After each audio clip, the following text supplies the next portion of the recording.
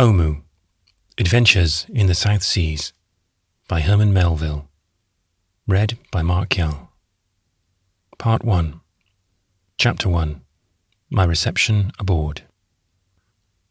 It was the middle of a bright, tropical afternoon that we made good our escape from the bay. The vessel we sought lay with her main topsail aback about a league from the land, was the only object that broke the broad expanse of the ocean. On approaching, she turned out to be a small, slatternly-looking craft, her hull and spars a dingy black, rigging all slack and bleached nearly white, and everything denoting an ill state of affairs aboard. The 4 boats hanging from her sides proclaimed her a whaler. Leaning carelessly over the bulwarks were the sailors, wild, haggard-looking fellows in Scotch caps and faded blue frocks, some of them with cheeks of a mottled bronze, of which sickness soon changes the rich berry brown of a seaman's complexion in the tropics. On the quarterdeck was one whom I took for the chief mate. He wore a broad-brimmed Panama hat, and his spyglass was levelled as we advanced. When we came alongside, a low cry ran fore and aft the deck, and everybody gazed at us with inquiring eyes, and well they might, to say nothing of the savage boat's crew, panting with excitement, all gesture and vociferation. My own appearance was calculated to excite curiosity. A robe of the native cloth was thrown over my shoulders. My hair and beard were uncut, and I betrayed other evidences of my recent adventure. Immediately on gaining the deck, they beset me on all sides with questions, the half of which I could not answer, so incessantly were they put. As an instance of the curious coincidences which often befall the sailor, I must here mention that 2 countenances before me were familiar. One was that of an old man-of-war's man, whose acquaintance I had made in Rio de Janeiro, at which place touched the ship in which I sailed from home. The other was a young man whom 4 years previous I had frequently met in a sailor boarding-house in Liverpool. I remembered parting with him at Prince's Dock gates in the midst of a swarm of police officers, trackmen, stevedores, beggars, and the like. And here we were again. Years had rolled by, many a league of ocean had been traversed, and we were thrown together under circumstances which almost made me doubt my own existence. But a few moments passed ere I was sent for into the cabin by the captain. He was quite a young man, pale and slender, more like a sickly counting-house clerk than a bluff sea captain. Bidding me be seated, he ordered the steward to hand me a glass of pisco. In the state I was, this stimulus almost made me delirious, so that of all I then went on to relate concerning my residence on the island, I can scarcely remember a word. After this, I was asked whether I desired to ship. Of course, I said yes, that is, if he would allow me to enter for one cruise, engaging to discharge me, if I so desired, at the next port. In this way, men are frequently shipped on board whalemen in the South Seas. My stipulation was acceded to, and the ship's articles handed me to sign. The mate was now called below, and charged to make a well man of me. Not, let it be borne in mind, that the captain felt any great compassion for me. He only desired to have the benefit of my services as soon as possible. Helping me on deck, the mate stretched me out on the windlass and commenced examining my limb, and then, doctoring it after a fashion with something from the medicine chest, rolled it up in a piece of an old sail, making so big a bundle that with my feet resting on the windlass, I might have been taken for a sailor with the gout. Whilst this was going on, someone, removing my tapper cloak, slipped on a blue frock in its place, and another, actuated by the same desire to make a civilized mortal of me, flourished about my head a great pear lie, imminent jeopardy of both ears, and the certain destruction of hair and beard. The day was now drawing to a close, and as the land faded from my sight, I was all alive to the change in my condition. But how far short of our expectations is oftentimes the fulfilment of the most ardent hopes. Safe aboard of a ship, so long my earnest prayer, with home and friends once more in prospect, I nevertheless felt weighed down by a melancholy that could not be shaken off. It was the thought of never more seeing those who, notwithstanding the desire to retain me a captive, had, upon the whole, treated me so kindly. I was leaving them for ever. So unforeseen and sudden had been my escape, so excited had I been through it all, and so great the contrast between the luxurious repose of the valley and the wild noise and motion of a ship at sea, that at times my recent adventures had all the strangeness of a dream.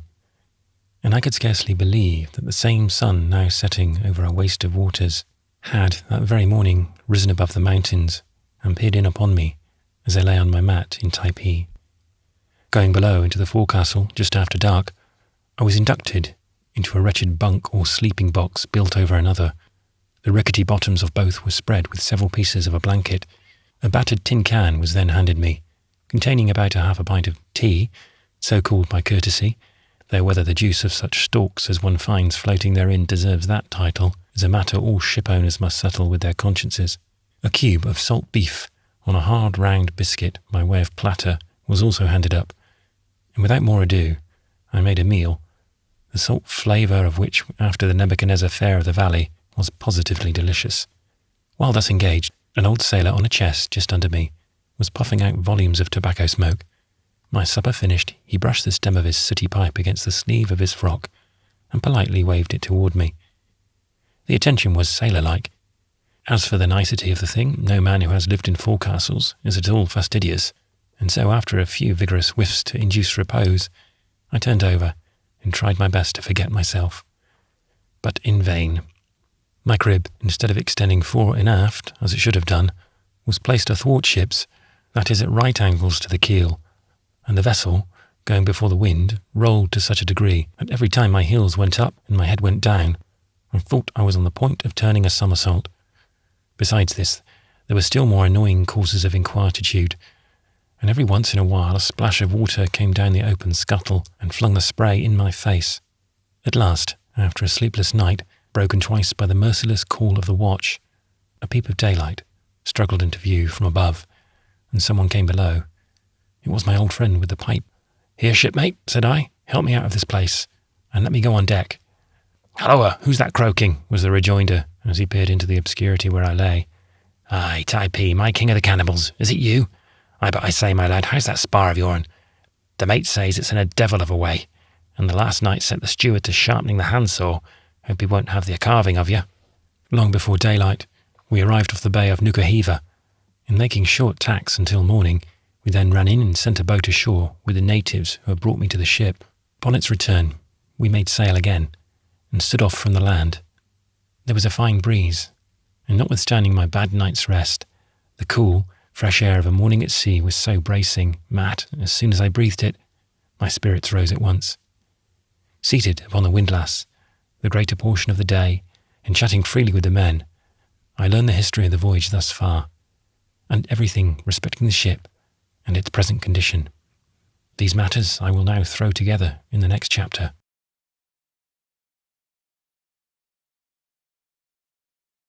Chapter 2. Some account of the ship. First and foremost, I must give some account of the Julia herself, or Little Jewel, as the sailors familiarly styled her. She was a small bark of a beautiful model, something more than 200 tons, Yankee-built and very old, fitted for a privateer out of a New England port during the War of 1812. She had been captured at sea by a British cruiser, and after seeing all sorts of service, was at last employed as a government packet in the Australian seas. Being condemned, however, about 2 years previous, she was purchased at auction by a house in Sydney, who, after some slight repairs, dispatched her on the present voyage. Notwithstanding the repairs, she was still in a miserable plight. The lower masts were said to be unsound, the standing rigging was much more worn, and in some places even the bulwarks were quite rotten. Still she was tolerably tight, and but little more than the ordinary pumping of a morning served to keep her free. But all this had nothing to do with her sailing. At that, brave Little Jewel, plump Little Jewel, was a witch. Blow high or blow low, she was always ready for the breeze, and when she dashed the waves from her prow and pranced and pulled to sea, you never thought of her patched sails and blistered hull. How the fleet creature would fly before the wind, rolling, now and then to be sure, but in very playfulness. Sailing to windward, no gale could bow her over, with spars erect. She looked right up into the wind's eye, and so she went. But after all, Little Jewel was not to be confided in. Lively enough and playful she was, but on that very account the more to be distrusted. Who knew but that, like some vivacious old mortal, all at once sinking into a decline, she might, some dark night, spring a leak, and carry us all to the bottom. However, she played us no such ugly trick, and therefore I wronged Little Jewel in supposing it. She had a free, roving commission. According to her papers, she might go whither she pleased, whaling, sealing, or anything else. Sperm whaling, however, was what she relied upon, although as yet only 2 fish had been brought alongside. The day they sailed out of Sydney Heads, the ship's company, all told, numbered some 32 souls. Now they mustered about 20. The rest had deserted. Even the 3 junior mates who had headed the whale boats were gone, and of the 4 harpooners, only 1 was left, a wild New Zealander, or Maori, as his countrymen are more commonly called in the Pacific. But this was not all. More than half the seamen remaining were more or less unwell from a long sojourn in a dissipated port, some of them wholly unfit for duty, 1 or 2 dangerously ill, and the rest managing to stand their watch, though they could do but little. The captain was a young Cockney who, a few years before, had emigrated to Australia, and by some favouritism or other had procured the command of the vessel. Though in no wise competent, he was essentially a landsman, and though a man of education, no more meant for the sea than a hairdresser. Hence, everybody made fun of him. They called him the cabin boy, Paper Jack, and half a dozen other undignified names. In truth, the men made no secret of the derision in which they held him, and as for the slender gentleman himself, he knew it all very well, and bore himself with becoming meekness. Holding as little intercourse with them as possible, he left everything to the chief mate, who, as the story went, had been given his captain in charge. Yet despite his apparent unobtrusiveness, the silent captain had more to do with the men than they thought. In short, although one of your sheepish-looking fellows, he had a sort of still, timid cunning, which no one would have suspected, and which, for that very reason, was all the more active. So the bluff mate, who always thought he did what he pleased, was occasionally made a fool of, in some obnoxious measures which he carried out, in spite of all growlings, were little thought to originate with the dapper little fellow in nankeen jacket and white canvas pumps. But to all appearance, at least, the mate had everything his own way. Indeed, in most things this was actually the case, and it was quite plain that the captain stood in awe of him. So far as courage, seamanship, and a natural aptitude for keeping riotous spirits in subjection were concerned, no man was better qualified for his vocation than John Jermyn. He was the very beau ideal of the efficient race of short, thick-set men. His hair curled in little rings of iron grey all over his round bullet head. As for his countenance, it was strongly marked, deeply pitted with the smallpox. For the rest, there was a fierce little squint out of one eye. The nose had a rakish twist to one side, while his large mouth and great white teeth looked absolutely sharkish when he laughed. In a word, no one, after getting a fair look at him, would ever think of improving the shape of his nose, wanting in symmetry as it was. Notwithstanding his pugnacious looks, however, Jermyn had a heart as big as a bullock's that you saw at a glance. Such was our mate, but he had one failing. He abhorred all weak infusions, and cleaved manfully to strong drink. At all times he was more or less under the influence of it. Taken in moderate quantities, I believe in my soul, it did a man like him good, brightened his eyes, swept the cobwebs out of his brain, and regulated his pulse. But the worst of it was that sometimes he drank too much, and a more obstreperous fellows than Jermyn in his cups you seldom came across. He was always for having a fight, but the very men he flogged loved him as a brother, for he had such an irresistibly good-natured way of knocking them down that no one could find it in his heart to bear malice against him. So much for stout little Jermyn. All English whalemen are bound, by law, to carry a physician, who, of course, is rated a gentleman and lives in the cabin, with nothing but his professional duties to attend to. But incidentally, he drinks, flip, and plays cards with the captain. There was such a worthy aboard of the Julia, but, curious to tell, he lived in the forecastle with the men, and this was the way it happened. In the early part of the voyage, the doctor and the captain lived together as pleasantly as could be, to say nothing of many a can they drank over the cabin transom. Both of them had read books, and one of them had travelled, so their stories never flagged. But once on a time they got into a dispute about politics. And the doctor, moreover, getting into a rage, drove home an argument with his fist, and left the captain on the floor literally silenced. This was carrying it with a high hand, so he was shut up in his stateroom for 10 days, and left to meditate on bread and water, and the impropriety of flying into a passion.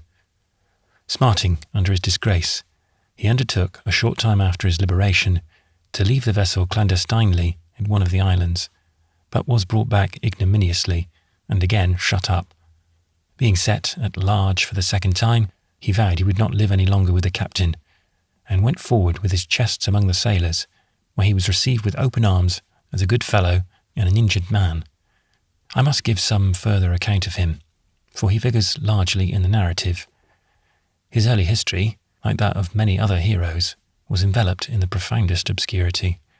Though he threw out hints of a patrimonial estate, a nabob uncle, and an unfortunate affair which sent him a-roving, all that was known, however, was this. He had gone out to Sydney as assistant surgeon of an emigrant ship. On his arrival there, he went back into the country, and after a few months' wanderings returned to Sydney penniless, and entered as a doctor aboard of the Julia. His personal appearance was remarkable.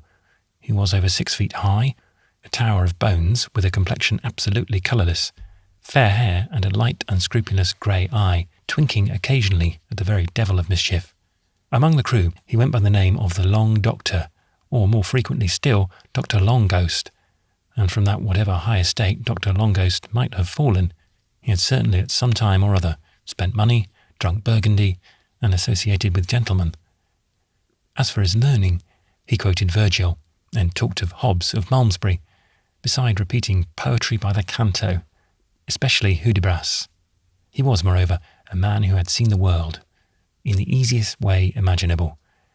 He could refer to an amour he had in Palermo, his lion-hunting before breakfast among the Caffres, and the quality of the coffee to be drunk in Muscat. And about these places, and 100 others, he had more anecdotes than I can tell of. Then such mellow old songs as he sang, in a voice so round and racy, the real juice of sound. How such notes came forth from his lank body was a constant marvel. Upon the whole, Longghost was as entertaining a companion as one could wish, and to me in the Julia an absolute godsend.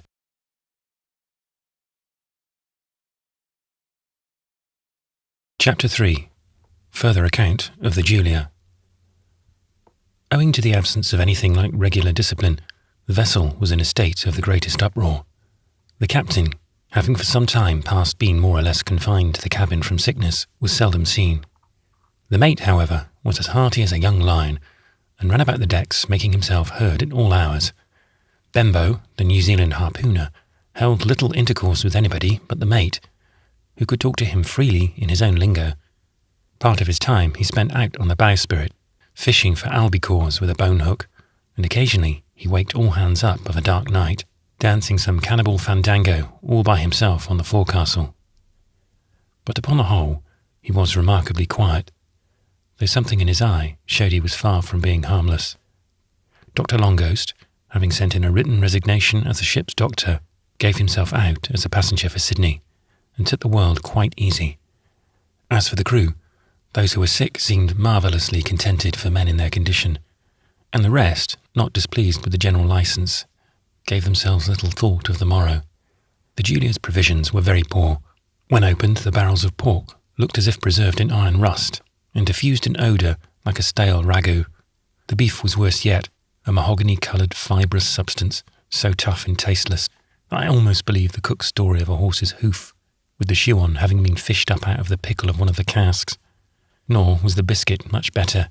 Nearly all of it was broken into hard little gun-flints, honeycombed through and through, as if the worms, usually infesting this article in long tropical voyages, had, in boring after nutrient, come out at the Antipodes without finding anything. Of what the sailors called small stores, we had but little. Tea, however, we had in abundance, though I dare say the Hong merchants never had the shipping of it. Besides this, every other day we had what English seamen call shot soup, great round peas, polishing themselves like pebbles by rolling about in tepid water.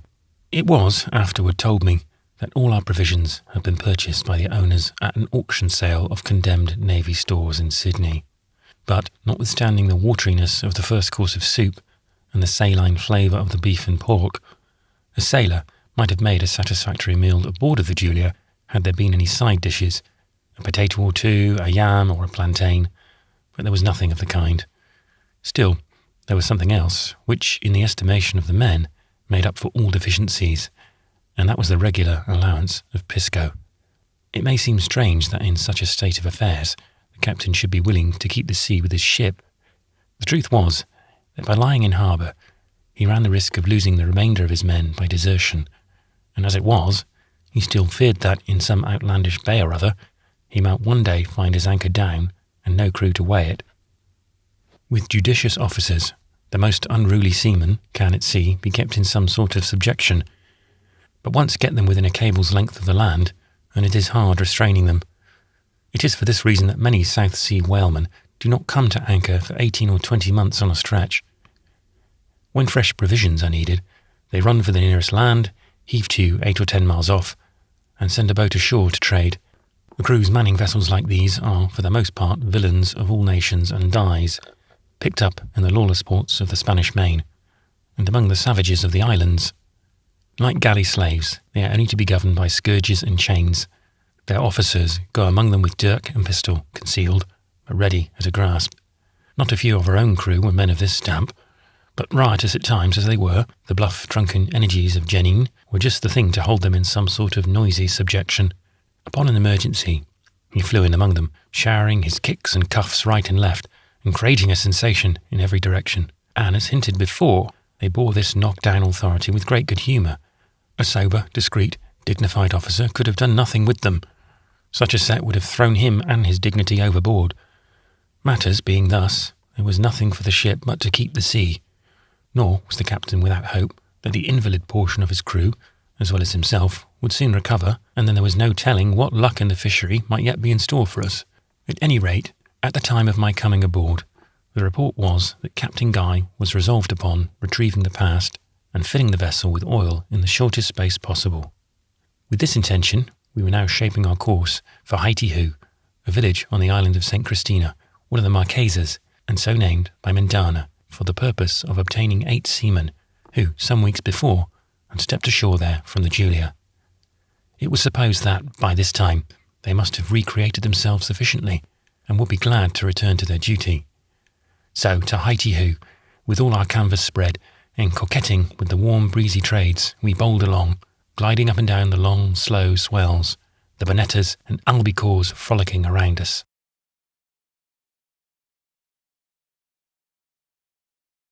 Chapter 4. A Scene in the Forecastle. I had scarcely been aboard of the ship 24 hours when a circumstance occurred which, although nowadays picturesque, is so significant of the state of affairs that I cannot forbear relating it. In the first place, however, it must be known that among the crew was a man so excessively ugly that he went by the ironical appellation of Beauty. He was the ship's carpenter, and for that reason was sometimes known by his nautical cognomen of Chips. There was no absolute deformity about the man. He was symmetrically ugly, but ill-favoured as he was in person, Beauty was nonetheless ugly in temper, but no one could blame him. His countenance had soured his heart.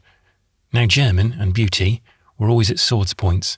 The truth was that the latter was the only man in the ship whom the mate had never decidedly got the better of, and hence the grudge he bore him. As for Beauty, he prided himself upon talking up to the mate, as we shall soon see. Toward evening there was something to be done on the deck, and the carpenter who belonged to the watch was missing. "Where's that skulk, Chips?" shouted German down the forecastle scuttle. "Taking his ease, d'ye see, down here on a chest, if you want to know," replied that worthy himself, quietly withdrawing his pipe from his mouth. This insolence flung the fiery little mate into a mighty rage, but Beauty said nothing, puffing away with all the tranquillity imaginable. Here it must be remembered that, never mind what may be the provocation, no prudent officer ever dreams of entering a ship's forecastle on a hostile visit. If he wants to see anybody who happens to be there and refuses to come up, why, he must wait patiently until the sailor is willing. The reason is this: the place is very dark, and nothing is easier than to knock one descending on the head before he knows where he is, and a very long while before he ever finds out who did it. Nobody knew this better than German, and so he contented himself with looking down the scuttle and storming. At last, Beauty made some cool observation which set him half wild. "Tumble on deck," he then bellowed. "Come up with you, or I'll jump down and make you."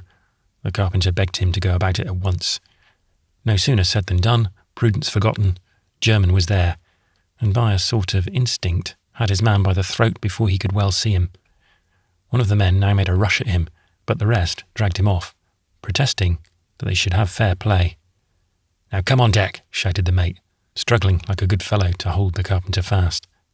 "Take me there," was the dogged answer, and Beauty wriggled about in the nervous grasp of the other like a couple of yards of boa constrictor.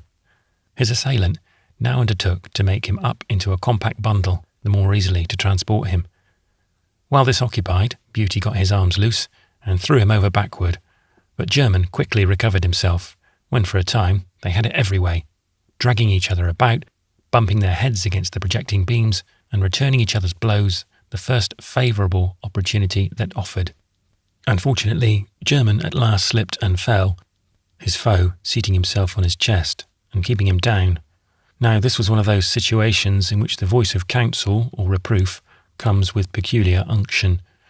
Nor did Beauty let the opportunity slip, but the mate said nothing in reply, only foaming at the mouth and struggling to rise. Just then, a thin tremor of a voice was heard from above. It was the captain, who, happening to ascend to the quarter-deck at the commencement of the scuffle, would gladly have returned to the cabin, but was prevented by the fear of ridicule. As the din increased, and it became evident that his officer was in serious trouble, he thought it would never do to stand leaning over the bulwarks. So he made his appearance on the forecastle, resolved, as is his best policy, to treat the matter lightly. Why, he began, speaking pettishly and very fast. "What's all this about, Mr. German? Mr. German? Carpenter? What are you doing down there? Come on deck. Whereupon Dr. Longghost cries out in a squeak, "Ah, Miss Guy, is that you? Now, my dear, go right home or you'll get hurt." "Pooh, you, sir, whoever you are. I was not speaking to you. None of your nonsense, Mr. German. I was speaking to you. Have the kindness to come on deck, sir. I want to see you." "And how, in the devil's name, am I to get there?" cried the mate furiously. "Jump down here, Captain Guy, and show yourself a man. Let me up, you chips. Unhand me, I say. Oh, I'll pay you for this some day. Come on, Captain Guy." At this appeal, the poor man was seized with a perfect spasm of fidgets. Pooh, Carpenter, have done with your nonsense. Let him up, sir. Let him up, do you hear? Let Mr. Germ come on deck." "Go along with you, Paper Jack," replied Beauty. "This quarrel's between the mate and me, so go aft where you belong." As the captain once more dipped his head down the scuttle to make an answer, from an unseen hand he received, full in the face, the contents of a tin can of soaked biscuit and tea leaves. The doctor was not far off just then. Without waiting for anything more, the discomfited gentleman, with both hands to his streaming face, retreated to the quarter-deck. A few moments more, and German, forced to a compromise, followed after, in his torn frock and scarred face, looking for all the world as if he had just disentangled himself from some intricate piece of machinery. For about half an hour, both remained in the cabin, where the mate's rough tones were heard high above the low, smooth voice of the captain. Of all his conflicts with the men, this was the first in which German had been worsted, and he was proportionally enraged. Upon going below, as the steward afterward told us, he bluntly informed Guy that for the future he might look out for his ship himself. For his part, he had done with her, if that was the way he allowed his officers to be treated. After many high words, the captain finally assured him that, the first fitting opportunity, the carpenter should be cordially flogged. Though as matters stood, the experiment would be a hazardous one.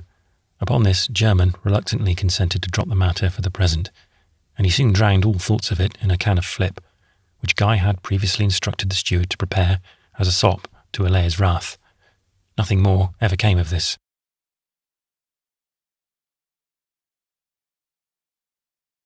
Chapter 5. What Happened at Haiti-Hoo. Less than 48 hours after leaving Nukuhiva, the blue looming island of St. Christina greeted us from afar. Drawing near the shore, the grim black spars and waspish hull of a small man-of-war craft crept into view, the masts and yards lying distinctly against the sky. She was riding to her anchor in the bay, and proved to be a French corvette. This pleased our captain exceedingly, and coming on deck, he examined her from the mizzen rigging with his glass. His original intention was not to let go an anchor, but counting upon the assistance of the corvette in case of any difficulty. He now changed his mind, and anchored alongside of her. As soon as a boat could be lowered, he went off to pay his respects to the commander, and moreover, as we supposed, to concert measures for the apprehension of the runaways. Returning in the course of 20 minutes, he brought along with him 2 officers in undress and whiskers, and 3 or 4 drunken, obstreperous old chiefs. One with his legs thrust into the armholes of a scarlet vest, another with a pair of spurs on his heels, and a third in a cocked hat and feather. In addition to these articles, they merely wore the ordinary costume of their race, a slip of native cloth about the loins.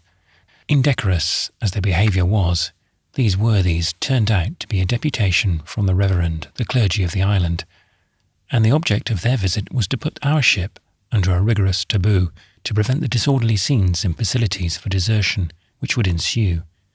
Were the natives, men and women, allowed to come off to us freely? There was little ceremony about the matter. The priests went aside for a moment, laid their shaven old crowns together, and went over a little mummery, whereupon their leader tore a long strip from his girdle of white tappa and handed it to one of the French officers, who, after explaining what was to be done, gave it to Herman. The mate, at once, went to the end of the flying jib boom and fastened there the mystic symbol of the ban. This put to flight a party of girls who had been observed swimming towards us, tossing their arms about and splashing the water like porpoises, with loud cries of "Taboo! Taboo!" They turned about and made for the shore. The night of our arrival, the mate and the Maori were to stand watch and watch, relieving each other every 4 hours. The crew, as is sometimes customary when lying at an anchor, being allowed to remain all night below. A distrust of the men, however, was, in the present instance, the principal reason for this proceeding.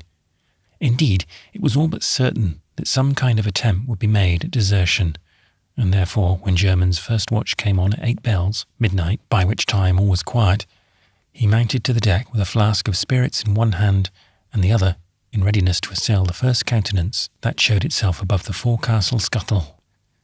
Thus prepared, he doubtless meant to stay awake, but for all that, he before long fell asleep, and slept with such hearty goodwill too, that the men who left us that night might have been waked up by his snoring. Certain it was the mate snored most strangely, and no wonder, with that cricket bugle of his. When he came to himself, it was just dawn, but quite light enough to show 2 boats gone from the side. In an instant he knew what had happened. Dragging the Maori out of an old sail where he was napping, he ordered him to clear away another boat, and then darted into the cabin to tell the captain the news. Springing on deck again, he drove down into the forecastle for a couple of oarsmen, but hardly got there before there was a cry and a loud splash heard over the side. It was the Maori and the boat, into which he had just leaped to get ready for lowering, rolling over and over in the water. The boat, having at nightfall been hoisted up to its place over the starboard quarter, someone had so cut the tackles which held it there that a moderate strain would at once part them. Bembo's weight had answered the purpose, showing that the deserters must have ascertained his specific gravity to a fibre of hemp. There was another boat remaining, but it was as well to examine it before attempting to lower, and it was well that they did, for there was a hole in the bottom large enough to drop a barrel through. She had been scuttled most ruthlessly. Herman was frantic, dashing his hat upon deck. He was about to plunge overboard and swim to the corvette for a cutter, when Captain Guy made his appearance and begged him to stay where he was. By this time, the officer of the deck aboard the Frenchman had noticed our movements and hailed to know what had happened. Guy informed him through his trumpet, and men to go in pursuit were instantly promised. There was a whistling of a boatswain's pipe, an order or two, and then a large cutter pulled out from the man-of-war's stern, and in 6 strokes was alongside. The mate leaped into her, and they pulled rapidly ashore. Another cutter, carrying an armed crew, soon followed.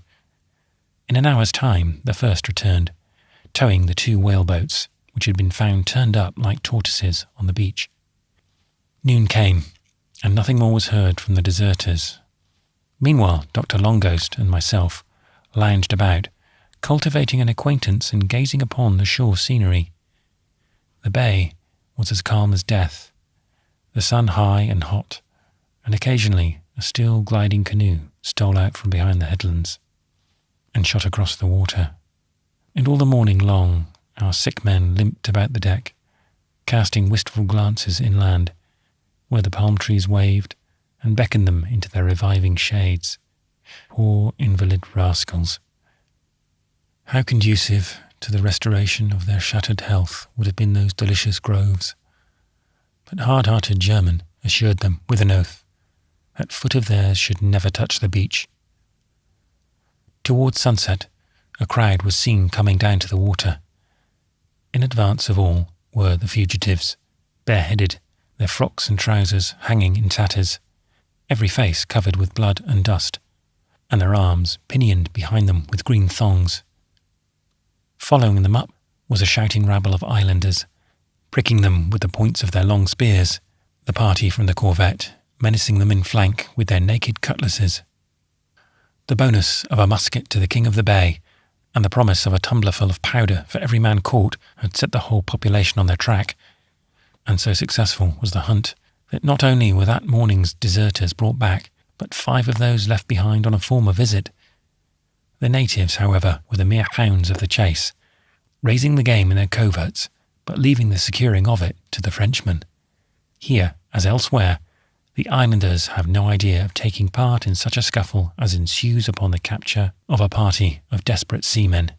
The runaways were at once brought aboard, and though they looked rather sulky, soon came around and treated the whole affair as a frolicsome adventure.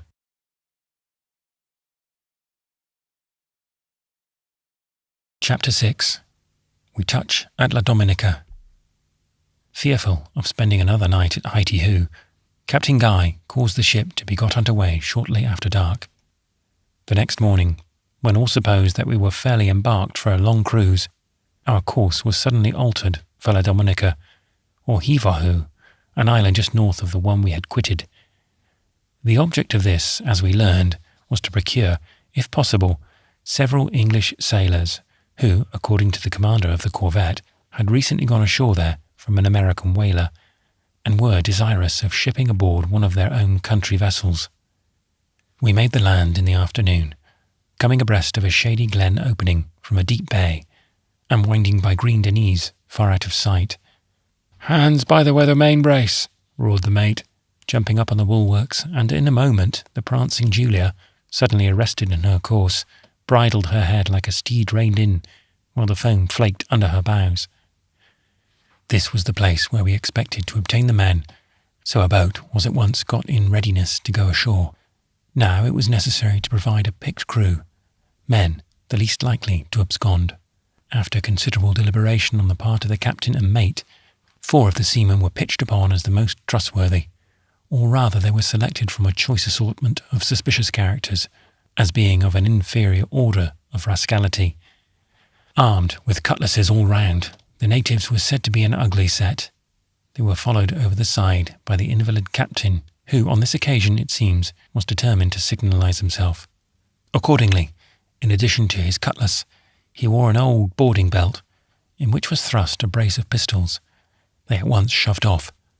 My friend Longghost had, among other things, which looked somewhat strange in a ship's forecastle, a capital spyglass, and on the present occasion we had it in use. When the boat neared the head of the inlet, though visible to the naked eye, it was plainly revealed by the glass, looking no bigger than an eggshell, and the men diminished to pygmies. At last, borne on what seemed a long flake of foam, the tiny craft shot up the beach amid a shower of sparkles. Not a soul was there.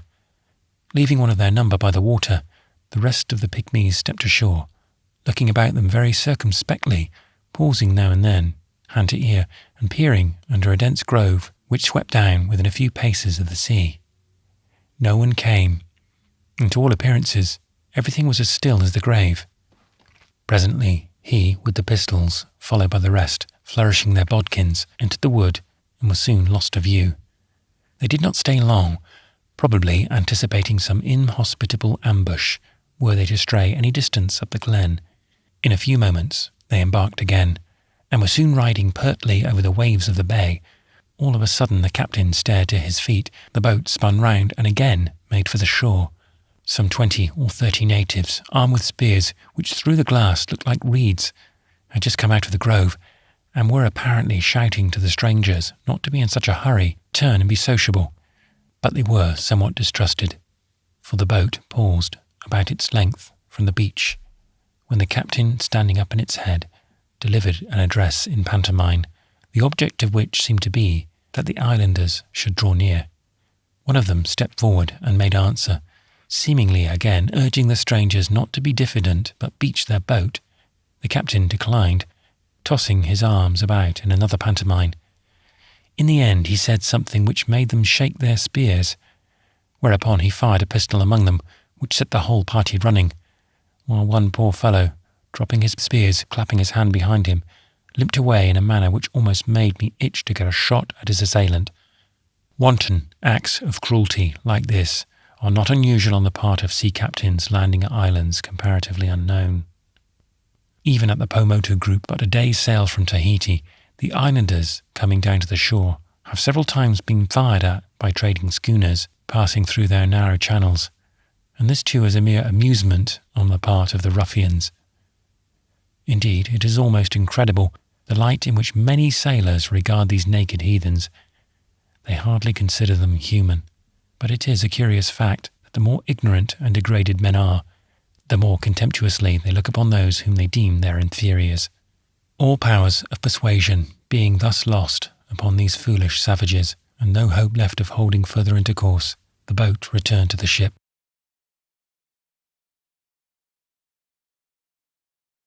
Chapter 7. What happened at Hanamanu. On the other side of the island was the large and populous bay of Hanamanu, where the men sought might yet be found. But as the sun was setting by the time the boat came alongside, we got our offshore tracks aboard and stood away for an offing. About daybreak we wore and ran in, and by the time the sun was well up, entered the long, narrow channel dividing the islands of La Dominica and St. Christina. On one hand was a range of steep, green bluffs, hundreds of feet high, the white huts of the natives here and there nestling like birds' nests in deep clefts gushing with verdure. Across the water, the land rolled away in bright hillsides, so warm and undulating that they seemed almost to palpitate in the sun. On we swept, past bluff and grove, wooded glen and valley, and dark ravines, lighted up far inland with wild falls of water. A fresh land breeze filled our sails. The embayed waters were gentle as a lake, and every wave broke with a tinkle against our coppered prow. On gaining the end of the channel, we rounded a point, and came full upon the bay of Hanamanu. This is the only harbour of any note about the island, though as far as a safe anchorage is concerned, it hardly deserves the title. Before we held any communication with the shore, an incident occurred which may convey some further idea of the character of our crew. Having approached as near the land as we could prudently, our headway was stopped, and we awaited the arrival of a canoe which was coming out of the bay. All at once we got into a strong current, which swept us rapidly toward a rocky promontory forming one side of the harbour. The wind had died away, so 2 boats were at once lowered for the purpose of pulling the ship's head round. Before this could be done, the eddies were whirling upon all sides, and the rock so near that it seemed as if one might leap upon it from the masthead. Notwithstanding the speechless fright of the captain and the hoarse shouts of the unappalled Janine, the men handled the ropes as deliberately as possible, some of them chuckling at the prospect of going ashore, and others so eager for the vessel to strike that they could hardly contain themselves. Unexpectedly, a countercurrent befriended us, and assisted by the boats, we were soon out of danger. What a disappointment for our crew! All their little plans for swimming ashore from the wreck and having a fine time of it for the rest of their days, thus cruelly nipped in the bud. Soon after, the canoe came alongside. In it were 8 or 10 natives, comely, vivacious-looking youths, all gesture and exclamation, the red feathers in their headbands perpetually nodding. With them also came a stranger, a renegade from Christendom and humanity, a white man in the South Sea girdle, and tattooed in the face. A broad blue band stretched across his face from ear to ear, and on his forehead was the taper figure of a blue shark, nothing but fins from head to tail. Some of us gazed upon this man with a feeling akin to horror, no ways abated when informed that he had voluntarily submitted to this embellishment of his countenance. What an impress! Far worse than Cain's. He was perhaps a wrinkle or a freckle, which some of our modern cosmetics might have effaced, but the blue shark was a mark indelible, which all the waters of Albana and Farpar, rivers of Damascus, could never wash out. He was an Englishman, Lem Hardy he called himself, who had deserted from a trading brig touching at the island for wood and water some 10 years previous. He had gone ashore as a sovereign power, armed with a musket and a bag of ammunition, and ready, if need were, to prosecute war on his own account. The country was divided by the hostile kings of several large valleys. With one of them, from whom he first received overtures, he formed an alliance, and became what he now was, the military leader of the tribe and war god of the entire island. His campaigns beat Napoleon's. In one night attack, his invincible musket, backed by the light infantry of spears and javelins, vanquished 2 clans, and the next morning brought all the others to the feet of his royal ally. Nor was the rise of his domestic fortunes at all behind the Corsicans. 3 days after landing, the exquisitely tattooed hand of a princess was his, receiving along with the damsel as her portion 1,000 fathoms of fine tappa, 50 double-braided mats of split grass, 400 hogs, 10 houses in different parts of her native valley, and the sacred protection of an express edict of the taboo declaring his person inviolable forever. Now this man was settled for life, perfectly satisfied with his circumstances, and feeling no desire to return to his friends. Friends, indeed, he had none. He told me his history, thrown upon the world a foundling. His paternal origin was as much a mystery to him as the genealogy of Odin, and, scorned by everybody, he fled the parish workhouse when a boy and launched upon the sea. He had followed it for several years, a dog before the mast, and now he had thrown it up forever.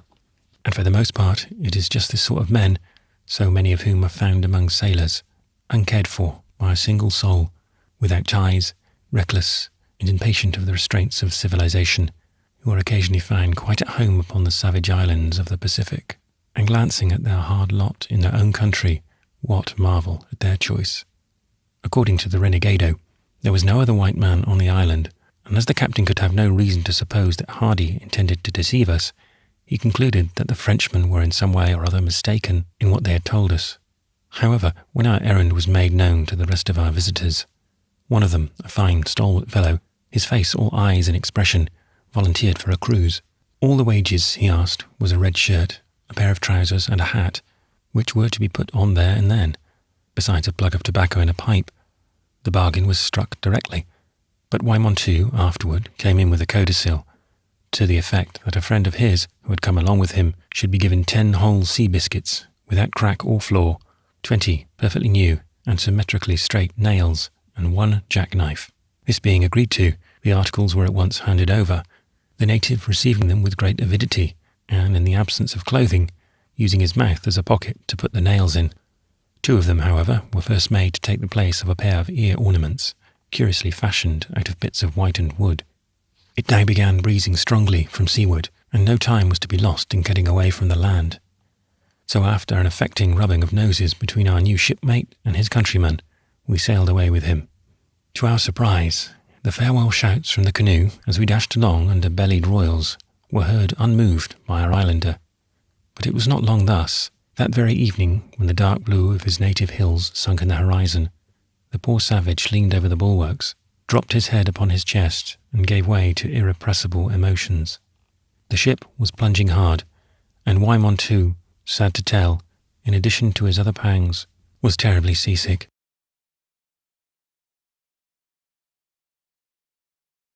Chapter 8. The Tattooers of La Dominica.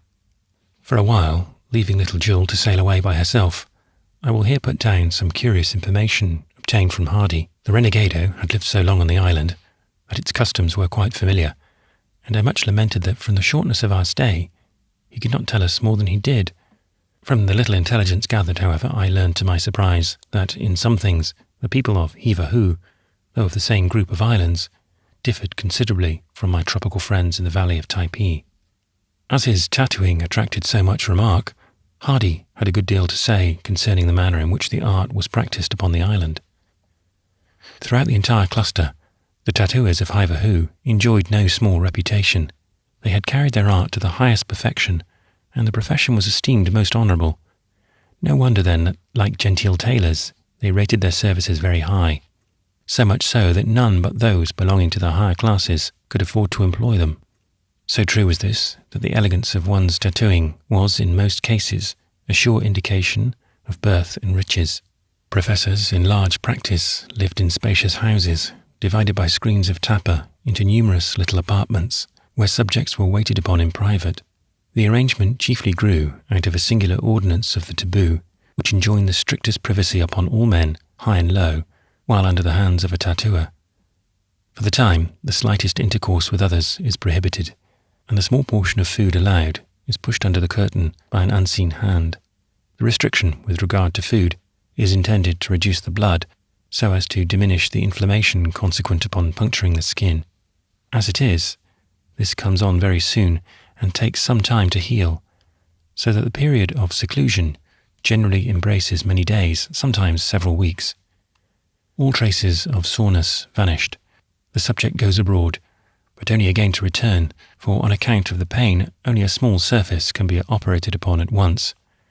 And as the whole body is to be more or less embellished by a process so slow, the studios alluded to are constantly filled.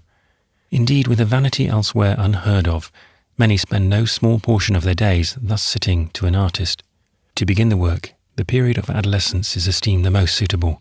After casting about for some eminent tattooer, the friends of the youth take him to his house to have the outlines of the general plan laid out. It behooves the professor to have a nice eye, for a suit to be worn for life should be well cut. Some tattooers, yearning after perfection, employ at large wages 1 or 2 men of the commonest order, vile fellows, utterly regardless of appearances, upon whom they first try their patterns and practice generally, their backs remorselessly scrawled over, and no more canvas remaining, they are dismissed, and never after go about the scorn of their countrymen. Hapless wights, thus martyred in the cause of the fine arts. Beside the regular practitioners, there are a parcel of shabby itinerant tattooers, who, by virtue of their calling, stroll unmolested from one hostile bay to another, doing their work dog-cheap for the multitude. They always repair to the various religious festivals, which gather great crowds. When these are concluded, and the places where they are held vacated, even by the tattooers, scores of little tents of coarse tappa are left standing, each with a solitary inmate, who, forbidden to talk to his unseen neighbours, is obliged to stay there till completely healed. The itinerants are a reproach to their profession, more cobblers, dealing in nothing but jagged lines and clumsy patches, and utterly incapable of soaring to those heights of fancy attained by the gentlemen of the faculty. All professors of the arts love to fraternize, and so in Hanamanu the tattooers came together in the chapters of their worshipful order. In this society, duly organized and conferring degrees, Hardy, from his influence as a white, was a sort of honorary Grand Master. The blue shark and a sort of Urim and Thummim engraven upon his chest were the seal of his initiation. All over Hivahu are established those orders of tattooers. The way in which the renegados come to be founded is this. A year or 2 after his landing, there happened to be a season of scarcity, owing to the partial failure of the breadfruit harvest for several consecutive seasons. This brought about such a falling off in the number of subjects for tattooing, profession became quite needy. The royal ally of Hardy, however, hit upon a benevolent expedient to provide for their wants, at the same time conferring a boon upon many of his subjects. By sound of conch shell, it was proclaimed before the palace on the beach, and at the head of the valley, that Numai, king of Hanamanu, and friend of Hardy the White, kept open heart and table for all tattooers whatsoever, but to entitle themselves to this hospitality, they were commanded to practice without fee upon the meanest native soliciting their services. Numbers at once flocked to the royal abode, both artists and sitters. It was a famous time, and the buildings of the palace being taboo to all but the tattooers and chiefs, the sitters bivouacked on the common and formed an extensive encampment. The Laura tattoo, or the time of tattooing, will be long remembered. An enthusiastic sitter celebrated the event in verse. Several lines were repeated to us by Hardy, some of which in a sort of colloquial chant he translated nearly thus: "Where is that sound in Hanamanu? And wherefore that sound? The sound of 100 hammers, tapping, tapping, tapping the shark teeth. Where is that light? Round about the king's house. And the small laughter, the small, merry laughter, it is of the sons and daughters of the tattooed."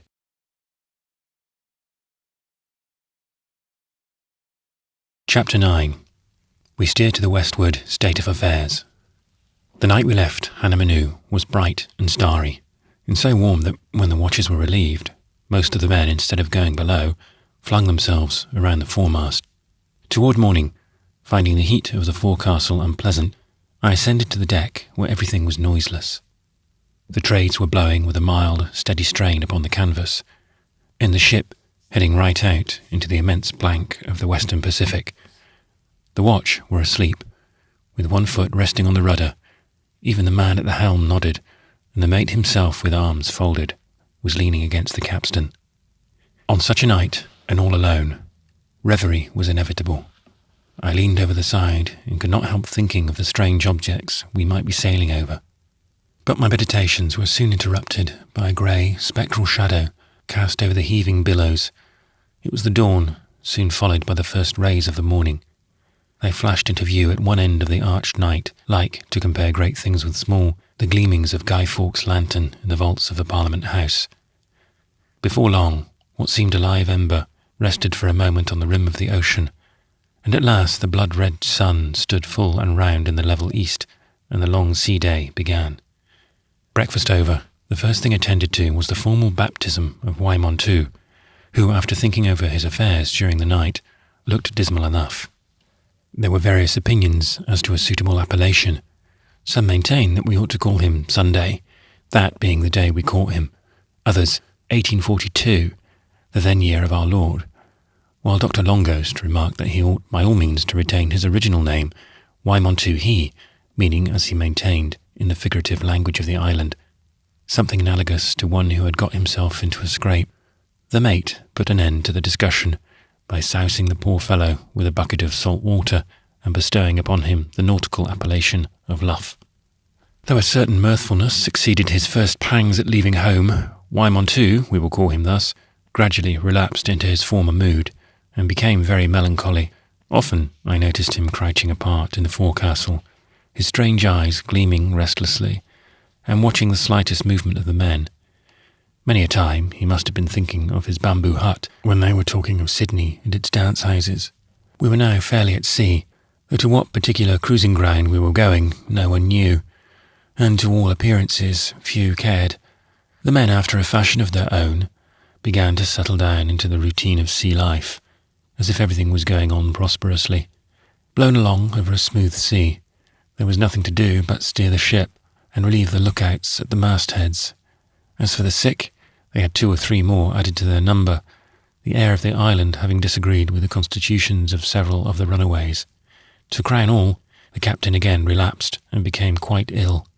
The men, fit for duty, were divided into small watches, headed respectively by the mate and the Maori, the latter, by virtue of his being a harpooner, succeeding to the place of the second mate, who had absconded. In this state of things, whaling was out of the question, but in the face of everything, Herman maintained that the invalids would soon be well. However that might be, with the same pale hue sky overhead, we kept running steadily to the westward. Forever advancing, we seemed always in the same place, and every day was the former, lived over again. We saw no ships, expected to see none. No sign of life was perceptible, but the porpoises and other fish sporting under the bows, like pups ashore.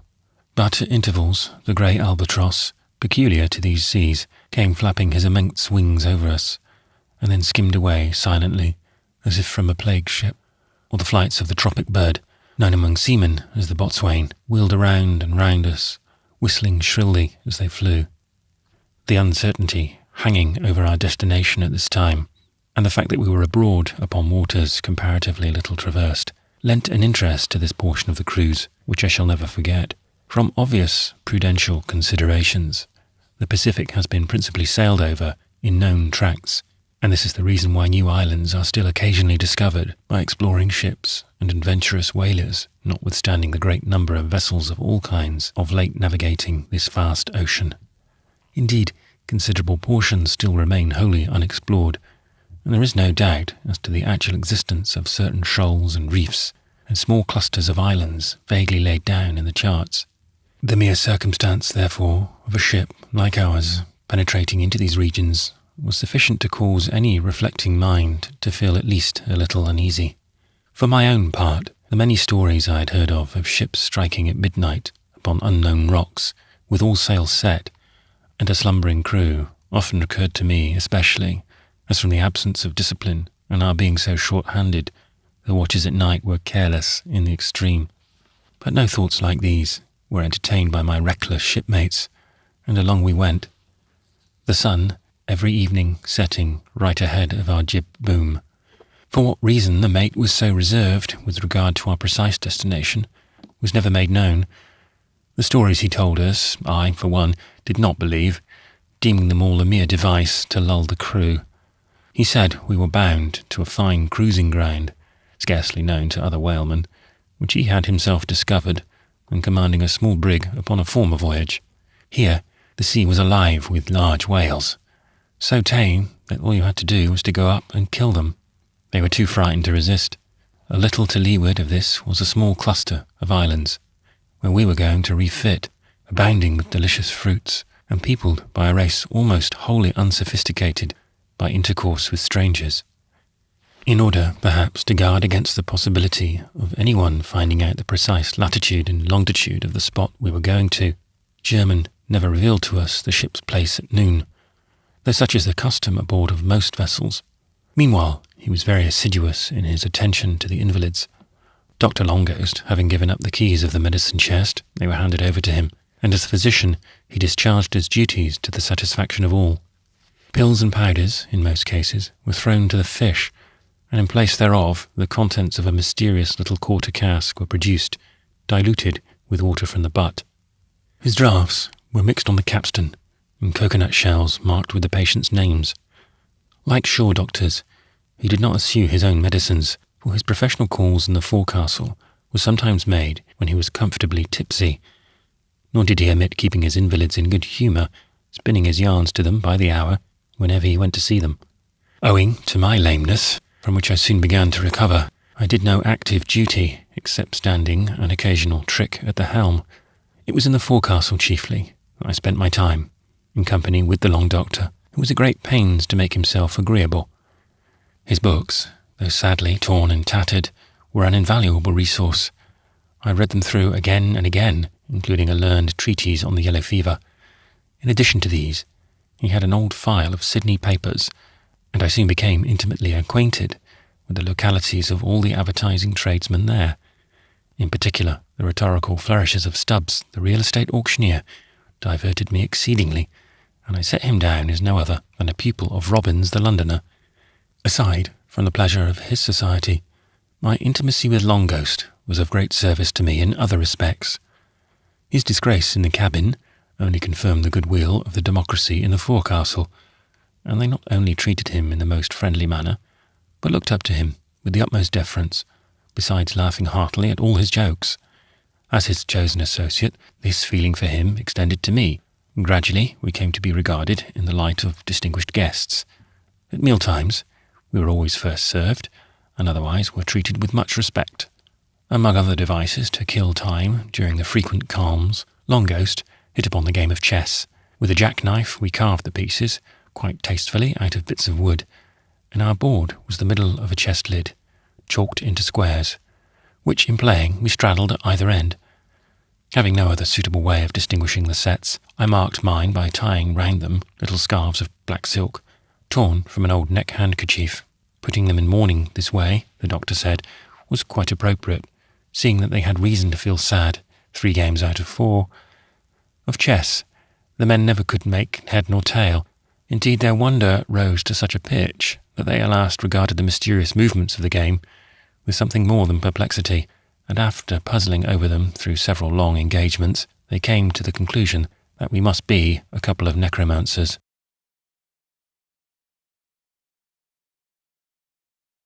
Chapter 10. A sea parlour described with some of its tenants. I might as well give some idea of the place in which the doctor and I lived together so sociably. Most persons know that a ship's forecastle embraces the forward part of the deck, about the bowsprit. The same term, however, is generally bestowed upon the sailors' sleeping quarters, which occupy a space immediately beneath and are partitioned off by a bulkhead. Planted right in the bows, or as sailors say, in the very eyes of the ship, this delightful apartment is of a triangular shape and is generally fitted with 2 tiers of rude bunks. Those of the Julia were in a most deplorable condition, mere wrecks, some having been torn down altogether to patch up others, and on one side there were but 2 standing. But with most of the men it made little difference whether they had a bunk or not, since having no bedding, they had nothing to put in it but themselves.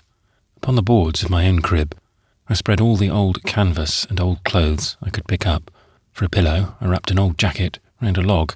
This helped a little the wear and tear of one's bones when the ship rolled. Rude hammocks, made out of old sails, were in many cases used as substitutes for the demolished bunks. The space they swung in was so confined that they were very far from being agreeable. The general aspect of the forecastle was dungeon-like and dingy in the extreme.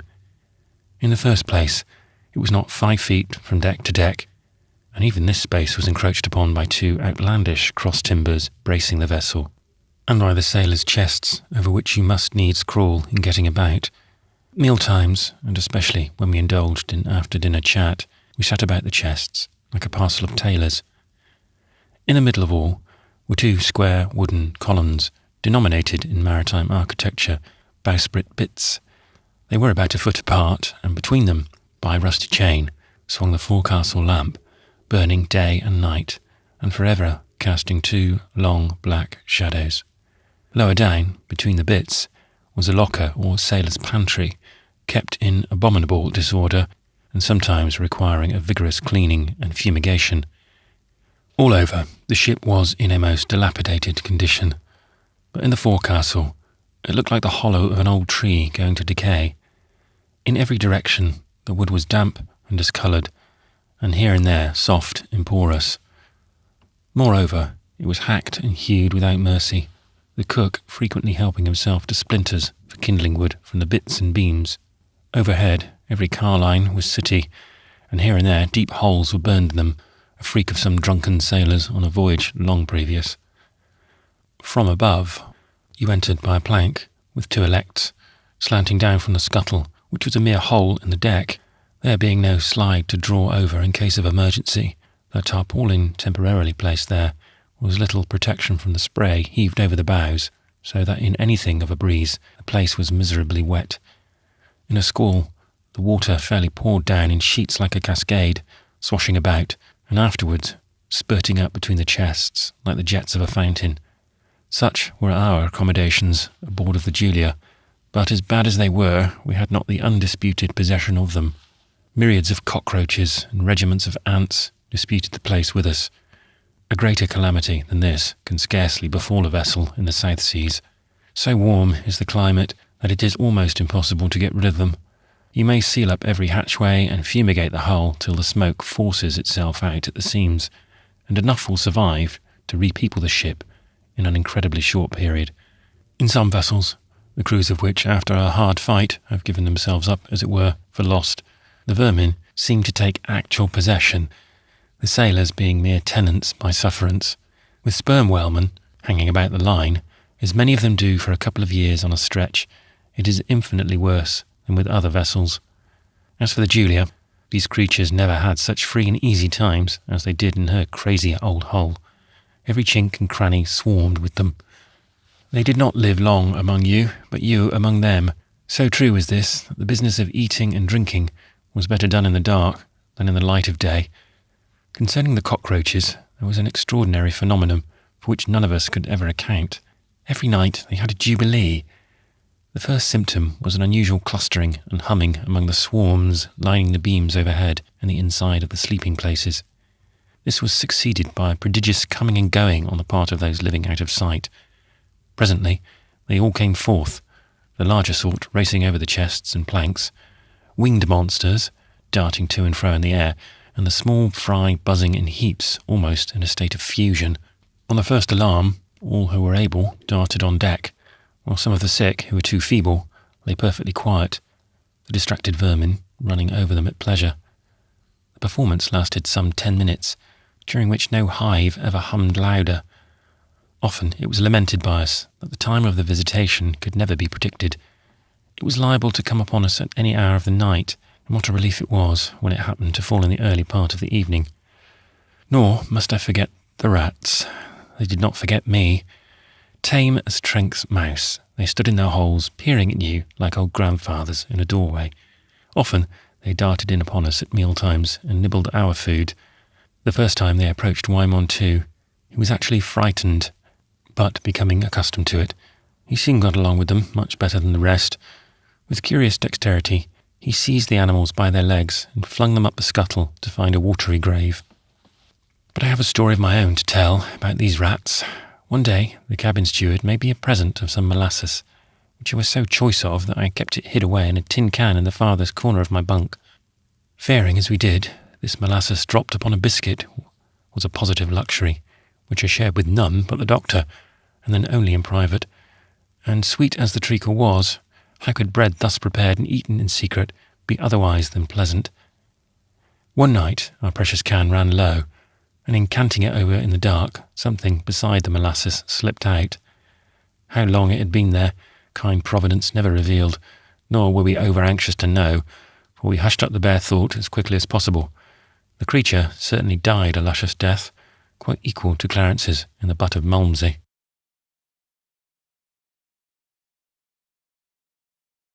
Chapter 11. Dr. Longhost, a wag, one of his capers. Grave though he was at times, Dr. Longhost was a decided wag. Everyone knows what lovers of fun sailors are ashore. Afloat, they are absolutely mad after it, so his pranks were duly appreciated.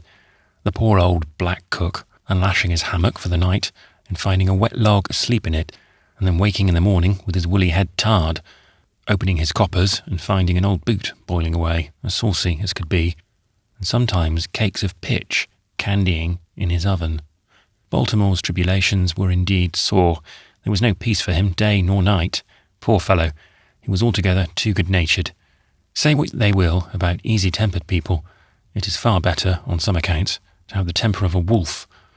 Whoever thought of taking liberties with gruff Black Dan? The most curious of the doctor's jokes was hoisting the men aloft by the foot or shoulder when they fell asleep on deck during the night watches. Ascending from the forecastle on one occasion, he found every soul napping, and forthwith went about his capers. Fastening a rope's end to each sleeper, he rove the lines through a number of blocks, and conducted them all to the windlass. Then, by heaving round cheerily, in spite of cries and struggles, he soon had them dangling aloft in all directions by arms and legs. Waked by the uproar, we rushed up from below, and found the poor fellows swinging in the moonlight from the tops and lower yardarms, like a parcel of pirates gibbeted at sea by a cruiser. Connected with this sort of diversion was another prank of his. During the night, some of those on deck would come below to light a pipe or take a mouthful of beef and biscuit. Sometimes they fell asleep. In being missed directly that anything was to be done, their shipmates often amused themselves by running them aloft with a pulley, dropped down the scuttle from the foretop. One night, when all was perfectly still, I lay awake in the forecastle. The lamp was burning low and thick, and swinging from its blackened beam, and with the uniform motion of the ship, the men in the bunks rolled slowly from side to side, the hammocks swaying in unison. Presently I heard a foot upon the ladder, and looking up saw a wide trouser's leg. Immediately Navy Bob, a stout old Triton, stealthily descended, and at once went to groping in the locker after something to eat. Supper ended, he proceeded to load his pipe. Now, for a good comfortable smoke at sea, there never was a better place than the Julia's forecastle at midnight. To enjoy the luxury, one wants to fall into a kind of dreamy reverie, only known to the children of the weed, and the very atmosphere of the place, laden as it was with the snores of the sleepers, was inducive of this. No wonder, then, that after a while, Bob's head sunk upon his breast. Presently his hat fell off, the extinguished pipe dropped from his mouth, and the next moment he lay out on the chest as tranquil as an infant. Suddenly an order was heard on deck, followed by the tramping of feet and the hauling of rigging. The yards were being braced, and soon after the sleeper was missed, for there was a whispered conference over the scuttle. Directly a shadow glided across the forecastle, and noiselessly approached the unsuspecting Bob. It was one of the watch with the end of a rope, leading out of the sight of the scuttle. Pausing an instant, the sailor pressed softly the chest of his victim, sounding his slumbers, and then hitching the cord to his ankle, returned to the deck. Hardy was his back turned when a long limb was thrust from a hammock opposite, and Dr. Longhost, leaping forth warily, whipped the rope from Bob's ankle and fastened it like lightning to a great lumbering chest, the property of the man who had just disappeared. Scarcely was the thing done when, lo, with a thundering bound, the clumsy box was torn from its fastenings and, banging from side to side, flew toward the scuttle. Here it jammed, and thinking that Bob, who was as strong as a windlass, was grappling a beam in trying to cut the line, the jokers on deck strained away furiously. On a sudden, the chest went aloft, and striking against the mast, flew open, raining down on the heads of a party the merciless shower of things too numerous to mention. Of course, the uproar roused all hands, and when we hurried on deck, there was the owner of the box, looking aghast at its scattered contents, and with one wandering hand taking the altitude of a bump on his head.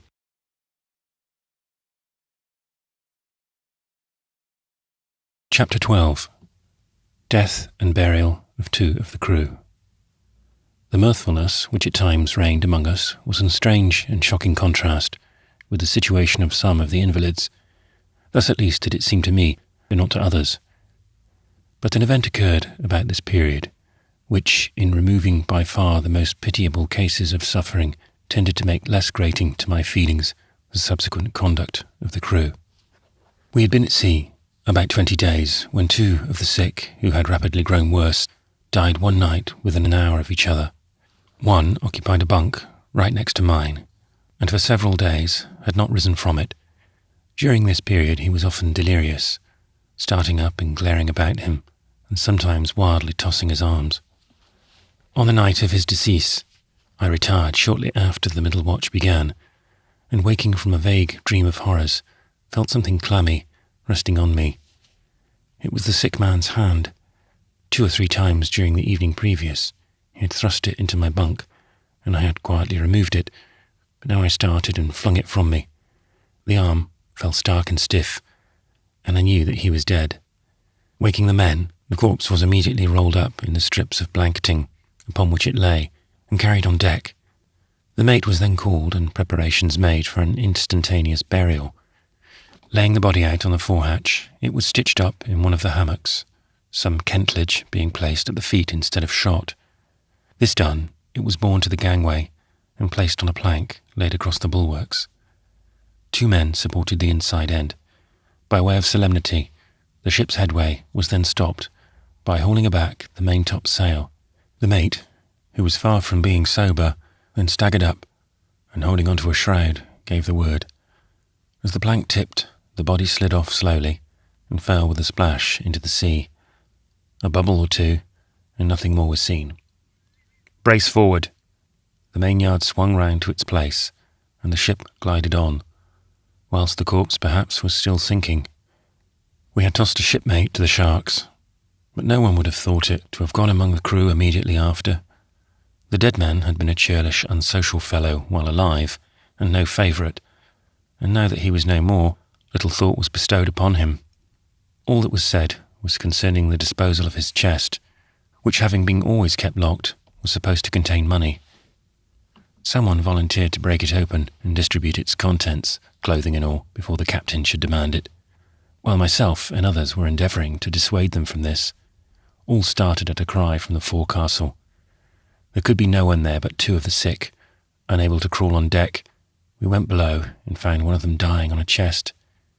He had fallen out of his hammock in a fit and was insensible. The eyes were open and fixed, and his breath coming and going convulsively. The men shrunk from him, but the doctor, taking his hand, held it a few moments in his, and suddenly letting it fall, exclaimed, "He's gone." The body was instantly borne up the ladder. Another hammock was soon prepared, and the dead sailor stitched up as before. Some additional ceremony, however, was now insisted upon, and a Bible was called for, but none was to be had, not even a prayer book. When this was made known, Antone, a Portuguese from the Cape de Verde Islands, stepped up, muttering something of the corpse of his countryman, and, with his finger, described upon the back of the hammock the figure of a large cross, whereupon it received the death launch. These 2 men both perished from the proverbial indiscretions of seamen, heightened by circumstances apparent, but had either of them been ashore under proper treatment, he would, in all human probability, have recovered. Behold here the fate of a sailor. They give him the last toss, and no one asks whose child he was. For the rest of that night there was no more sleep. Many stayed on deck until broad morning, relating to each other those marvellous tales of the sea, which the occasion was calculated to call forth. Little as I believed in such things, I could not listen to some of these stories unaffected. Above all was I struck by one of the carpenters. On a voyage to India, they had a fever aboard, which carried off nearly half the crew in the space of a few days. After this, the men never went aloft in the night time, except in couples. When topsails were to be reefed, phantoms were seen at the yard arm ends, and in tacking ship, voices called aloud from the tops. The carpenter himself, going with another man to furl the main-top gallant sail in a squall, was nearly pushed from the rigging by an unseen hand, and his shipmate swore that a wet hammock was flirted in his face. Stories like these were related as gospel truths by those who declared themselves eyewitnesses. It is a circumstance not generally known, perhaps, that among ignorant seamen, philanders, or Finns as they are more commonly called, are regarded with peculiar superstition. For some reason or other, which I never could get at, they are supposed to possess the gift of second sight and the power to wreak supernatural vengeance upon those who offend them. On this account they have great influence among sailors, and 2 or 3 with whom I have sailed at different times were persons well calculated to produce this sort of impression, at least upon minds disposed to believe in such things. Now we had one of these sea prophets aboard, an old yellow-haired fellow who always wore a rude sealskin cap of his own make, and carried his tobacco in a large pouch made of the same stuff. Van, as we called him, was a quiet, inoffensive man to look at, and among such a set his occasional peculiarities had hitherto passed for nothing. At this time, however, he came out with a prediction which was none the less remarkable from its absolute fulfilment, though not exactly in the spirit in which it was given out. The night of the burial, he laid his hand on the old horseshoe nailed as a charm to the foremast, and solemnly told us that, in less than 3 weeks, not 1/4 of our number would remain aboard the ship. By that time they would have left her for ever. Some laughed. Flash Jack called him an old fool, but among the men generally it produced a marked effect.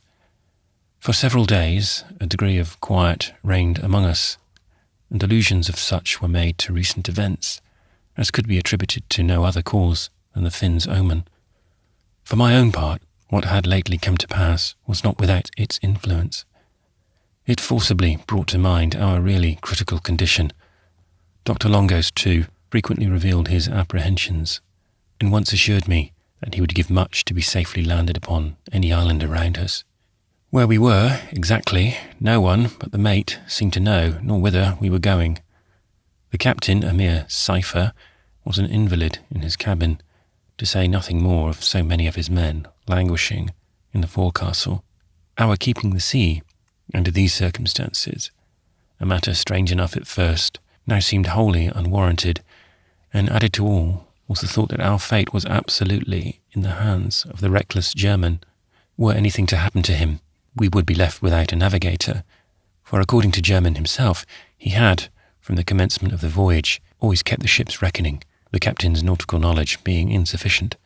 But considerations like these, strange as it may seem, seldom or never occurred to the crew. They were alive only to superstitious fears, and when, in apparent contradiction to the Finn's prophecy, the sick men rallied a little, they began to recover their former spirits, and the recollection of what had occurred insensibly faded from their minds. In a week's time, the unworthiness of Little Jewel as a sea vessel, always a subject of jest, now became more so than ever. In the forecastle, Flash Jack, with his knife, often dug into the dank, rotten planks ribbed beneath us and death, and flung away the splinters with some sea joke. As to the remaining invalids, they were hardly ill enough to occasion any serious apprehension, at least for the present, in the breasts of such thoughtless beings as themselves. And even those who suffered the most studiously refrained from any expression of pain. The truth is that among sailors as a class, sickness at sea is so heartily detested, and the sick so little cared for, that the greatest invalid generally strives to mask his sufferings. He has given no sympathy to others, and he expects none in return. Their conduct in this respect, so opposed to their generous-hearted behaviour ashore, painfully affects the landsman on his first intercourse with them as a sailor.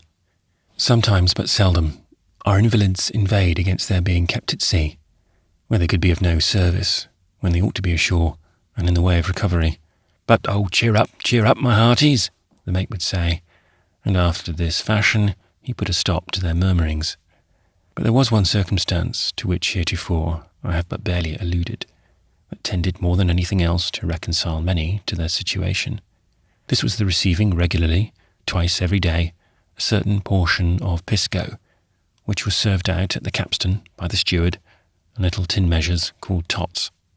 The lively affection seamen have for strong drink is well known, but in the South Seas, where it is so seldom to be had, the thoroughbred sailor deems scarcely any price too dear which will purchase his darling tot. Nowadays, American whalemen in the Pacific never think of carrying spirits as a ration, and aboard of most of them it is never served out even in times of the greatest hardships. All Sydney whalemen, however, still cling to the old custom, and carry it as a part of the regular supplies for the voyage. In port, the allowance of pisco was suspended, with a view undoubtedly of heightening the attractions of being out of sight of land. Now, owing to the absence of proper discipline, our sick, in addition to what they took medicinally, often came in for their respective tots convivially, and, added to all this, the evening of the last day of the week was always celebrated by what is styled on board of English vessels the Saturday night bottles. 2 of these were sent down into the forecastle just after dark, one for the starboard watch and the other for the larboard. By prescription, the oldest seaman in each claims the treat as his, and accordingly pours out the good cheer and passes it round like a lord doing the honours of his table. But the Saturday night bottles were not all. The carpenter and cooper, in sea parlance, chips and bungs, who were the cods or leaders of the forecastle in some way or other, managed to obtain an extra supply, which perpetually kept them in fine after-dinner spirits, and moreover disposed them to look favourably upon a state of affairs like the present. But where were the sperm whales all this time? In good sooth, it made little matter where they were, since we were in no condition to capture them. About this time, indeed, the men came down from the mastheads where, until now, they had kept up the form of relieving each other every 2 hours. They swore they would go there no more. Upon this, the mate carelessly observed that they would soon be where lookouts were entirely unnecessary. The whales he had in his eye, though Flashjack said they were all in his, being so tame that they made a practice of coming round ships and scratching their backs against them. Thus went the world of waters with us some 4 weeks or more after leaving Hanamanu.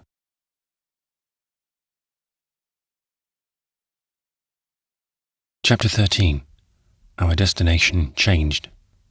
It was not long after the death of the 2 men that Captain Dye was reported as fast declining, and in a day or 2 more as dying. The doctor, who previously had refused to enter the cabin upon any consideration, now relented, and paid his old enemy a professional visit. He prescribed a warm bath, which was thus prepared. The skylight being removed, a cask was lowered down into the cabin, and then filled with buckets of water from the ship's coppers.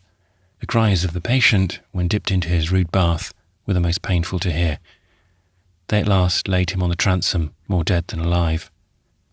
That evening, the mate was perfectly sober, and coming forward to the windlass, where we were lounging, summoned aft the doctor, myself, and 2 or 3 others of his favourites, when in the presence of Bembo, the Maori, he spoke to us thus. "I have something to say to ye men. There's none but Bembo here as belongs aft, so I've picked ye out as the best men forward to take counsel with. D'ye see, concerning the ship, the captain's anchor is pretty nigh a trip. I shouldn't wonder if he croaked a full morning. So what's to be done? If we have to sew 'em up, some of these pirates there, forward, may take it into their heads to run off with the ship, because there's no one at the tiller. Now I've determined what's best to be done, but I don't want to do it unless I've got good men to back me and make things all fair and square if ever we get home again." We all asked what his plan was.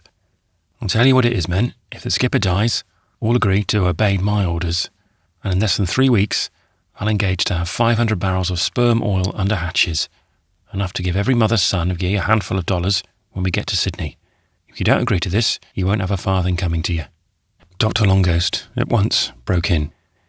He said that such a thing was not to be dreamt of, that if the captain died, the mate was in duty bound to navigate the ship to the nearest civilized port, and deliver her up into an English consul's hand, when, in all probability after a run ashore, the crew would be sent home.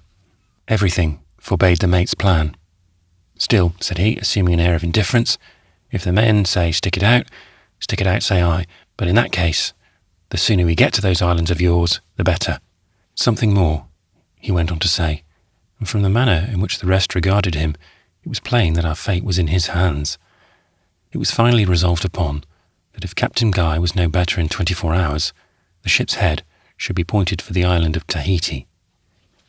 The announcement produced a strong sensation.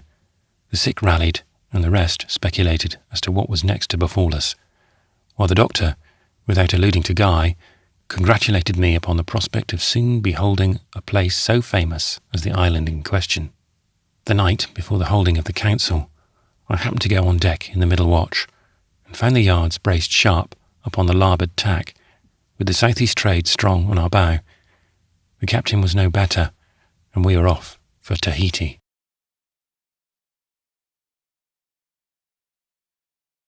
Chapter 14. Rope Yarn. While gliding along on our way, I cannot well omit some account of a poor devil we had among us, who went by the name of Rope Yarn, or Ropey. He was a nondescript, who had joined the ship as a landsman. Being so excessively timid and awkward, it was thought useless to try and make a sailor of him, so he was translated into the cabin as steward. The man previously filling that post, a good seaman, going among the crew and taking his place. But poor Ropey proved quite as clumsy among the crockery as in the rigging, and one day, when the ship was pitching, having stumbled into the cabin with a wooden tureen of soup, he scolded the officers so that they didn't get over it in a week, upon which he was dismissed and returned to the forecastle. Now, nobody is so heartily despised as a pusillanimous, lazy, good-for-nothing landlubber. A sailor has no bowels of compassion for him, yet useless as such a character may be in many respects, a ship's company is by no means disposed to let him reap any benefit from his deficiencies. Regarded in the light of a mechanical power, whenever there is any plain, hard work to be done, he is put to it like a lever, everyone giving him a pry. Then again, he is set about all the vilest work. Is there a heavy job at tarring to be done? He is pitched neck and shoulders into a tar barrel and set to work at it. Moreover, he is made to fetch and carry like a dog. Like as not, if the mate sends him after his quadrant, on the way he is met by the captain, who orders him to pick some oakum. While he is hunting up a bit of rope, a sailor comes along and wants to know what the deuce he's after, and bids him off to the forecastle. Obey the last order is a precept inviolable at sea. So the landlubber, afraid to refuse to do anything, rushes about distracted and does nothing, in the end receiving a share of kicks and cuffs from all quarters. Added to his other hardships, he is seldom permitted to open his mouth unless spoken to, and then he might better keep silent. Alas for him, if he should happen to be anything of a droll, for in an evil hour should he perpetuate a joke, he would never know the last of it. The witticisms of others, however, upon himself, must be received in the greatest good humour. Woe be unto him if at meal times he so much as looks sideways at the beef kid before the rest are helped. Then he is obliged to plead guilty to every piece of mischief which the real perpetrator refuses to acknowledge, thus taking the place of that sneaky rascal, nobody, ashore. In short, there is no end to his tribulations. The landlubber's spirits often sink, and the first result of his being moody and miserable is naturally enough an utter neglect of his toilet. The sailors perhaps ought to make allowances, but heartless as they are, they do not. No sooner is his cleanliness questioned than they rise upon him like a mob of the Middle Ages upon a Jew, drag him into the lee scuppers, and strip him to the buff. In vain he bawls for mercy, in vain calls upon the captain to save him. Alas, I say again, for the landlubber at sea, he is the veriest wretch the watery world over, and such was Bope Tarn, of all landlubbers, the most lubberly and most miserable. A forlorn, stunted, hook-visaged mortal he was too, one of those whom you know at a glance to have been tried hard and long in the furnace of affliction. His face was an absolute puzzle. Though sharp and sallow, it had neither the wrinkles of age nor the smoothness of youth, so that for the soul of me I could hardly tell whether he was 25 or 50. But to his history, in his better days, it seems he had been a journeyman baker in London, somewhere about Holborn, and on Sundays wore a hue coat and metal buttons, and spent his afternoons in a tavern, smoking his pipe and drinking his ale like a free and easy journeyman baker that he was. But this did not last long, for an intermeddling old fool was the ruin of him. He was told that London might do very well for the elderly gentlemen and invalids, but for a lad of spirit, Australia was the land of promise. In a dark day, Ropey wound up his fares and embarked. Arriving in Sydney with a small capital, and after a while waxing snug and comfortable by dint of hard kneading, he took unto himself a wife, and so far as she was concerned, might have then gone on into the country and retired, for she effectively did his business. In short, the lady worked him woe in his heart and pocket, and in the end ran off with his till and his foreman. Ropey went to the sign of the pipe and tankard, got fuddled, and over his 5th pot meditated suicide. An intention carried out, for the next day he shipped as landsman aboard the Julia, South Seaman. The ex-baker would have fared far better had it not been for his heart, which was soft and underdone. A kind word made a fool of him, and hence most of the scrapes he got into. 2 or 3 wags, aware of his infirmity, used to draw him out in conversation whenever the most crabbed and choleric old seamen were present. To give an instance, the watch below just waked from their sleep, are all at breakfast, and Ropey, in one corner, is disconsolately partaking of its delicacies. Now, sailors newly waked are no cherubs, and therefore not a word is spoken, everybody munching his biscuit, grim and unshaven. At this juncture, an affable-looking scamp, Flash Jack, crosses the forecastle, tin can in hand, and seats himself besides the landlubber. "Hard fare this, Ropey," he begins. "Hard enough, too, for them that's known better and lived in Lunnon. I say now, Ropey, supposing you were back to Holborn this morning, what would you have for breakfast, eh?" "Have for breakfast?" cried Ropey in a rapture. "Don't speak of it." "What ails the fellow?" here growled an old sea-bear, turning round savagely. "Oh, nothing, nothing," said Jack. And then, leaning over to rope yarn, he bade him go on, but speak lower. "Well then," said he in a smuggled tone, his eyes lighting up like 2 lanterns. "Well then, I'd go to Mother Moll's, makes the great muffins.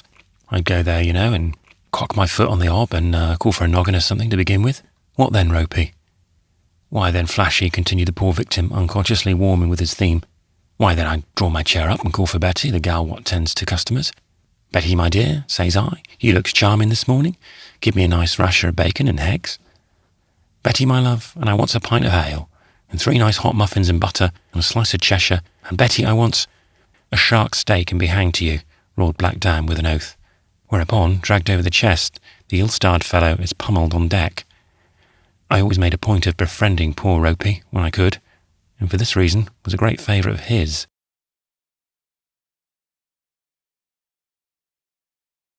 Chapter 15. Chips and Bungs. Bound into port, Chips and Bungs increased their devotion to the bottle, and to the unspeakable envy of the rest. These jolly companions, or the partners, as the men called after them, rolled about deck, day after day, in the merriest mood imaginable. But, jolly as they were in the main, 2 more discreet tipplers it would be hard to find. No one ever saw them take anything, except when the irregular allowance was served out by the steward, and to make them quite sober and sensible, you had only to ask them how they contrived to keep otherwise. Some time after, however, their secret leaked out. The casks of pisco were kept down the after hatchway, which for this reason was secured with bar and padlock. The cooper, nevertheless, from time to time, effected a burglarious entry by descending into the forehold, and then, at the risk of being jammed to death, crawling along over 1,000 obstructions to where the casks were stowed. On the first expedition, the only one to be got at lay among the others, upon its bilge with the bunghole well over. With a bit of iron hoop, suitably bent, and a good deal of prying and punching, the bung was forced in, and then the cooper's neck handkerchief, attached to the end of the hoop, was drawn in and out, the absorbed liquid being deliberately squeezed into a small bucket. Bungs was a man after a barkeeper's own heart. Drinking steadily until just manageably tipsy, he contrived to continue so, getting neither more nor less inebriated, but, to use his own phrase, remaining just about right. When in this interesting state, he had a free lurch in his gait, a queer way of hitching up his waistbands, looked unnecessarily steady at you when speaking, and for the rest was in very tolerable spirits.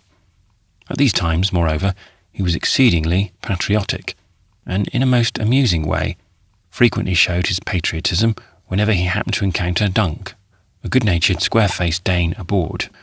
It must be known here, by the by, that the cooper had a true sailor admiration for Lord Nelson, but he entertained a very erroneous idea of the personal appearance of the hero. Not content with depriving him of an eye and an arm, he stoutly maintained that he had also lost a leg in one of his battles. Under this impression, he sometimes hopped to the dunk, with one leg curiously locked behind him into his right arm, at the same time closing an eye. In this attitude, he would call upon him to look up, and behold the man who gave his countrymen such a thrashing at Copenhagen. "Look you, Dunk," says he, staggering about, and winking hard with one eye to keep the other shut. "Look you, one man, hang me, half a man, with one leg, one arm, one eye, hang me, with only a piece of a carcass, flogged your whole shabby nation. Do you deny it, you lubber?" The Dane was a mule of a man, and understanding but little English, seldom made anything of a reply, so the cooper generally dropped his leg and marched off, with the air of a man who despised saying anything further.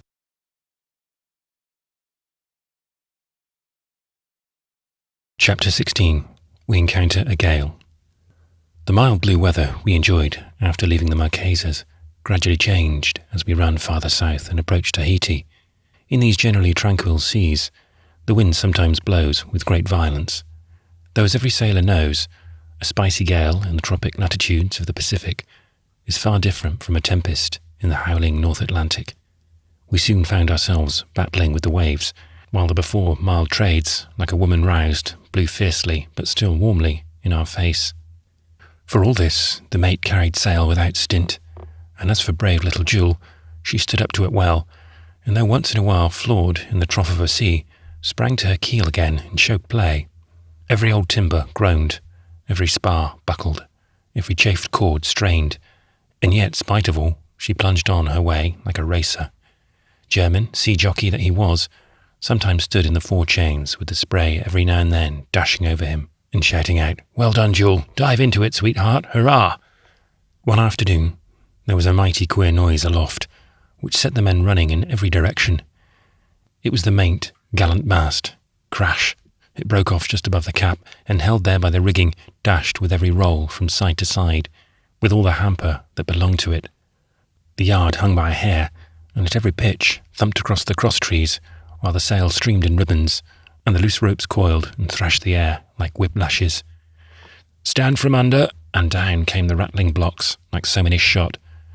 The yard, with a snap and a plunge, went hissing into the sea, disappeared, and shot its full length out again. The crest of a wave then broke over it, the ship rushed by, and we saw the stick no more. While this lively breeze continued, Baltimore, our old black cook, was in great tribulation. Like most South Seamen, the Julia's caboose or cookhouse was planted on the larboard side of the forecastle. Under such a press of canvas, and with the heavy sea running the bark, diving her bows under, now and then shipped green glassy waves, which, breaking over the headrails, fairly deluged that part of the ship and washed clean aft. The caboose house, thought to be fairly lashed down to its place, served as a sort of breakwater to the inundation. About these times, Baltimore always wore what he called his gale suit, among other things comprising a sou'wester and a huge pair of well-anointed sea boots, reaching almost to his knees. Thus equipped for a ducking or a drowning, as the case might be, our culinary high priest drew to the slides of his temple and performed his sooty rites in secret. So afraid was the old man of being washed overboard that he actually fastened one end of a small line to his waistbands, and coiling the rest about him, made use of it as occasion required. When engaged outside, he unwound the cord and secured one end to a ring bolt in the deck, so that if a chance sea washed him off his feet, it could do nothing more. One evening, just as he was getting supper, the Julia reared up on her stern like a vicious colt, and when she settled again forward, fairly dished a tremendous sea. Nothing could withstand it. One side of the rotten head bulwarks came in with a crash. It smote the caboose, tore it from its moorings, and after boxing it about, dashed it against the windlass where it stranded. The water then poured along the deck like a flood, rolling over and over, pots, pans and kettles, and even old Baltimore himself, who went breaching along like a porpoise. Striking the taffrail, the waves subsided, and washing from side to side, left the drowning cook high and dry on the after-hatch, his extinguished pipe still between his teeth and almost bitten in two. The few men on deck, having sprung into the main rigging, sailor-like, did nothing but roar at his calamity. The same night, our flying jib-boom snapped off like a pipe-stem, and our spanker-gaff came down by the run. By the following morning, the wind in a great measure had gone down, the sea with it, and by noon we had repaired our damages as well we could, and were sailing along as pleasantly as ever. But there was no help for the demolished bulwarks. We did nothing to replace them, and so, whenever it breezed again, our dauntless craft went along with her splintered prow, dripping, but kicking up her fleet heels just as high as before.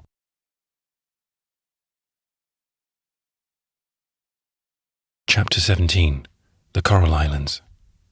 How far we sailed to the westward after leaving the Marquesas, or what might have been our latitude and longitude at any particular time, or how many leagues we voyaged on our passage to Tahiti, are matters about which, I am sorry to say, I cannot with any accuracy enlighten the reader.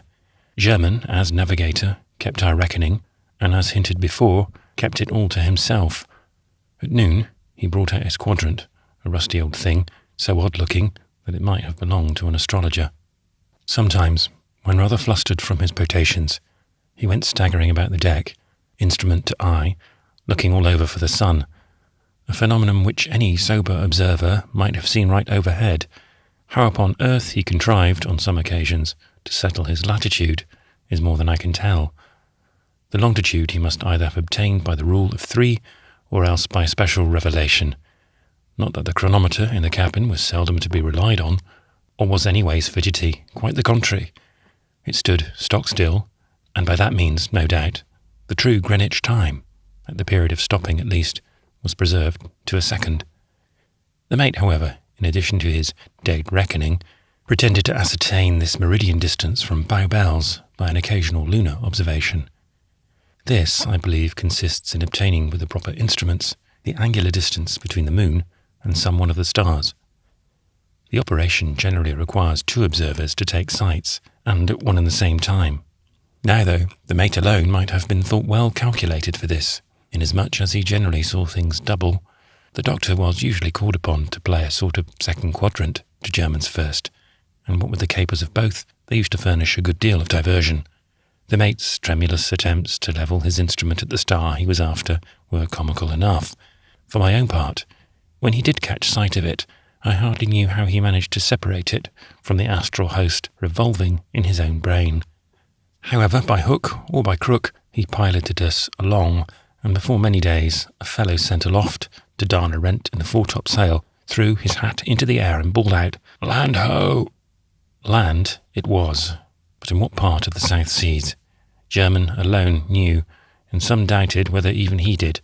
No sooner was the announcement made than he came running on deck, spyglass in hand, and clapping it to his eye, turned round with the air of a man receiving indubitable assurance of something he was quite certain of before. The land was precisely that for which he had been steering, and with a wind, in less than 24 hours we would sight Tahiti. What he said was verified. The island turned out to be one of the Pomotu or Low group, sometimes called the Coral Islands, perhaps the most remarkable and interesting in the Pacific. Lying to the east of Tahiti, the nearest are within a day's sail of that place. They are very numerous, mostly small, low in level, sometimes wooded, but always covered with verdure. Many are crescent-shaped, others resemble a horseshoe in figure. These last are nothing more than narrow circles of land surrounding a smooth lagoon, connected by a single opening with the sea. Some of the lagoons, said to have subterranean outlets, have no visible ones, the enclosing island in such case being a complete zone of emerald. Other lagoons still are girdled by numbers of small green islets very near to each other. The origin of the entire group is generally ascribed to the coral insect. According to some naturalists, this wonderful little creature, commencing its erections at the bottom of the sea, after the lapse of centuries, carries them up to the surface, where its labours cease. Here, the inequalities of the coral collect all floating bodies, forming after a time a soil, in which the seeds, carried thither by birds, germinate, and cover the whole with vegetation. Here and there, all over this archipelago, numberless, naked, detached coral formations are seen, just emerging, as it were, from the ocean. These would appear to be islands in the very process of creation. At any rate, one involuntarily concludes so on beholding them. As far as I know, there are but few breadfruit trees in any part of the Pomoto group. In many cases, the coconut does not even grow, though in others it largely flourishes. Consequently, some of the islands are altogether uninhabited. Others support but a single family, and in no place is the population very large. In some respects, the natives resemble the Tahitians. Their language, too, is very similar. The people of the southeasterly clusters, concerning whom, however, but little is known, have a bad name as cannibals, and for that reason their hospitality is seldom taxed by the mariner.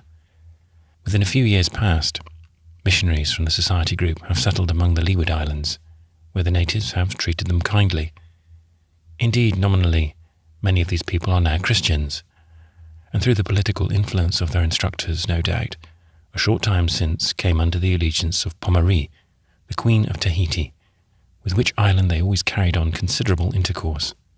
The Coral Islands are principally visited by the pearl shell fishermen, who arrive in small schooners, carrying not more than 5 or 6 men.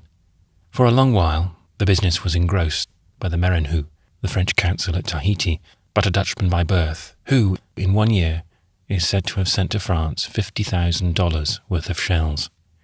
The oysters are found in the lagoons and about the reefs, and for half a dozen nails a day, or a compensation still less, the natives are hard to dive after them. A great deal of coconut oil is also obtained in various places.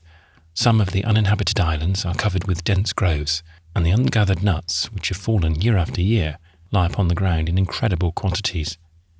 2 or 3 men, provided with the necessary apparatus for trying out the oil, will, in the course of a week or 2, obtain enough to load one of the large sea canoes. Coconut oil is now manufactured in different parts of the South Seas, and forms no small part of the traffic carried on with the trading vessels.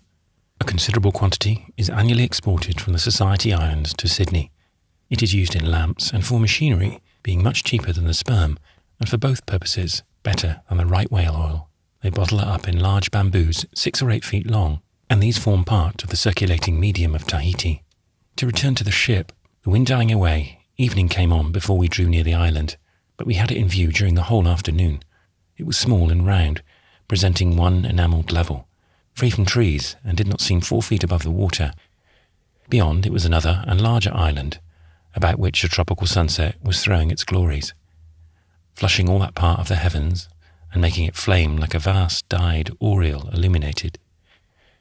The trades scarce filled our swooning sails. The air was languid with the aroma of 1,000 strange flowering shrubs. Upon inhaling it, one of the sick, who had recently shown symptoms of scurvy, cried out in pain, and was carried below. This is no unusual effect in such instances. On we glided, within less than a cable's length of the shore, which was margined with foam that sparkled all round. Within nestled the still, blue lagoon.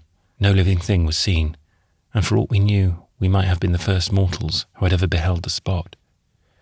The thought was quickening to the fancy, nor could I help dreaming of the endless grottos and galleries far below the reach of the mariner's lead. And what strange shapes were lurking there.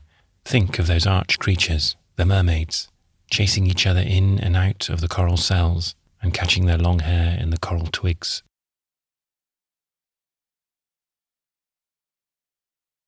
Chapter 18. Tahiti. At the early dawn of the following morning, we saw the peaks of Tahiti. In clear weather, they may be seen at the distance of 90 miles. "Heave-a-hoo!" shouted Waimontu, overjoyed and running out upon the bowsprit when the land was first faintly descried in the distance. But when the clouds floated away and showed the 3 peaks standing like obelisks against the sky, and the bold shore undulating along the horizon, the tears gushed from his eyes. Poor fellow, it was not Heave-a-hoo. Green Heave-a-hoo was many a long league off. Tahiti is by far the most famous island in the South Seas. Indeed, a variety of causes has made it almost classic.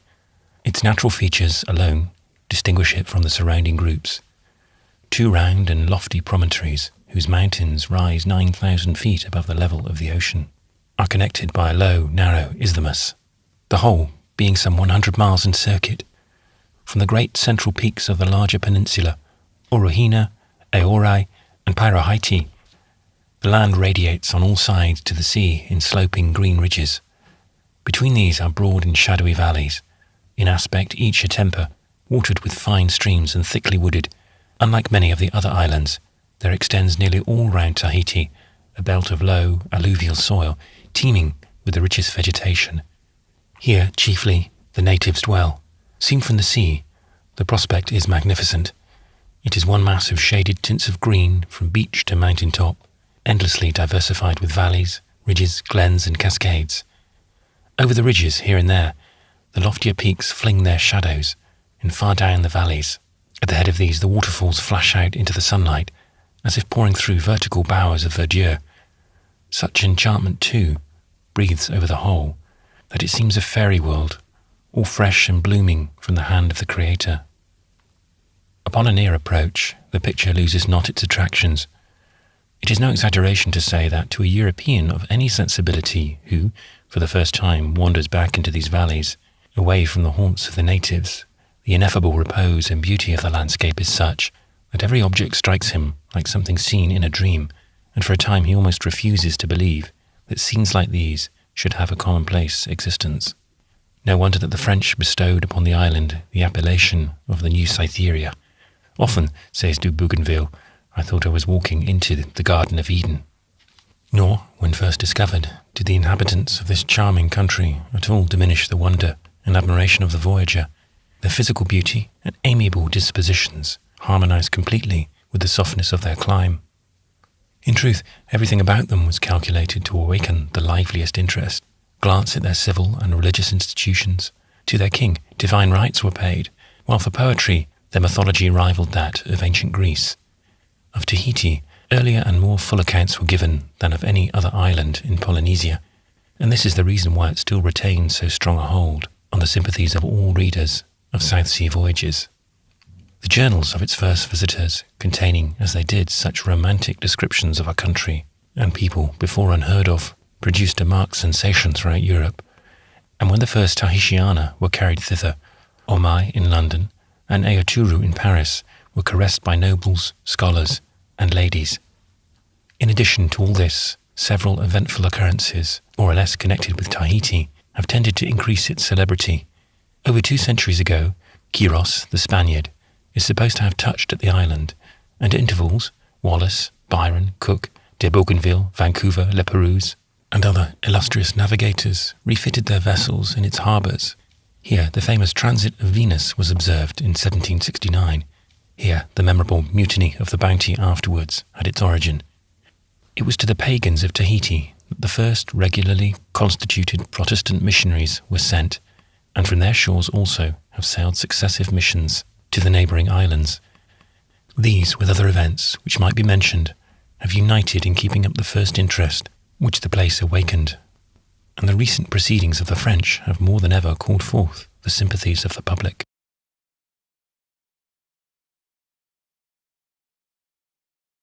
Chapter 19. A Surprise. More about Bembo. The sight of the island was right welcome. Going into harbour after a cruise is always joyous enough, and the sailor is apt to indulge in all sorts of pleasant anticipations. But to us, the occasion was heightened by many things peculiar to our situation. Since steering for the land, our prospects had been much talked over. By many it was supposed that, should the captain leave the ship, the crew were no longer bound by her articles.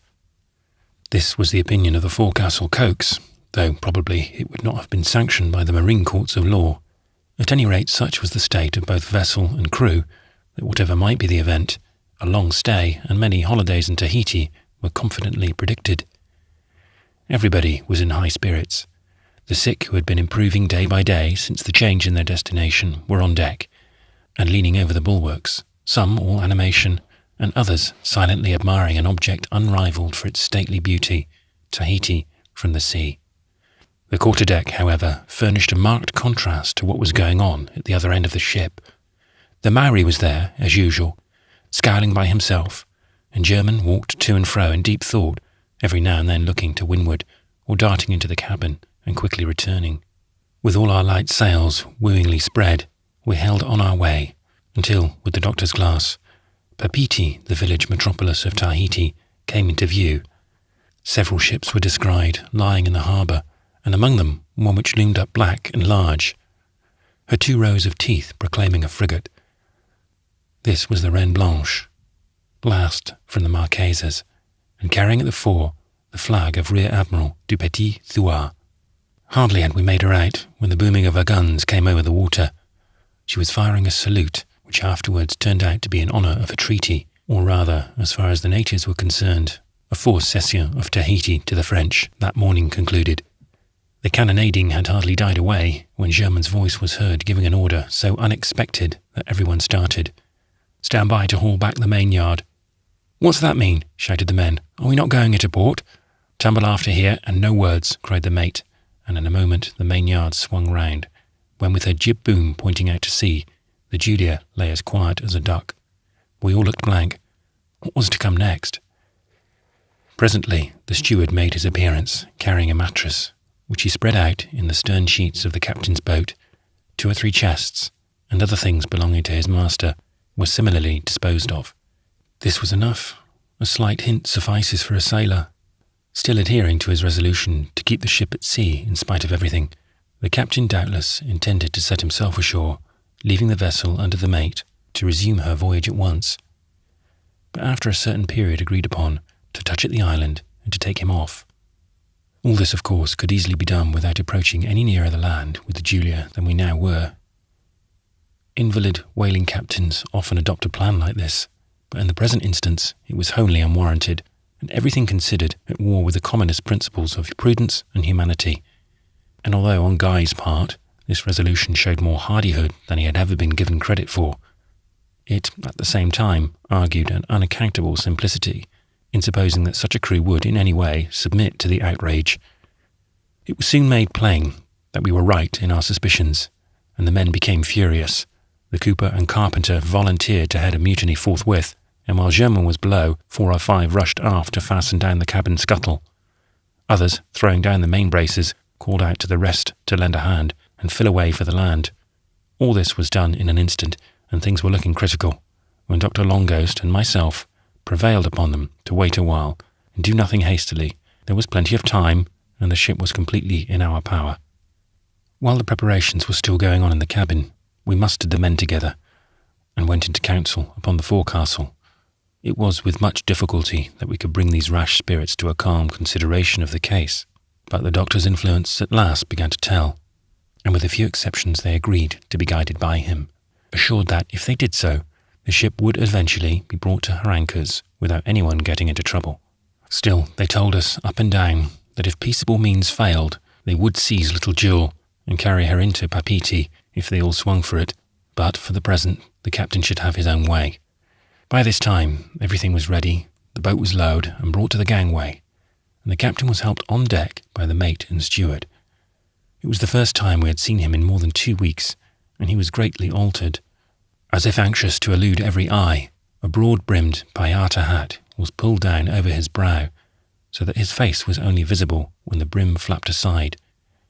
By a sling, rigged from the mainyard, the cook and Bembo now assisted in lowering him into the boat. As he went moaning over the side, he must have heard the whispered maledictions of his crew.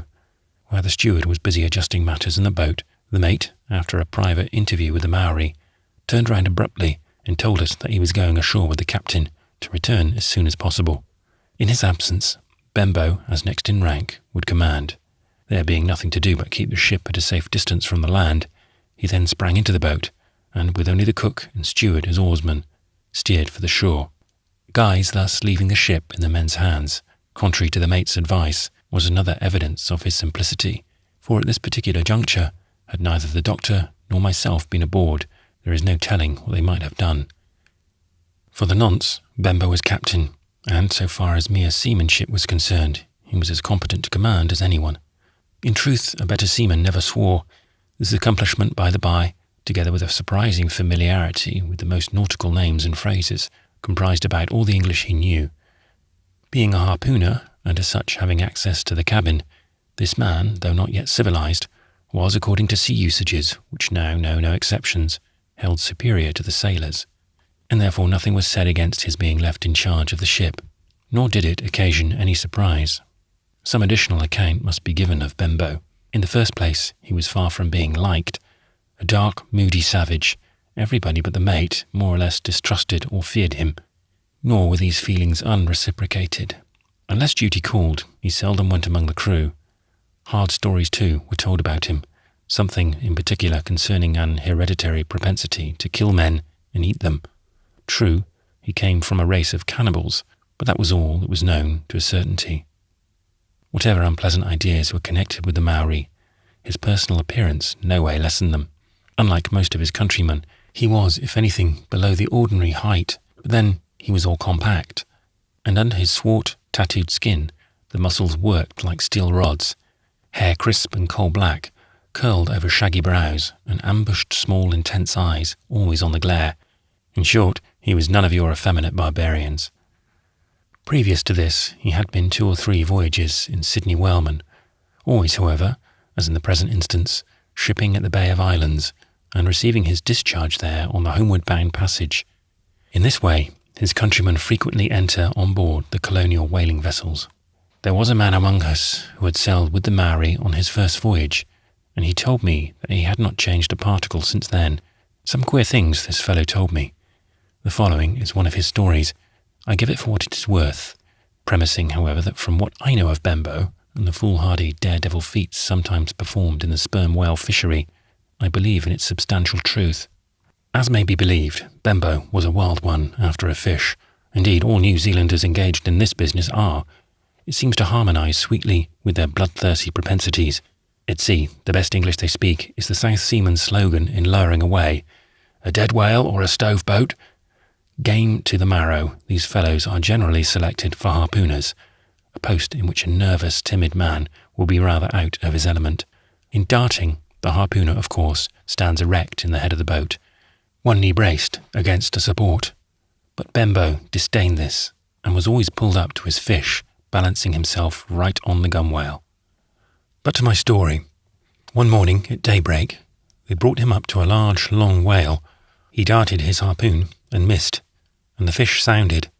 After a while, the monster rose again, about a mile off, and they made after him, but he was frightened, or gallied, as they call it, and noon came, and the boat was still chasing him. In whaling, as long as the fish is in sight, and no matter what may have been previously undergone, there is no giving up, except when night comes, and nowadays, when whales are so hard to be got, frequently not even then. At last, Bembo's whale was alongside for the second time. He darted both harpoons, but as sometimes happened to the best men, by some unaccountable chance, once more missed. Though it is well known that such failures will happen at times, they nevertheless occasion the bitterest disappointment to a boat's crew, generally expressed in curses both loud and deep, and no wonder. Let any man pull with might and main for hours and hours together under a burning sun, and if it do not make him a little peevish, he is no sailor. The taunts of the seaman may have maddened the Maori. However it was, no sooner was he brought up again than, harpoon in hand, he bounded upon the whale's back, and for one dizzy second was seen there. The next was all foam and fury, and both were out of sight. The men sheered off, flinging overboard the line as fast as they could, while ahead nothing was seen but a red whirlpool of blood and brine. Presently a dark object swam out. The line began to straighten, then smoked around the loggerhead, and, quick as thought, the boat sped, like an arrow, through the water. They were fast, and the whale was running. Where was the Maori? His brown hand was on the boat's gunwale, and he was hauled aboard in the very midst of the mad bubbles that burst under the bows. Such a man, or devil, if you will, was Bembo.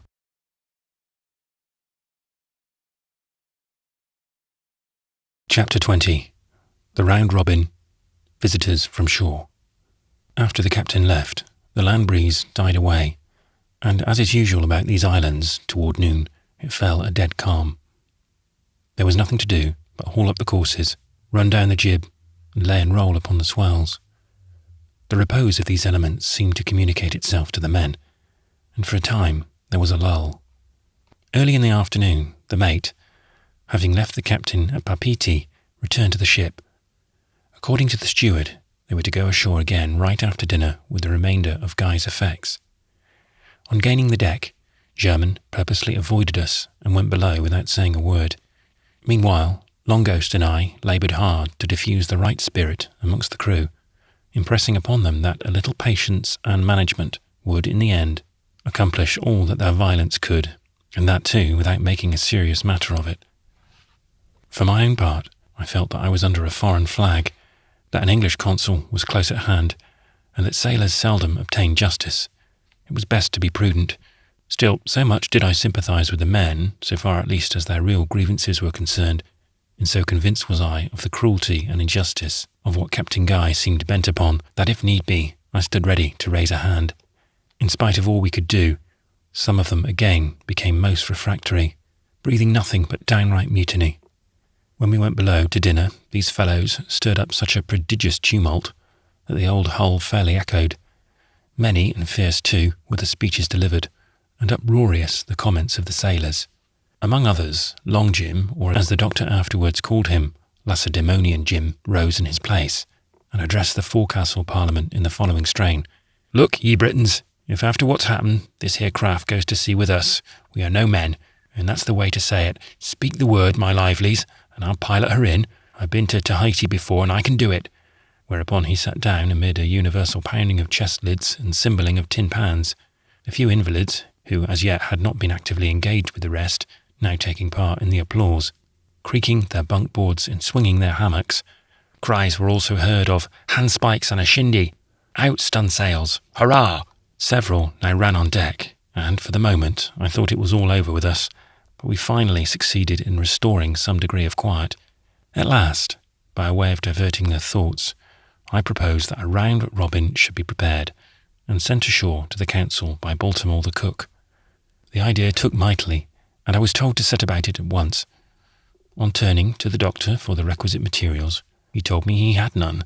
There was not a fly-leaf, even in any of his books. So after great search, a damp, musty volume entitled A History of the Most Atrocious and Bloody Piracies was produced, and its 2 remaining blank leaves, being torn out, were, by help of a little pitch, lengthened into 1 sheet. For ink, some of the soot over the lamp was then mixed with water by a fellow of a literary turn, and an immense quill plucked from a distended albatross wing, which, nailed against the bowsprit bitts, had long formed an ornament of the forecastle, supplied a pen. Making use of the stationery thus provided, I indited upon a chest lid a concise statement of our grievances, concluding with the earnest hope that the consul would at once come off, and see how matters stood for himself. 8 beneath the note was described the circle about which the names were to be written, the great object of a round robin being to arrange the signatures in such a way, although they are all found in a ring, no man can be picked out as the leader of it. Few among them had any regular names, many answering to some familiar title, expressive of a personal trait, or oftener still to the name of the place from which they hailed, and in 1 or 2 cases were known by a handy syllable or 2, significant of nothing in particular but the men who bore them. Some, to be sure, had, for the sake of formality, shipped under a feigned cognomen, or purser's name. These, however, were almost forgotten by themselves, and so, to give the document an air of genuineness, it was decided that every man's name should be put down as it went among the crew. It is due to the doctor to say that the circumscribed device was his. Folded and sealed with a drop of tar, the round robin was directed to the English consul Tahiti, and, handed to the cook, was by him delivered into that gentleman's hand as soon as the mate went ashore. On the return of the boat, some time after dark, we learned a good deal from the old Baltimore, who, having been allowed to run about as much as he pleased, had spent his time gossiping. Owing to the proceedings of the French, everything in Tahiti was in an uproar. Pritchard, the missionary consul, was absent in England, but his place was temporarily filled by one Wilson, an educated white man born on the island, and the son of an old missionary of that name still living. With natives and foreigners alike, Wilson the younger was exceedingly unpopular, being held an unprincipled and dissipated man, a character verified by his subsequent contact. Pritchard selecting a man like this to attend to the duties of his office had occasioned general dissatisfaction ashore. Though never in Europe or America, the acting consul had been several voyages to Sydney in a schooner belonging to the mission, and therefore our surprise was lessened when Baltimore told us that he and Captain Guy were as sociable as could be, old acquaintances in fact, and that the latter had taken up his quarters at Wilson's house. For us, this boded ill. The mate was now assailed by 100 questions as to what was going to be done with us. His only reply was that in the morning the consul would pay us a visit and settle everything. After holding our ground off the harbour during the night, in the morning a shore boat manned by natives was seen coming off. In it were Wilson and another white man, who proved to be a Dr. Johnson, an Englishman and a resident physician of Papeete. Stopping our headway as they approached, German advanced to the gangway to receive them. No sooner did the counsel touch the deck than he gave us a specimen of what he was. "Mr. German," cried loftily, and not deigning to notice the respectful salutation of the person addressed, "Mr. German, tack ship and stand off from the land." Upon this, the men looked hard at him, anxious to see what sort of a looking cove he was. Upon inspection, he turned out to be an exceedingly minute cove with a viciously pugged nose and a decidedly thin pair of legs. There was nothing else noticeable about him. German, with an ill-assumed suavity, at once obeyed the order, and the ship's head soon pointed out to sea. Now, contempt is as frequently produced at first sight as love, and thus was it with respect to Wilson. No one could look at him without conceiving a strong dislike, or a cordial desire to entertain such a feeling the first favourable opportunity. There was such an intolerable air of conceit about this man, that it was almost as much as one could do to refrain from running up and affronting him. "So the counsellor has come," exclaimed Navy Bob, who, like all the rest, invariably styled him thus, much to mine and the doctor's diversion. "Aye," said another, "and for no good, I'll be bound." Such were some of the observations made, as Wilson and the mate went below conversing.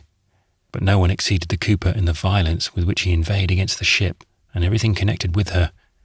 Swearing like a trooper, he called the mainmast to witness that if he, Bungs, ever again went out of sight of land in the Julia, he prayed heaven that a fate might be his, altogether too remarkable to be here related. Much had he to say also concerning the vileness of what we had to eat, not fit for a dog, besides enlarging upon the imprudence of entrusting the vessel longer to a man of the mate's intemperate habits. With so many sick too, what could we expect to do in the fishery? It was no use talking. Come what come might, the ship must let go her anchor. Now, as Bungs himself, being an able seaman, a cod in the forecastle, and about the oldest man in it, was, moreover, thus deeply imbued with feelings so warmly responded to by the rest, he was all at once selected to officiate as spokesman, as soon as the consul should see fit to address us. The selection was made contrary to mine and the doctor's advice. However, all assured us they would keep quiet and hear everything Wilson had to say before doing anything decisive. We were not kept long in suspense, for very soon he was seen standing in the cabin gangway with the tarnished tin case containing the ship's papers, and Jennings at once sung out for the ship's company to muster on the quarter-deck.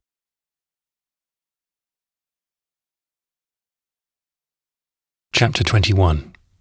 Proceedings of the Council. The order was instantly obeyed, and the sailors ranged themselves facing the consul. They were a wild company, men of many climes, not at all precise in their toilet arrangements, but picturesque in their very tatters. My friend, the long doctor, was there too, and with a view, perhaps, of enlisting the sympathies of the consul for a gentleman in distress, had taken more than ordinary pains with his appearance. But among the sailors, he looked like a land crane blown off to sea, and consorting with petrels. The forlorn rope yarn, however, was by far the most remarkable figure. Landlubber that he was, his outfit of sea clothing had long since been confiscated, and he was now fain to go about in whatever he could pick up. His upper garment, an unsailor-like article of dress which he persisted in wearing, though torn from his back 20 times in the day, was an old claw-hammer jacket, or swallowtail coat, formerly belonging to Captain Guy, and which had formed one of his perquisites when steward. By the side of Wilson was the mate, bareheaded, his grey locks lying in rings upon his bronzed brow, and his keen eye scanning the crowd, as if he knew their every thought. His frock hung loosely, exposing his round throat, mossy chest, and short and nervous arm embossed with pugilistic bruises, and quaint with many a device in India ink. In the midst of a portentous silence, the consul unrolled his papers, evidently intending to produce an effect by the exceeding bigness of his looks.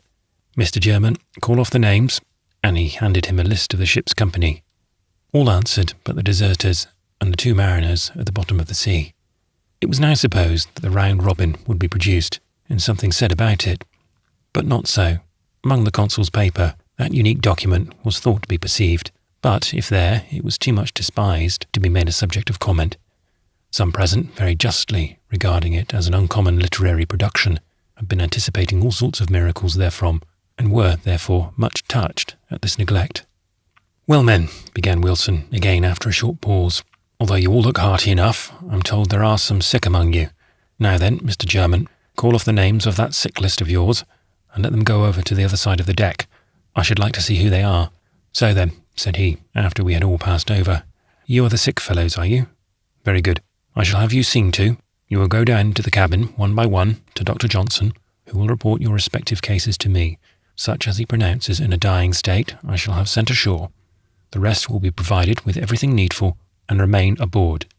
At this announcement, we gazed strangely at each other, anxious to see who it was that looked like dying, and pretty nearly deciding to stay aboard and get well, rather than go ashore and be buried. There were some, nevertheless, who saw very plainly what Wilson was at, and they acted accordingly. For my own part, I resolved to assume as dying an expression as possible, hoping that on the strength of it I might be sent ashore, and so get rid of the ship without any further trouble. With this intention, I determined to take no part in anything that might happen until my case was decided upon. As for the doctor, he had all along pretended to be more or less unwell, and by a significant look now given me, it was plain that he was becoming decidedly worse. The invalids disposed of for the present, and one of them having gone below to be examined, the consul turned round to the rest and addressed them as follows. "I'm going to ask you 2 or 3 questions. Let one of you answer yes or no, and the rest keep silent. Now then, have you anything to say against your mate, Mr. German?" And he looked sharply among the sailors, and at last right into the eye of the cooper, whom everybody was eyeing. "Well, sir," faltered Bungs, "we can't say anything against Mr. German's seamanship, but—" "I want no buts," cried the counsel, breaking in. "Answer me, yes or no. Have you anything to say against Mr. German?" "I was going to say, sir, Mr. German's a very good man, but then—" Here the mate looked marline spikes at Bungs, and Bungs, after stammering out something, looked straight down to a seam in the deck and stopped short. A rather assuming fellow heretofore, the cooper had sported many feathers in his cap. He was now showing the white one. "So much then for that part of the business," exclaimed Wilson smartly. "You have nothing to say against him, I see."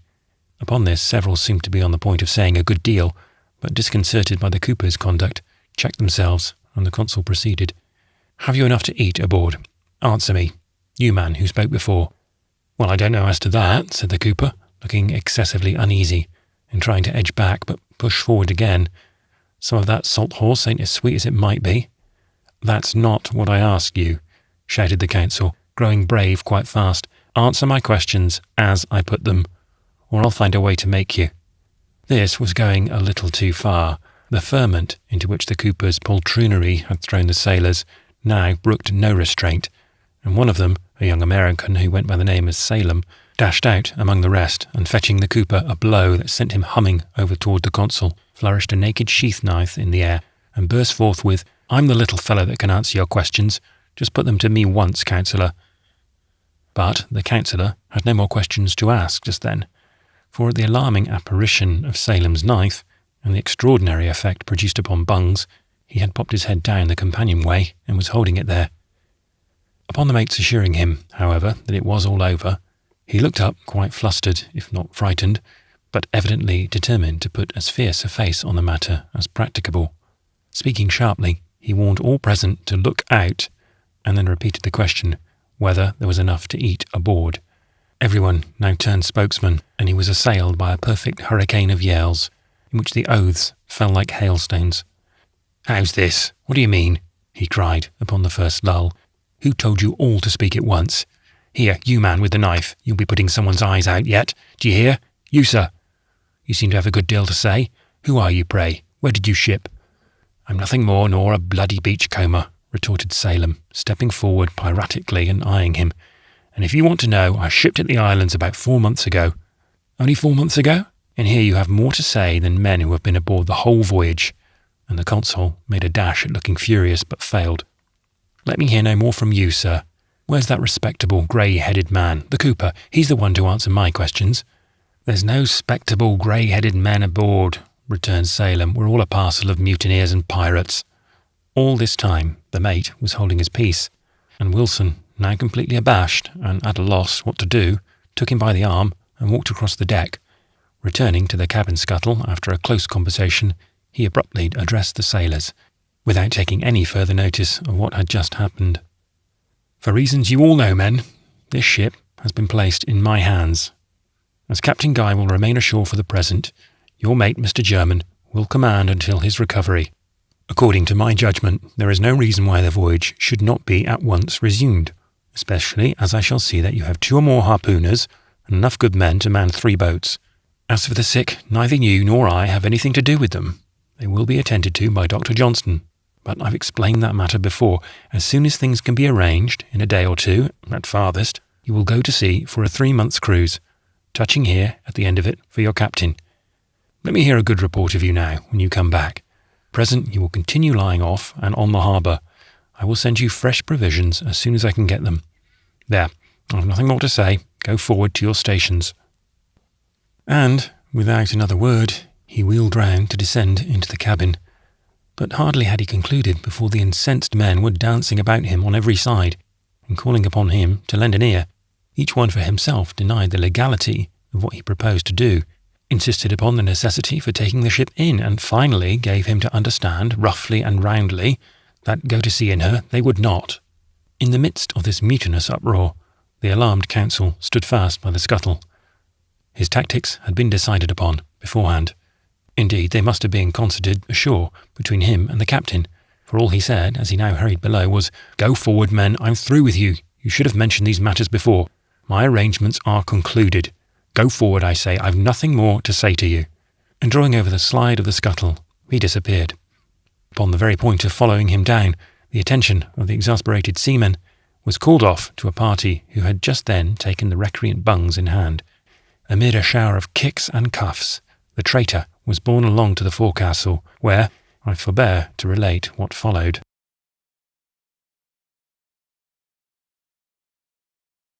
Chapter 22. The Consul's Departure. During the scenes just described, Dr. Johnson was engaged in examining the sick, of whom it turned out all but 2 were to remain in the ship. He had evidently received his cue from Wilson. One of the last called below into the cabin, just as the quarter-deck gathering dispersed. I came on deck, quite incensed. My lameness, which, to tell the truth, was now much better, was put down as, in a great measure, affected, and my name was on the list of those who would be fit for any duty in a day or 2. This was enough. As for Dr. Longhost, the shore physician, instead of extending to him any professional sympathy, had treated him very cavalierly. To a certain extent, therefore, we were now both bent on making common cause with the sailors. I must explain myself here. All we wanted was to have the ship snugly anchored in Papeete Bay, entertaining no doubt that this could be done. It would in some way or other peaceably lead to our emancipation. Without a downright mutiny, there was but one way to accomplish this, to induce the men to refuse all further duty until it were to work the vessel in. The only difficulty lay in restraining them within proper bounds, nor was it without certain misgivings that I found myself so situated that I must necessarily link myself, however guardedly, with such a desperate company, and in an enterprise too, of which it was hard to conjecture what might be the result. But anything like neutrality was out of the question, and unconditional submission was equally so. On going forward, we found them 10 times more tumultuous than ever. After again restoring some degree of tranquillity, we once more urged our plan of quietly refusing duty, and awaiting the result. At first, few would hear of it, but in the end, a good number were convinced by our representations. Others held out, nor were those who thought with us in all things to be controlled. Upon Wilson's coming on deck to enter his boat, he was beset on all sides, and for a moment I thought the ship would be seized before his very eyes. "Nothing more to say to you, men. My arrangements are made. Go forward where you belong. I'll take no insolence." And in a tremor, Wilson hurried over the side in the midst of a volley of execrations. Shortly after his departure, the mate ordered the cook and steward into his boat, and saying that he was going to see how the captain did, left us, as before, under the charge of Benbow. At this time we were lying becalmed, pretty close in with the land, having gone about again, our main topsail flapping against the mast with every roll. The departure of the consul and German was followed by a scene absolutely indescribable. The sailors ran about the deck like madmen, Benbow all the while leaning against the taffrail by himself, smoking his heathenish stone pipe, and never interfering. The cooper, who that morning had got himself into a fluid of an exceedingly high temperature, now did his best to regain the favour of the crew. Without distinction of party, he called upon all hands to step up and partake of the contents of his bucket. but it was quite plain that, before offering to intoxicate others, he had taken the wise precaution of getting well tipsy himself. He was now once more happy in the affection of his shipmates, who, one and all, pronounced him sound to the kelson. The Pisco soon told, and with great difficulty we restrained a party in the very act of breaking into the afterhold in pursuit of more. All manner of pranks were now played. "Masthead there, what do you see?" bawled Beauty, hailing the main truck through an enormous copper funnel. "Stand by for stays," roared Flash Jack, bawling off with the cook's axe, the fastening of the mainstay. "Looky out for quails," shrieked the Portuguese Antone, darting a handspike through the cabin skylight. "Heave round cheerily, men," sang out Navy Bob, dancing a hornpipe on the forecastle.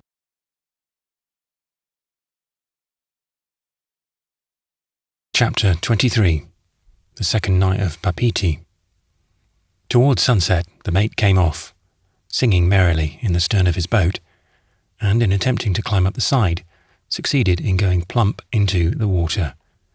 He was rescued by the steward and carried across the deck with many moving expressions of love for his bearer. Tumbled into the quarter-boat, he soon fell asleep, and waking about midnight, somewhat sobered, went forward among the men. Here to prepare for what follows, we must leave him for a moment. It was now plain enough that Herman was by no means unwilling to take the Julia to sea. Indeed, there was nothing he so much desired. Though what his reasons were, seeing our situation, we could only conjecture. Nevertheless, so it was, and having counted much upon his rough popularity with the men to reconcile them to a short cruise under him, he had consequently been disappointed in their behaviour. Still thinking that they would take a different view of the matter, when they came to know what fine times he had in store for them, he resolved upon trying a little persuasion. So on going forward, he put his head down the forecastle scuttle, and hailed us quite cordially, inviting us down into the cabin, where he said he had something to make merry withal. Nothing loth, we went, and throwing ourselves along the transom, waited for the steward to serve us. As the can circulated, Herman, leaning on the table and occupying the captain's armchair secured to the deck, opened his mind as bluntly and freely as ever. He was by no means yet sober. He told us we were acting very foolishly, that if we only stuck to the ship, he would lead us all a jovial life of it, enumerating the casks still remaining untapped in the Julia's wooden cellar. It was even hinted vaguely that such a thing might happen as our not coming back for the captain, whom he spoke of but lightly, asserting, what he had often said before, that he was no sailor. Moreover, and perhaps with special reference to Dr. Longghost and myself, he assured us generally that if there were any among us studiously inclined, he would take great pleasure in teaching such the whole art and mystery of navigation, including the gratuitous use of his quadrant. I should have mentioned that, previous to this, he had taken the doctor aside and said something about reinstating him in the cabin with augmented dignity, beside throwing out a hint that I myself was in some way or other to be promoted. But it was all to no purpose. Bent the men were upon going ashore, and there was no moving them. At last he flew into a rage, much increased by the frequency of his potations, and with many imprecations concluded by driving everybody out of the cabin. We tumbled up the gangway in high good humour. Upon deck everything looked so quiet that some of the most pugnacious spirits actually lamented that there was so little prospect of an exhilarating disturbance before morning. It was not 5 minutes, however, ere these fellows were gratified. Sidney Ben, said to be a runaway ticket of leave man, and for reasons of his own, one of the few who still remained on duty, had, for the sake of the fun, gone down with the rest into the cabin, where Bembo, who meanwhile was left in charge of the deck, had frequently called out for him. At first Ben pretended not to hear, but on being sung out for again and again, bluntly refused, at the same time casting some illiberal reflections on the Mowtree's maternal origin, which the latter had been long enough among the sailors to understand as in the highest degree offensive. So, just after the men came up from below, Bembo singled him out and gave him such a cursing in his broken lingo that it was thought enough to frighten one. The convict was the worse for liquor. Indeed, the Maori had been tippling also, and before he knew it, a blow was struck by Ben, and the two men came together like magnets. The ticket of leave man was a practised bruiser, but the savage knew nothing of the art of pugilistic, and so they were even. It was a clear hugging and wrenching till both came to the deck. Here they rolled over and over in the middle of a ring which seemed to form of itself. At last the white man's head fell back, and his face grew purple. Benbow's teeth were at his throat. Rushing in all round, they hauled the savage off, but not until repeatedly struck on the head would he let go. His rage was now absolutely demoniac. He lay glaring and writhing on the deck without attempting to rise. Cowed, as they supposed he was, from his attitude, the men, rejoiced at seeing him thus humbled, left him, after rating him in sailor style, for a cannibal and a coward. Ben was attended to, and led below. Soon after this, the rest also, with but few exceptions, retired into the forecastle, and having been up nearly all the previous night, they quickly dropped about the chests and rolled into the hammocks. In an hour's time, not a sound could be heard in that part of the ship. Before Benbow was dragged away, the mate had in vain endeavoured to separate the combatants, repeatedly striking the Maori, but the seaman interposing, at last kept him off. And, intoxicated as he was when they dispersed, he knew enough to charge the steward, a steady seaman, be it remembered, with the present safety of the ship, and then went below, when he fell directly into another drunken sleep. Having remained upon deck with the doctor some time after the rest had gone below, I was just on the point of following him down, when I saw the Maori rise, draw a bucket of water, and holding it high above his head, pour its contents right over him. This he repeated several times. There was nothing very peculiar in the act, but something else about him struck me. However, I thought no more of it, but descended the scuttle. After a restless nap, I found the atmosphere of the forecastle so close, from nearly all the men being down at the same time, that I hunted up an old pea jacket and went on deck, intending to sleep it out there till morning. Here I found the cook and steward, Wymon Hope Yarn, and the Dane, who, being all quiet, manageable fellows and holding aloof from the rest since the captain's departure, had been ordered by the mate not to go below until sunrise. They were lying under the lee of the bulwarks, 2 or 3 fast asleep, and the others smoking their pipes and conversing. To my surprise, Benbow was at the helm, but there being so few to stand there now, they told me he had offered to take his turn with the rest, at the same time heading the watch, and to this, of course, they made no objection. It was a fine, bright night, all moon and stars, and white crests of waves. The breeze was light but freshening, and close-hauled, poor little Jewel, as if nothing had happened, was heading in for the land, which rose high and hazy in the distance. After the day's uproar, the tranquillity of the scene was soothing, and I leaned over the side to enjoy it. More than ever did I now lament my situation, but it was useless to repine, and I could not upbraid myself. So at last, becoming drowsy, I made a bed with my jacket under the windlass and tried to forget myself. How long I lay there, I cannot tell, but as I rose, the first object that met my eye was Benbow at the helm, his dark figure slowly rising and falling with the ship's motion against the spangled heavens behind. He seemed all impatience and expectation, standing at arm's length from the spokes, with one foot advanced, and his bare head thrust forward. Where I was, the watch were out of sight, and no one else was stirring. The deserted decks and broad white sails were gleaming in the moonlight. Presently a swelling, dashing sound came upon my ear, and I had a sort of vague consciousness that I had been hearing it before.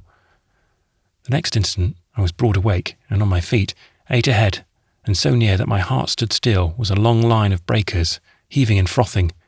It was the coral reef girdling the island. Behind it, and almost casting their shadows upon the deck, were the sleeping mountains, about whose hazy peaks the grey dawn was just breaking.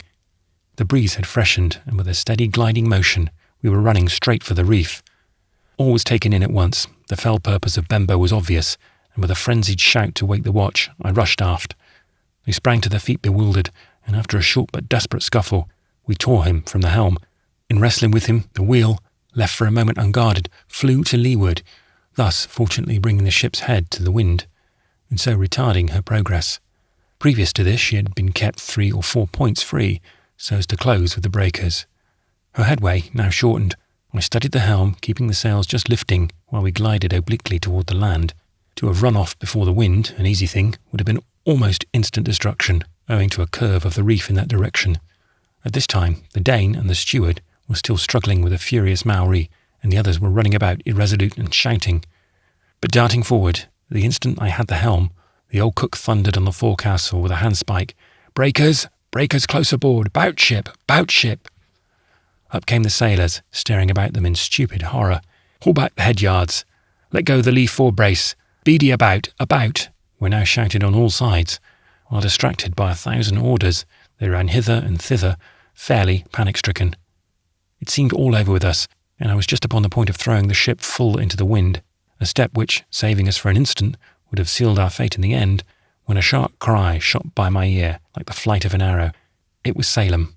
"All ready, for'ard, hard down." Round and round went the spokes, the Julia with a short keel, spinning to windward like a top. Soon the jib sheets lashed the stays, and the men, more self-possessed, flew to the braces. "Mainsail haul!" was now heard, as the fresh breeze streamed fore and aft the deck, and directly the after yards were wheeled around. In a half a minute more, we were sailing away from the land on the other tack, with every sail distended. Turning on her heel, with little more than a biscuit's toss of the wreath, no earthly power could have saved us, were it not that up to the very brink of the coral rampart, there are no soundings.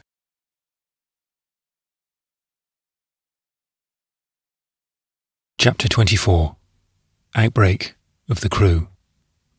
The purpose of Benbow had been made known to the men generally by the watch, and now that our salvation was certain, by an instinctive impulse they raised a cry and rushed toward him. Just before liberated by Dunk and the steward, he was standing doggedly by the mizzenmast, and as the infuriated sailors came on, his bloodshot eye rolled and his sheath knife glittered over his head. "Down with him! Strike him down! Hang him at the main-yard!" Such were the shouts now raised, but he stood unmoved, and for a single instant they absolutely faltered. "Cowards!" cried Salem, and he flung himself upon him. The steel descended like a ray of light, but did no harm, for the sailor's heart was beating inside the Maoris before he was aware.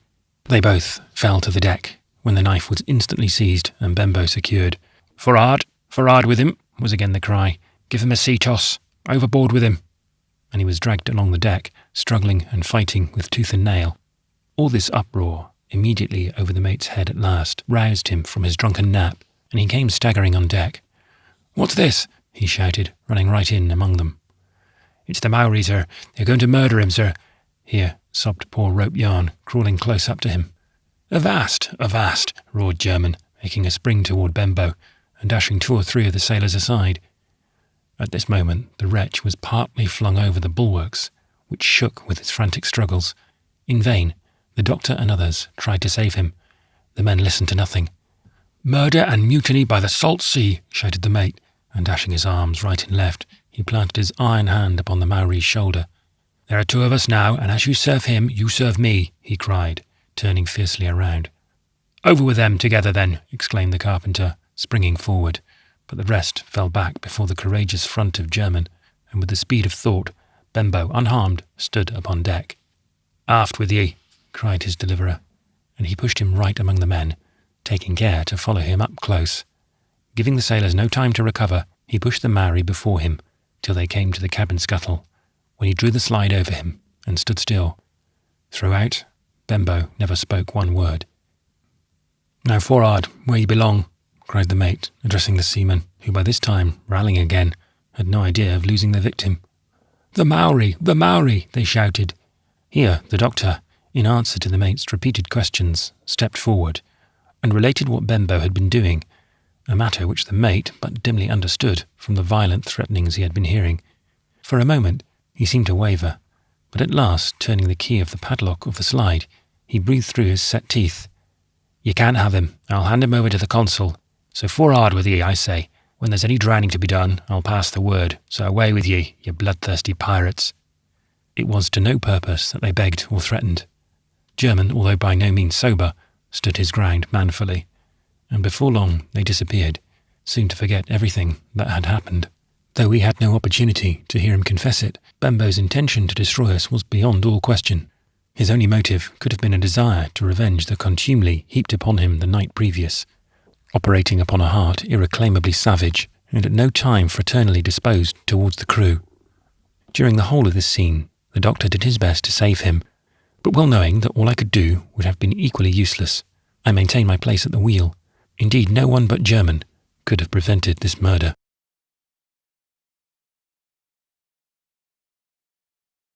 Chapter 25. German encounters an old shipmate. During the morning of the day which dawned upon the events just recounted, we remained a little to leeward of the harbour, waiting the appearance of the consul who had promised the mate to come off in a shore boat for the purpose of seeing him. By this time, the men had forced his secret from the cooper, and the consequence was that they kept him continually coming and going from the afterhold.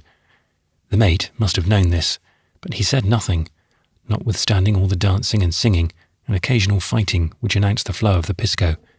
The peaceable influence which the doctor and myself had heretofore been exerting was now very nearly at an end. Confident from the aspect of matters that the ship, after all, would be obliged to go in, and learning moreover that the mate had said so, the sailors, for the present, seemed in no hurry about it, especially as the bucket of bungs gave such generous cheer. As for Bembo, we were told that after putting him in double irons, the mate had locked him up in the captain's stateroom, taking the additional precaution of keeping the cabin scuttle secured. From this time forward, we never saw the Maori again, a circumstance which will explain itself as the narrative proceeds.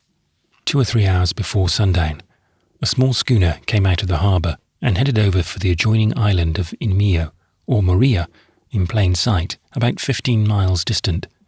The wind falling, the current swept her down under her bows, where we had a fair glimpse of the natives on her decks. There were a score of them, perhaps, lounging upon spread mats and smoking their pipes. On floating so near, and hearing the maudlin cries of our crew, and beholding their antics, they must have taken us for a pirate. At any rate, they got out their sweeps and pulled away as fast as they could, the sight of our 2 6-pounders, which by way of a joke were now run out of the side ports, giving a fresh impetus to their efforts. But they had not gone far when a white man with a red sash about his waist made his appearance on deck, the natives immediately desisting. Hailing us loudly, he said he was coming aboard, and after some confusion on the schooner's decks, a small canoe was launched overboard, and in a minute or 2 he was with us. He turned out to be an old shipmate of Germans, one Viner, long supposed dead, but now resident on the island. The meeting of these men, under the circumstances, is one of 1,000 occurrences, appearing exaggerated in fiction, but nevertheless frequently realised in actual lives of adventure. Some 15 years previous, they had sailed together as officers of the barque Jane of London, as South Seamen. Somewhere near the New Hebrides, they struck one night upon an unknown reef, and in a few hours the Jane went to pieces. The boats, however, were saved, some provisions, also a quadrant, and a few other articles, but several of the men were lost before they got clear of the wreck. The 3 boats, commanded respectively by the captain, German, and the 3rd mate, then set sail for a small English settlement of the Bay of Islands in New Zealand. Of course, they kept together as much as possible. After being at sea about a week, a lascar in the captain's boat went crazy, and it being dangerous to keep him, they tried to throw him overboard. In the confusion that ensued, the boat capsized from the sails jibing, and a considerable sea running at the time, and the other boats being separated more than usual, only one man was picked up. The very next night it blew a heavy gale, and the remaining boats, taking in all sail, made bundles of their oars, flung them overboard, and rowed to them with plenty of line. When morning broke, German and his men were alone upon the ocean, the 3rd mate's boat, in all probability, having gone down. After great hardships, the survivors caught sight of a brig, which took them on board and eventually landed them at Sydney. Ever since then, our mate had sailed from that port, never once hearing of his lost shipmates, whom, by this time, of course, he had long given up. Judge then his feelings when Viner, the lost 3rd mate, the instant he touched the deck, rushed up and wrung him by the hand. During the gale, his line had parted so that the boat, drifting fast to leeward, was out of sight by morning. Reduced after this to great extremities, the boat touched for fruit, at an island of which they knew nothing. The natives at first received them kindly, but one of the men, getting into a quarrel on account of a woman, and the rest taking his part, they were all massacred but Viner, who at the time was in an adjoining village. After staying on the island for more than 2 years, he finally escaped in the boat of an American whaler, which landed him at Valparaiso. From this period he had continued to follow the seas as a man before the mast, until about 18 months previous, when he went ashore at Tahiti, where he now owned the schooner we saw, in which he traded among the neighbouring islands.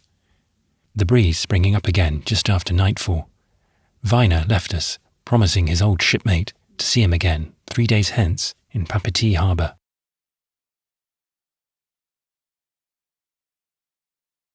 Chapter 26. We enter the harbour, Jim the pilot. Exhausted by the day's wassail, most of the men went below at an early hour, leaving the deck to the steward and 2 of the men remaining on duty, the mate with Baltimore and the Dane engaging to relieve them at midnight. At that hour, the ship, now standing offshore under short sail, was to be tacked. It was not long after midnight when we were wakened in the forecastle by the lion roar of German's voice, ordering a pull at the jib halyards, and soon afterwards a handspike struck the scuttle, and all hands were called to take the ship into port. This was wholly unexpected, but we learned directly that the mate, no longer relying upon the consul and renouncing all thoughts of inducing the men to change their minds, had suddenly made up his own. He was going to beat up to the entrance of the harbour so as to show a signal for a pilot before sunrise. Notwithstanding this, the sailors absolutely refused to assist in working the ship under any circumstances whatever, to all mine and the doctor's entreaties lending a deaf ear. Sink or strike, they swore they would have nothing more to do with her. This perverseness was to be attributed in a great measure to the effects of their late debauch. With a strong breeze, all sail set, and the ship in the hands of 4 or 5 men, exhausted by 2 nights' watching, our situation was bad enough, especially as the mate seemed more reckless than ever, and we were now to tack ship several times close under the land, well knowing that if anything untoward happened to the vessel before morning, it would be imputed to the conduct of the crew, and so lead to serious results should they ever be brought to trial. I called together those on deck to witness my declaration that now that the Julia was destined for the harbour, the only object for which I, at least, had been struggling, I was willing to do what I could toward carrying her in safely. In this step, I was followed by the doctor. The hours passed anxiously until morning, when, being well to windward at the mouth of the harbour, we bore up for it, with the Union Jack at the fore. No sign, however, of boat or pilot was seen, and after running close in several times, the ensign was set at mizzen peak, Union down in distress, but it was of no avail. Attributing to Wilson this unaccountable remissness on the part of those ashore, German, quite enraged, now determined to stand boldly in upon his own responsibility, trusting solely to what he remembered of the harbour on a visit there many years previous. The resolution was characteristic. Even with a competent pilot, Papeete Bay is considered a ticklish one to enter. Formed by a bold sweep of the shore, it is protected seaward by the coral reef, upon which the rollers break with great violence. After stretching across the bay, the barrier extends on toward Point Venus, in the district of Matavia, 8 or 9 miles distant. Here there is an opening by which ships enter and glide down the smooth, deep canal between the reef and the shore to the harbour. But by seamen generally, the leeward entrance is preferred, as the wind is extremely variable inside the reef. This latter entrance is a break in the barrier, directly facing the bay and the village of Papeete. It is very narrow, and from the baffling winds, currents, and sunken rocks, ships now and then grate their keels against the coral. But the mate was not to be daunted, so, stationing what men he had at the braces, he sprang upon the bulwarks, and, bidding everybody keep wide awake, ordered the helm up. In a few moments we were running in. Being toward noon, the wind was fast leaving us, and by the time the breakers were roaring on either hand, little more than steerage way was left. But on we glided, smoothly and deftly, avoiding the green, darkling objects here and there strewn in our path. German, occasionally looking down in the water, and then about him with the utmost calmness and not a word spoken. Just fanned along thus, it was not many minutes ere we were past all danger and floated into the placid basin within. This was the cleverest specimen of his seamanship that he ever gave us. As we held on toward the frigate and shipping, a canoe, coming out from among them, approached. In it were a boy and an old man, both islanders, the former nearly naked and the latter dressed in an old naval frock-coat. Both were paddling with might and main, the old man once in a while tearing the paddle out of the water, and after rapping his companion over the head, both fell to with fresh vigour.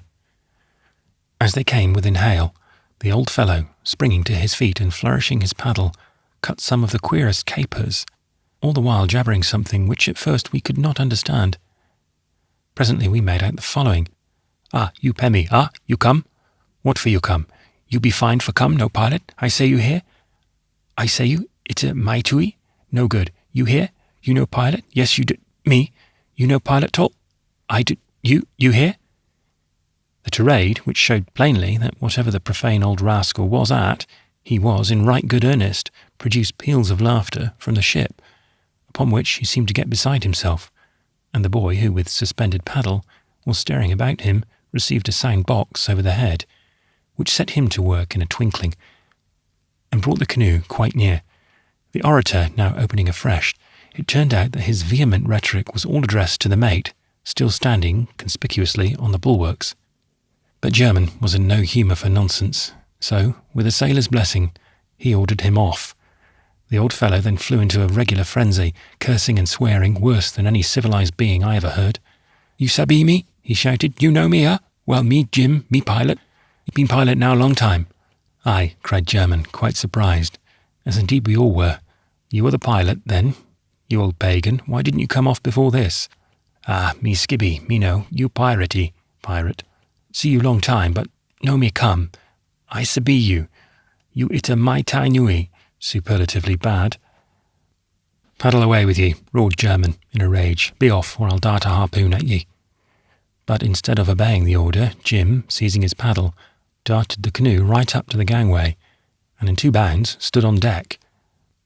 Pulling a greasy silk handkerchief still lower over his brow, and improving the sit of his frock-coat with a vigorous jerk, he then strode up to the mate, and in a more flowery style than ever, gave him to understand that the redoubtable Jim himself was before him, that the ship was his until the anchor was down, and he should like to hear what anyone had to say to it. As there now seemed little doubt that he was all he claimed to be, the Julia was at last surrendered. Our gentleman now proceeded to bring us to an anchor, jumping up between the knight-heads and bawling out, "Luff, luff, keep ye off," and insisting upon each time being respectfully responded to by the man at the helm. At this time our steerage way was almost gone, and yet, in giving his orders, the passionate old man made as much fuss as a white squall aboard the Flying Dutchman. Jim turned out to be the regular pilot of the harbour, a post, be it known, of no small profit, and in his eyes, at least, invested with immense importance. Our unceremonious entrance, therefore, was regarded as highly insulting, and tending to deprecate both the dignity and lucrativeness of his office. The old man is something of a wizard, having an understanding with the elements. Certain phenomena of theirs are exhibited for his particular benefit. Unusually clear weather, with a fine steady breeze, is a certain sign that a merchantman is at hand. Whale spouts, seen from the harbour, are tokens of a whaling vessel's approach, and thunder and lightning, happening so seldom as they do, are proof positive that a man of war is drawing near. In short, Jim, the pilot, is quite a character in his way, and no one visits Tahiti without hearing some curious story about him.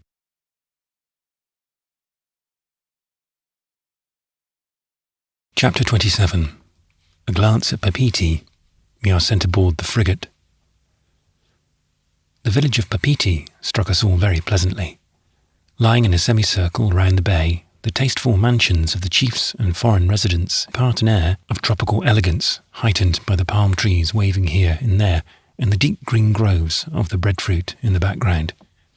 The squalid huts of the common people are out of sight, and there is nothing to mar the prospect. All around, the water extends a wide, smooth beach of mixed pebbles and fragments of coral. This forms the thoroughfare of the village, the handsomest houses all facing it, the fluctuation of the tides being so inconsiderable that they cause no inconvenience. The Pritchard residence, a fine large building, occupies a site on one side of the bay. A green lawn slopes off to the sea, and in front waves the English flag. Across the colour, the tricolour also, and the stars and stripes distinguish the residences of the other consuls. What greatly added to the picturesqueness of the bay at this time was the condemned hull of a large ship, which at the farther end of the harbour lay bilged upon the beach, its stern settled low in the water, and the other end high and dry. From where we lay, the trees behind seemed to lock their leafy boughs over its bowsprit, which, from its position, looked nearly upright. She was an American whaler, a very old craft, having sprung a leak at sea. She had made all sail for the island to heave down for repairs. Found utterly unseaworthy, however, her oil was taken out and sent home in another vessel. The hull was then stripped and sold for a trifle. Before leaving Tahiti, I had the curiosity to go over this poor old ship, thus stranded on a strange shore. What were my emotions when I saw upon her stern the name of a small town on the River Hudson? She was from the noble stream on whose banks I was born, in whose waters I had 100 times bathed. In an instant, palm trees and elms, canoes and skiffs, church spires and bamboos, all mingled in one vision of the present and the past. But we must not leave little Jewel. At last the wishes of many were gratified, and like an aeronaut's grapnel, her rusty little anchor was caught in the coral groves at the bottom of Papeete Bay. This must have been more than 40 days after leaving the Marquesas. The sails were yet unfurled, when a boat came alongside with our esteemed friend Wilson, the consul. How's this, Mr. German?" he began, looking very savage as he touched the deck. "What brings you in without orders? You did not come off to us, as you promised, sir, and there was no hanging on longer with nobody to work the ship," was the blunt reply. "So the infernal scoundrels held out, did they? Very good. I'll make them sweat for it." And he eyed the scowling men with unwonted intrepidity. The truth was he felt safer now than when outside the reef. "Muster the mutineers on the quarter-deck," he continued. "Drive them aft, sir, sick and well. I have a word to say to them." "Now, men," said he, "you think it's all well with you, I suppose. You wish the ship in, and here she is. Captain Guy's ashore, and you think you must go too. But we'll see about that. I'll miserably disappoint you." These last were his very words. "Mr. German, call off the names of those who did not refuse duty, and let them go over to the starboard side." This done, a list was made out of the mutineers, as he was pleased to call the rest. Among these, the doctor and myself were included, though the former stepped forward and boldly pleaded the office held by him when the vessel left Sydney. The mate also, who had always been friendly, stated the service rendered by himself 2 nights previous, as well as my conduct when he announced his intention to enter the harbour. For myself, I stoutly maintained that, according to the tenor of the agreement made with Captain Guy, my time aboard the ship had expired, the cruise being virtually at an end. However, it had been brought about, and I claimed my discharge. But Wilson would hear nothing, marking something in my manner, nevertheless. He asked my name and country, and then observed, with a sneer, "Ah, you are the lad, I see, that wrote the Round Robin. I'll take good care of you, my fine fellow. Step back, sir." As for poor Longghost, he denounced him as a Sydney flash-gorger, though what under heaven he meant by that euphonious title is more than I can tell. Upon this, the doctor gave him such a piece of his mind that the consul furiously commanded him to hold his peace, or he would instantly have him seized into the rigging and flogged. There was no help for either of us. We were judged by the company we kept, and were now sent forward, not a word being said as to what he intended doing with us. After a talk with the mate, the consul withdrew, going aboard the French frigate, which lay within a cable's length. We now suspected his object, and since matters had come to this pass, were rejoiced at it. In a day or two, the Frenchman was to sail for Valparaiso, the usual place of rendezvous for the English squadron in the Pacific, and doubtless Wilson meant to put us on board, and send us thither to be delivered up. Should our conjecture prove correct, all we had to expect, according to our most experienced shipmates, was the fag end of a cruise in one of Her Majesty's ships, and a discharge before long at Portsmouth. We now proceeded to put on all the clothes we could, frock over frock and trousers over trousers, so as to be in readiness for removal at a moment's warning. Armed ships allow nothing superfluous to litter up the deck, and therefore, should we go aboard the frigate, our chests and their contents would have to be left behind. In an hour's time, the first cutter of the Reine Blanche came alongside, manned by 18 or 20 sailors, armed with cutlasses and boarding pistols. The officers, of course, wearing their sidearms, and the consul in an official cocked hat borrowed for the occasion. The boat was painted a pirate black. Its crew were a dark, grim-looking set, and the officers uncommonly fierce-looking little Frenchmen. On the whole, they were calculated to intimidate, the consul's object, doubtless, in bringing them. Summoned aft again, everyone's name was called separately, and being solemnly reminded that it was his last chance to escape punishment, was asked if he still refused duty.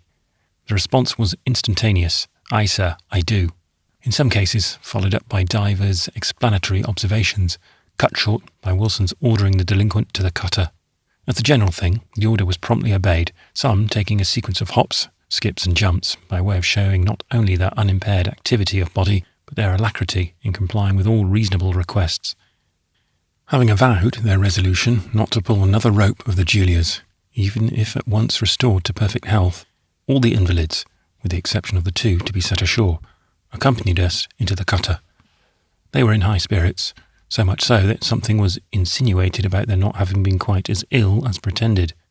The cooper's name was the last called. We did not hear what he answered, but he stayed behind. Nothing was done about the Maori. Shoving clear from the ship, 3 loud cheers were raised, Flash Jack and others receiving a sharp reprimand for it from the council. "Goodbye, little Jewel," cried Navy Bob, as we swept under the bows. "Don't fall overboard, Ropey," said another to the Boer landlubber, who, with Wymon the Dane, and others left behind, was looking over at us from the forecastle. "Give her 3 more," cried Salem, springing to his feet and whirling his hat around. "You sacred damn rascal," shouted the lieutenant of the party, bringing the flat of his sabre across his shoulders. "You now keep still." The doctor and myself, more discreet, sat quietly in the bow of the cutter, and for my own part, though I did not repent what I had done, my reflections were far from being enviable.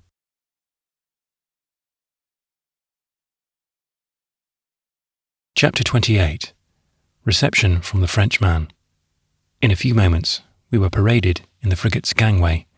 The first lieutenant, an elderly, yellow-faced officer, in an ill-cut coat and tarnished gold lace, coming up and frowning upon us. This gentleman's head was a mere bald spot, his legs sticks. In short, his whole physical vigour seemed exhausted in the production of one enormous moustache. Old Gamboge, as he was forthwith christened, now received a paper from the consul, and, opening it, proceeded to compare the goods delivered with the invoice. After being thoroughly counted, a meek little midshipman was called, and we were soon after given in custody to 6 sailor soldiers' fellows with tarpaulins and muskets. Preceded by a pompous functionary, whom we took for one of the ship's corporals, from his rattan and the gold lace on his sleeve, we were now escorted down the ladders to the berth deck. Here we were politely handcuffed all round, the man with the bamboo evincing the utmost solicitude in giving us a good fit from a large basket of the articles of assorted sizes. Taken by surprise at such an uncivil reception, a few of the party demurred, but all coyness was at last overcome, and finally our feet were inserted into heavy anklets of iron running along a great bar bolted down to the deck. After this we considered ourselves permanently established in our new quarters. "The deuce take their old iron," exclaimed the doctor. "If I'd known this, I'd stayed behind." "Ha ha!" cried Flash Jack. "You're in for it, Dr. Longghost." "My hands and feet are, anyway," was the reply. They placed a sentry over us, a great lubber of a fellow, who marched up and down with a dilapidated old cutlass of most extraordinary dimensions. From its length, we had some idea that it was expressly intended to keep a crowd in order, reaching over the heads of 6, say, so as to get a cut at somebody's behind. "Mercy!" ejaculated the doctor with a shudder. "What a sensation it must be to be killed by such a tool." We fasted till night, when one of the boys came along with a couple of kids containing a thin, saffron-coloured fluid with oily particles floating on top. The young wag told us this was soup. It turned out to be nothing more than oleaginous warm water. Such as it was, nevertheless, we were fain to make a meal of it, our sentry being attentive enough to undo our bracelets. The kids passed from mouth to mouth and were soon emptied. The next morning, when the sentry's back was turned, someone, whom we took for an English sailor, tossed over a few oranges, the rinds of which we afterward used for cups. On the second day, nothing happened worthy of record. On the third, we were amused by the following scene. A man, whom we supposed a boatswain's mate from the silver whistle hanging from his neck, came below, driving before him a couple of blubbering boys, and followed by a whole troop of youngsters in tears. The pair, it seemed, was sent down to be punished by command of an officer. The rest had accompanied them out of sympathy. The boatswain's mate went to work without delay, seizing the poor little culprits by their loose frocks, and using a rattan without mercy. The other boys wept, clasped their hands, and fell on their knees, but in vain. The boatswain's mate only hit out at them, once in a while making them yell 10 times louder than ever. In the midst of the tumult, down comes a midshipman who, with a great air, orders the man on deck, and running in among the bows, sets them to scampering in all directions. The whole of this proceeding was regarded with infinite scorn by Navy Bob, who, years before, had been captain of the foretop on board a line of battleship. In his estimation, it was a lubberly piece of business throughout. They did things differently in the English Navy.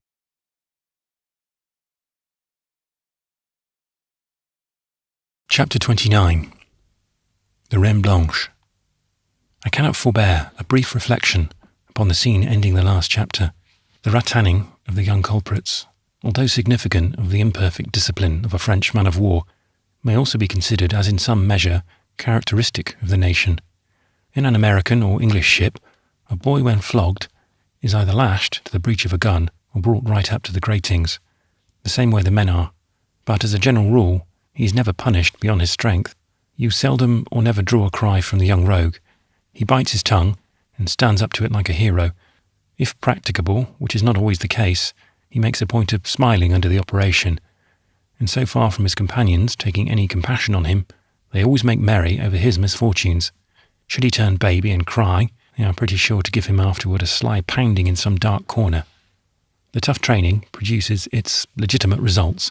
The boy becomes in time a thoroughbred tar, equally ready to strip and take a dozen on board his own ship, or cutlass in hand, dash pell-mell on board the enemy's, whereas the young Frenchman, as all the world knows, makes but an indifferent seaman, and though for the most part he fights well enough, somehow or other he seldom fights well enough to beat.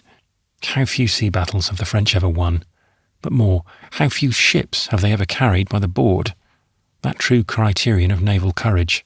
But not a word against French bravery. There is plenty of it, but not of the right sort. A Yankee's or an Englishman's is the downright Waterloo game. The French fight better on land, and not being essentially a maritime people, they ought to stay there. The best of shipwrights, they are no sailors. And this carries me back to the Reine Blanche. As noble a specimen of what wood and iron can make as ever floated. She was a new ship, at present her maiden cruise, the greatest pains having been taken in her construction. She was accounted the crack craft in the French Navy. She is one of the heavy 60-gun frigates, now in vogue all over the world, in which we Yankees were the first to introduce. In action, these are the most murderous vessels ever launched. The model of the Reine Blanche has all that warlike comeliness, only to be seen in a fine fighting ship. Still, there is a good deal of French flummery about her. Brass plates and other gewgaws stuck on all over, like baubles on a handsome woman. Among other things, she carries a stern gallery, resting on the uplifted hands of two carrier-tides, larger than life. You step out upon this from the Commodore's cabin. To behold the rich hangings and mirrors and mahogany within, one is almost prepared to see a bevy of ladies trip forth on the balcony for an airing. But come to tread the gun-deck, and all thoughts like these are put to flight. Such batteries of thunderbolt hurlers, with a 60-pounder or two thrown in as make-weights. On the spar-deck, also, are carronades of enormous calibre. Recently built, this vessel, of course, had the benefit of the latest improvements. I was quite amazed to see on what high principles of art some exceedingly simple things were done. But your Gaul is scientific about everything. What other people accomplish by a few hard knocks, he delights in achieving by a complex arrangement of the pulley, lever and screw. What demi-semi-quavers in a French air! In exchanging naval courtesies, I have known a French band play Yankee Doodle with such a string of variations that no one but a pretty cute Yankee could tell what they were at. In the French Navy, they have no marines. Their men, taking turns at carrying the musket, are sailors one moment and soldiers the next. A fellow running aloft in his line frock today, tomorrow stands sentry at the Admiral's cabin door. This is fatal to anything like proper sailor pride. To make a man a seaman, he should be put to no other duty. Indeed, a thorough tar is unfit for anything else. And what is more, this fact is the best evidence of his being a true sailor. On board the Reine Blanche, they did not have enough to eat. And what they did have was not of the right sort. Instead of letting the sailors file their teeth against the rim of a hard sea biscuit, they baked their bread daily in pitiful little rolls. Then they had no grog as a substitute. They drugged the poor fellows with a thin, sour wine, the juice of a few grapes, perhaps, to a pint of the juice of water faucets. Moreover, the sailors asked for meat, and they gave them soup, a rascally substitute, as they well knew. Ever since leaving home, they had been on short allowance. At the present time, those belonging to the boats, and thus getting an occasional opportunity to run ashore, frequently sold their rations of bread to some less fortunate shipmate for sixfold its real value. Another thing tending to promote dissatisfaction among the crew was the having such a devil of a fellow for a captain. He was one of those horrid naval bores, a great disciplinarian. In port, he kept them constantly exercising yards and sails and manoeuvring with the boats, and at sea they were forever at quarters, running in and out of the enormous guns as if their arms were made for nothing else. Then there was the Admiral aboard also, and no doubt he too had a paternal eye over them. In the ordinary routine of duty, we could not but be struck with the listless, slovenly behaviour of these men. There was nothing of the national vivacity in their movements, nothing of the quick precision perceptible on the deck of a thoroughly disciplined armed vessel. All this, however, when we came to know the reason, was no matter of surprise. 3/4 of them were pressed men. Some old merchant sailors had been seized the very day they landed from distant voyages, while the landsmen, of whom there were many, had been driven down from the country in herds, and so sent to sea. At the time, I was quite amazed to hear of press gangs in a day of comparative peace. But the anomaly is accounted for by the fact that, of late, the French have been building up a great military marine, to take the place of that which Nelson gave to the waves of the sea at Trafalgar. But it is to be hoped that they are not building their ships for the people across the Channel to take. In a case of war, what a fluttering of French ensigns there would be. Though I say the French are no sailors, I am far from seeking to underrate them as a people. They are an ingenious and right gallant nation, and as an American, I take pride in asserting it.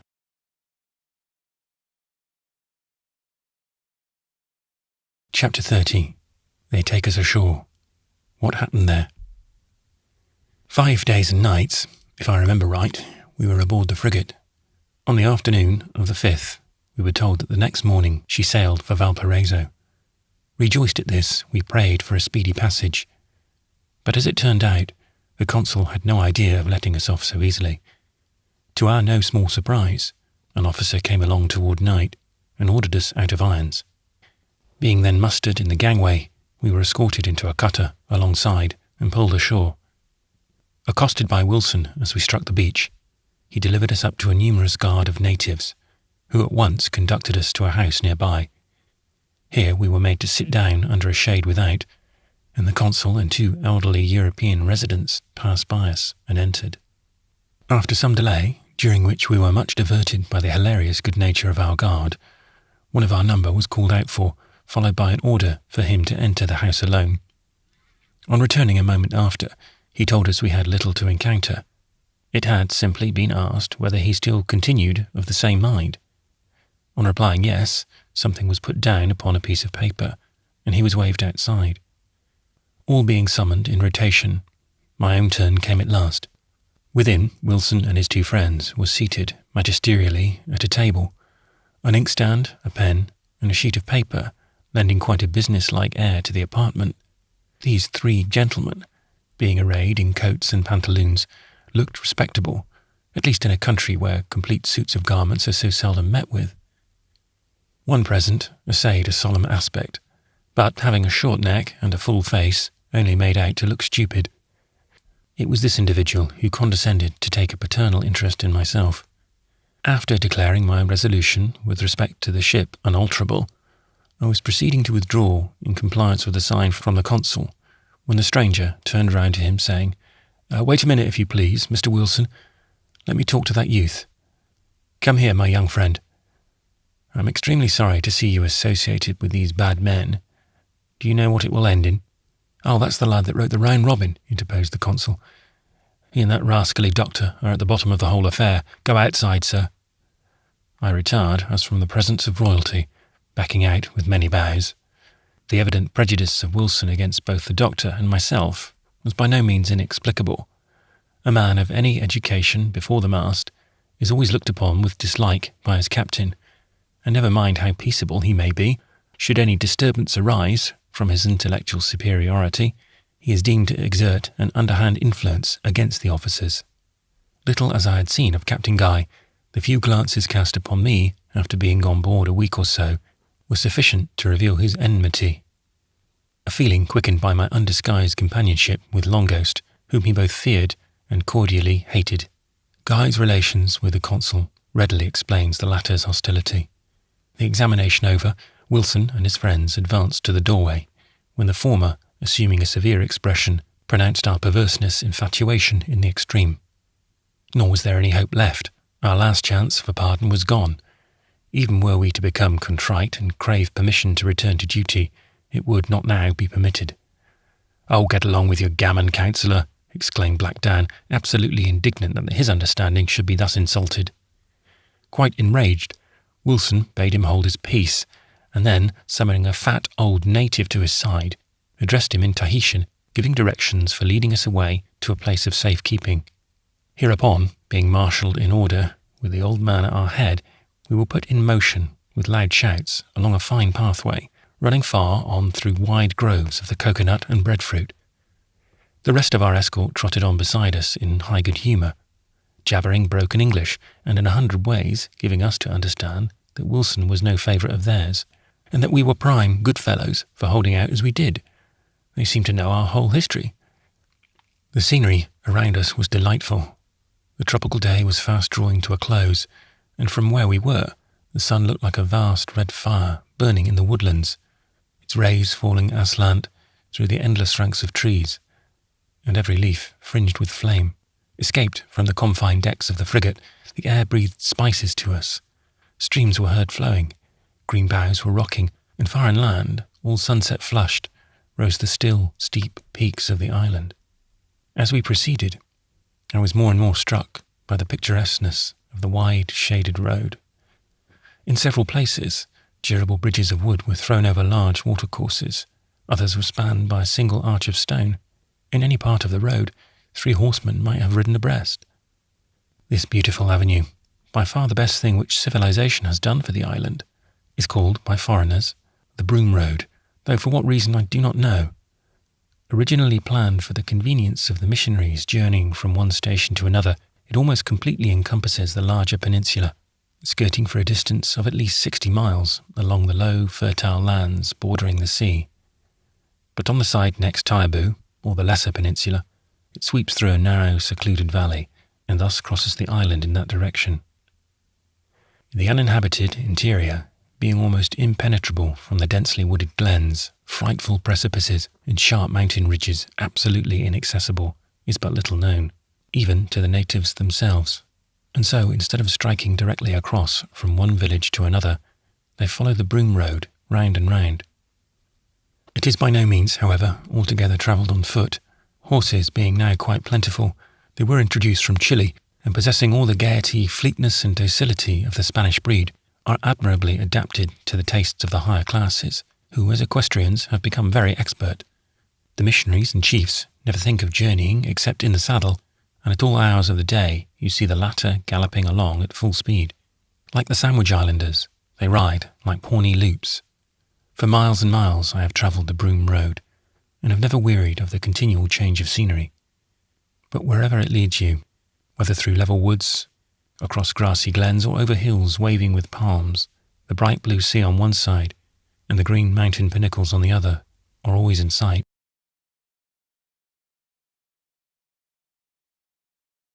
Chapter 31. The Calabooza Berettini. About a mile from the village, we came to a halt. It was a beautiful spot. A mountain stream here flowed at the foot of a verdant slope. On one hand, it murmured along until the waters, spreading themselves upon a beach of small, sparkling shells, trickled into the sea. On the other was a long defile, where the eye pursued a gleaming, sinuous thread, lost in shade and verdure. The ground next the road was walled in by a low, rude parapet of stones, and upon the summit of the slope behind was a large native house, the thatch dazzling white and in shape of an oval. "Calabooza, Calabooza Berettini," the English jail, cried our conductor, pointing to the building. For a few months past, having been used by the consul as a house of confinement for his refractory sailors, it was thus styled to distinguish it from similar places in and about Papeete. Though extremely romantic in appearance, on a near approach it proved but ill adapted to domestic comfort. In short, it was a mere shell, recently built and still unfinished. It was open all round, and tufts of grass were growing here and there under the very roof. The only piece of furniture was the stocks, a clumsy machine for keeping people in one place, which I believe is pretty much out of date in most countries. It is still in use, however, among the Spaniards in South America, from whom it seems that Tahitians have borrowed the contrivance, as well as the name by which all places of confinement are known among them. The stocks were nothing more than 2 stout timbers, about 20 feet in length, and precisely alike. One was placed edgeways on the ground, and the other resting on top, left, at regular intervals along the seam, several round holes, the object of which was evident at a glance. By this time, our guide had informed us that he went by the name of Captain Bob, and a hearty old Bob he proved. It was just the name for him. From the first, so pleased were we with the old man that we cheerfully acquiesced in his authority. Entering the building, he set us about fetching heaps of dry leaves to spread behind the stocks for a couch. A trunk of small coconut tree was then placed for a bolster, rather a hard one, but the natives are used to it. For a pillow, they had used a little billet of wood, scooped out and standing on 4 short legs, a sort of headstool. These arrangements completed, Captain Bob proceeded to hanapar, or secure us for the night, the upper timber of the machine being lifted at one end, and our ankles placed in the semicircular spaces of the lower one. The other beam was then dropped, both being finally secured together by an old iron hoop at either extremity. This initiation was performed to the boisterous mirth of the natives, and diverted ourselves not a little. Captain Bob now bustled about, like an old woman seeing the children to bed. A basket of baked taro or Indian turnip was brought in, and we were given a piece all round. Then a great counterpane of coarse brown tappa was stretched upon the whole party, and after sundry injunctions to moi and be maitai, in other words, to go to sleep and be good boys, we were left to ourselves, fairly put to bed and tucked in. Much talk was now had concerning our prospects in life, but the doctor and I, who lay side by side, thinking the occasion better adapted to meditation, kept pretty silent, and before long the rest ceased conversing and, wearied with loss of rest on board the frigate, were soon sound asleep. After sliding from one reverie into another, I started and gave the doctor a pinch. He was dreaming, however, and resolved to follow his example. I troubled him no more. How the rest managed, I know not, but for my own part, I found it very hard to get to sleep. The consciousness of having one's foot pinned and the impossibility of getting it anywhere else than just where it was most distressing. But this was not all. There was no way of lying but straight on your back, unless, to be sure, one's limb went round and round in the ankle like a swivel. Upon getting into a sort of doze, it was no wonder this uneasy posture gave me the nightmare. Under the delusion that I was about some gymnastics or other, I gave my unfortunate member such a twitch that I started up with the idea that someone was dragging the stocks away. Captain Bob and his friends lived in a little hamlet hard by, and when morning showed in the east, the old gentleman came forth from that direction, likewise emerging from a grove and saluting us loudly as he approached. Finding everybody awake, he set us at liberty, and leading us down to the stream, ordered every man to strip and bathe. "All hands, my boy, Hannah, wash!" he cried. Bob was a linguist, and had been to sea in his day, as he many a time afterwards told us. At this moment we were all alone with him, and it would have been the easiest thing in the world to have given him the slip. But he seemed to have no idea of such a thing, treating us so frankly and cordially. Indeed, that even had we thought of running, we should have been ashamed of attempting it. He very well knew, nevertheless, as we ourselves were not slow in finding out, that for various reasons, any attempt of the kind, without some previously arranged plan for leaving the island, would be certain to fail. As Bob was a rare one every way, I must give some account of him. There was a good deal of personal appearance about him. In short, he was a corpulent giant, over 6 feet in height, and literally as big round as a hogshead. The enormous bulk of some of the Tahitians has been frequently spoken of by voyagers. Besides being the English consul's jailer, as it were, he carried on a little Tahitian farming. That is to say, he owned several groves of the breadfruit and palm, and never hindered their growing. Close by was a taro patch, of which he occasionally visited. Bob seldom disposed of the produce of his hands. It was all needed for domestic consumption. Indeed, for gormandizing, I would have matched him against any 3 common councilmen at a civic feast. A friend of Bob's told me that, owing to his voraciousness, his visits to other parts of the island were much dreaded, for, according to Tahitian customs, hospitality without charge is enjoined upon everyone, and though it is reciprocal in most cases, in Bob's it was almost out of the question. The damage done to a native larder in one of his morning calls was more than could be made good by his entertainers spending the holidays with them. The old man, as I have hinted, had once upon a time been a cruise or 2 in a whaling vessel, and therefore he prided himself upon his English. Having acquired what he knew of it in the forecastle, he talked little else than sailor phrases, which sounded whimsically enough. I asked him one day how old he was. "Oli?" he exclaimed, looking very profound in consequence of thoroughly understanding so subtle a question. "Oh, very only 1,000 year. More big men when Captain Tooty, Captain Cook, heavy in sight, in sea parlance, came into view. This was a thing impossible, but adapting my discourse to the man, I rejoined, 'Ah, you see Captain Tooty. Well, how you like him?' 'Oh, he my tie. Good. Friend of me, and know my wife.' On my assuring him strongly that he could not have been born at the time, he explained himself by saying that he was speaking of his father all the while. This indeed might very well have been. It is a curious fact that all these people, young and old, will tell you that they have enjoyed the honour of a personal acquaintance with the great navigator. And if you listen to them, they will go on and tell anecdotes without end. This springs from nothing but their great desire to please, well knowing that a more agreeable topic for a white man could not be selected. As for the anachronism of the thing, they seem to have no idea of it. Days and years are all the same to them. After our sunrise bath, Bob once more placed us in the stocks, almost moved to tears at subjecting us to so great a hardship. But he could not treat us otherwise, he said, on pain of the consul's displeasure. How long we were to be confined he did not know, nor what was to be done with us in the end. As noon advanced, and no signs of a meal were visible, someone inquired whether we were to be boarded as well as lodged at the Hotel de Calabuza. "Vast heaving, or wait a bit," said Bob. "Cow, food. Come ship bye-bye." And sure enough, along comes Rope Tarn with a wooden bucket of the Julia's villainous biscuit. With a grin, he said it was a present from Wilson. It was all we were to get that day. A great cry was now raised, and well was it, for the landlubber that lay had a pair of legs, and the men could not use theirs. One and all we resolved not to touch the bread, come what come might, and so we told the natives. Being extravagantly fond of ship biscuit, the harder the better. They were quite overjoyed, and offered to give us, every day, a small quantity of baked breadfruit and Indian turnip in exchange for the bread. This we agreed to, and every morning afterward, when the bucket came, its contents were at once handed over to Bob and his friends, who never ceased munching until nightfall. Our exceedingly frugal meal of breadfruit over, Captain Bob waddled up to us with a couple of long poles hooked at one end and several large baskets of woven coconut branches. Not far off was an extensive grove of orange trees in full bearing, and myself and another were selected to go with him and gather a supply for the party. When we went in among the trees, the sumptuousness of the orchard was unlike anything I had ever seen, while the fragrance shaken from the gently waving boughs regaled our senses most delightfully. In many places the trees formed a dense shade, spreading overhead a dark, rustling vault, groined with boughs and studded here and there with the ripened spheres like gilded balls.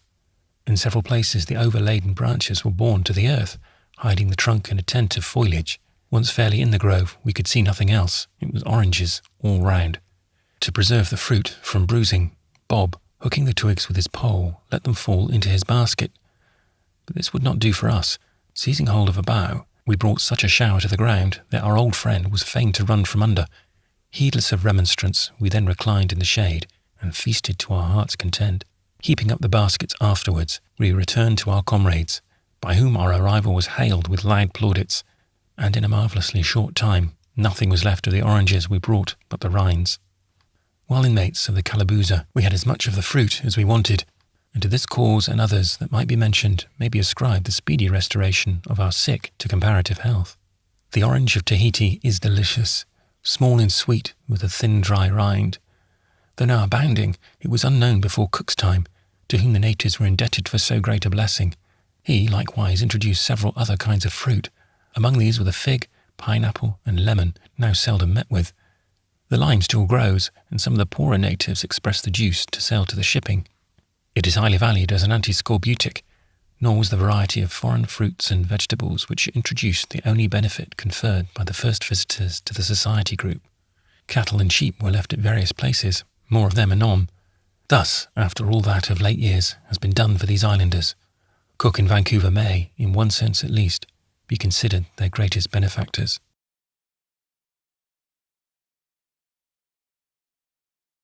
Chapter 32. Proceedings of the French at Tahiti. As I happen to arrive at the island at a very interesting period in its political affairs, it may be well to give some account here of the proceedings of the French by way of episode to the narrative. My information was obtained at the time from the general reports then rife among the natives, as well as from what I learned upon a subsequent visit and reliable accounts which I have seen since reaching home.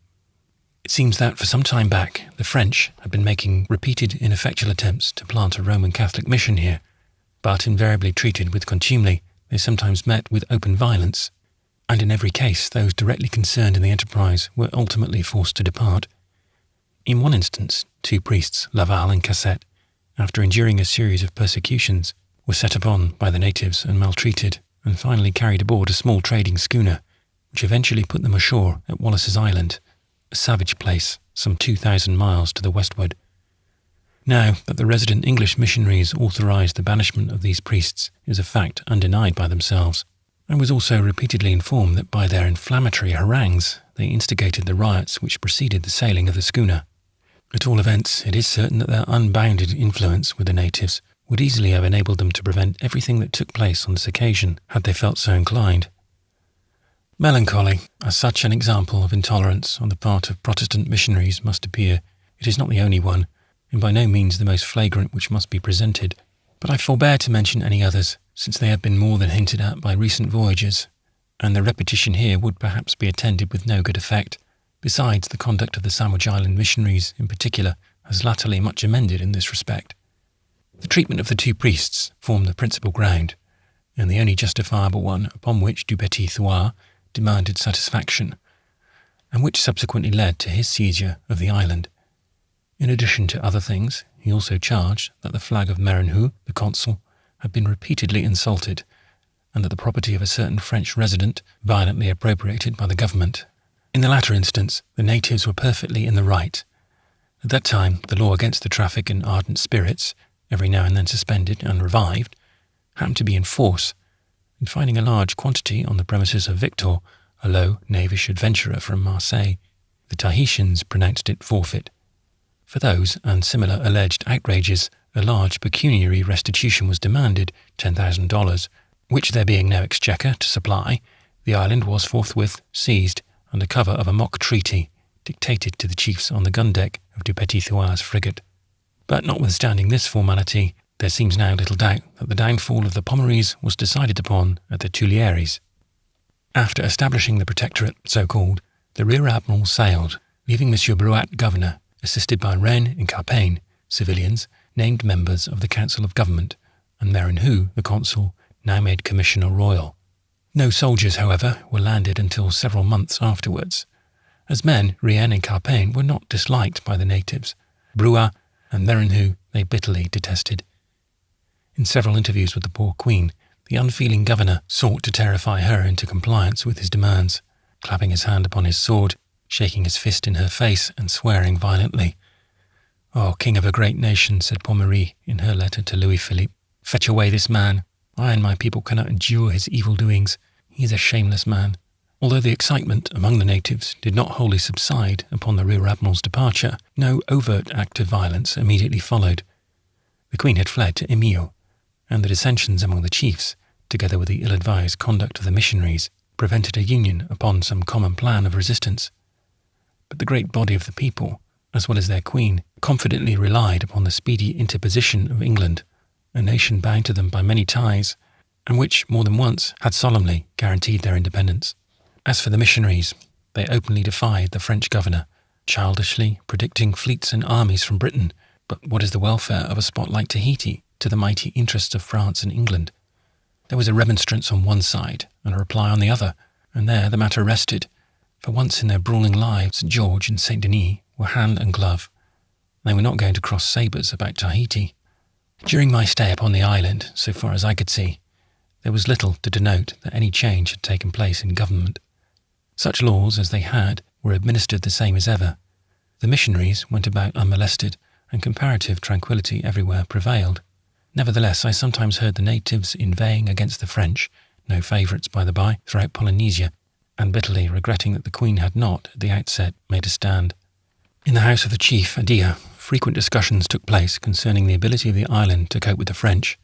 The number of fighting men and muskets among the natives were talked of, as well as the propriety of fortifying several heights overlooking Papeete. imputing these symptoms to the mere resentment of a recent outrage and not to any determined spirit of resistance. I little anticipated the gallant though useless warfare so soon to follow my departure. At a period subsequent to my first visit, the island, which before was divided into 19 districts with a native chief over each, in capacity of governor and judge, was, by Bruat, divided into 4. Over these he set his many recreant chiefs, Kitoti, Tati, Utumai, and Paraita, to whom he paid $1,000 each to secure their assistance in carrying out his evil designs. The first blood shed in any regular conflict was at Mahana, upon the peninsula of Taraibu. The fight originated in the seizure of a number of women from the shore by men belonging to one of the French vessels of war. In this affair, the islanders fought desperately, killing about 50 of the enemy and losing 90 of their own number. The French sailors and marines, who at that time were reported to be infuriated with liquor, gave no quarter, and the survivors only saved themselves by fleeing to the mountains. Subsequently, the battles of Harapapi and Farara were fought, in which the invaders met with indifferent success. Shortly after the engagement at Harapapi, 3 Frenchmen were waylaid in a pass of the valleys and murdered by the incensed natives. One was Lefebvre, a notorious scoundrel and a spy, whom Bruat had sent to conduct a certain Major Fergus, said to be a Pole, to the hiding place of 4 chiefs whom the governor wished to seize and execute. This circumstance violently inflamed the hostility of both parties. About this time, Kitoti, a depraved chief, and the pliant tool of Bruat, was induced by him to give a great feast in the Vale of Paris, to which all his countrymen were invited. The governor's object was to gain over all he could to his interests. He supplied an abundance of wine and brandy, and a scene of bestial intoxication was the natural consequence. Before it came to this, however, several speeches were made by the islanders. One of these, delivered by an aged warrior who had formerly been at the head of the celebrated Aorai Society, was characteristic. "This is a very good feast," said the reeling old man, "and the wine also is very good. But you evil-minded wee-wees, French, and you false-hearted men of Tahiti, are all very bad. By the latest account, most of the islanders still refuse to submit to the French. In what turn events may hereafter take, it is hard to predict. At any rate, these disorders must accelerate the final extinction of their race." Along with a few officers left by Dupetit Thouars were several French priests, for whose unobstructed exertions in the dissemination of their faith the strongest guarantees were provided by an article of the treaty. But no one was bound to offer them facilities, much less a luncheon, the first day they went ashore. True, they had plenty of gold, but to the natives it was anathema, taboo, and for several hours and some odd minutes they would not touch it.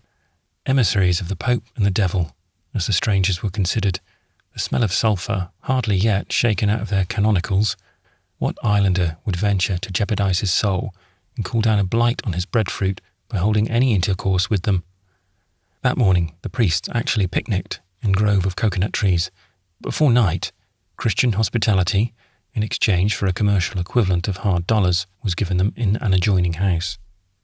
Wanting in civility, as the conduct of the English missionaries may be thought, in withholding a decent reception to these persons, the latter were certainly to blame in needlessly placing themselves in so unpleasant a predicament. Under far better auspices, they might have settled upon some one of the 1,000 unconverted isles of the Pacific, rather than have forced themselves thus upon a people already professedly Christians.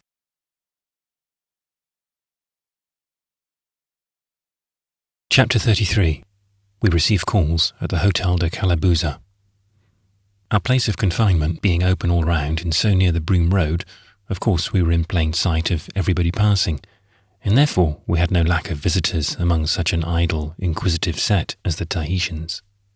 For a few days they were coming and going continually. While thus ignobly fast by the foot, we were fain to give passive audience. During this period, we were the lions of the neighbourhood, and no doubt strangers from the distant villages were taken to see the Kahauris, white men, in the same way that countrymen in a city are gallanted to the zoological gardens.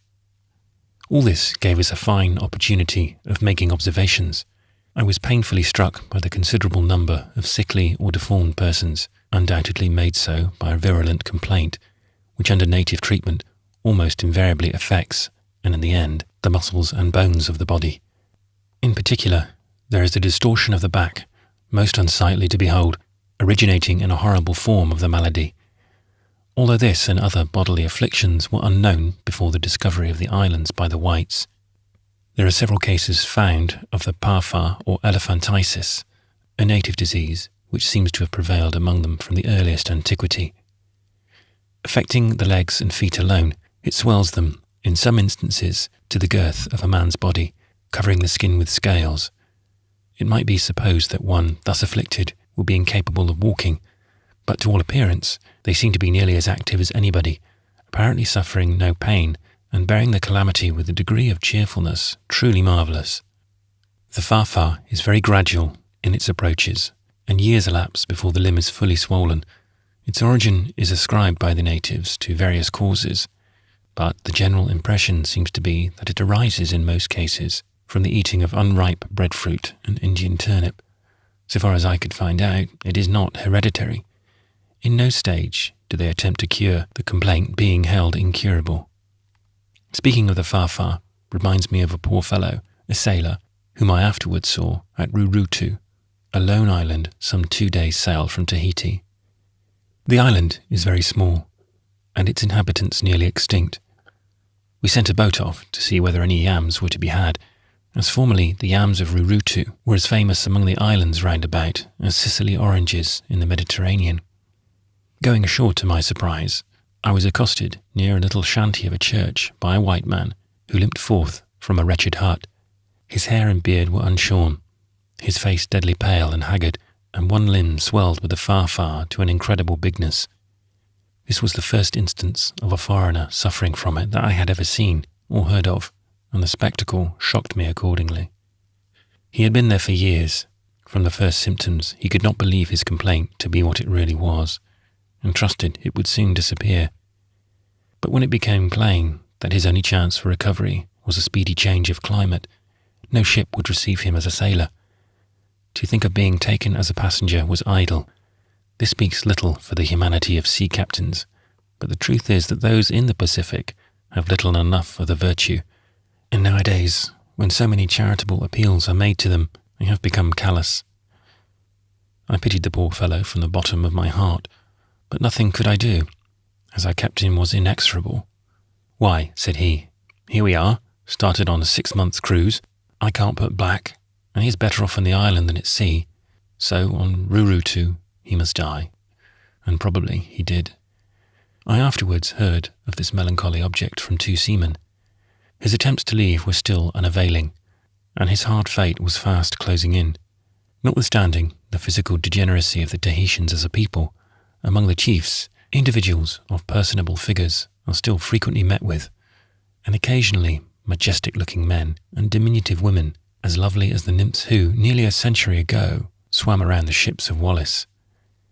In these instances, Tahitian beauty is quite as seducing as it proved to the crew of the Bounty, the young girls being just such creatures as a poet would picture in the tropics, soft, plump, and dreamy-eyed.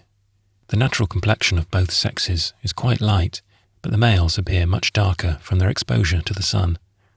A dark complexion, however, in a man, is highly esteemed as indicating strength of both body and soul. Hence there is a saying of great antiquity among them: if dark the cheek of the mother, the son will sound the war-conch; if strong her frame, he will give laws. With this idea of manliness, no wonder the Tahitians regarded all pale and tepid-looking Europeans as weak and feminine, whereas a sailor with a cheek like the breast of a roast turkey is held a lad of brawn, to use their own phrase, a tata tona, or man of bones. Speaking of bones recalls an ugly custom of theirs, now obsolete, that of making fish-hooks and gimlets out of those of their enemies. This beats the Scandinavians turning people's skulls into cups and saucers. But to return to the Calabuza Beretani, immense was the interest we excited among the throngs that called there. They would stand talking about us by the hour, growing most unnecessarily excited too, and dancing up and down with all the vivacity of their race. They invariably sided with us, and announcing him as a Aitemaitai Nui, or very bad exceedingly. They must have borne him some grudge or other. Nor were the women, sweet souls, at all backward in visiting. Indeed, they manifested even more interest than the men, gazing at us with eyes full of 1,000 meanings, and conversing with marvellous rapidity. But, alas, inquisitive though they were, and doubtless taking some passing compassion on us. There was little real feeling in them after all, and still less sentimental sympathy. Many of them laughed outright at us, noting only what was ridiculous in our plight. I think it was the second day of our confinement that a wild, beautiful girl burst into the calaboose and, throwing herself into an arch attitude, stood afar off and gazed at us. She was a heartless one, tickled to death with Black Dan's nursing his chafed ankle and indulging in certain moral reflections on the consul and Captain Guy. After laughing her fill at him, she condescended to notice the rest, glancing from one to the other in the most methodical and provoking manner imaginable. Whenever anything struck her comically, you saw it like a flash. Her finger levelled instantaneously, and flinging herself back, she gave loose to a strange, hollow little notes of laughter that sounded like the bass of a music box, playing a lively air with the lid down. Now I know not that there was anything in my own appearance calculated to disarm ridicule, and indeed to have looked at all heroic under the circumstances would have been rather difficult. Still, I could not but feel exceedingly annoyed at the prospect of being screamed at in turn by this mischievous young witch, even though she were but an islander, and to tell a secret, her beauty had something to do with this sort of feeling, and pinioned as I was to a log, and clad most unbecomingly, I began to grow sentimental. Ere her glance fell upon me, I had unconsciously thrown myself into the most graceful attitude I could assume, leaned my head upon my hand, and summoned up as abstracted an expression as possible. Though my face was averted, I soon felt it flush and knew that the glance was on me. Deeper and deeper grew the flush, and not a sound of laughter. Delicious thought. She was moved at the sight of me. I could stand it no longer, but started up. Lo, there she was, her great hazel eyes rounding and rounding in her head, like two stars, her whole frame in a merry quiver, and an expression about the mouth that was sudden and violent death to anything like sentiment. The next moment she spun round, and bursting from peal to peal of laughter, went racing out of the calaboose, and, in mercy to me, never returned.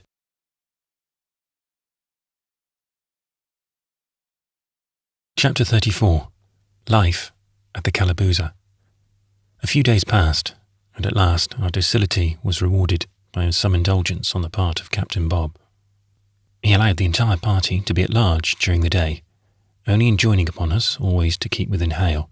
This, to be sure, was in positive disobedience to Wilson's orders, and so care had to be taken that he should not hear of it. There was little fear of the natives telling him, but strangers travelling the Broom Road might. By way of precaution, boys were stationed as scouts along the road. At sight of a white man, they sounded the alarm, when we all made for our respective holes, the stocks being purposely left open. The beam then descended, and we were prisoners. As soon as the traveller was out of sight, of course, we were liberated. Notwithstanding the regular supply of food which we obtained from Captain Bob and his friends, it was so small that we often felt most intolerably hungry. We could not blame them for not bringing us more, for we soon became aware that they had to pinch themselves in order to give us what they did. Besides, they received nothing for their kindness but the daily bucket of bread. Among a people like the Tahitians, what we call hard times can only be experienced in the scarcity of edibles. Yet so destitute are many of the common people that this most distressing consequence of civilization may be said with them to be ever present. To be sure, the natives about the calaboose had abundance of limes and oranges, but what were these good for except to impart a still keener edge to appetites which there was so little else to gratify? During the height of the breadfruit season, they fare better, but at other times the demands of the shipping exhaust the uncultivated resources of the island, and the lands being mostly owned by the chiefs, the inferior orders have to suffer for their cupidity. Deprived of their nets, many of them would starve. As Captain Bob insensibly remitted his watchfulness, and we began to stroll farther and farther from the calaboose, we managed by a systematic foraging upon the country round about to make up some of our deficiencies, and fortunate it was that the houses of the wealthier natives were just as open to us as those of the most destitute. We were treated as kindly in one as the other. Once in a while we came in at the death of a chief's pig, the noise of whose slaughtering was generally to be heard at a great distance. An occasion like this gathers the neighbours together, and they have a bit of a feast where a stranger is always welcome. A good loud squeal, therefore, was music in our ears. It showed something going on in that direction. Breaking in upon the party tumultuously, as we did, we always created a sensation. Sometimes we found the animal still alive and struggling, in which case it was generally dropped at our approach. To provide for these emergencies, Flash Jack generally repaired to the scene of operations with a sheath knife between his teeth and a club in his hand. Others were exceedingly officious in singeing off the bristles and disemboweling. Dr. Longhost and myself, however, never meddled with these preliminaries, came to the feast itself with unimpaired energies. Like all lank men, my long friend had an appetite of his own. Others occasionally went about seeking what they might devour, but he was always on the alert. He had an ingenious way of obviating an inconvenience which we all experienced at times. The islanders seldom used salt with their food, so he begged Rope Yarn to bring him some from the ship, also a little pepper if he could, which accordingly was done. This he placed in a small leather wallet, a monkey bag, so called by sailors, usually worn as a purse about the neck. In my opinion, said Longhost, as he tucked the wallet out of sight, it behooves a stranger in Tahiti to have his knife in readiness and his castor slung.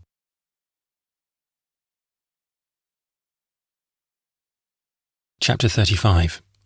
Visit from an old acquaintance.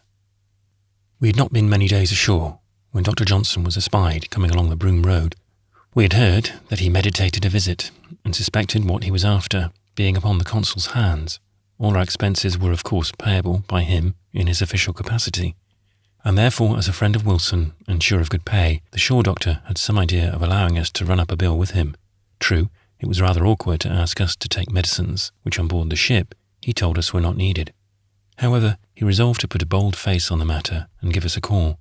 His approach was announced by one of the scouts, upon which someone suggested that we should let him enter, and then put him in the stocks, but Longhost proposed better sport. What it was we shall presently see. Very bland and amiable, Dr. Johnson advanced, and resting his cane on the stocks, glanced to right and left as we lay before him. "Well, my lads," he began, "how do you find yourselves today?" Looking very demure, the men made some rejoinder, and he went on. "Those poor fellows I saw the other day, the sick, I mean, how are they?" And he scrutinised the company. At last he singled out one who was assuming a most unearthly appearance, and remarked that he looked as if he were extremely ill. "Yes," said the sailor, dolefully, "I'm afeard, doctor. I'll soon be losing the number of my mess," a sea phrase for departing this life, and he closed his eyes and moaned. "What does he say?" said Johnson, turning round eagerly. "Why," exclaimed Flash Jack, who volunteered as interpretator, "he means he's going to croak." Die. "Croak? And what does that mean, applied to a patient?" "Oh, I understand," said he, when the word was explained, that he stepped over the stocks and felt the man's pulse. "What's his name?" he asked, turning this time to old Navy Bob. "We calls him Jingling Joe," replied that worthy. "Well then, men, you must take good care of poor Joseph, and I will send him a powder which must be taken according to the directions. Some of you know how to read, I presume?" "That cove does," replied Bob, pointing toward the place where I lay, as if he were directing attention to a sail at sea. After examining the rest, some of them were really invalids, but convalescent, and others only pretending to be labouring under divers maladies. Johnson turned round and addressed the party. "Men," said he, "if any more of you are ailing, speak up and let me know. By order of the consul, I'm to call every day, so if any of you are at all sick, it's my duty to prescribe for you. This sudden change from ship fare to shore living plays the deuce with you sailors, so be cautious about eating fruit. Good day, I'll send you the medicines the first thing in the morning." Now I am inclined to suspect that with all his want of understanding, Johnson must have had some idea that we were quizzing him. Still, that was nothing, so long as it answered his purpose, and therefore, if he did see through us, he never showed it. Sure enough, at the time appointed, along came a native lad with a small basket of coconut stalks, filled with powders, pill-boxes and vials, each with names and directions written in a large round hand. The sailors, one and all, made a snatch at the collection, under the strange impression that some of the vials were seasoned with spirits, but asserting his privilege as a physician to the first reading of the labels, Dr. Longhost was at last permitted to take possession of the basket. The first thing lighted upon was a large vial, labelled "For William, rub well in." This vial certainly had a spirituous smell, and upon handing it to the patient, he made a summary internal application of its contents. The doctor looked aghast. There was now a mighty commotion. Powders and pills were voted mere drugs in the market, and holders of vials were pronounced lucky dogs. Johnson must have known enough of the sailors to make some of his medicines palatable. This, at least, Longo suspected. Certain it was, everyone took to the vials, if at all spicy. Directions were unheeded, their contents all going one road. The largest one of all, quite a bottle indeed, and having a sort of burnt brandy odour, was labelled, "For Daniel, drink freely and until relieved." This Black Dan proceeded to do, and would have made an end of it at once had not the bottle, after a hard struggle, been snatched from his hands, and passed around like a jovial decanter. The old tar had complained of the effects of an immoderate eating of fruit. Upon calling the following morning, our physician found his precious row of patients reclining upon their stocks, and doing as well as could be expected. But the pills and powders were found to have been perfectly inactive, probably because none had been taken. To make them efficacious, it was suggested that, for the future, a bottle of Pisco should be sent along with them. According to Flash Jack's notions, unmitigated medical compounds were but dry stuff at the best, and needed something good to wash them down. Thus far, our own MD, Dr. Longoast, after starting the frolic, had taken no further part in it, but on the physician's third visit, he took him to one side and had a private confabulation.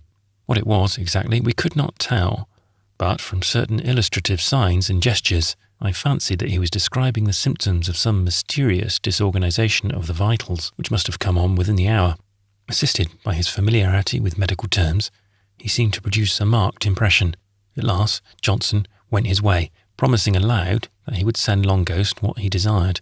When the medicine boy came along the following morning, the doctor was the first to accost him, walking off with a small purple vial. This time there was little else in the basket but a case bottle of the burnt brandy cordial, which after much debate was finally disposed of by someone pouring the contents, little by little, into the half of a coconut shell, and so giving all who desired a glass. No further medicinal cheer remaining, the men dispersed.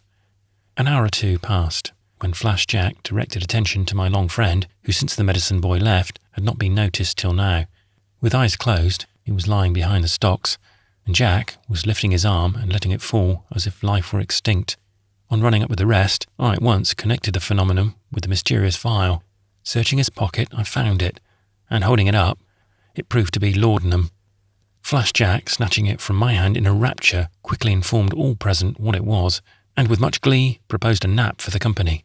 Some of them, not comprehending him exactly, the apparently defunct Longoast, who lay so still that I a little suspected the genuineness of his sleep, was rolled about as an illustration of the virtue of the vial's contents. The idea tickled everybody mightily, and throwing themselves down, the magic draught was passed from hand to hand. Thinking that as a matter of course they must at once become insensible, each man, upon taking his sip, fell back and closed his eyes. There was little fear of the result, since the narcotic was equally distributed, but curious to see how it would operate, I raised myself gently after a while and looked around. It was about noon and perfectly still, and as we all daily took the siesta, I was not much surprised to find everyone quiet. Still, in one or two instances, I thought I detected a little peeping. Presently I heard a footstep, and saw Dr. Johnson approaching. And perplexed enough did he look at the sight of his prostrate file of patients, plunged apparently in such unaccountable slumbers. "Daniel," he cried at last, punching in the side with his cane the individual thus designated. "Daniel, my good fellow, get up, do you hear?" But Black Dan was immovable, and he poked the next sleeper. Joseph, come on, wake up, it's me, Dr. Johnson." But Jingling Joe, with mouth open and eyes shut, was not to be started. "Bless my soul," he exclaimed with uplifted hands and cane.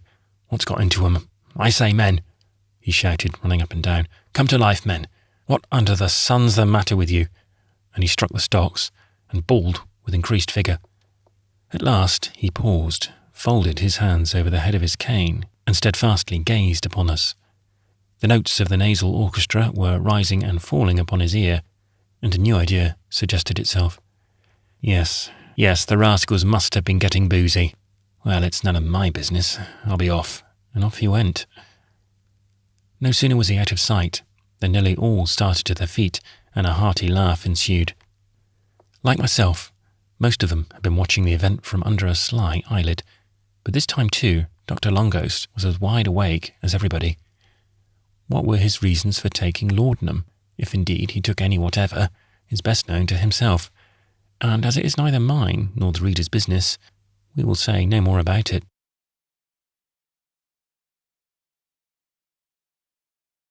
Chapter 36. we are carried before the consul and captain. We had been inmates of the Calabuza Beretani about 2 weeks, when one morning Captain Bob, coming from the bath in a state of utter nudity, brought into the building an armful of old tappa and began to dress to go out. The operation was quite simple. The tappa, of the coarsest kind, was in one long, heavy piece, and fastening one end to a column of hibiscus wood supporting the Calabuza, he went off a few paces, and putting the other about his waist, wound himself right up to the post. This unique costume, in rotundity something like a farthingale, added immensely to his large hulk, so much so that he fairly waddled in his gait. But he was only adhering to the fashion of his fathers, for in the olden time the kaihi, or big girdle, was quite the mode for both sexes. Bob, despising recent innovations, still clung to it. He was a gentleman of the old school, one of the last of the kaihis. He now told us that he had orders to take us before the consul. Nothing loth, we formed in procession, and with the old man at our head, sighing and labouring like an engine, and flanked by a guard of some 20 natives, we started for the village. Arrived at the consular office, we found Wilson there, and 4 or 5 Europeans, seated in a row facing us, probably with the view of presenting as judicial an appearance as possible. On one side was a couch, where Captain Guy reclined. He looked convalescent, and as we found out, intended soon to go aboard his ship.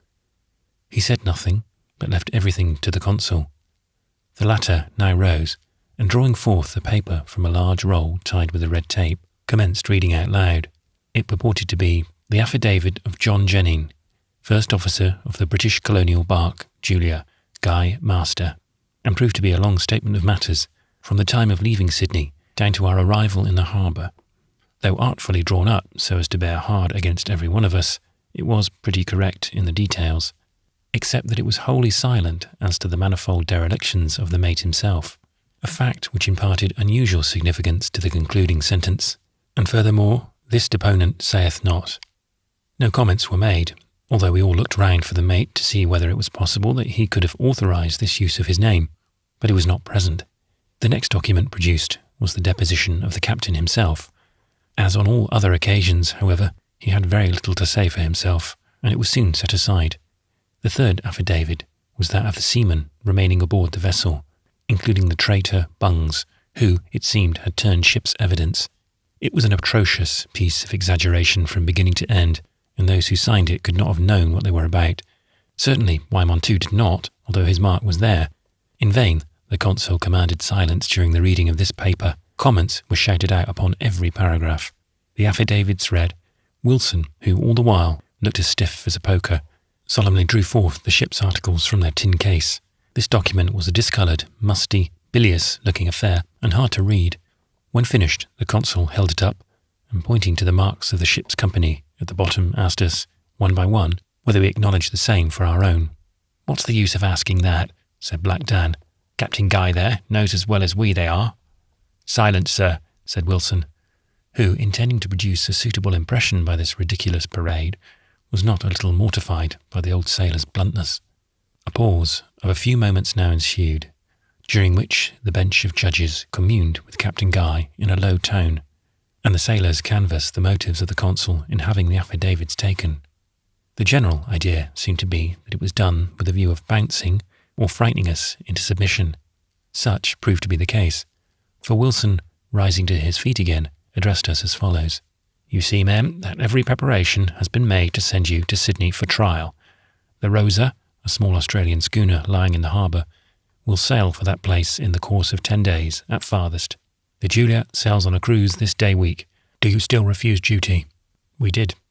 Hereupon the consul and captain exchanged glances, and the latter looked bitterly disappointed. Presently I noticed Guy's eyes upon me, and for the first time he spoke, and told me to come near. I stepped forward. "Was it not you that was taken off the island?" "It was." "It was you, then, who owe your life to my humanity. Yet this is the gratitude of a sailor, Mr. Wilson." "Not so, sir." And I at once gave him to understand that I was perfectly acquainted with his motives in sending a boat into the bay. His crew was reduced, and he merely wished to procure the sailor whom he expected to find there. The ship was the means of my deliverance, and no thanks to the benevolence of its captain. Dr. Longost also had a word to say.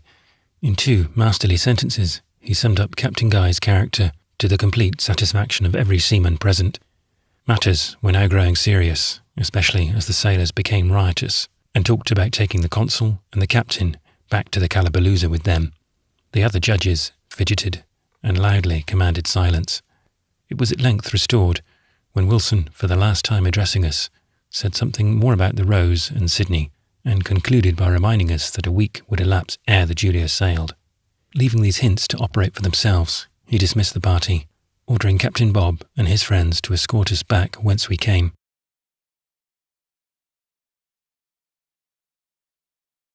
Chapter 37. The French Priests Pay Their Respects. A day or 2 after the events just related, we were lounging in the Calabooza Beretani when we were honoured by a visit from 3 of the French priests, and as about the only notice ever taken of us by the English missionaries was their leaving their cards for us in the shape of a package of tracts, we could not help but thinking that the Frenchmen, in making a personal call, were at least much better bred. By this time, they had settled themselves down quite near our habitation. A pleasant little stroll down the Broom Road and a rustic cross peeped through the trees, and you soon came to as charming a place as one would wish to see: a soft knoll planted with old breadfruit trees, in front a savannah sloping to a grove of palms, in between these glimpses of blue, sunny waves.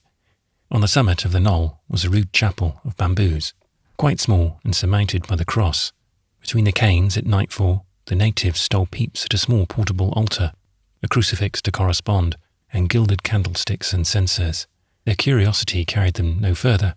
Nothing could induce them to worship there.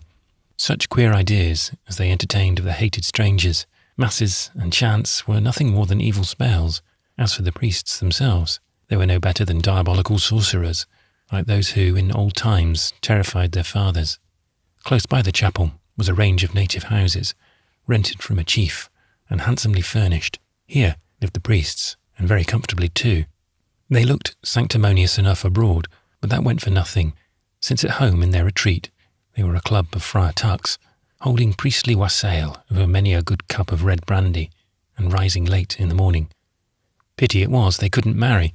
Pity for the ladies of the island, I mean, and the cause of morality. For what business has the ecclesiastical old bachelors with such a set of trim little native handmaidens?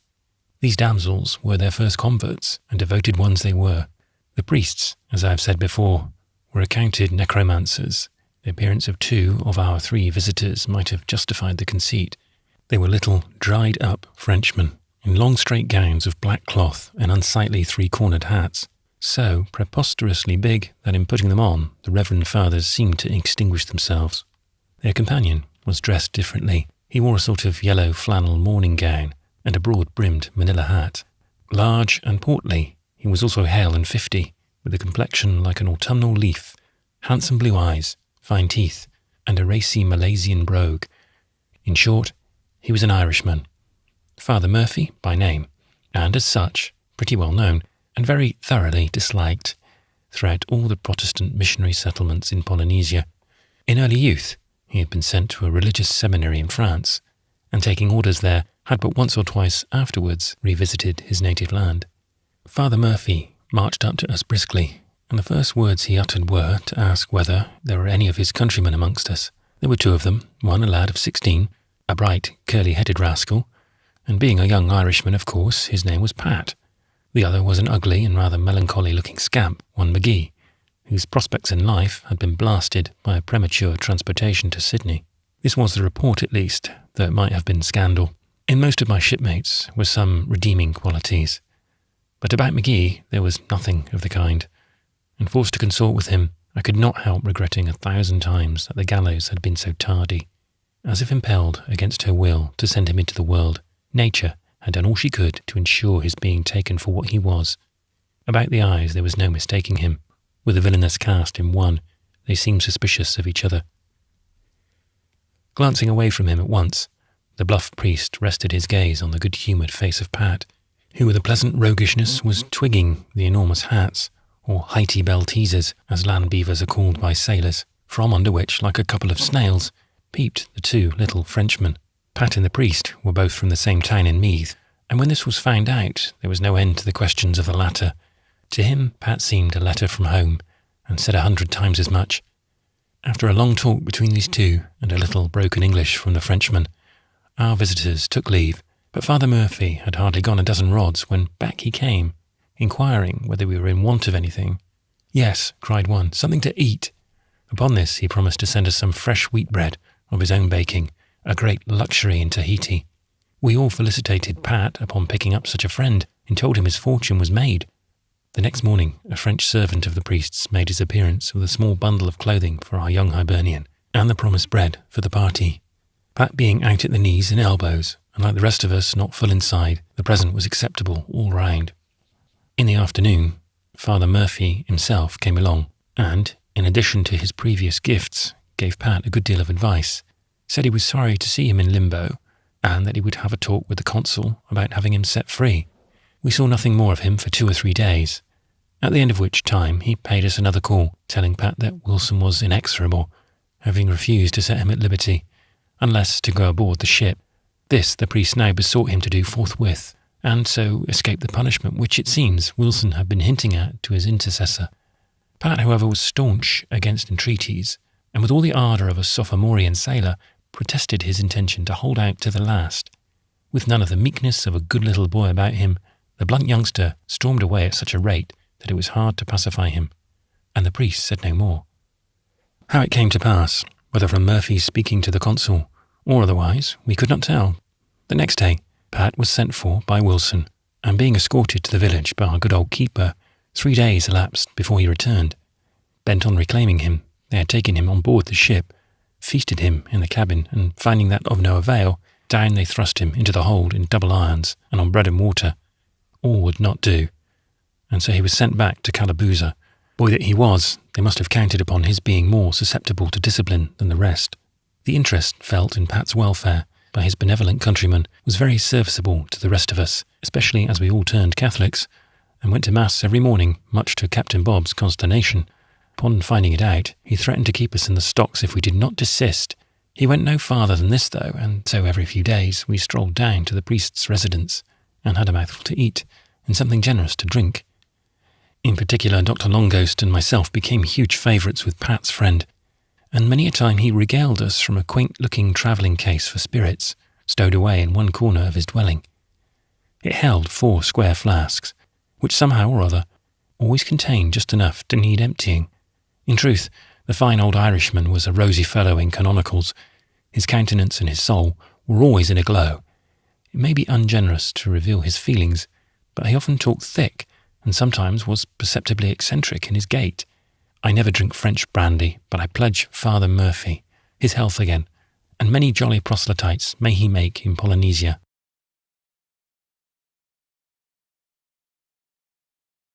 Chapter 38. Little Julia sails without us. To make good the hint thrown out by the consul upon the conclusion of the farce of the affidavits, we were again brought before him within the time specified. It was the same thing over again. He got nothing out of us, and we were remanded, our resolute behaviour annoying him prodigiously.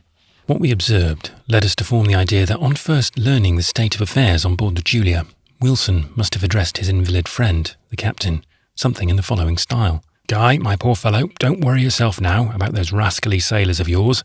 I'll dress them out for you. Just leave it all to me and set your mind at rest."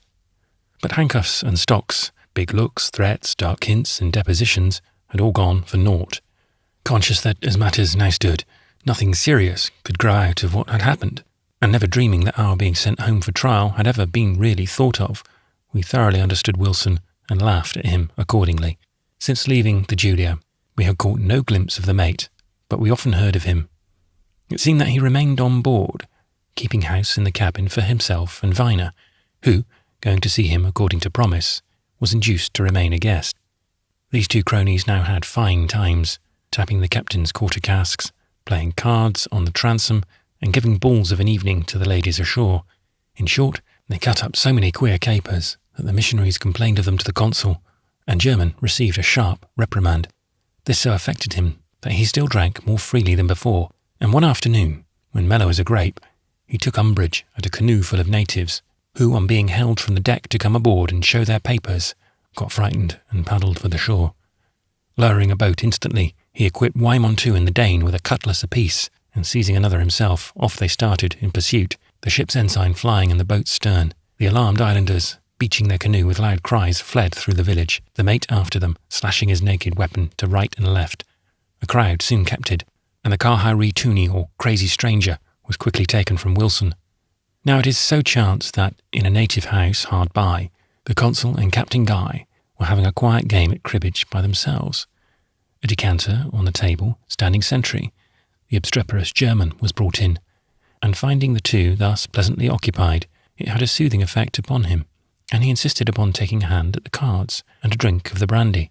As the consul was nearly as tipsy as himself, and the captain dared not object for fear of giving offence, at it they went, all three of them, and made a night of it, the mate's delinquencies being summarily passed over, and his captors sent away. An incident worth relating grew out of this freak. There wandered about Papiti, at this time, a shrivelled little fright of an Englishwoman, known among sailors as Old Mother Tot. From New Zealand to the Sandwich Islands, she had been all over the South Seas, keeping a rude hut of entertainment for mariners, and supplying them with rum and dice. Upon the missionary islands, of course, such conduct was severely punishable, and at various places Mother Tot's establishment had been shut up, and its proprietor made to quit in the first vessel that could be hired to land her elsewhere. But with a perseverance invincible, wherever she went, she always started afresh, and so became notorious everywhere. By some wicked spell of hers, a patient, one-eyed little cobbler followed her about, mending shoes for white men, doing the old woman's cooking and bearing all her abuse without grumbling. Strange to relate, a battered Bible was seldom out of his sight, and whenever he had leisure, and his mistress's back was turned, he was forever poring over it. This pious propensity used to enrage the old crone past belief, and oftentimes she boxed his ears with a book and tried to burn it. Mother Tot and her man Josie were indeed a curious pair. But to my story. A week or so after our arrival in the harbour, the old lady had once again been hunted down and forced for the time to abandon her nefarious calling. This was brought about chiefly by Wilson, who for some reason unknown had contracted the most violent hatred for her, which on her part was more than reciprocated. Well, passing in the evening, where the consul and his party were making merry, she peeped through the bamboos of the house, and straightway resolved to gratify her spite. The night was very dark, and providing herself with a huge ship's lantern, which usually swung in her hut, she waited till they came forth. This happened about midnight, Wilson making his appearance, supported by two natives, holding him up by the arms. These three went first, and just as they got under a deep shade, a bright light was thrust within an inch of Wilson's nose. The old hag was kneeling before him, holding the lantern with an uplifted hands. "Ha ha, my fine counsellor," she shrieked. "You persecute a lone old body like me for selling rum, do ye? And here ye are, carried home drunk. Hoot, you villain, I scorn ye!" And she spat upon him. Terrified at the apparition, the poor natives, arrant believers in ghosts, dropped the trembling consul and fled in all directions. After giving full rent to her rage, Mother Tot holed away and left the three revellers to stagger home the best they could. The day following our last interview with Wilson, we learned that Captain Guy had gone on board his vessel for the purpose of shipping a new crew. There was a round bounty offered, and a heavy bag of Spanish dollars with the Julia's articles ready for signing were laid on the capstan head. Now there was no lack of idle sailors ashore, mostly beachcombers who had formed themselves into an organised gang headed by one Mac, a Scotchman, whom they styled the Commodore. By the laws of the fraternity, no member was allowed to ship on board a vessel unless granted permission by the rest. In this way the gang controlled the port, all discharged seamen being forced to join them. To Mac and his men, our story was well known. Indeed, they had several times called to see us, and of course, as sailors and congenial spirits, they were hard against Captain Guy. Deeming the matter important, they came in a body to the Calabooza, and wished to know whether, all things considered, we thought it best for any of them to join the Julia. Anxious to pack the ship off as soon as possible, we answered by all means. Some went so far as to laud the Julia to the skies as the best and fastest of ships. German, too, as a good fellow, and the sailor every inch, came in for his share of praise. And as for the captain, quiet man, he would never trouble anyone.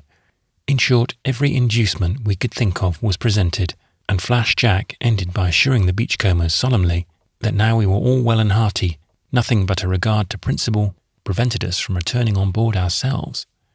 The result was that a new crew was finally obtained, together with a steady New Englander for second mate, and 3 good whalemen for harpooners. In part, what was wanting for the ship's larder was also supplied, and as far as could be done in a place like Tahiti, the damages the vessel had sustained were repaired. As for the Maori, the authorities refusing to let him be put ashore, he was carried to sea in irons down in the hold. What eventually became of him, we never heard.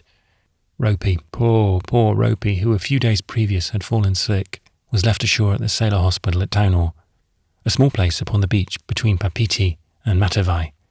Here, some time after, he breathed his last. No one knew his complaint. He must have died of hard times. Several of us saw him interred in the sand, and I planted a rude post to mark his resting place. The cooper and the rest who had remained aboard from the first, of course, composed part of the Julia's new crew. To account for the conduct, all along, of the consul and the captain in trying so hard to alter our purpose with respect to the ship, the following statement is all that is requisite, besides an advance from $15 to $25 demanded by every sailor shipping at Tahiti. An additional sum for each man so shipped has to be paid into the hands of the government as a charge of the port. Besides this, the men, with here and there an exception, will only ship for 1 cruise, thus becoming entitled to a discharge before the vessel reaches home, which in time creates the necessity of obtaining other men at a similar cost. Now the Julia's exchequer was at low water mark, or rather it was quite empty, and to meet these expenses, a good part of what little oil there was aboard had to be sold for a song to a merchant of Papeete. It was Sunday in Tahiti, and a glorious morning, when Captain Bob, waddling into the Calabuza, startled us by announcing, "Ah, my boy, shippy you, hurry, make your sail." In other words, the Julia was off. The beach was quite near, and in this quarter altogether uninhabited. So down we ran, and at cable's length saw little Jewel gliding past, top-gallant sails hoisting, and a boy aloft with 1 leg thrown over the yard, loosing the fore royal. The decks were all life and commotion, the sailors on the forecastle singing, "Ho, cheerly men," as they catted the anchor, and the gallant Janine, bareheaded as his wont, standing up on the bowsprit and issuing his orders. By the man at the helm stood Captain Guy, very quiet and gentlemanly, and smoking a cigar. Soon the ship drew near the reef, and altering her course, glided out through the break and went on her way. Thus disappeared little Jewel, about 3 weeks after entering the harbour, and nothing more have I ever heard of her.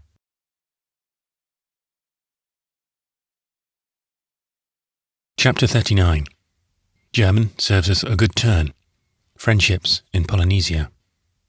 The ship out of the way, we were quite anxious to know what was going to be done with us. On this head, Captain Bob could tell us nothing, no further, at least, than that he still considered himself responsible for our safekeeping. However, he never put us to bed any more, and we had everything our own way. The day after the Julia left, the old man came up to us in great tribulation, saying that the bucket of bread was no longer forthcoming, and that Wilson had refused to send anything in its place.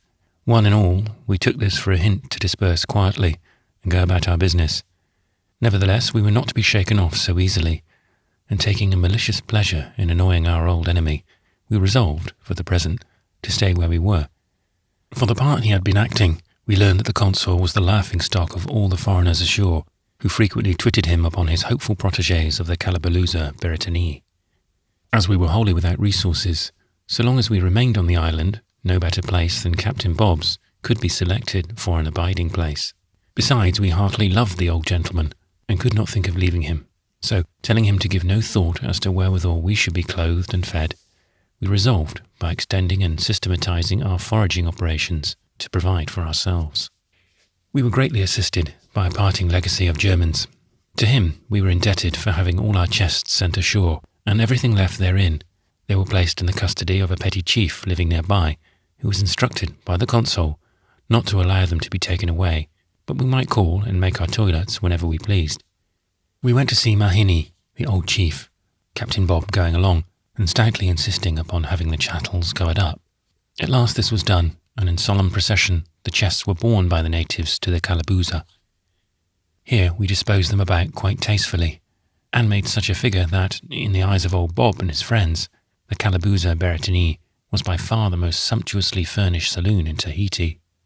Indeed, so long as it remained thus furnished, the native courts of the district were held there, the judge, the mahini, and his associates sitting upon one of the chests, and the culprits and spectators thrown at full length upon the ground, both inside of the building and under the shade of the trees without, while leaning over the stocks as from a gallery, the worshipful crew of the Julia looked on and canvassed the proceedings. I should have mentioned before that previous to the vessel's departure, the men had bartered away all the clothing they could possibly spare, but now it was resolved to be more provident. The contents of the chests were of the most miscellaneous description: sewing utensils, marling spikes, strips of calico, bits of rope, jackknives, nearly everything, in short, that a seaman could think of. But of wearing apparel, there was little but old frocks, remnants of jackets and legs of trousers, with now and then the foot of a stocking. These, however, were far from being valueless, for among the poorer Tahitians, everything European is highly esteemed. They come from Beretini, Vanua, Parari, Britain, land of wonders, and that is enough. The chests themselves were deemed exceedingly precious, especially those with unfractured looks, which would absolutely click and enable the owner to walk off with the key. Scars, however, and bruises were considered great blemishes. One old fellow, smitten with the doctor's large mahogany chest, a well-filled one, by the by, and finding infinite satisfaction in merely sitting thereon, was detected in the act of applying a healing ointment to a shocking scratch which impaired the beauty of the lid. There is no telling the love of a Tahitian for a sailor's trunk. So ornamental is it held as an article of furniture in the hut, that the women are incessantly tormenting their husbands to bestir themselves and make them a present of one. When obtained, no pier table, just placed in a drawing-room, is regarded with half the delight. For these reasons, then, our coming into possession of our estate at this time was an important event. The islanders are much like the rest of the world, and the news of our good fortune brought us troops of teos, or friends, eager to form an alliance after the national custom, and do our slightest bidding. The curious way in which all the Polynesians are in the habit of making bosom friends at the shortest possible notice is deserving of remark.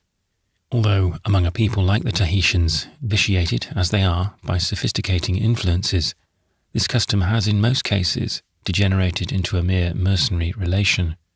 It nevertheless had its origin, and in some instances heroic sentiment, formerly entertained by their fathers. In the annals of the island are examples of extravagant friendships, unsurpassed by the story of Damon and Pythias, in truth much more wonderful. For notwithstanding the devotion, even of life in some cases, to which they led, they were frequently entertained at first sight for some stranger from another island.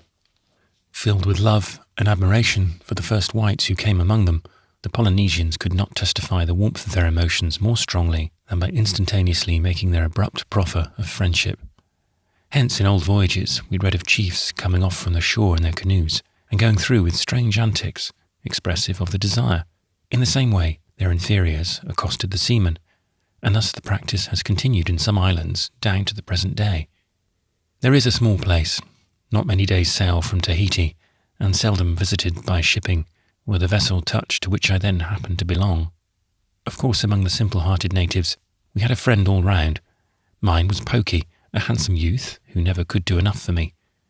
Every morning at sunrise, his canoe came alongside, loaded with fruits of all kind. Upon being emptied, it was secured by a line to the bowsprit, under which it lay all day long, ready at any time to carry its owner ashore on an errand. Seeing him so indefatigable, I told Pokey one day that I was a virtuoso in shells and curiosities of all kinds. That was enough. Away he paddled for the head of the bay, and I never saw him again for 24 hours. The next morning his canoe came gliding slowly along the shore, with the full-leaved bough of a tree for a sail. For the purposes of keeping the things dry, he had also built a sort of platform just behind the prow, railed in with green wickerwork, and here was a heap of yellow bananas and cowrie shells, young coconuts and antlers of red coral, 2 or 3 pieces of carved wood, a little pocket idol, black as jet, and rolls of printed tapa. We were given a holiday, and upon going ashore, Pokey, of course, was my companion and guide. For this, no mortal could be better qualified. His native country was not large, and he knew every inch of it. Gallanting me about, everyone was stopped and ceremoniously introduced to Pote's Teo Kahauri Nui, or his particular white friend.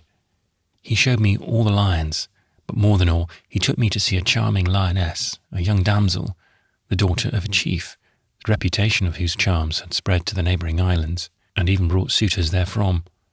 Among these was Tuboy, the heir of Tamaturi, king of Ayater, one of the Society Isles. The girl was certainly fair to look upon. Many heavens were in her sunny eyes, and the outline of that arm of hers, peeping forth from a capricious tapa robe, was the very curve of beauty. Though there was no end to Pokey's attentions, not a syllable did he ever breathe of reward, but sometimes he looked very knowing. At last the day came for sailing, and with it also his canoe, loaded down to the gunwale with a sea stock of fruits. Giving him all I could spare from my chest, I went on deck to take my place at the windlass, for the anchor was weighing. Pokey followed, and heaved with me at the same handspike. The anchor was soon up, and away we went out of the bay, with more than 20 shallops towing astern. At last they left us. But long as I could see him at all, there was Pokey, standing alone and motionless in the bow of his canoe.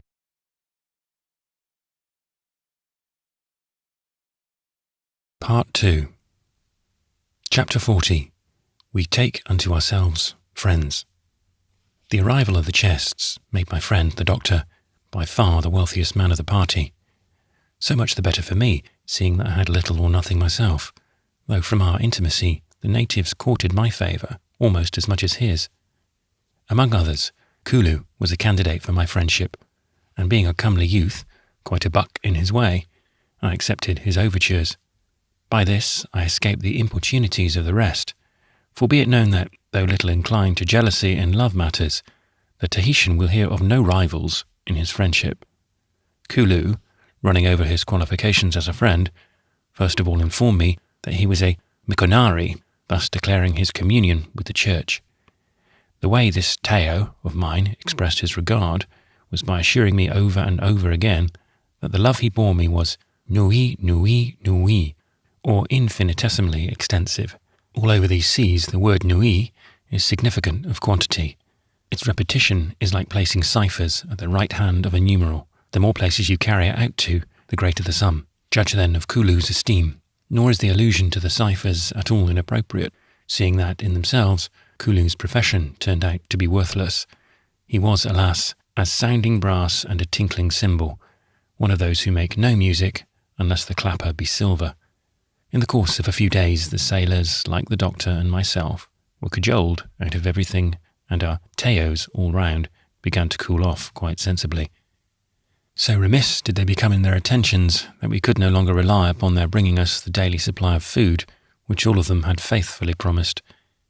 As for Kulu, after sponging me well, he one morning played the part of a retrograde lover, informing me that his affections had undergone a change. He had fallen in love at first sight with a smart sailor, who had just stepped ashore quite flush from a lucky whaling cruise. It was a touching interview, and with it our connection dissolved, but the sadness which ensued would soon have dissipated, had not my sensibilities been wounded by his indelicately sporting some of my gifts very soon after this transfer of his affections. Hardly a day passed that I did not meet him on the Broom Road, airing himself in a regatta shirt, which I had given him in happier hours.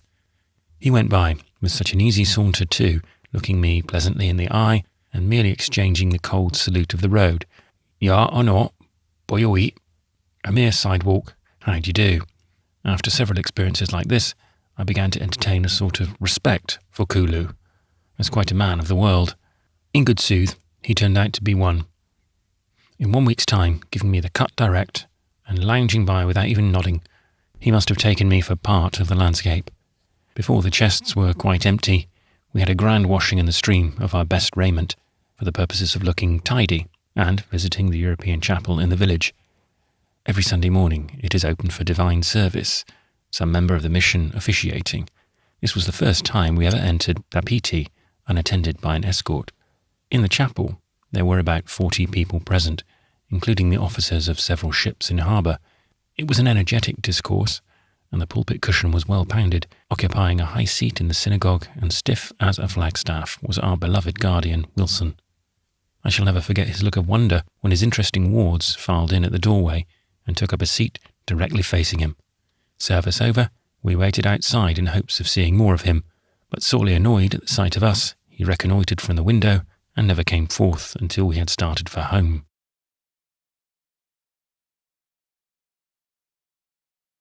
Chapter 41. We levy contributions on the shipping.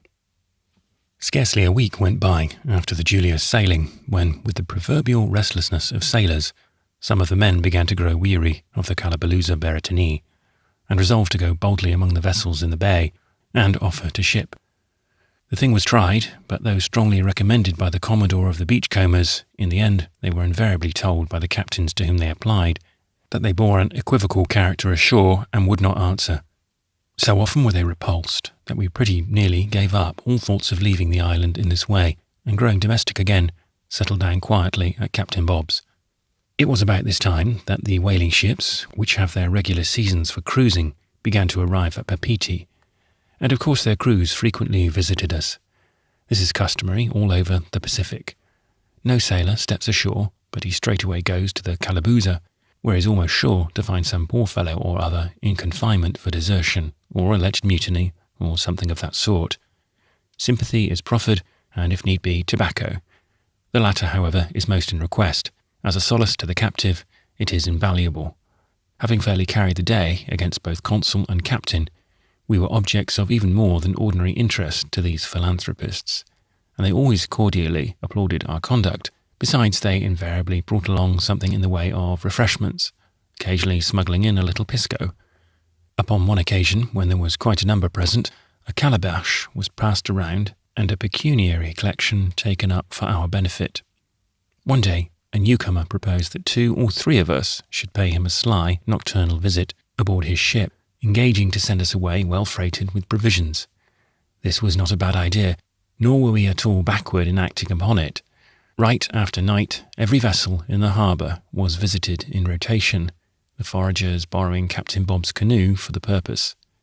As we all took our turns at this, 2 by 2, in due course it came to Longghost and myself, for the sailors invariably linked us together. In such an enterprise, I somewhat distrusted the doctor, for he was no sailor, and very tall, and a canoe is the most ticklish of navigable things. However, it could not be helped, and so we went. But a word about the canoes before we go any further.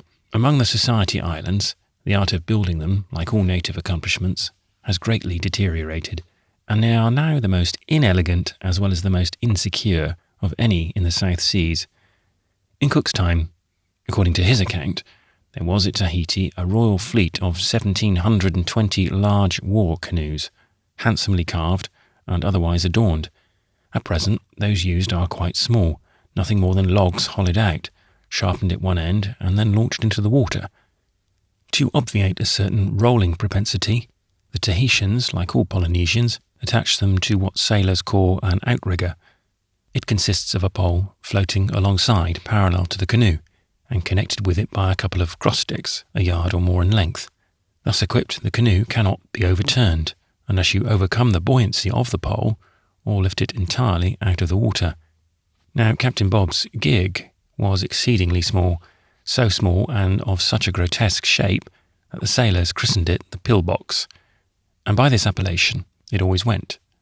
In fact, it was a sort of sulky, meant for a solitary paddler, but on an emergency capable of floating 2 or 3.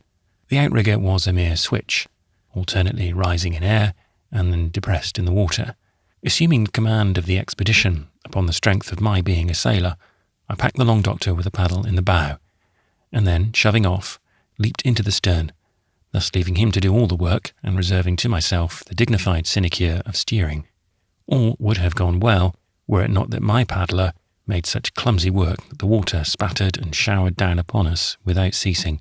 Continuing to ply his tool, however, quite energetically, I thought he would improve after a while, and so let him alone. But by and by, getting wet through with this little storm we were raising, and seeing no signs of its clearing off, I conjured him, in mercy's name, to stop short and let me wring myself out. Upon this, he suddenly turned round when the canoe gave a roll. The outrigger flew overhead, and the next moment came rap on the doctor's skull, and we were both in the water. Fortunately, we were just over a ledge of coral, not half a fathom under the surface. Depressing one end of the filled canoe and letting go of it quickly, it bounced up and discharged a great part of its contents, so that we easily bailed out the remainder and again embarked. This time my comrade coiled himself away in a very small space, and enjoining upon him not to draw a single unnecessary breath, I proceeded to urge the canoe along by myself. I was astonished at his docility, never speaking a word, stirring neither hand nor foot, but the secret was he was unable to swim, and in case we met with a second mishap, there were no more ledges beneath to stand upon. "Crowning's but a shabby way of going out of the world," he exclaimed upon my rallying him, "and I'm not going to be guilty of it." At last the ship was at hand, and we approached with much caution, wishing to avoid being hailed by everyone from the quarter-deck. Dropping silently under her bows, we heard a low whistle, the signal agreed upon, and presently a goodly-sized bag was lowered over to us. We cut the line, and then paddled away as fast as we could, and made the best of our way home. Here we found the rest waiting impatiently. The bag turned out to be well filled with sweet potatoes boiled, cubes of salt beef and pork, and a famous sailor's pudding, what they call duff, made of flour and water, and of about the consistence of an underdone brick. With these delicacies and keen appetites, we went out into the moonlight and had a nocturnal picnic.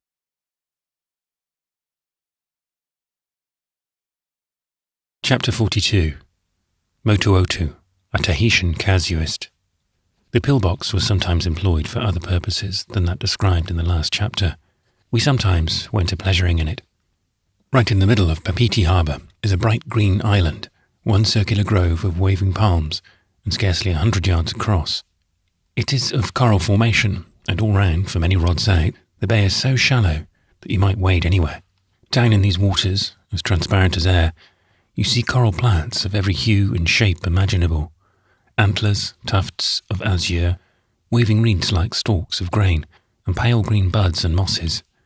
In some places you look through prickly branches down to a snow-white floor of sand, sprouting with flinty bulbs, and crawling among these are strange shapes, some bristling with spikes, others clad in shining coats of mail, and here and there round forms all spangled with eyes.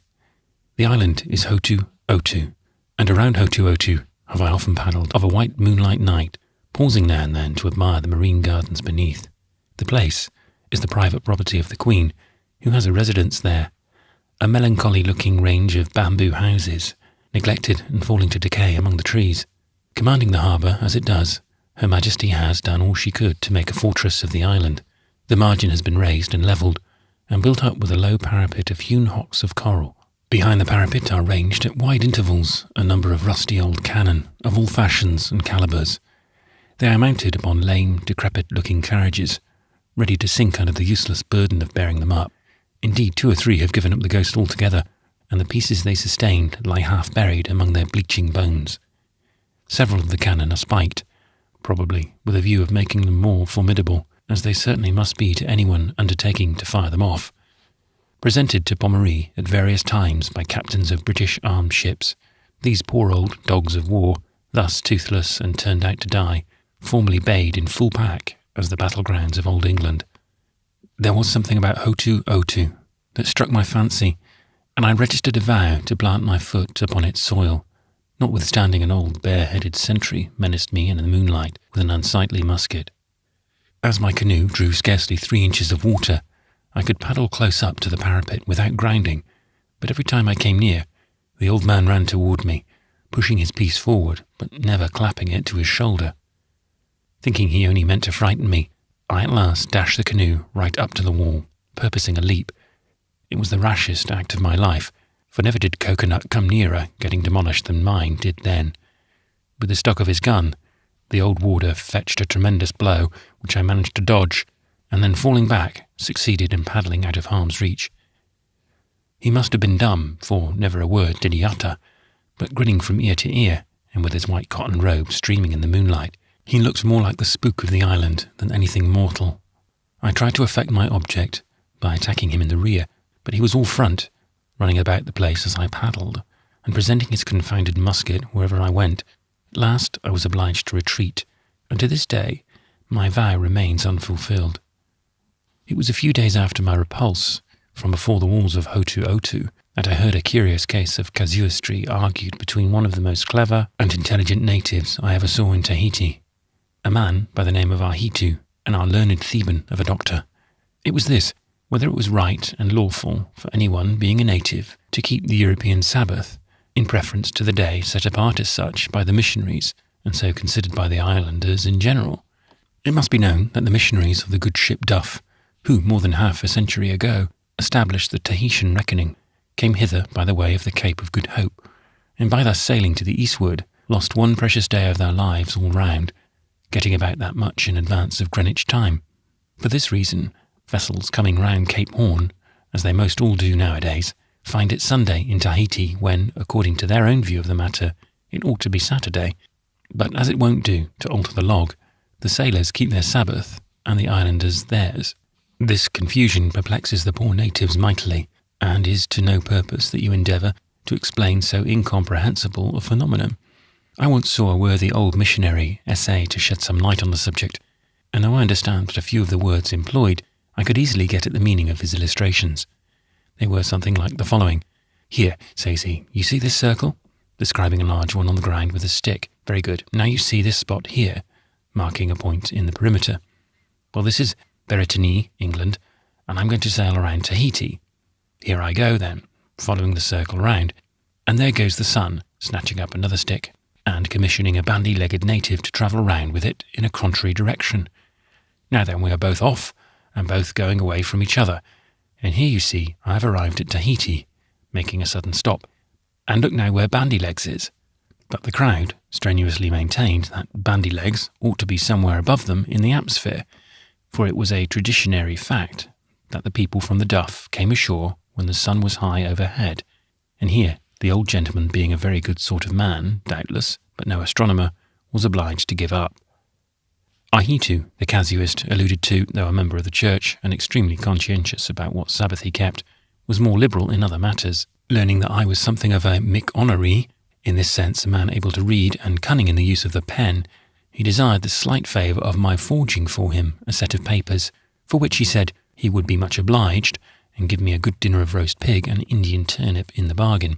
Now Ahitu was one of those who board the shipping for their washing, and the competition being very great, the proudest chiefs not disdaining to solicit custom in person, though the work is done by their dependents, he had decided upon a course suggested by a knowing sailor, a friend of his.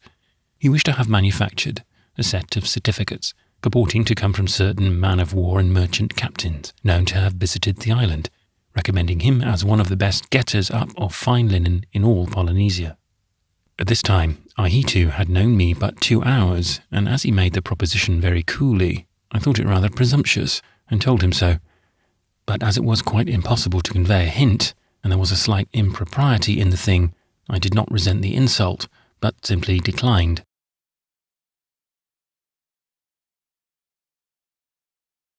Chapter 43. One is judged by the company he keeps. Although, from its novelty, life at Captain Bob's was pleasant enough, for the time, there were some few annoyances connected with it, anything but agreeable to a soul of sensibility. Prejudiced against us by the malevolent representations of the consul and others, many worthy foreigners ashore regarded us as a set of lawless vagabonds. Though, truth to speak, better behaved sailors never stepped on the island, nor any who gave less trouble to the natives. But for all this, whenever we met a respectably dressed European, 10 to 1 he shunned us by going over to the other side of the road. This was very unpleasant, at least to myself, though, certes, it did not prey upon the minds of the others. To give an instance, of a fine evening in Tahiti, but they are all fine evenings there, you may see a bevy of silk bonnets and parasols passing along the Broom Road, perhaps a band of pale little white urchins, sickly exotics, and oftener still, sedate elderly gentlemen with canes, at whose appearance the natives, here and there, slink into their huts. These are the missionaries, their wives and children, taking a family airing. Sometimes, by the by, they take horse and ride down to Point Venus and back, a distance of several miles. At this place is settled the only survivor of the first missionaries that landed, an old white-headed, saint-like man by the name of Wilson, the father of our friend the consul. The little parties on foot were frequently encountered, and recalling, as they did, so many pleasant recollections of home and the ladies, I really longed for a dress coat and beaver that I might step up and pay my respects, but situated as I was, this was out of the question. On one occasion, however, I received a kind, inquisitive glance from a matron in gingham. Sweet lady, I have not forgotten her. Her gown was a plaid, but a glance like hers was not always bestowed. One evening, passing the veranda of a missionary's dwelling, the dame, his wife, and a pretty blonde young girl with ringlets were sitting there, enjoying the sea breeze, and coming in all cool and refreshing from the spray of the reef. As I approached, the old lady peered hard at me, and her very cap seemed to convey a prim rebuke. The blue English eyes by her side were also bent on me. But, oh heavens, what a glance to receive from such a beautiful creature! As for the mob cap, not a fig did I care for it, but to be taken for anything but a cavalier by the ringleted one was absolutely unendurable. I resolved on a courteous salute to show my good breeding, if nothing more, but happening to wear a sort of turban hereafter to be particularly alluded to, there was no taking it off and putting it on again with anything like dignity. At any rate, then, here goes a how. But another difficulty presented itself. My loose frock was so voluminous that I doubted whether any spinal curvature would be perceptible. "Good evening, ladies," exclaimed I at last, advancing winningly. "A delightful air from the sea, ladies." Hysteric and hartshorn, who would have thought it?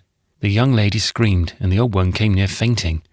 As for myself, I retreated in double-quick time, and scarcely drew breath until safely housed in the calabuza.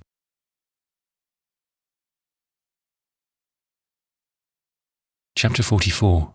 Cathedral of Papua, the Church of the Coconuts. On Sundays, I always attended the principal native church on the outskirts of the village of Papiti, and not far from the calabuza Beretani. It was esteemed the best specimen of architecture in Tahiti. Of late, they have built their places of worship with more reference to durability than formerly. At one time, there were no less than 36 on the island, mere barns tied together with thongs which went to destruction in a very few years. One, built many years ago in this style, was a most remarkable structure. It was erected by Pommery II, who on this occasion showed all the zeal of a royal proselyte. The building was over 700 feet in length and of a proportionate width. The vast ridgepole was at intervals supported by a row of 36 cylindrical trunks of the breadfruit tree, and all round the wall plates rested on shafts of the palm. The roof, steeply inclining to within a man's height of the ground, was thatched with leaves, and the sides of the edifice were open. Thus spacious was the Royal Mission Chapel of Papua. At its dedication, 3 distinct sermons were from different pulpits preached to an immense concourse gathered from all parts of the island. As the chapel was built by the King's command, nearly as great a multitude was employed in its construction as swarmed over the scaffolding of the great temple of the Jews. Much less time, however, was expended. In less than 3 weeks from planting the first post, the last tier of palmetto leaves drooped from the eaves, and the work was done. Apportioned to the several chiefs and their dependents, the labour, though immense, was greatly facilitated by everyone's bringing his post, or rather his rafter, or his pole strung with thatching, ready for instant use. The materials thus prepared being afterwards secured together by thongs, there was literally neither hammer nor axe nor any tool of iron heard in the house while it was building. But the most singular circumstance connected with this South Sea cathedral remains to be related. As well for the beauty as the advantages of such a site, the islanders loved to dwell near the mountain streams, and so a considerable brook, after descending from the hills and watering the valley, was bridged over in 3 places, and swept clean through the chapel. Flowing waters, what an accompaniment to the songs of the sanctuary, mingling with them the praises and thanksgivings of the green solitudes inland. But the chapel of the Polynesian Solomon has long since been deserted. Its 1,000 rafters of hibiscus have decayed and fallen to the ground, and now the stream murmurs over them in its bed. The present metropolitan church of Tahiti is very unlike the one just described. It is of moderate dimensions, boarded over and painted white. It is furnished also with blinds, but no sashes. Indeed, were it not for the rustic thatch, it would remind one of a plain chapel at home. The woodwork was all done by foreign carpenters, of whom there are always several about Papiti. Within, its aspect is unique, and cannot fail to interest a stranger. The rafters overhead are bound round with fine matting of variegated dyes, and all along the ridgepole these trappings hang pendant in alternate bunches of tassels and deep fringes of stained grass. The floor is composed of rude planks. Regular aisles run between ranges of native settees, bottomed with cross braids of the coconut fibre and tarnished with backs. But the pulpit, made of a dark, lustrous wood, and standing at one end, is by far the most striking object. It is preposterously lofty. Indeed, a captain's bird's-eye view of the congregation ought to be had from its summit. nor does the church lack a gallery, which runs round on 3 sides and is supported by columns of the coconut tree. Its facings are here and there daubed over with a tawdry blue, and in other places, without the slightest regard to uniformity, patches of the same colour may be seen. In their ardour to decorate the sanctuary, the converts must have borrowed each a brush full of paint and zealously daubed away at the first surface that offered. As hinted, the general impression is extremely curious. Little light being admitted, and everything being of a dark colour, there is an indefinable Indian aspect of duskiness throughout. A strange woody smell also, more or less pervading every considerable edifice in Polynesia, is at once perceptible. It suggests the idea of worm-eaten idols packed away in some old lumber room at hand. For the most part, the congregation attending this church is composed of the better and wealthier orders, the chiefs and their retainers, in short, the rank and fashion of the island.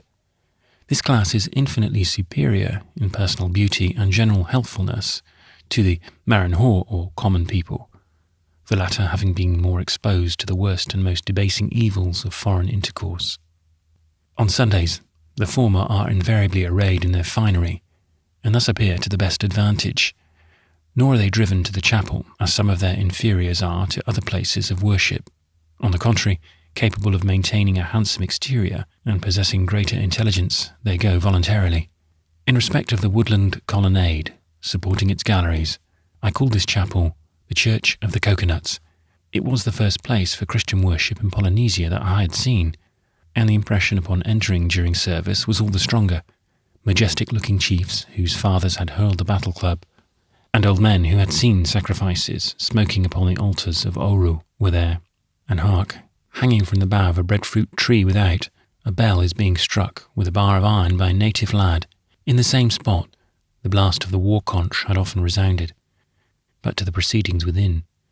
The place is well filled. Everywhere meets the eye the gay calico draperies worn on great occasions by the higher classes, and forming a strange contrast of patterns and colours.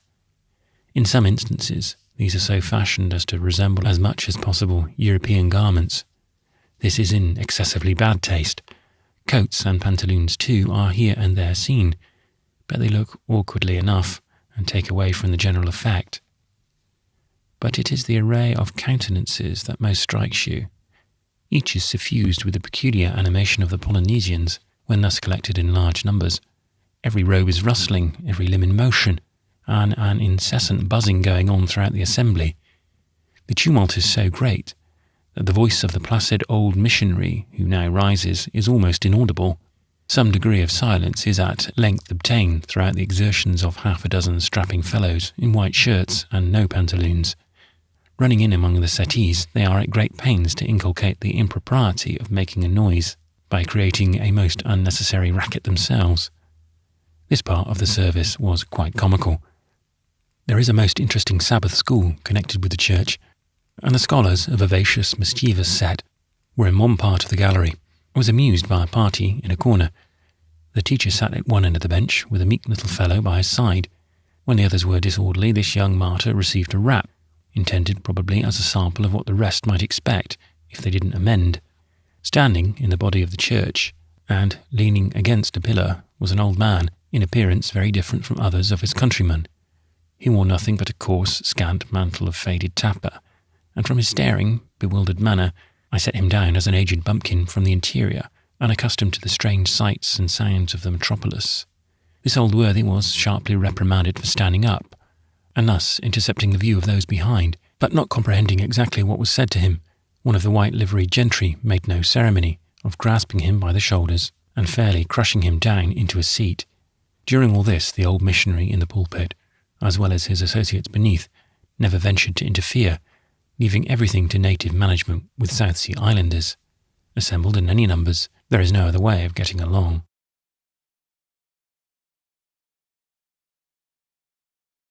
Chapter 45. Missionary's Sermon, with some reflections. Some degree of order at length restored, the service was continued by singing. The choir was composed of 12 or 15 ladies of the mission, occupying a long bench to the left of the pulpit. Almost the entire congregation joined in. The first air fairly startled me. It was the brave tune of Old Hundred, adapted to a Tahitian psalm. After the graceless scenes I had recently passed through, this circumstance, with all its accessories, moved me forcibly. Many voices around were of great sweetness and compass. The singers also seemed to enjoy themselves mightily, some of them pausing now and then and looking round as if to realise the scene more fully. In truth, they sang right joyously, despite the solemnity of the tune. The Tahitians have much natural talent for singing, and on all occasions are exceedingly fond of it. I have often heard a stave or two of psalmody hummed over by rakish young fellows, like a snatch from an opera. With respect to singing, as in most other matters, the Tahitians widely differ from the people of the Sandwich Islands, where the parochial flocks may be said rather to heat than sing. The psalm concluded, a prayer followed. Very considerately, the good old missionary made it short, for the congregation became fidgety and inattentive as soon as it commenced. A chapter of the Tahitian Bible was now read, a text selected, and the sermon began. It was listened to with more attention than I had anticipated. Having been informed from various sources that the discourses of the missionaries, being calculated to engage the attention of their simple auditors, were, naturally enough, of a rather amusing description to strangers, in short, that they had much to say about steamboats, Lord Mayor's coaches, and the way fires are put out in London, I had taken care to provide myself with a good interpreter in the person of an intelligent Hawaiian sailor whose acquaintance I had made. "Now, Jack," said I, before entering, "hear every word, and tell me what you can as the missionary goes on." Jack's was not, perhaps, a critical version of the discourse, and at the time I took no notes of what he said. Nevertheless, I will here venture to give what I remember of it, and as far as possible in Jack's phraseology, so as to lose nothing by a double translation. "Good friends, I'm glad to see you, and I very well like to have some talk with you today. Good friends, very bad times in Tahiti, it make me weep. Pommery is gone, the island no more yours, but the wee-wees, French, wicked priests here too, and wicked idols in women's clothes and brass chains. Good friends, no you speak or look at them, but I know you won't. They belong to a set of robbers, the wicked wee-wees. Soon these bad men be made to go very quick. Beretini ships of thunder come and away they go, but no more about this now. I speak more bye-bye. Good friends, many whale ships here now, and many bad men come in 'em. No good sailors living, that you know very well. They come here, 'cause so bad they no keep 'em home. My good little girls, no run after sailors, no go where they go, they harm you. Where they come from, no good people talk to 'em, just like dogs. Here they talk to Pommery, and drink ava with great poofai. Good friends, this very small island, but very wicked and very poor. These two go together. Why Beretini so great? Because that island, good island, and send Mikonery to poor Kanaka at Beretini, every man rich. Plenty things to buy and plenty things to sell. Houses bigger than Pommery's, and more grand. Everybody, too, ride about in coaches bigger than hers, and wear fine tappa every day. Several luxurious appliances of civilization were here enumerated and described. Good friends, little to eat left at my house. Schooner from Sydney, no bring bag of flour, and Kanaka no bring pig and fruit enough. Mikonery do great deal for Kanaka. Kanaka do little for Mikonery. So, good friends, we've plenty of cocoa-nut baskets. Fill 'em and bring 'em tomorrow." Such was the substance of great part of this discourse, and whatever may be thought of it, it was specially adapted to the minds of the islanders, who are susceptible to no impressions except from things palpable, or novel and striking. To them, a dry sermon would be dry indeed.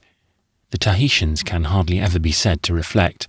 They are all impulse, and so instead of expounding dogmas, the missionaries gave them the large type, pleasing cuts, and short and easy lessons of the primer. Hence anything like a permanent religious impression is seldom or never produced.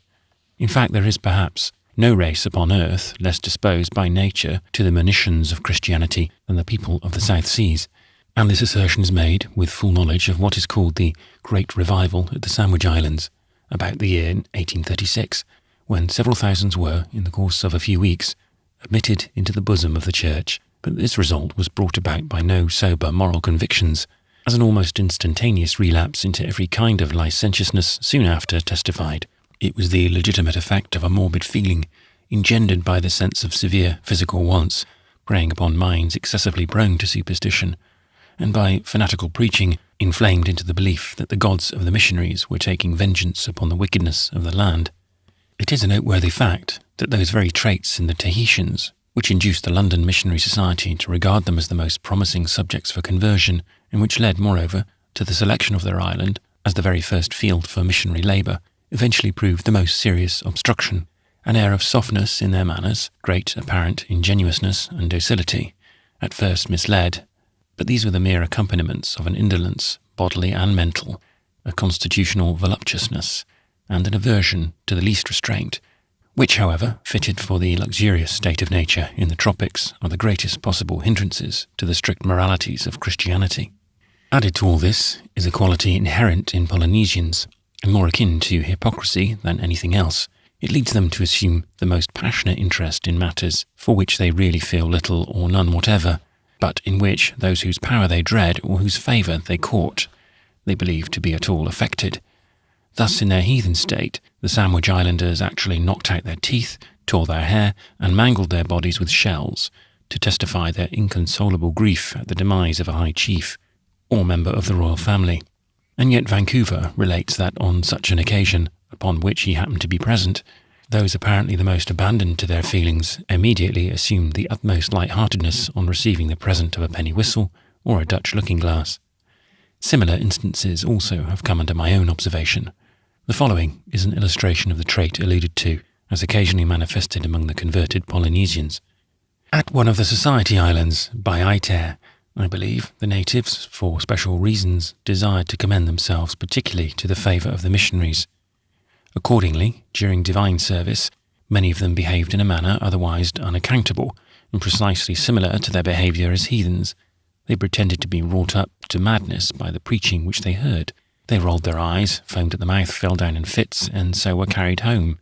Yet, strange to relate, all this was deemed the evidence of the power of the Most High, and as such was heralded abroad.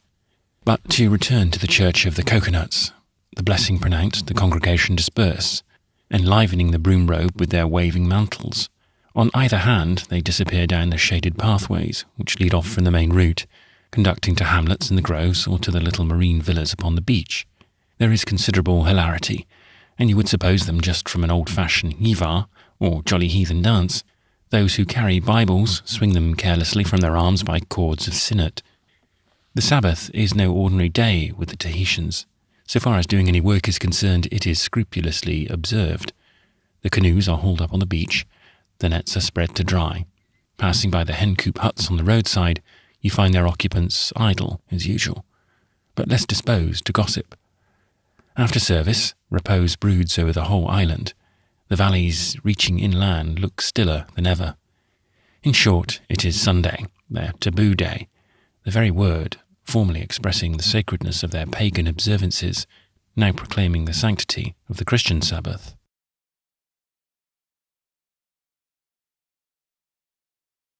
Chapter 46. Something about the Kanakippas. A worthy young man, formerly a friend of mine, I speak of Kulu with all possible courtesy, since after our intimacy there would be an impropriety in doing otherwise. This worthy youth, having some genteel notions of retirement, dwelt in a marubara, or breadfruit shade, a pretty nook in a wood midway between the Calabuza Beretani and the Church of Coconuts. Hence at the latter place he was one of the most regular worshippers. Kulu was a blade, standing up in the congregation in all the bravery of a striped calico shirt, with the skirts rakishly adjusted over a pair of white sailor trousers, and hair well anointed with coconut oil. He ogled the ladies with an air of supreme satisfaction, nor were his glances unreturned, but such looks as the Tahitian belles cast at each other, frequently turning up their noses at the advent of a new cotton mantle recently imported in the chest of some amorous sailor. Upon one occasion I observed a group of young girls, in tunics of course, soiled sheeting, disdainfully pointing at a damsel in a flaming red one. "We tutai auri," said they with ineffable scorn. "Aitai maitai. You are a good-for-nothing hussy, no better than you should be. You are a good-for-nothing hussy, no better than you should be." Now Kaulu communed with the church, so did all these censorious young ladies.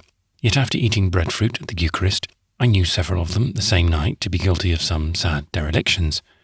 Puzzled by these things, I resolved to find out, if possible, what ideas, if any, they entertained of religion.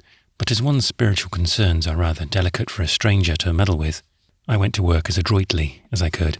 Farrow, an old native who had recently retired from active pursuits, having thrown up the business of being a sort of running footman to the Queen, had settled down in a snug little retreat not 50 rods from Captain Bob's.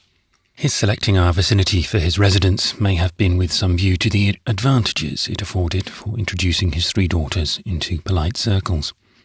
At any rate, not averse to receiving the attentions of so devoted a gallant as the Doctor, the sisters, communicants, be it remembered, kindly extended to him free permission to visit them sociably whenever he pleased. We dropped in one evening and found the ladies at home. My long friend engaged his favourites, the 2 younger girls, at the game of Now, or hunting a stone under 3 piles of tapper.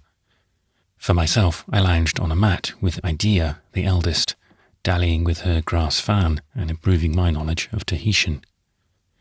The occasion was well adapted to my purpose, and I began. "Ah, Idea, me konari, oui?" The same as drawling out, "By the by, Miss Idea, do you belong to the church?" "Yes, me konari," was the reply. But the assertion was at once qualified by certain reservations, so curious that I cannot forbear their relation.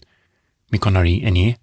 "Church member here," exclaimed she, laying her hand upon her mouth, and a strong emphasis on the adverb. In the same way, and with similar exclamations, she touched her eyes and hands. This done, her whole air changed in an instant, and she gave me to understand by unmistakable gestures that in certain other respects she was not exactly a mikonari. In short, Idea was a sad good Christian at the heart, a very heathen in the carnal part.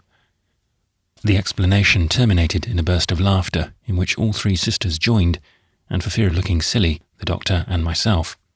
As soon as good breeding would permit, we took leave. The hypocrisy in matters of religion, so apparent in all Polynesian converts, is most injudiciously nourished in Tahiti by a zealous and in many cases a coercive superintendence over their spiritual well-being. But it is only manifested with respect to the common people, their superiors being exempted.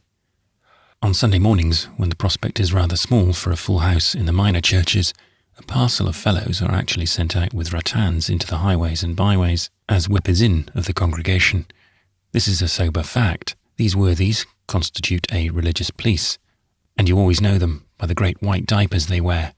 On weekdays they are quite as busy as on Sundays, to the great terror of the inhabitants, going all over the islands and spying out the wickedness thereof.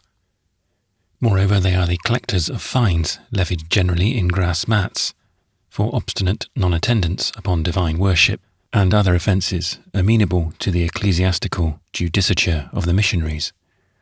Old Bob called these fellows canekippers, a corruption, I fancy, of our word constable. He bore them a bitter grudge, and one day, drawing near home, and learning that 2 of them were just then making a domiciliary visit at his house, he ran behind a bush, and as they came forth, 2 green breadfruit from a hand unseen took them each between the shoulders. The sailors in the Calabuza were witnesses to this, as well as several natives, who, when the intruders were out of sight, applauded Captain Bob's spirit in no measured terms, the ladies present vehemently joining in. Indeed, the canekippers have no greater enemies than the latter, and no wonder. The impertinent varlets, popping into their houses at all hours, are forever prying into their peccadilloes. Kulu, who at times was patriotic and pensive, and mourned the evils under which his country was groaning, frequently inveighed against the statute which thus authorised an utter stranger to interfere with domestic arrangements. He himself, quite a ladies' man, had often been annoyed thereby. He considered the canekippers a bore. Besides their confounded inquisitiveness, they add insult to injury by making a point of dining out every day at some hut within the limits of their jurisdiction. As for the gentleman of the house, his meek endurance of these things is amazing, but good easy man, there is nothing for him but to be as hospitable as possible. These gentry are indefatigable. The dead of night, prowling around the houses, and in the daytime hunting amorous couples in the groves. Yet in one instance, the chase completely baffled them. It was thus. Several weeks previous to our arrival at the island, someone's husband and another person's wife, having taken a mutual fancy for each other, went out for a walk. The alarm was raised, and with hue and cry they were pursued, but nothing was seen of them again until the lapse of some 90 days, when we were called out from the Calabuza to behold a great mob enclosing the lovers, and escorting them for trial to the village. Their appearance was most singular, the girdle excepted. They were quite naked, their hair was long, burned yellow at the ends, and entangled with burrs, and their bodies scratched and scarred in all directions, It seems that, acting upon the love-in-a-cottage principle, they had gone right into the interior, and throwing up a hut in an uninhabited valley, had lived there, until in an unlucky stroll they were observed and captured. They were subsequently condemned to make 100 fathoms of broom wood, a 6 months' work, if not more. Often, when seated in a house, conversing quietly with its inmates, I have known them betray the greatest confusion at the sudden announcement of a Kanakippa's being in sight, to be reported by one of these officials as a Tuchai Auri, in general signifying a bad person or disbeliever in Christianity, is as much dreaded as the forefinger of Titus Gates was, levelled at an alleged papist. But the islanders take a sly revenge upon them. Upon entering a dwelling, the Kanakippas oftentimes volunteer a pharisaical prayer meeting. Hence they go in secret by the name of Bura Artuas, literally, pray to gods.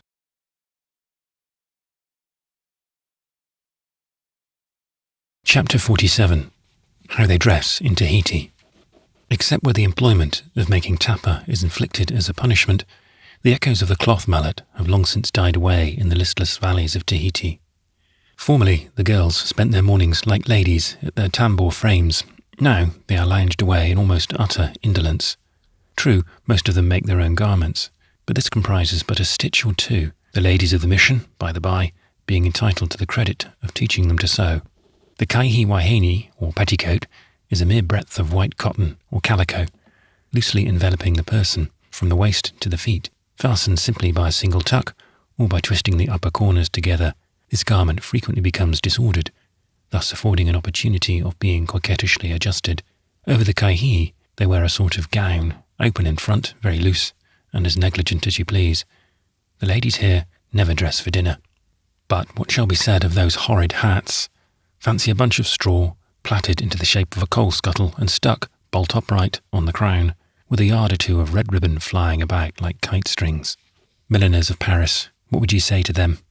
Though made by the natives, they are said to have been first contrived and recommended by the missionaries' wives. A report which I really trust is nothing but scandal. Curious to relate, these things for the head are esteemed exceedingly becoming. The braiding of the straw is one of the few employments of the higher classes, all of which but minister to the silliest vanity.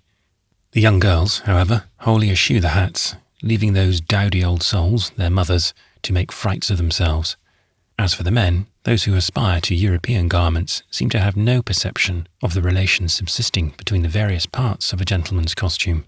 To the wearer of a coat, for instance, pantaloons are by no means indispensable, and a bell-crowned hat and girdle are full dress. The young sailor, for whom Kulu deserted me, presented him with a shaggy old pea-jacket, and with this buttoned up to his chin under a tropical sun, he promenaded the Broom Road, quite elated. Dr. Longghost, who saw him thus, ran away with the idea that he was under medical treatment at the time, in the act of taking what the quacks call a sweat. A bachelor friend of Captain Bob rejoiced in the possession of a full European suit, in which he often stormed the ladies' hearts. Having a military leaning, he ornamented the coat with a great scarlet patch on the breast, and mounted it also, here and there, with several regimental buttons, slyly cut from the uniform of a parcel of drunken marines sent ashore on a holiday from a man of war. But in spite of the ornaments, the dress was not exactly the thing. From the tightness of the cloth across the shoulders, his elbows projected from his sides like an ungainly rider's, and his ponderous legs were jammed so hard into his slim nether garments that the threads of every seam showed, and at every step you looked for a catastrophe. In general, there seems to be no settled style of dressing among the males. They wear anything they can get, in some cases awkwardly modifying the fashions of their fathers so as to accord with their own altered views of what is becoming. But ridiculous as many of them now appear, in foreign habiliments, the Tahitians presented a far different appearance in the original national costume, which was graceful in the extreme, modest to all but the prudish, and peculiarly adapted to the climate. But the short kilts of dyed tapa, the tasselled maroes, and other articles formerly worn are at the present day prohibited by law as indecorous. For what reason necklaces and garlands of flowers among the women are also forbidden, I never could learn, but it is said that they were associated in some way with a forgotten heathen observance. Many pleasant and seemingly innocuous sports and pastimes are likewise interdicted. In old times there were several athletic games practised, such as wrestling, foot racing, throwing the javelin and archery. In all these they greatly excelled, and for some splendid festivals were instituted. Among their everyday amusements were dancing, tossing the football, kite flying, flute playing, and singing traditional ballads, now all punishable offences, though most of them have been so long in disuse that they are nearly forgotten. In the same way, the opio, or festive harvest home of the breadfruit, has been suppressed. Though as described to me by Captain Bob, it seemed wholly free from any immoral tendency. Against tattooing of any kind, there is a severe law. That this abolition of their national amusements and customs was not willingly acquiesced in is shown in the frequent violation of many of the statutes inhibiting them, and especially in the frequency with which their hivas or dances are practised in secret. Doubtless in thus denationalizing the Tahitians, as it were, the missionaries were prompted by a sincere desire for good, but the effect has been lamentable. Supplied with no amusements in place of those forbidden, the Tahitians, who require more recreation than any other people, have sunk into a listlessness, or indulge in sensualities 100 times more pernicious than all the games ever celebrated in the temple of Tani.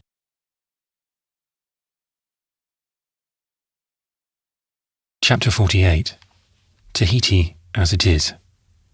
As in the last few chapters, several matters connected with the general condition of the natives have been incidentally touched upon. It may be well not to leave so important a subject in a state calculated to convey erroneous impressions. Let us bestow upon it, therefore, something more than a mere cursory glance. But in the first place, let it be distinctly understood that in all I have to say upon this subject, both here and elsewhere, I mean no harm to the missionaries nor their cause. I merely desire to set forth things as they actually exist. Of the results which have flowed from the intercourse of foreigners with the Polynesians, including the attempts to civilize and Christianize them by the missionaries, Tahiti, on many accounts, is obviously the fairest practical example. Indeed, it may be now asserted that the experiment of Christianizing the Tahitians and improving their social condition by the introduction of foreign customs has been fully tried. The present generation have grown up under the auspices of their religious instructors, and although it may be urged that the labours of the latter have at times been more or less obstructed by unprincipled foreigners, still this in no way renders Tahiti any the less a fair illustration. For, with obstacles like these, the missionaries in Polynesia must always and everywhere struggle. Nearly 60 years have elapsed since the Tahitian mission was started, and during this period it has received the unceasing prayers and contributions of its friends abroad, nor has any enterprise of the kind called forth more devotion on the part of those directly employed in it.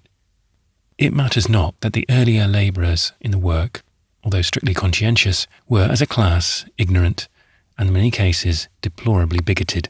Such traits have in some degree characterised the pioneers of all faiths, and although in zeal and disinterestedness the missionaries now on the island are, perhaps, inferior to their predecessors, they have nevertheless, in their own way at least, laboured hard to make a Christian people of their charge.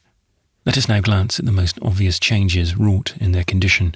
The entire system of idolatry has been done away, together with several barbarous practices engrafted thereon, but this result is not so much to be ascribed to the missionaries as to the civilizing effects of a long and constant intercourse with whites of all nations, to whom, for many years, Tahiti has been one of the principal places of interest in the South Seas. At the Sandwich Islands, the potent institution of the taboo, together with the entire paganism of the land, was utterly abolished by a voluntary act of the natives some time previous to the arrival of the first missionaries among them. The most striking change in the Tahitians is this: from the permanent residence among them of influential and respectable foreigners, as well as from the frequent visits of ships of war, recognizing the nationality of the island, its inhabitants are no longer deemed fit subjects for the atrocities practised upon mere savages, and hence, secure from retaliation, vessels of all kinds now enter their harbours with perfect safety. But let us consider what results are directly ascribable to the missionaries alone. In all cases, they have striven hard to mitigate the evils resulting from the commerce with the whites in general. Such attempts, however, have been rather injudicious and often ineffectual. In truth, a barrier almost insurmountable is presented in the dispositions of the people themselves. Still, in this respect, the morality of the islanders is, upon the whole, improved by the presence of the missionaries. But the greatest achievement of the latter, and one in which itself is most hopeful and gratifying, is that they have translated the entire Bible into the language of the island, and I have myself known several who were able to read it with facility. They have also established churches and schools for both children and adults. The latter, I regret to say, are now much neglected, which must be ascribed, in a great measure, to the disorders growing out of the proceedings of the French. It were unnecessary here to enter diffusely into matters connected with the internal government of the Tahitian churches and schools, nor upon this head is my information copious enough to warrant me in presenting details. But we do not need them. We are merely considering general results, as made apparent in the moral and religious condition of the island at large. Upon a subject like this, however, it would be altogether too assuming for a single individual to decide, and so, in my place of my own random observations, which may be found elsewhere, I will here present those of several known authors, made under various circumstances, at different periods, and down to a comparative late date. A few very brief extracts will enable the reader to mark for himself what progressive improvement, if any, has taken place. Nor must it be overlooked that of these authorities, the two first in order are largely quoted by the Right Reverend M. Cassell, in a work composed for the express purpose of imparting information on the subject of Christian missions in Polynesia, and he frankly acknowledges, moreover, that they are as such as cannot fail to have great weight with the public, after alluding to the manifold evils entailed upon the natives by foreigners, and their singularly inert condition, and after somewhat too severely denouncing the undeniable errors of the mission. Kotzebue, the Russian navigator, says, "A religion like this, which forbids every innocent pleasure, and cramps or annihilates every mental power, is a libel on the divine founder of Christianity. It is true that the religion of the missionaries has, with a great deal of evil, effected some good. It has restrained the vices of theft and incontinence, but it has given birth to ignorance, hypocrisy, and a hatred of all other modes of faith, which was once foreign to the open and benevolent character of the Tahitian." Captain Beechey says that while at Tahiti he saw scenes which must have convinced the great sceptic of the thoroughly immoral condition of the people, and which would force him to conclude, as Turnbull did many years previous, that their intercourse with the Europeans had tended to debase rather than exalt their condition. About the year 1834, Daniel Wheeler, an honest-hearted Quaker, prompted by motives of the purest philanthropy, visited, in a vessel of his own, most of the missionary settlements in the South Seas. He remained some time at Tahiti, receiving the hospitalities of the missionaries there, and from time to time exhorting the natives. After bewailing their social condition, he frankly says of their religious state, "Certainly, appearances are unpromising, and however unwilling to adopt such a conclusion, there is reason to apprehend that Christian principle is a great rarity. Such, then, is the testimony of good and unbiased men who have been upon the spot. But how comes it to differ so widely from impressions of others at home? Simply thus, instead of estimating the result of missionary labours by the number of heathens who have actually been made to understand and practice, in some measures at least, the precepts of Christianity, this result has been unwarrantably inferred from the number of those who, without any understanding of these things, have in any way been induced to abandon idolatry and conform to certain outward observances, by authority of some kind or other, exerted upon the natives through their chiefs, and prompted by the hope of some worldly benefit to the latter, and not by appeals to the reason, have conversions in Polynesia been in most cases brought about. Even in one or two instances, so often held up as wonderful examples of divine power, where the natives have impulsively burned their idols and rushed to the waters of baptism, the very suddenness of the change has but indicated its unsoundness. Williams, the martyr of Eromanga, relates an instance where the inhabitants of an island professing Christianity voluntarily assembled and solemnly revived all their heathen customs. All the world over, facts are more eloquent than words. The following will show in what estimation the missionaries themselves hold the present state of Christianity and morals among the converted Polynesians. On the island of Eimeo, attached to the Tahitian mission, is a seminary under the charge of the Reverend Mr. Simpson and wife, for the education of the children of the missionaries exclusively. Sent home in many cases at a very early age to finish their education, the pupils here are taught nothing but the rudiments of knowledge, nothing more than may be learned in the native schools. Notwithstanding this, the two races are kept as far as possible from associating, the avowed reason being to preserve the young whites from moral contamination. The better to ensure this end, every effort is made to prevent them from acquiring the native language. They went even further at the Sandwich Islands, where, a few years ago, a playground for the children of the missionaries was enclosed with a fence many feet high, the more effectually to exclude the wicked little Hawaiians. And yet, strange as it may seem, the depravity among the Polynesians, which renders precautions like these necessary, was in a measure unknown before their intercourse with the whites. The excellent Captain Wilson, who took the first missionaries out to Tahiti, affirms that the people of that island had, in many things, more refined ideas of decency than ourselves. Vancouver also has some noteworthy ideas on this subject, respecting the Sandwich Islanders. That the immorality alluded to is continually increasing is plainly shown in the numerous, severe, and perpetually violated laws against licentiousness of all kinds in both groups of islands. It is hardly to be expected that the missionaries would send home accounts of these state of things. Hence Captain Beechey, in alluding to the Polynesian researches of Ellis, says that the author has impressed his readers with a far more elevated idea of the moral condition of the Tahitians and the degree of civilization to which they have attained than they deserve, or at least than the facts which come under his observation authorized.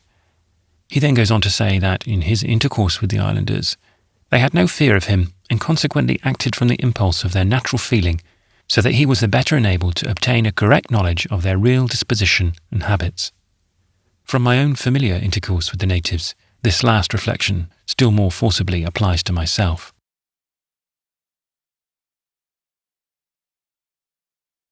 Chapter 49. Same subject continued. We have glanced at their moral and religious condition.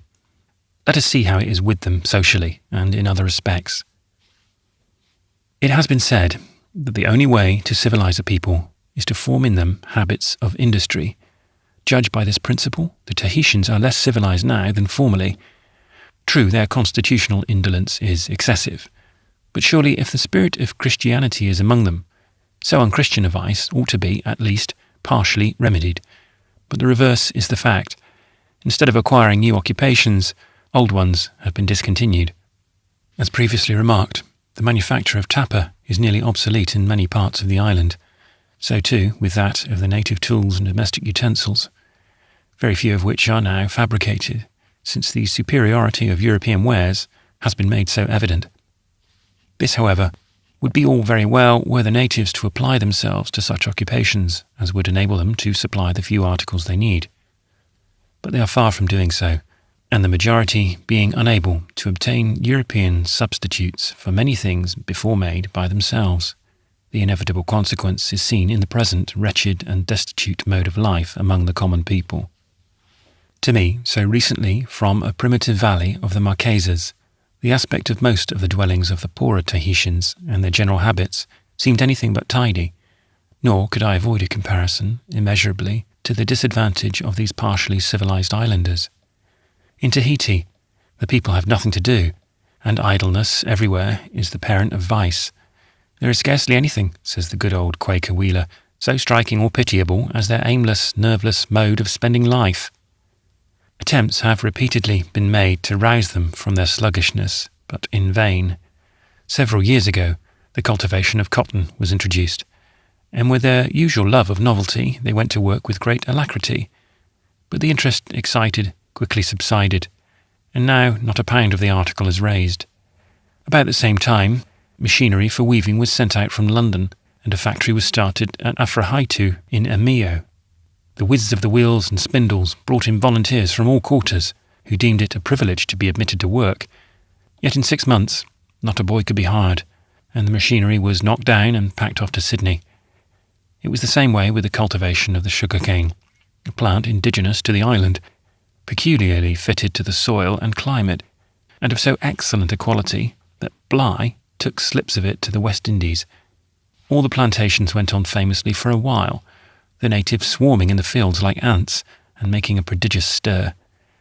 What few plantations now remain are owned and worked by whites, who would rather pay a drunken sailor 18 or 20 Spanish dollars a month than hire a sober native for his fish and taro. It is a well-worthy remark here that every evidence of civilization among the South Sea Islands directly pertains to foreigners, though the fact of such evidence existing at all is usually urged as a proof of the elevated condition of the natives. Thus at Honolulu, the capital of the Sandwich Islands, there are fine dwelling houses, several hotels and barber shops, even billiard rooms, but all of these are owned and used, be it observed, by whites. There are tailors and blacksmiths and carpenters also, but not one of them is a native. The fact is that the mechanical and agricultural employment of civilized life require a kind of exertion altogether too steady and sustained to agree with an indolent people like the Polynesians. Calculated for a state of nature and a climate providentially adapted to it, they are unfit for any other. Nay, as a race, they cannot otherwise long exist. The following statement speaks for itself. About the year 1777, Captain Cook estimated the population of Tahiti at about 200,000. By a regular census taken some 4 or 5 years ago, it was found to be only 9,000. This amazing decrease not only shows the malignancy of the evils necessary to produce it, but from the fact, the inference unavoidably follows that all the wars, child murders, and other depopulating causes alleged to have existed in former times were nothing in comparison to them. These evils, of course, are solely of foreign origin, to say nothing of the effects of drunkenness, the occasional inroads of the smallpox, and other things which might be mentioned. It is sufficient to allude to a virulent disease which now taints the blood of at least 2/3 of the common people of the island, and in some form or other is transmitted from father to son. Their first horror and consternation at the earlier ravages of this scourge were pitiable in the extreme. The very name bestowed upon it is a combination of all that is horrid and unmentionable to a civilized being. Distracted with their sufferings, they brought forth their sick before the missionaries when they were preaching, and cried out, "Lies, lies, you tell us of salvation, and behold, we are dying. We want no other salvation than to live in this world. Where are there any saved through your speech? Pommery is dead, and we are all dying with your cursed diseases. When will you give over?" At present, the virulence of the disorder in individual cases has somewhat abated, but the poison is only the more widely diffused. How dreadful and appalling, breaks forth old Wheeler, the consideration that the intercourse of distant nations should have entailed upon these poor, untutored islanders, a curse unprecedented, and unheard of in the annals of history. In view of these things, who can remain blind to the fact that, so far as mere temporal felicity is concerned, the Tahitians are far worse off now than formerly, and although their circumstances, upon the whole, are bettered by the presence of the missionaries, the benefits conferred by the latter become utterly insignificant when confronted with the vast preponderance of evil brought about by other means. Their prospects are hopeless, nor can the most devoted efforts now exempt them from furnishing a marked illustration of a principle which history has always exemplified. Years ago, brought to a stand, where all that is corrupt in barbarism and civilization unite to the exclusion of the virtues of either state, like other uncivilized beings brought into contact with Europeans, they must here remain stationary until utterly extinct. The islanders themselves are mournfully watching their doom. Several years since, Pomeroy II, Sir Tyerman and Bennett, the deputies of the London Missionary Society, "You have come to see me at a very bad time. Your ancestors came in the time of men, when Tahiti was inhabited. You are come to behold just the remnant of my people." Of like import was the prediction of Tiar, the high priest of Pari, who lived over 100 years ago. I have frequently heard it chanted, in a low, sad tone, by aged Tahitiana. "Ahari tafau, atoro tafara, anauta tarata o. The palm tree shall grow, the coral shall spread, but man shall cease."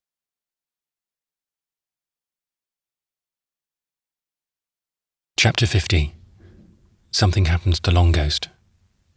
We will now return to the narrative. The day before the Julia sailed, Dr. Johnson paid his last call. He was not quite so bland as usual. All he wanted was the men's names to a paper, certifying to their having received from him sundry medicaments therein mentioned.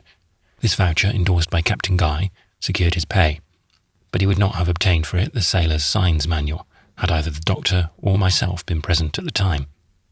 Now my long friend wasted no love upon Johnson, but for reasons of his own, hated him heartily. All the same thing in one sense, for either passion argues an object deserving thereof. And so to be hated cordially is only a left-handed compliment, which shows how foolish it is to be bitter against anyone. For my own part, I merely felt a cool, purely incidental and passive contempt for Johnson as a selfish mercenary apothecary, and hence I often remonstrated with Longghost when he flew out against him, and heaped upon him all manner of scurrilous epithets. In his professional brother's presence, however, he never acted thus, maintaining an amiable exterior to help along the jokes which were played. I am now going to tell another story in which my long friend figures with the physician. I do not wish to bring one or the other of them too often upon the stage, but as the thing actually happened, I must relate it.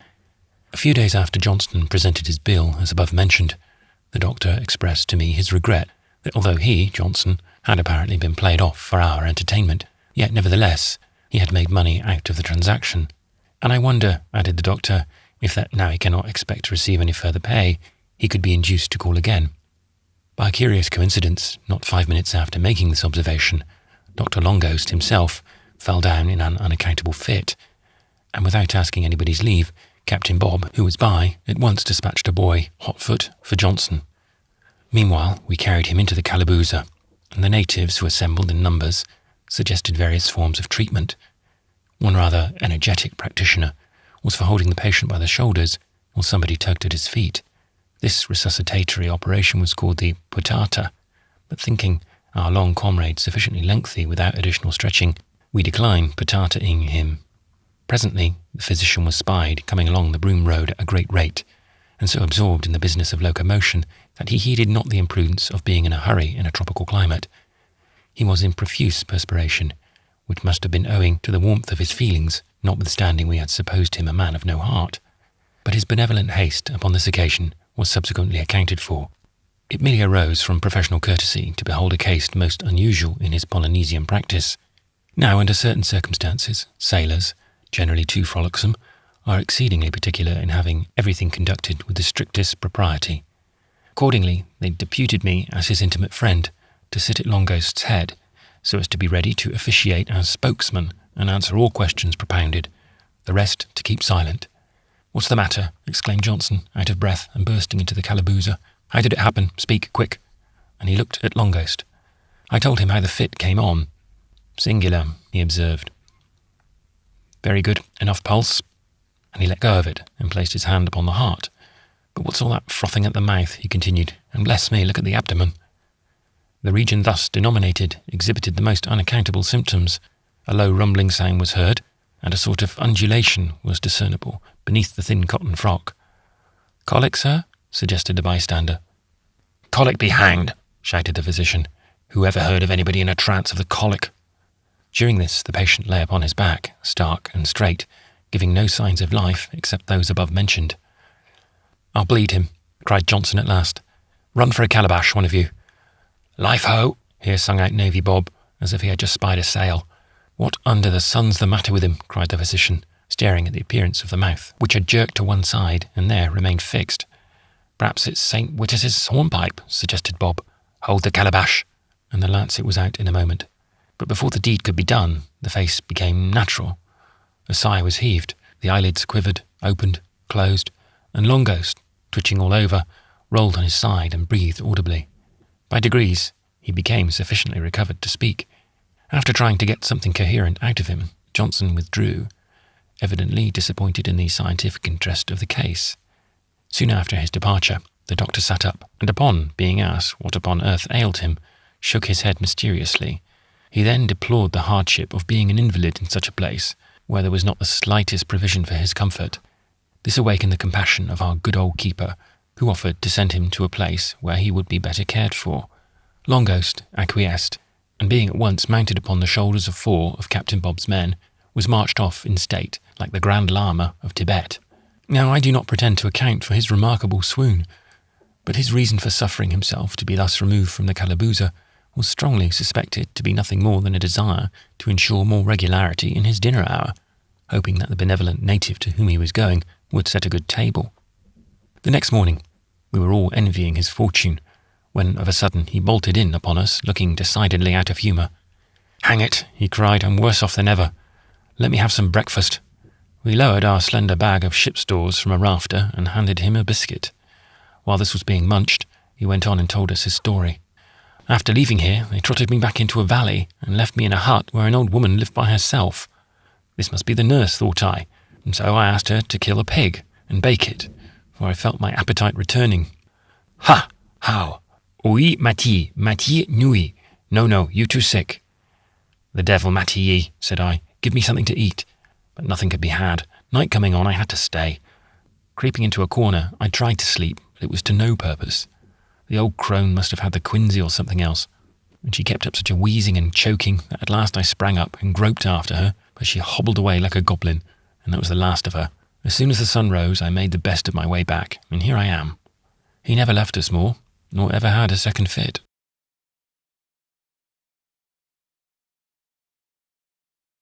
Chapter 51. Wilson gives us the cut. Departure for Omoo. About 3 weeks after the Julia's sailing, our conditions began to be a little precarious. We were without any regular supply of food. The arrival of ships was growing less frequent, and what was worse yet, all the natives, but good old Captain Bob, began to tire of us. Nor was this to be wondered at. We were obliged to live upon their benevolence, when they had little enough for themselves. Besides, we were sometimes driven to acts of marauding, such as kidnapping pigs and cooking them in the groves, at which their proprietors were by no means pleased. In this state of affairs, we determined to march off to the consul in a body, and as he had brought us to these straits, demand an adequate maintenance. On the point of starting, Captain Bob's men raised the most outrageous cries, and tried to prevent us. Though hitherto we had strolled about wherever we pleased, this grand conjunction of our whole force, upon one particular expedition, seemed to alarm them. But we assured them that we were not going to assault the village, and so after a good deal of gibberish, they permitted us to leave. We went straight to the Pritchard residence, where the consul dwelt. This house, to which I have before referred, is quite commodious.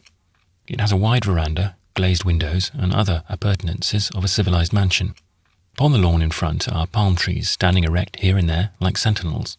The consular office, a small building by itself, is enclosed by the same picket which fences in the lawn. We found the office closed, but in the veranda of the dwelling-house was a lady performing a tonsorial operation on the head of a prim-looking elderly European in a low white cravat. The most domestic little scene I had witnessed since leaving home.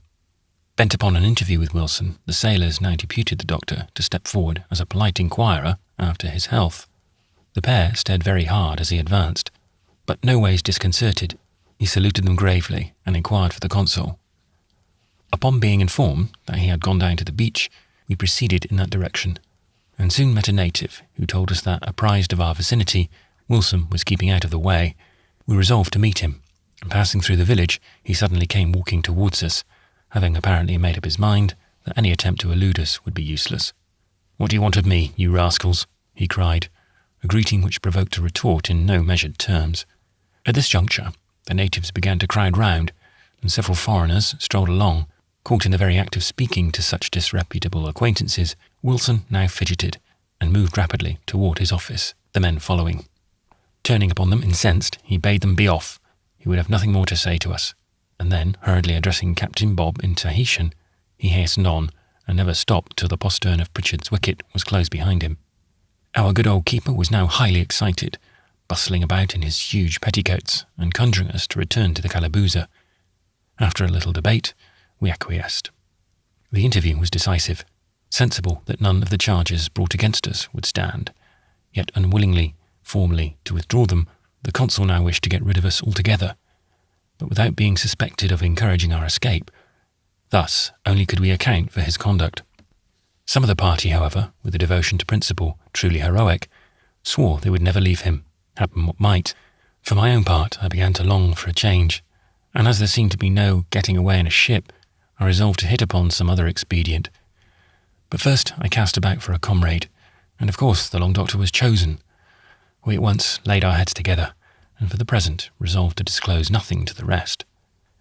A few days previous, I had fallen in with a couple of Yankee lads, twins, who were originally deserting their ship at Tanning's Island, an uninhabited spot but exceedingly prolific in fruit of all kinds, had, after a long residence there, roved about among the society group. They were last from Omoo, the island immediately adjoining, where they had been in the employ of 2 foreigners who had recently started a plantation there. These persons, they said, had charged them to send over from Papeete, if they could, 2 white men for field labourers. Now all but the prospect of digging and delving suited us exactly, but the opportunity for leaving the island was not to be slighted. and so we held ourselves in readiness to return with the planters, who in a day or two were expected to visit Papeete in their boat. At the interview which ensued, we were introduced to them as Peter and Paul, and they agreed to give Peter and Paul $15 silver a month, promising something more should we remain with them permanently. What they wanted was men who would stay, to elude the natives, many of whom, not exactly understanding our relations with the consul, might arrest us were they to see us departing. The coming midnight was appointed for that purpose. When the hour drew nigh, we disclosed our intention to the rest. Some upbraided us for deserting them, others applauded and said that on the first opportunity they would follow our example. At last we bade them farewell, and there would now be a serene sadness in thinking over the scene, since we never saw them again, had not all been dashed by McGee's picking the doctor's pocket of a jackknife in the very act of embracing him. We stole down to the beach where, under the shadow of a grove, the boat was waiting. After some delay, we shipped the oars and, pulling outside of the reef, set the sail, and with a fair wind, glided away for Aimeo. It was a pleasant trip. The moon was up, the air warm, the waves musical, and all above was the tropical night. One purple vault hung around with soft, trembling stars. The channel is some 5 leagues wide. On one hand, you have the 3 great peaks of Tahiti, lording it over ranges of mountains and valleys, and on the other, the equally romantic elevations of Aimeo, high above which a lone peak, called by our companions the Marling Pike, shot up its verdant spire. The planters were quite sociable. They had been seafaring men, and this, of course, was a bond between us. To strengthen it, a flask of wine was produced, one of several which had been procured in person from the French admiral's steward, for whom the planters, when on a former visit to Papeete, had done a good turn by introducing the amorous Frenchman to the ladies ashore. Besides this, they had a calabash filled with wild boar's meat, baked yams, breadfruit, and tombez potatoes. Pipes and tobacco also were produced, and while regaling ourselves, plenty of stories were told about the neighbouring islands. At last we heard the roar of the Aimeo reef, and gliding through a break, floated over the expanse within, which was as smooth as a young girl's brow, and beached the boat.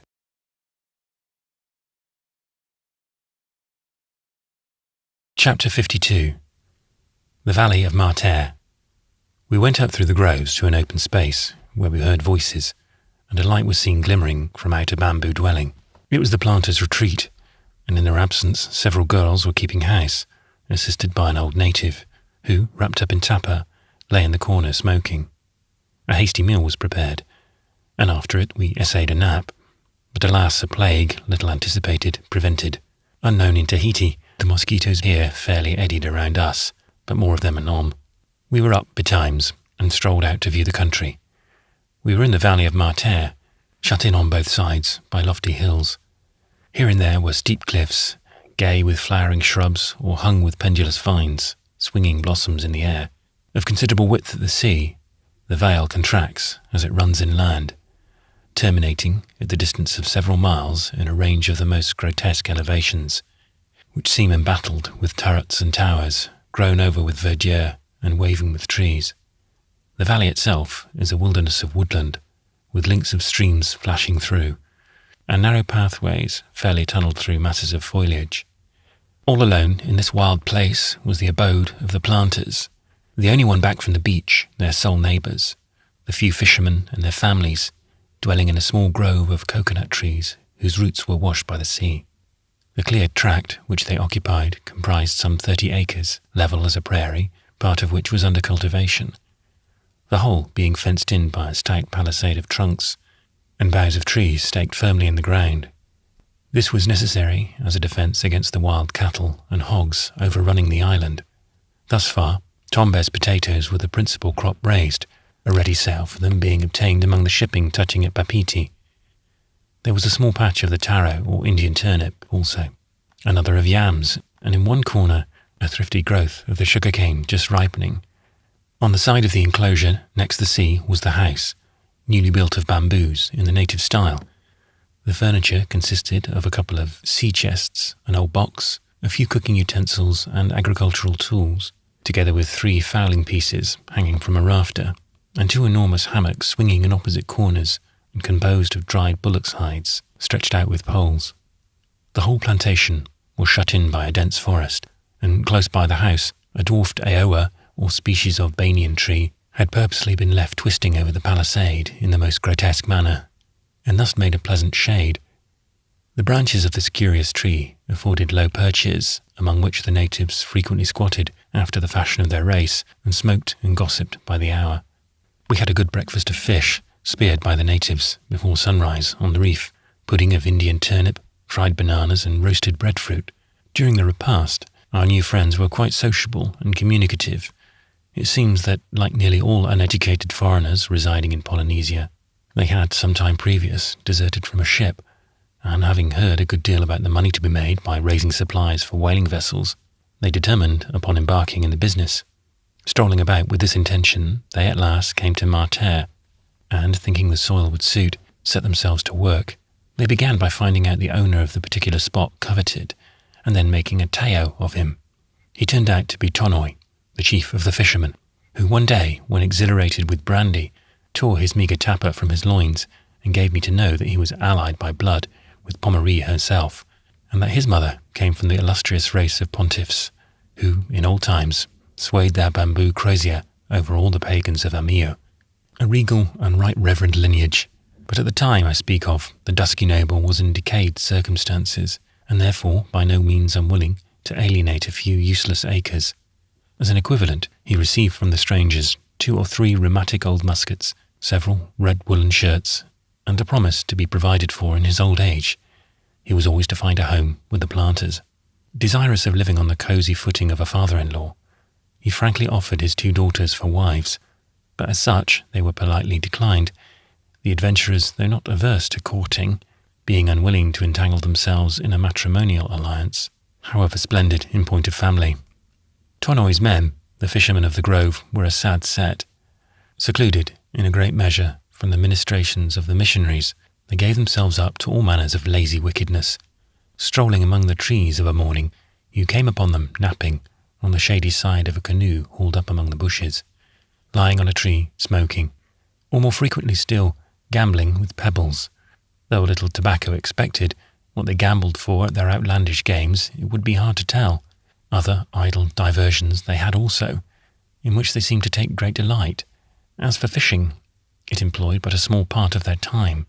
Upon the whole, they were a merry, indigent, godless race. Tonoi, the old sinner, leaning against the fallen trunk of a coconut tree, invariably squandered his mornings at pebbles, a grey-headed rook of a native regularly plucking him of every other stick of tobacco obtained from his friends the planters. Toward afternoon, he strolled back to their abode, where he tarried till the next morning, smoking and snoozing, and at times prating about the hapless fortunes of the house of Tonoi. But like any other easy-going old dotard, he seemed, for the most part, perfectly content with cheerful board and lodging. On the whole, the valley of Marterre was the quietest place imaginable. Could the mosquitoes be induced to emigrate, one might spend the month of August there quite pleasantly. But this was not the case with the luckless Longost and myself, as will presently be seen.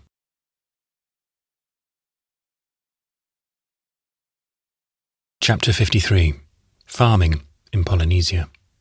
The planters were both whole-souled fellows, but in other respects as unlike as possible. One was a tall, robust Yankee, Herman in the backwoods of Maine, sallow and with a long face. The other was a short little Cockney, who had first clapped his eyes on the monument.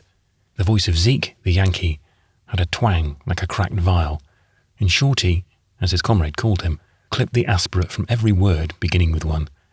The latter, though not the tallest man in the world, was a good-looking young fellow of 25. His cheeks were dyed with the fine Saxon red, burned deeper from his roving life. His blue eye opened well, and a profusion of fair hair curled over a well-shaped head. But Zeke was no beauty. A strong, ugly man. He was well adapted for manual labour, and that was all. His eyes were made to see with, and not for ogling. Compared with the Cockney, he was grave and rather taciturn, but there was a good deal of old humour bottled up in him after all. For the rest, he was frank, good-hearted, shrewd and resolute, and like Shorty, quite illiterate. Though a curious conjunction, the pair got along famously, but as no two men were ever united in any enterprise without one getting the upper hand of the other, so in most matters Zeke had his own way. Shorty, too, had imbibed from him a spirit of invincible industry, and heaven only knows what ideas of making a fortune on their plantation. We were much concerned at this, for the prospect of their setting us, in their own persons, an example of downright hard labour was anything but agreeable, but it was now too late to repent what we had done. The first day, thank fortune, we did nothing. Having treated us as guests thus far, they had no doubt thought it would be wanting in delicacy to set us to work before the compliments of the occasion were well over. The next morning, however, they both looked businesslike, and we were put to. "Well, boys," said Zeke, knocking the ashes out of his pipe after breakfast, "we must get at it. Shorty, give Peter there, the doctor, the big hoe, and Paul the other, and let's be off." Going to a corner, Shorty brought forth 3 of the implements, and, distributing them impartially, trudged on after his partner, who took the lead with something in the shape of an axe. For a moment left alone in the house, we looked at each other, quaking. We were each equipped with a great clumsy piece of a tree, armed at one end with a heavy flat mass of iron. The cutlery part, especially adapted to a primitive soil, was an importation from Sydney. The handles must have been of domestic manufacture. Hoes, so called, we had heard of and seen, but they were harmless in comparison with the tools in our hands. "What's to be done with them?" inquired I of Peter. "Lift them up and down," he replied, "or put them in motion some way or other.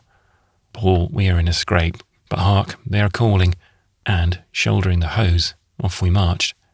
Our destination was the farther side of the plantation, where the ground, cleared in part, had not yet been broken up, but they were now setting about it.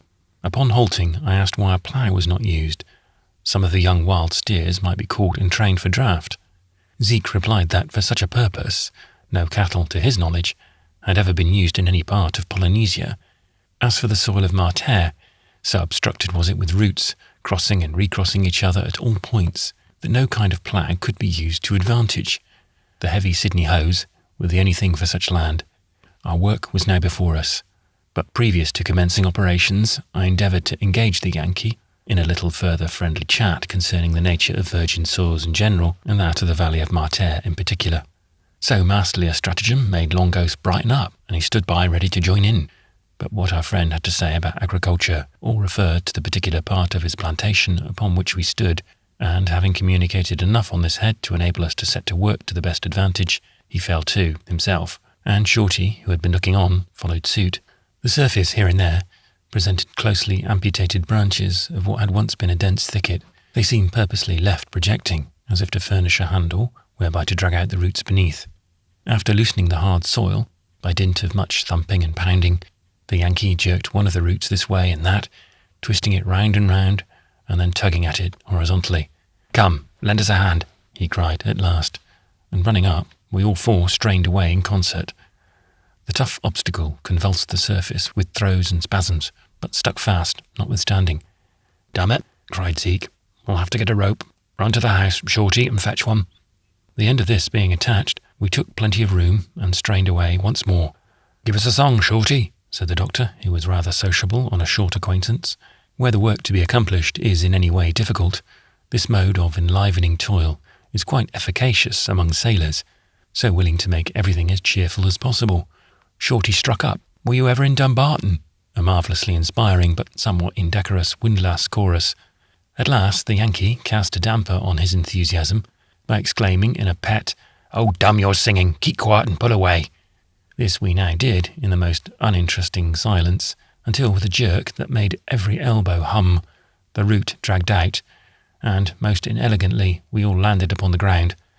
The doctor, quite exhausted, stayed there, and deluded into believing that after so doughty a performance we would be allowed a cessation of toil, took off his hat and fanned himself. "Rather a hard customer that, Peter," observed the Yankee, going up to him. "But it's no use for any on 'em to hang back. I'm dummed if they ain't got to come out, whether or no. Hurrah, let's get at it again." "Mercy," ejaculated the doctor, rising slowly and turning around. "He'll be the death of us." Falling to with our hose again, we worked singly, all together as occasion required, until nooning time came. The period, so called by the planters, embraced about 3 hours in the middle of the day, during which it was so excessively hot in this still brooding valley, shut out from the trades, and only open towards the leeward side of the island, that labour in the sun was out of the question. To use a hyperbolical phrase of Shorty's, it was hot enough to melt the nose off a brass monkey. Returning to the house, Shorty, assisted by old Tonoi, cooked the dinner, and after we had all partaken thereof, both the Cockney and Zeke threw themselves into one of the hammocks, inviting us to occupy the other. Thinking it no bad idea, we did so, and after skirmishing with the mosquitoes, managed to fall into a doze. As for the planters, more accustomed to nooning, they at once presented a nuptial back to each other and were soon snoring away at a great rate. Tonoi snoozed on a mat in one corner. At last, we were roused by Zeke's crying out, "Up, boys, up, rise and shine, time to get at it again." Looking at the doctor, I perceived very plainly that he had decided upon something. In a languid voice, he told Zeke that he was not very well, indeed that he had not been himself for some time past, though a little rest, no doubt, would recruit him. The Yankee, thinking from this that our valuable services might be lost to him altogether, were he too hard upon us at the outset, at once begged us both to consult our own feelings, and not exert ourselves for the present, unless we felt like it. Then, without recognising the fact that my comrade claimed to be actually unwell, he simply suggested that, since he was so tired, he had better, perhaps, swing in his hammock for the rest of the day. If agreeable, however, I myself might accompany him upon a little bullock hunting excursion in the neighbouring hills. In this proposition I gladly acquiesced, though Peter, who was a great sportsman, put on a long face. The muskets and ammunition were forthwith got from the overhead, and everything being then ready, Zeke cried out, "Tonoi, come, Herman, get up. We want you for pilot. Shorty, my lad, look after things. You know, and if you likes, why, there's some roots in the field yonder." Having thus arranged his domestic affairs to please himself, though little to Shorty's satisfaction, I thought, he slung his powder horn over his shoulder, and we started. Tonoi was at once sent on in advance, and leaving the plantation, he struck into a path which led towards the mountains. After hurrying through the thickets for some time, we came out into the sunlight in an open glade just under the shadow of the hills. Here Zeke pointed aloft to a beetling crag far distant, where a bullock with horns thrown back stood like a statue.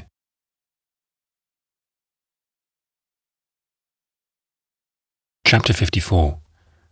Some account of the wild cattle of Polynesia. Before we proceed further, a word or two concerning these wild cattle and the way they came on the island. Some 50 years ago, Vancouver left several bullocks, sheep and goats at various places in the society group. He instructed the natives to look after the animals carefully and by no means to slaughter any until a considerable stock had accumulated. The sheep must have died off, for I never saw a solitary fleece in any part of Polynesia. The pair left were an ill-assorted couple, perhaps, separated in disgust, and died without issue. As for the goats, occasionally you come across a black misanthropic ram nibbling the scant herbage of some height inaccessible to man in preference to the sweet grasses of the valley below. The goats are not very numerous. The bullocks, coming of a prolific ancestry, are a hearty set, racing over the island of Omoo in considerable numbers, though in Tahiti but few of them are seen. At the former place, the original pair must have scampered off to the interior, since it is now so thickly populated by their wild progeny. The herds are the private property of Queen Pommery, from whom the planters had obtained permission to shoot for their own use as many as they pleased. The natives stand in great awe of these cattle, and for this reason are excessively timid in crossing the island, preferring rather to sail round to an opposite village in their canoes. Tonoi abounded in bullock stories, most of which, by the by, had a spice of the marvellous. The following is one of these. Once upon a time, he was going over the hills with a brother, now no more, when a great bull came bellowing out of a wood, and both took to their heels. The old chief sprang into a tree. His companion, flying in an opposite direction, was pursued, and in the very act of reaching up to a bough, trampled underfoot. The unhappy man was then gored, tossed in the air, and finally run away with on the bull's horns.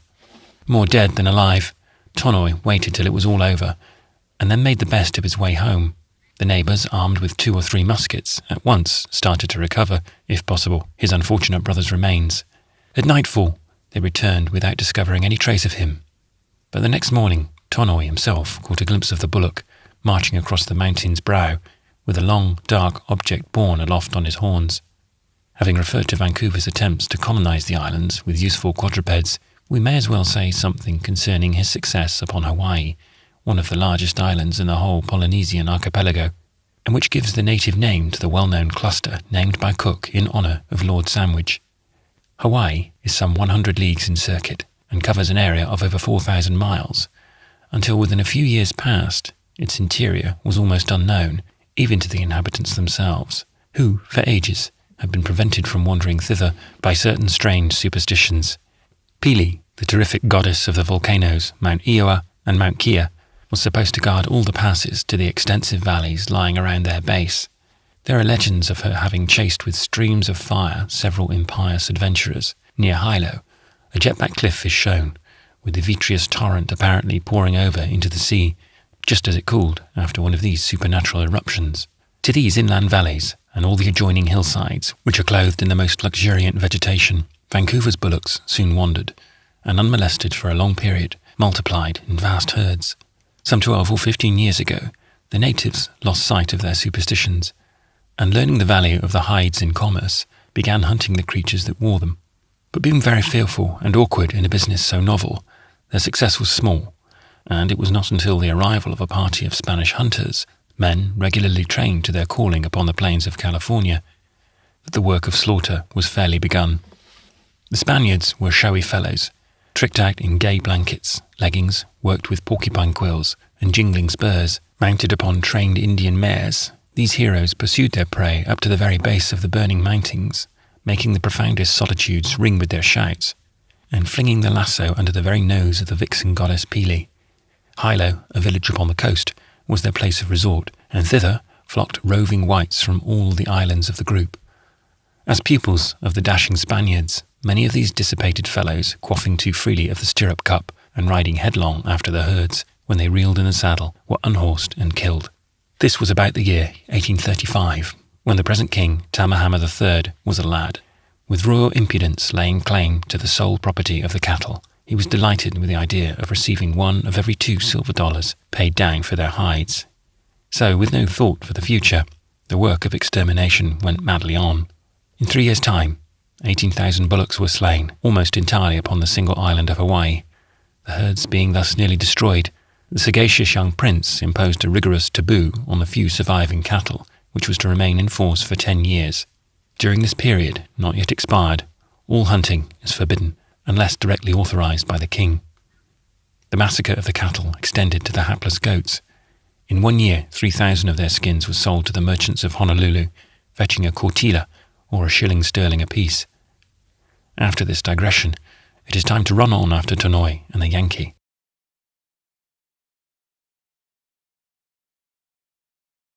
Chapter 55. A Hunting Ramble with Zeke. At the foot of the mountain, a steep path went up among the rocks and clefts, mantled with verdure. Here and there were green gulfs, down which it made one giddy to peep. At last we gained an overhanging, wooded shelf of land which crowned the heights, and along this the path, well shaded, ran like a gallery. In every direction the scenery was enchanting. There was a low, rustling breeze, and below, in the vale, the leaves were quivering.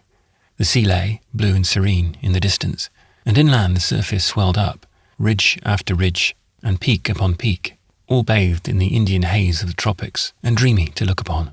Still valleys, leagues away, reposed in the deep shadows of the mountains, and here and there, waterfalls lifted up their voices in the solitude. High above all, and central, the marling spike lifted its finger. Upon the hillsides, small groups of bullocks were seen, some quietly browsing, others slowly winding into the valleys. We went on, directing our course for a slope of these hills, a mile or 2 further, where the nearest bullocks were seen. We were cautious in keeping to the windward of them, their sense of smell and hearing being, like those of all wild creatures, exceedingly acute. As there was no knowing that we might not surprise some other kind of game in their coverts, through which we were passing, we crept along warily. The wild hogs of the island are uncommonly fierce, and as they often attack the natives, I could not help following Tonoi's example of once in a while peeping in under the foliage. Frequent retrospective glances also served to assure me that our retreat was not cut off. As we rounded a clump of bushes, a noise behind them, like the crackling of dry branches, broke the stillness. In an instant, Tonoi's hand was on our bow, ready for a spring, and Zeke's finger touched the trigger of his piece. Again the stillness was broken, and thinking it high time to get ready, I brought my musket to my shoulder. "Look sharp," cried the Yankee, and dropping on one knee, he brushed the twigs aside. Presently off went his piece, and with a wild snort, a black, bristling boar, his cherry-red lip curled up by 2 glittering tusks, dashed unharmed across the path and crashed through the opposite thicket. I saluted him with a charge as he disappeared, but not the slightest notice was taken of the civility. By this time, Tonoi, the illustrious descendant of the bishops of Omoo, was 20 feet from the ground. "Aramai, come down, you old fool," cried the Yankee. "The pesky critter's on t'other side of the island afore this." "I rather guess," he continued, as we began reloading, "that we've spoiled sport by firing at that 'ere tarnal hog. Them bullocks heard the racket, and are flinging their tails about now on the keen jump. Quick, Paul, and let's climb that rock yonder, and see if so be there's any in sight." But none were to be seen, except at such a distance that they looked like ants. As evening was now at hand, my companion proposed our returning home forthwith, and then, after a sound night's rest, starting in the morning upon a good day's hunt with the whole force of the plantation. Following another pass in descending into the valley, we passed through some nobly wooded land on the face of the mountain. One variety of tree particularly attracted my attention. The dark, mossy stem, over 70 feet high, was perfectly branchless for many feet above the ground. When it shot out in broad boughs, laden with lustrous leaves of the deepest green, and all round the lower part of the trunk, thin, slab-like buttresses of bark, perfectly smooth and radiating from a common centre, projected along the ground for at least 2 yards. From below, these natural props tapered upward until gradually blended with the trunk itself. There were signs of the wild cattle having sheltered themselves behind them. Zeke called this the canoe tree, as in old times it supplied the navies of the kings of Tahiti. For canoe building, the wood is still used. Being extremely dense and impervious to worms, it is very durable. Emerging from the forest, when halfway down the hillside, we came upon an open space covered with ferns and grass, over which a few lonely trees were casting long shadows in the setting sun. Here, a piece of ground some 100 feet square, covered with weeds and brambles, and sounding hollow to the tread, was enclosed by a ruinous wall of stones. Tonoi said it was an almost forgotten burial place of great antiquity, where no one had been interred since the islanders had been Christians. Sealed up in dry, deep vaults, many a dead heathen was lying here.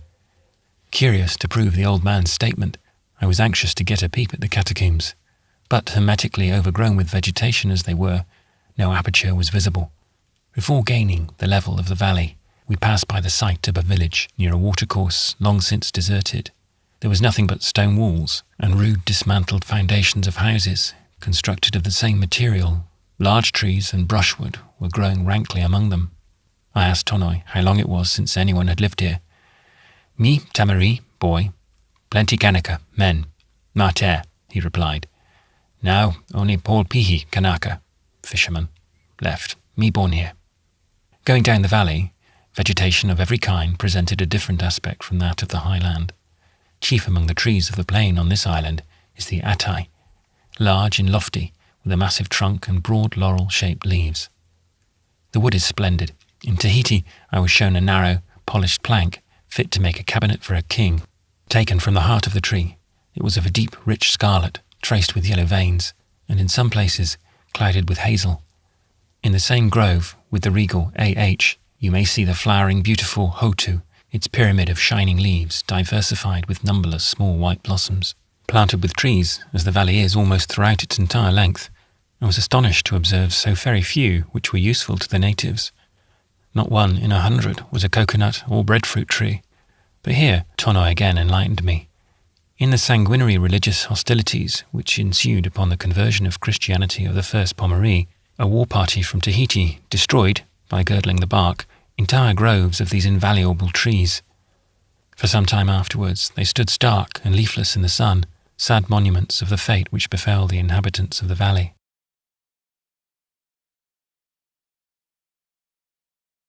Chapter 56. Mosquitoes. The night following the hunting trip, Long Ghost and myself, after a valiant defence, had to fly the house on account of the mosquitoes. In here I cannot avoid relating a story rife among the natives concerning the manner in which these insects were introduced upon the island. Some years previous, a whaling captain, touching at an adjoining bay, got into difficulty with its inhabitants, and at last carried his complaint before one of the native tribunals. But receiving no satisfaction, and deeming himself aggrieved, he resolved upon taking signal revenge. One night he towed a rotten old water cask ashore, and left it in a neglected taro patch where the ground was warm and moist, hence the mosquitoes. I tried my best to learn the name of this man, and hereby do what I can to hand it down to posterity. It was Coleman, Nathan Coleman. The ship belonged to Nantucket. When tormented by the mosquitoes, I found much relief in coupling the word Coleman with another of one syllable and pronouncing them together energetically. The doctor suggested a walk to the beach, where there was a long, low shed tumbling to pieces, but open lengthwise to a current of air which he thought might keep off the mosquitoes, so thither we went. The ruin partially sheltered a relic of times gone by, which a few days after we examined with much curiosity. It was an old war canoe, crumbling to dust, being supported by the same rude blocks upon which, apparently, it had years before been hollowed out. In all probability, it had never been afloat. Outside, it seemed originally stained of a green colour, which here and there was now changed into a dingy purple. The prow terminated in a high, blunt beak. Both sides were covered with carving, and upon the stern was something which Longhost maintained to be the arms of the royal house of Pommery. The device had an heraldic look, certainly, being two sharks with the talons of hawks clawing a knot left projecting from the wood. The canoe was at least 40 feet long, about 2 wide and 4 deep, the upper part consisting of narrow planks laced together with cords of sinnet, had in many places fallen off and lay decaying upon the ground. Still, there were ample accommodations left for sleeping, and in we sprang, the doctor into the bow and I into the stern. I soon fell asleep, but waking suddenly, cramped in every joint from my constrained posture, I thought for an instant I must have been prematurely screwed down in my coffin. Presenting my compliments to Longhost, I asked how it fared with him. Bad enough, he replied, as he tossed about in the outlandish rubbish lying in the bottom of our couch. Pah, how these old mats smell! As he continued talking in this exciting strain for some time, I at last made no reply, having resumed certain mathematical reveries to induce repose.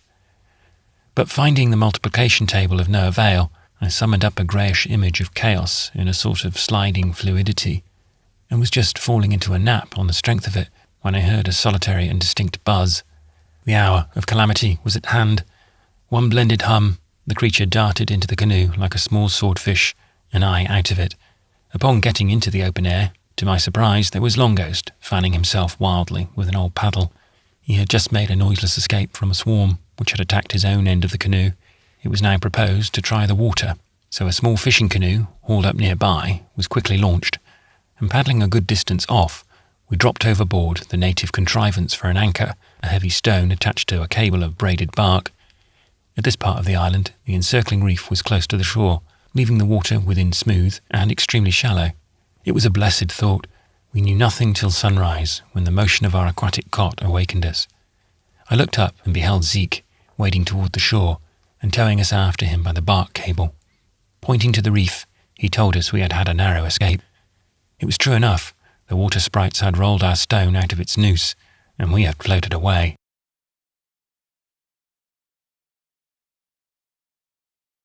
Chapter 57. The Second Hunt in the Mountains. Fair dawned over the hills of Marterre, the jocund morning of our hunt. Everything had been prepared for it overnight, and when we arrived at the house, a good breakfast was spread by Shorty, and old Tonoy was bustling like an innkeeper. Several of his men, also, were in attendance to accompany us with calabashes of food, and in case we met with any success, to officiate as bearers of burdens on our return.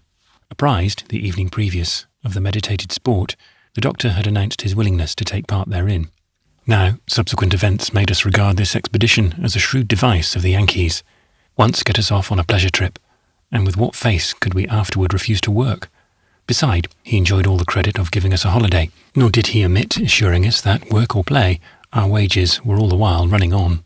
A dilapidated old musket of Tonoy's was borrowed for the doctor. It was exceedingly short and heavy, with a clumsy lock which required a strong finger to pull the trigger. On trying the piece by firing at a mark, Longhost was satisfied that it could not fail of doing execution. The charge went one way, and he the other. Upon this, he endeavoured to negotiate an exchange of muskets with Shorty, but the Cockney was proof against his blandishments. At last he entrusted his weapon to one of the natives to carry for him. Marshalling our forces, we started for the head of the valley, near which a path ascended to a range of high land, said to be a favourite resort of the cattle. Shortly after gaining the heights, a small herd some way off was perceived entering a wood. We hurried on, and dividing our party, went in after them at 4 different points, each white man followed by several natives. I soon found myself in a dense covert, and after looking round was just emerging into a clear space when I heard a report, and a bullet knocked the bark from a tree nearby. The same instant there was a trampling and crashing, and 5 bullocks, nearly abreast, broke into view across the opening and plunged right toward the spot where myself and 3 of the islanders were standing. They were small, black, vicious-looking creatures, with short, sharp horns, red nostrils, and eyes like coals of fire. On they came, their dark, woolly heads hanging down. By this time my island backers were roosting among the trees. Glancing round for an instant to discover a retreat in case of emergency, I raised my piece, when a voice cried out from the wood, "Right between the horns, Paul, right between the horns." Down went my barrel, in range with a small white tuft on the forehead of the headmost one, and letting him have it, I darted to one side. As I turned again, the 5 bullocks shot by like a blast, making the air eddy in their wake. The Yankee now burst into view, and saluted them in flank, whereupon the fierce little bull with the tufted forehead flirted his long tail over his buttocks, kicked out with his hind feet, and shot forward at full length. It was nothing but a graze, and in an instant they were out of sight, the thicket into which they broke rocking overhead and marking their progress. The action over, the heavy artillery came up, in the person of the long doctor with the blunderbuss. "Where are they?" he cried, out of breath. "A mile or 2 off by this time," replied the Cockney. "Lord, Paul, you ought to have sent an hailstone into that little black un."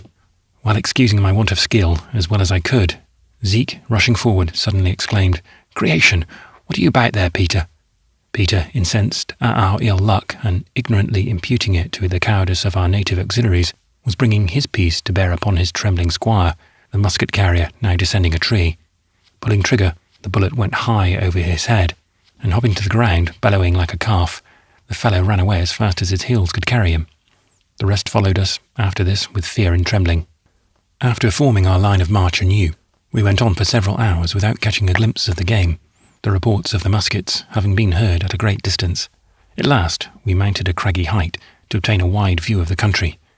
From this place we beheld 3 cattle quietly browsing in a green, opening off of a wood below, the trees shutting them in all round. A general re-examination of the muskets now took place, followed by a hasty lunch from the calabashes. We then started. As we descended the mountainside, the cattle were in plain sight until we entered the forest, when we lost sight of them for a moment, but only to see them again as we crept close up to the spot where they grazed. They were a bull, a cow, and a calf. The cow was lying down in the shade by the edge of the wood, the calf sprawling out before her in the grass, licking her lips, while old Taurus himself stood close by, casting a paternal glance at this domestic little scene, and conjugally elevating his nose in the air. "Now then," said Zeke in a whisper, "let's take the poor creatures where they are huddled together. Crawl along, boys, crawl along. Fire together, mind, and not till I say the word." We crept up to the very edge of the open ground, and knelt behind a clump of bushes, resting our levelled barrels among the branches. The slight rustling was heard. Taurus turned round, dropped his head to the ground, and sent forth a low, sullen bellow, then snuffed the air. The cow rose on her foreknees, pitched forward, a la Nedley, and stood upon her legs, while the calf, with ears pricked, got right underneath her. All 3 were now grouped, and in an instant they would be off. "I take the bull," cried our leader. "Fire!" The calf fell like a clod. Its dam uttered a cry and thrust her head into the thicket, but she turned and came moaning up to the lifeless calf, going round and round it, snuffing fiercely with her bleeding nostrils. A crashing in the wood and a loud roar announced the flying bull. Soon another shot was fired, and the cow fell. Leaving some of the natives to look after the dead cattle, the rest of us hurried on after the bull, his dreadful bellowing guiding us to the spot where he lay. Wounded in the shoulder, in his fright and agony he had bounded into the wood, but when we came up to him he had sunk to the earth in a green hollow, thrusting his black muzzle into a pool of his own blood and tossing it over his side in clots. The Yankee brought his piece to a rest, and the next instant the wild brute sprang into the air, and with his forelegs crouching under him, fell dead. Our island friends were now in high spirits, all courage and alacrity. Old Tanoy thought nothing of taking poor Taurus himself by the horns and peering into his glazed eyes. Our ship knives were at once in request, and skinning the cattle, we hung them high up by cords of bark from the boughs of a tree. Withdrawing into a covert, we there waited for the wild hogs, which, according to Zeke, would soon make their appearance, lured by the smell of blood. Presently we heard them coming in 2 or 3 different directions, and in a moment they were tearing the offal to pieces, As only one shot at these creatures could be relied on, we intended firing simultaneously, but somehow or other, the doctor's piece went off by itself, and one of the hogs dropped. The others then breaking into the thicket, the rest of us sprang after them, resolved to have another shot at all hazards. The Cockney darted among some bushes, and a few moments after, we heard the report of his musket, followed by a quick cry. On running up, we saw our comrade doing battle with a young devil of a boar, as black as night, whose snout had been partly torn away. Firing when the game was in full career, and coming directly toward him, Shorty had been assailed by the enraged brute. It was now crunching the breech of the musket with which he had tried to club it. Shorty holding fast to the barrel and fingering his waist for a knife. Being in advance of the others, I clapped my gun to the boar's head and so put an end to the contest. Evening now coming on, we set to work loading our carriers. The kettle was so small that a stout native could walk off with an entire quarter, brushing through thickets and descending rocks without an apparent effort. Though to tell the truth, no white man present could have done the thing with any ease. As for the wild hogs, none of the islanders could be induced to carry Shorties, some invincible superstition being connected with its black colour. We were, therefore, obliged to leave it.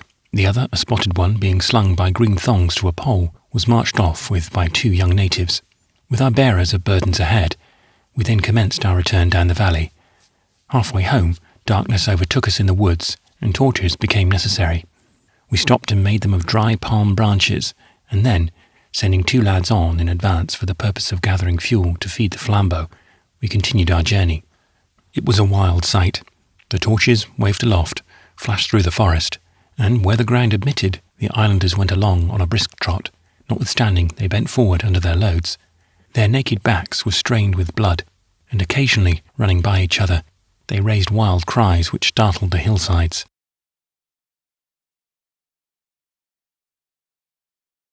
Chapter 58. The Hunting Feast, and a Visit to Afrihitu.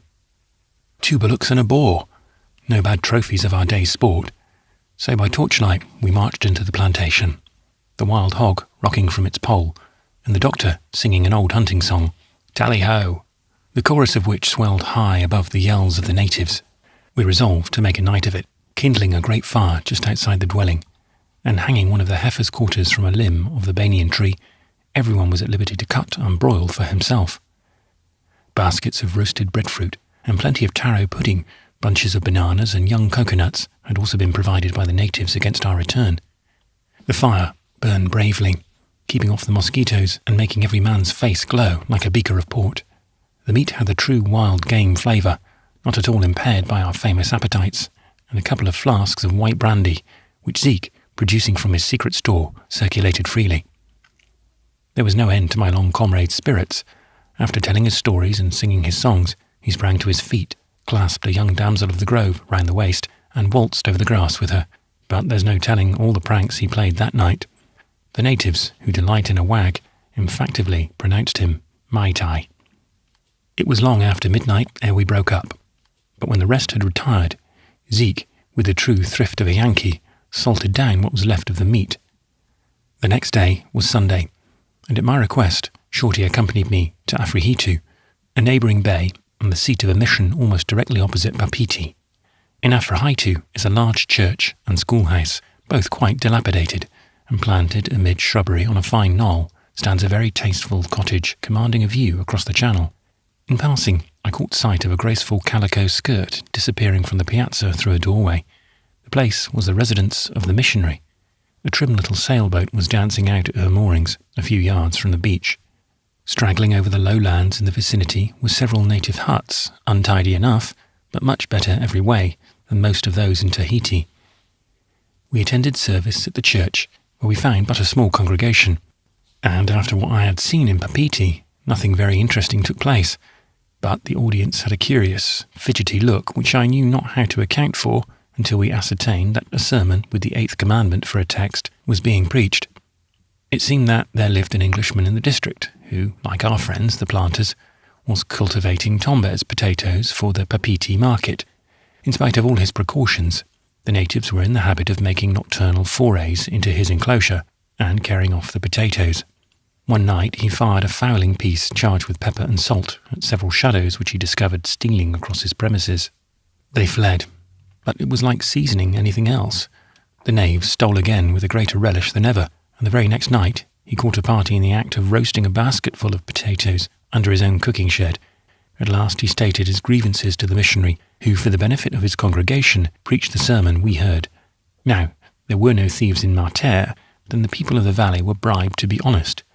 It was a regular business transaction between them and the planters.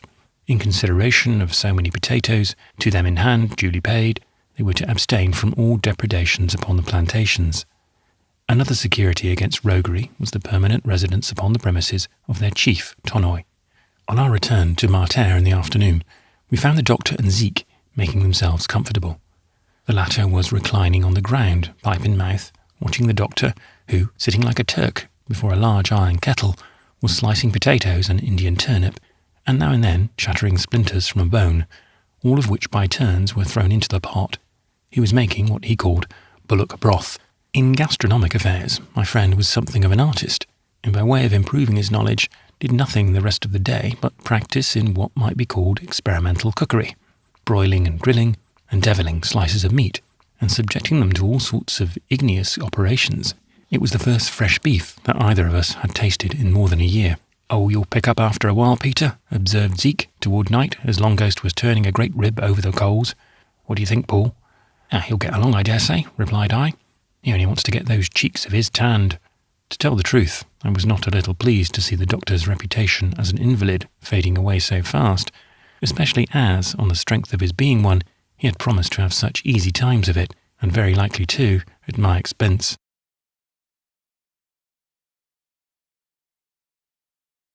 Chapter 59. The Murphys. Dozing in our canoe the next morning about daybreak, we were awakened by Zeke's hailing us loudly from the beach. Upon paddling up, he told us that a canoe had arrived overnight from Papeete, with an order from a ship lying there for a supply of his potatoes, and as they must be on board the vessel by noon, he wanted us to assist in bringing them down to his sailboat. My long comrade was one of those who, from always thrusting forth the wrong foot foremost when they rise, or committing some other indiscretion of the limbs, are more or less crabbed or sullen before breakfast. It was in vain, therefore, the Yankee deplored the urgency of the case which obliged him to call us up thus early. The doctor only looked the more glum, and said nothing in reply. At last, by way of getting up a little enthusiasm for the occasion, the Yankee exclaimed quite spiritedly, "What do you say then, boys? Shall we get at it?" "Yes, in the devil's name," replied the doctor, like a snapping turtle, and we moved on to the house. Notwithstanding his ungracious answer, he probably thought that after the gastronomic performance of the day previous, it would hardly do to hang back. At the house we found Shorty ready with the hose, and we at once repaired to the farther side of the enclosure, where the potatoes had yet to be taken out of the ground.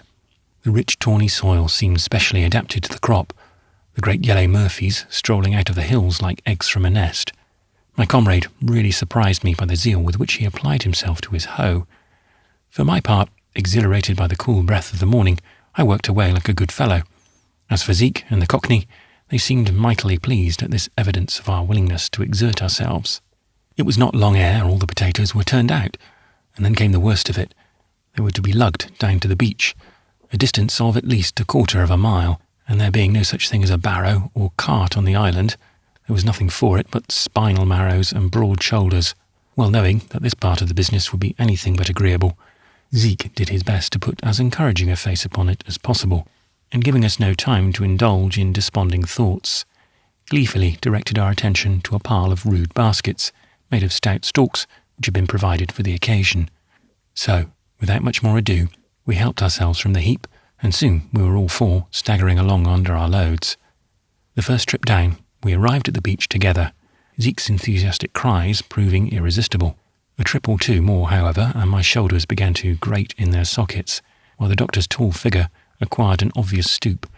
Presently we both threw down our baskets, protesting we could stand it no longer, but our employers, bent, as it were, upon getting the work out of us by a silent appeal to our moral sense, toiled away without pretending to notice us. It was as much to say, "There, men, we've been boarding and lodging ye for the last 3 days, and yesterday ye did nothing earthly but eat. So stand by now, and look at us working, if ye dare." Thus driven to it then, we resumed our employment, yet in spite of all we could do, we lagged behind Zeke and Shorty, who, breathing hard and perspiring at every pore, toiled away without pause or cessation. I almost wickedly wished that they would load themselves down with one potato too many. Gasping, as I was with my own hamper, I could not for the life of me help laughing at Long Ghost. There he went, his long neck thrust forward, his arms twisted behind him to form a shelf for his basket to rest on, and his stilts of legs, every once in a while, giving way under him, as if his knee joints slipped either way.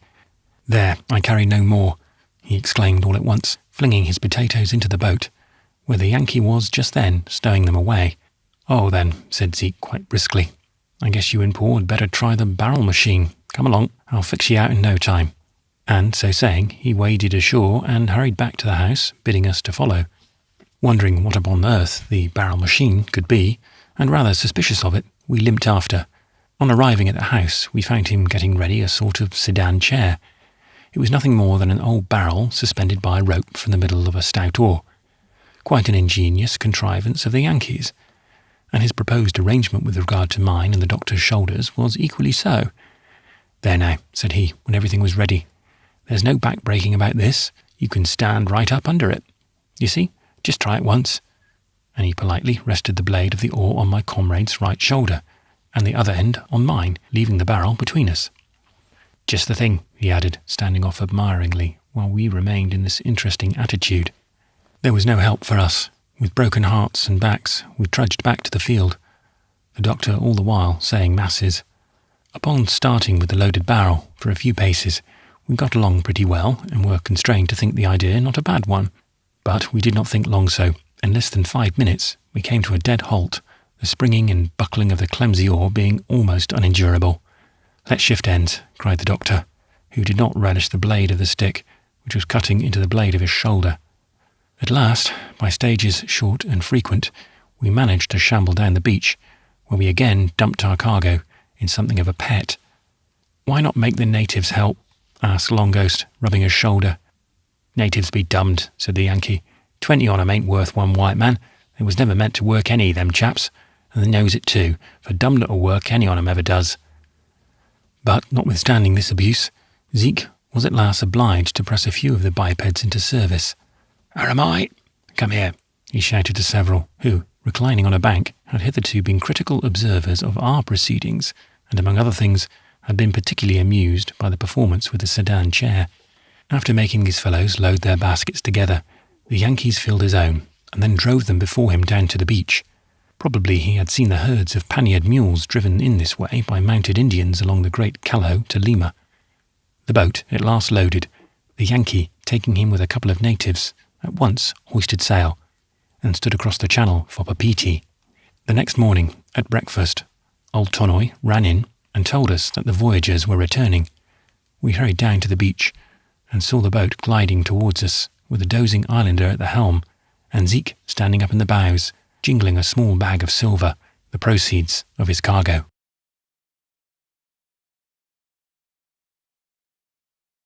Chapter 60. What they thought of us in Martyr. Several quiet days now passed away, during which we just worked sufficiently to sharpen our appetites, the planters leniently exempting us from any severe toil. Their desire to retain us became more and more evident, which was not to be wondered at, for, beside esteeming us from the beginning a couple of civil, good-natured fellows who would soon become quite at home with them, they were not slow in perceiving that we were far different from the common run of rovers, and that our society was both entertaining and instructive to a couple of solitary, literate men like themselves.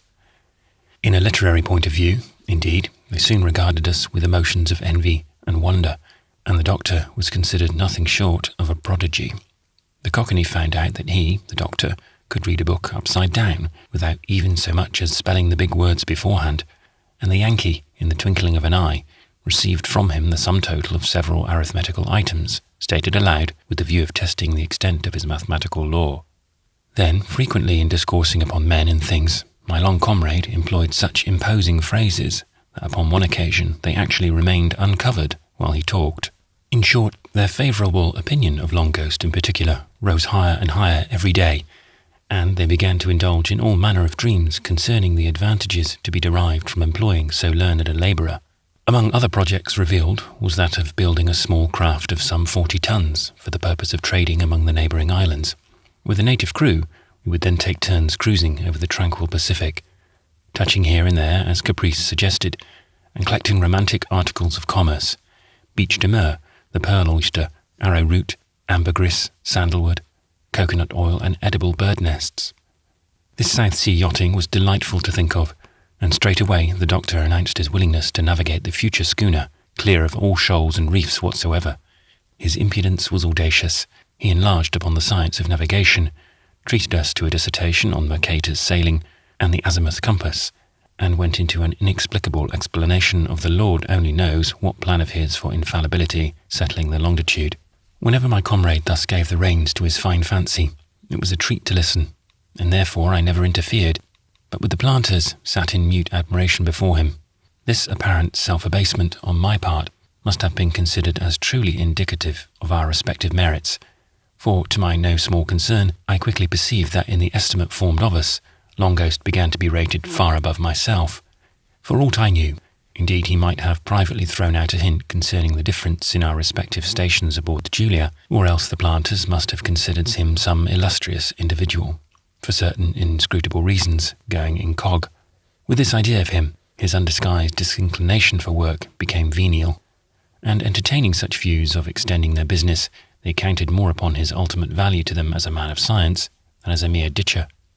Nor did the humorous doctor forbear to foster an opinion every way so advantageous to himself, at times, for the sake of the joke, assuming airs of superiority over myself, which, though laughable enough, was sometimes annoying. To tell the plain truth, things at last came to such a pass that I told him, up and down, that I had no notion to put up with his pretensions. If he were going to play the gentleman, I was going to follow suit, and then there would quickly be an explosion. At this he laughed heartily, and after some mirthful chat, we resolved upon leaving the valley as soon as we could do with a proper regard to politeness. At supper, therefore, the same evening, the doctor hinted at our intention. Though much surprised and vexed, Zeke moved not a muscle. "Peter," said he at last very gravely, and after mature deliberation, "would you like to do the cooking? It's easy work, and you needn't do anything else. Paul's heartier, he can work in the field when it suits him, and before long we'll have you at something more agreeable, won't we, Shorty?" Shorty assented. Doubtless the proposed arrangement was a snug one, especially the sinecure for the doctor, but I by no means relished the functions allotted to myself. They were too indefinite. Nothing final, however, was agreed upon. Our intention to leave was revealed, and that was enough for the present. But as we said nothing further about going, the Yankee must have concluded that we might yet be induced to remain. He redoubled his endeavours to make us contented. It was during this state of affairs that one morning before breakfast we were set to weeding in a potato patch, and the planters being engaged at the house, we were left to ourselves.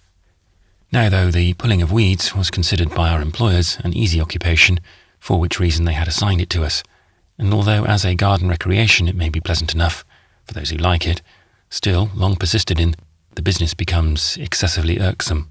Nevertheless, we toiled away for some time, until the doctor, who from his height was obliged to stoop at a very acute angle, suddenly sprang upright, and with one hand propping his spinal column, exclaimed, "Oh, that one's joints were but provided with holes to drop a little oil through."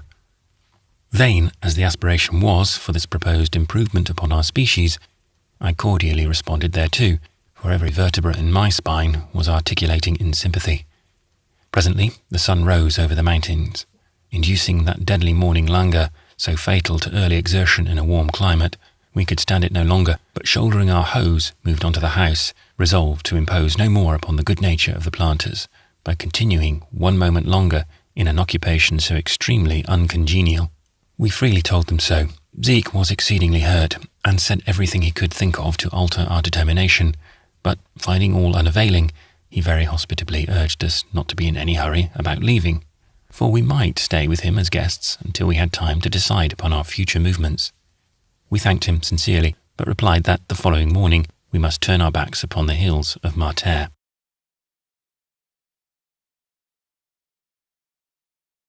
Chapter 61. Preparing for the journey. During the remainder of the day, we loitered about, talking over our plans.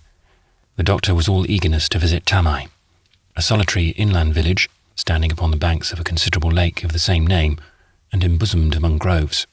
From Afrahaitu, you went to this place by a lonely pathway leading through the wildest scenery in the world. Much, too, we had heard concerning the lake itself, which abounded in such delicious fish that, in former times, angling parties occasionally came over to it from Papeete. Upon its banks, moreover, grew the finest fruit of the islands, and in their greatest perfection. The V, or Brazilian plum, here attained the size of an orange, and the gorgeous ahia, or red apple of Tahiti, blushed with deeper dyes than any of the seaward valleys. Beside all this, in Tamai, dwelt the most beautiful and unsophisticated women in the entire society group. In short, the village was so remote from the coast, and had been so less affected by recent changes than other places, that in most things Tahitian life was here seen as formerly existing in the days of young Otu, the boy king, in Cook's time. After obtaining from the planters all the information which was needed, we decided upon penetrating to the village, and after a temporary sojourn there to strike the beach again and journey round to Talu, a harbour on the opposite side of the island. We at once put ourselves in travelling trim. Just previous to leaving Tahiti, having found my wardrobe reduced to 2 suits, frock and trousers, both much the worse for wear, I quilted them together for mutual preservation, after a fashion peculiar to sailors, engrafting a red frock upon a blue one, and producing thereby a choice variety in the way of clothing. This was the extent of my wardrobe. Nor was the doctor by any means better off. His improvidence had at last driven him to don the nautical garb, but by this time his frock, a light cotton one, had almost given out, and he had nothing to replace it. Shorty very generously offered him one which was a little less ragged, but the alms were proudly refused, Long Ghost preferring to assume the ancient costume of Tahiti, the rura. This garment, once worn as a festival dress, is now seldom met with, but Captain Bob had often shown us one which he kept as an heirloom. It was a cloak of mantle, of yellow tapa, precisely similar to the poncho worn by the South American Spaniards. The head being slipped through a slit in the middle, the robe hangs about the person in ample drapery. Tonoi obtained sufficient coarse brown tapa to make a short mantle of this description, and in 5 minutes the doctor was equipped. Zeke, eyeing his toga critically, reminded its proprietor that there were many streams to ford and precipices to scale between Mater and Tamai, and if he travelled in petticoats he had better hold them up. Besides other deficiencies, we were utterly shoeless. In the free and easy Pacific, sailors seldom wore shoes. Mine had been tossed overboard the day we met the trades, and, except in 1 or 2 tramps ashore, I had never worn any since. In Mater they would have been desirable, none were to be had. For the expedition we meditated, however, they were indispensable. Zeke, being the owner of a pair of huge, dilapidated boots hanging from a rafter like saddlebags, the doctor succeeded in exchanging for them a case-knife, the last valuable article in his possession.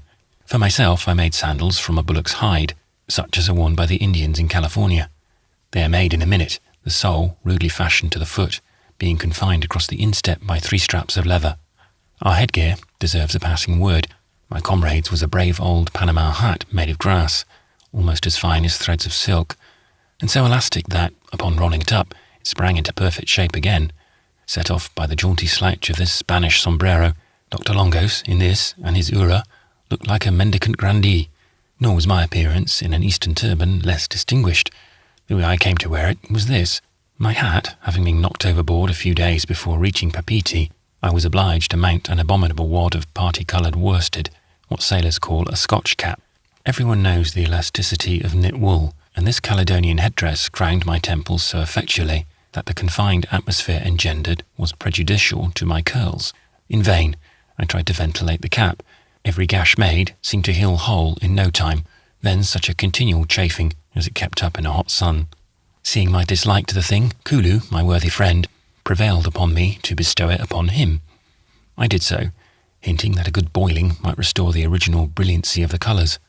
It was then that I mounted the turban, taking a new regatta frock of the doctor's, which was of a gay calico, and winding it round my head in folds. I allowed the sleeves to droop behind, thus forming a good defence against the sun, though in a shower it was best off, the pendant sleeves adding much to the effect. The doctor called me the Bashaw with 2 tails. Thus arrayed, we were ready for Tamai, in whose green saloons we counted upon creating no small sensation.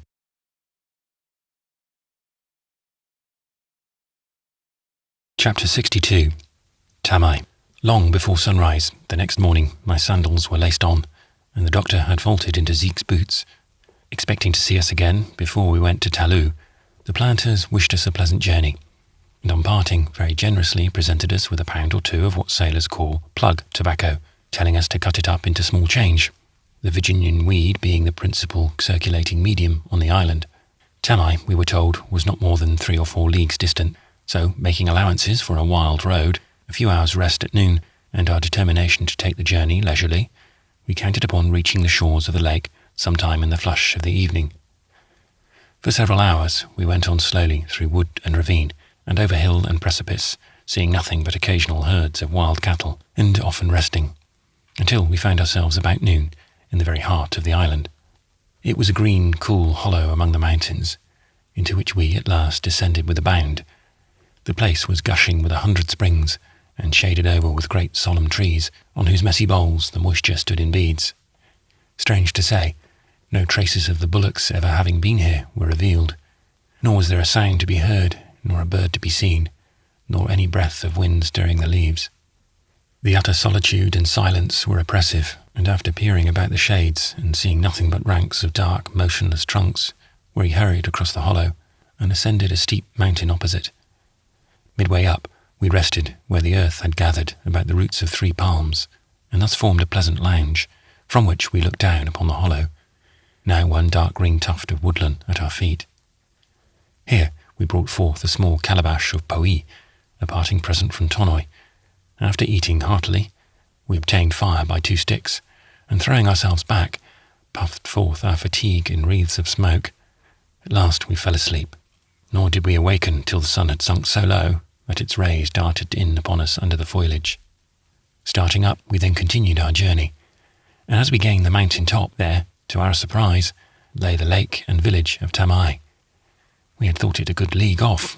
Where we stood, the yellow sunset was still lingering, but over the valley below, long shadows were stealing, the rippling green lake reflecting the houses and trees just as they stood along its banks.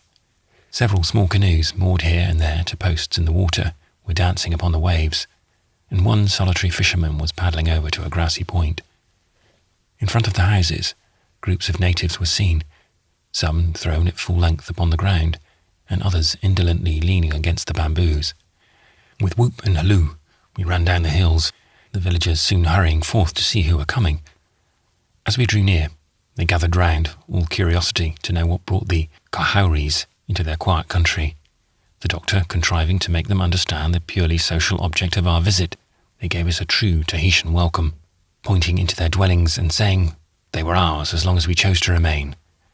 We were struck by the appearance of these people, both men and women, so much more healthful than the inhabitants of the bays. As for the young girls, they were more retiring and modest, more tidy in their dress, and far fresher and more beautiful than the damsels of the coast.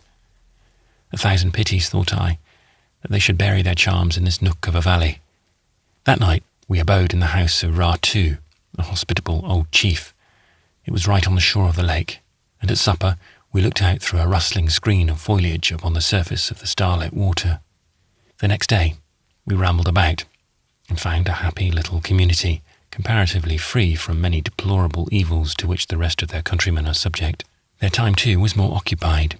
To my surprise, the manufacture of tapa was going on in several buildings. European calicos were seldom seen, and not many articles of foreign origin of any description. The people of Tamai were nominally Christians, but being so remote from ecclesiastical jurisdiction, their religion sat lightly upon them. We had been told, even, that many heathenish games and dances still secretly lingered in their valley. Now the prospect of seeing an old-fashioned hiva, or Tahitian reel, was one of the inducements which brought us here, and so, finding Ra-Tu rather liberal in his religious ideas, we disclosed our desire. At first he demurred, and shrugging his shoulders like a Frenchman, declared it could not be brought about, was a dangerous matter to attempt, and might bring all concerned into trouble. But we overcame all this, convinced him that the thing could be done, and a hiva, a genuine pagan fandango, was arranged for that very night.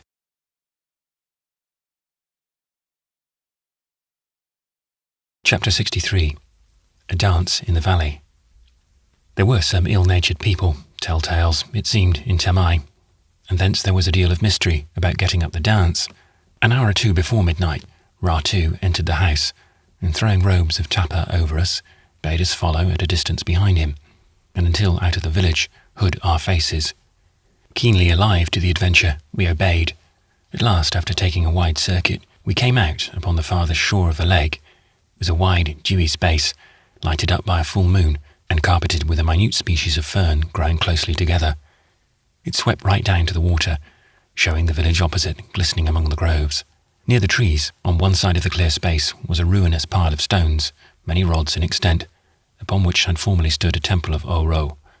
At present there was nothing but a rude hut, planted on the lowermost terrace. It seemed to have been used as a tapahari, or house for making the native cloth. Here we saw lights gleaming from between the bamboos, and casting long, rod-like shadows upon the ground without. Voices also were heard. We went up, and had a peep at the dancers, who were getting ready for the ballet.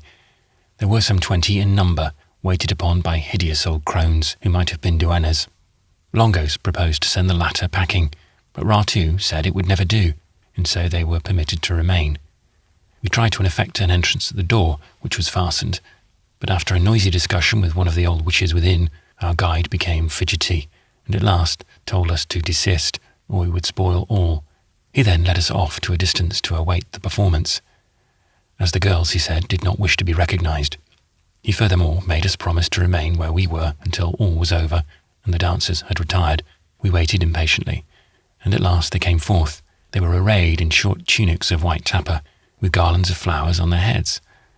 Following them were the duennas, who remained clustering about the house, while the girls advanced a few paces, and in an instant 2 of them, taller than their companions, were standing side by side in the middle of a ring formed by the clasped hands of the rest. This movement was made in perfect silence.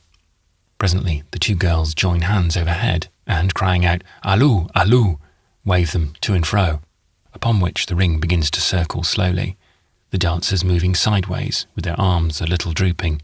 Soon they quicken their pace, and at last fly round and round, bosoms heaving, hair streaming, flowers dropping, and every sparkling eye circling in what seemed a line of light. Meanwhile the pair within are passing and repassing each other incessantly. Inclining sideways, so that their long hair falls far over, they glide this way and that, one foot continually in the air, and their fingers thrown forth and twirling in the moonbeams. "Aloo, aloo," again cried the dance queens, and coming together in the middle of the ring, they once more lift up the arch and stand motionless.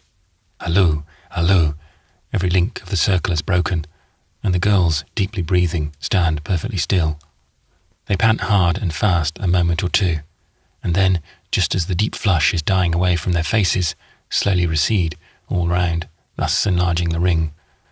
Again the 2 leaders wave their hands, when the rest pause, and now, far apart, stand in the still moonlight like a circle of fairies.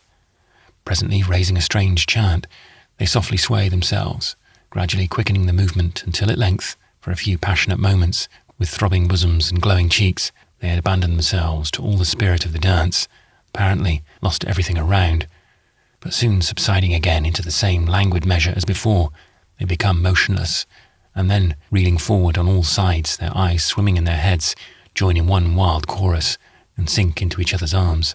Such is the lori, I think they call it, the dance of the backsliding girls of Tamai. While it was going on, we had as much as we could do to keep the doctor from rushing forward and seizing a partner. They would give us no more hivas that night, and Ratu fairly dragged us away to a canoe, hauled up on the lake shore, when we reluctantly embarked and, paddling over to the village, arrived there in time for a good nap before sunrise. The next day, the doctor went about trying to hunt up the overnight dancers. He thought to detect them by their late rising, but never was man more mistaken, for on first sallying out, the whole village was asleep, waking up in concert about an hour after. But in the course of the day, he came across several whom he at once charged with taking part in the hiva. There were some prim-looking fellows standing by, visiting elders from Afrahaitu, perhaps, and the girls looked embarrassed, but parried the charge most skilfully. Though soft as doves in general, the ladies of Tamai are, nevertheless, flavoured with a slight tincture of what we clearly enough call the devil, and they showed it on the present occasion. For when the doctor pressed one rather hard, she all at once turned round upon him, and, giving him a box on the ear, told him to Hanri Pera, be off with himself.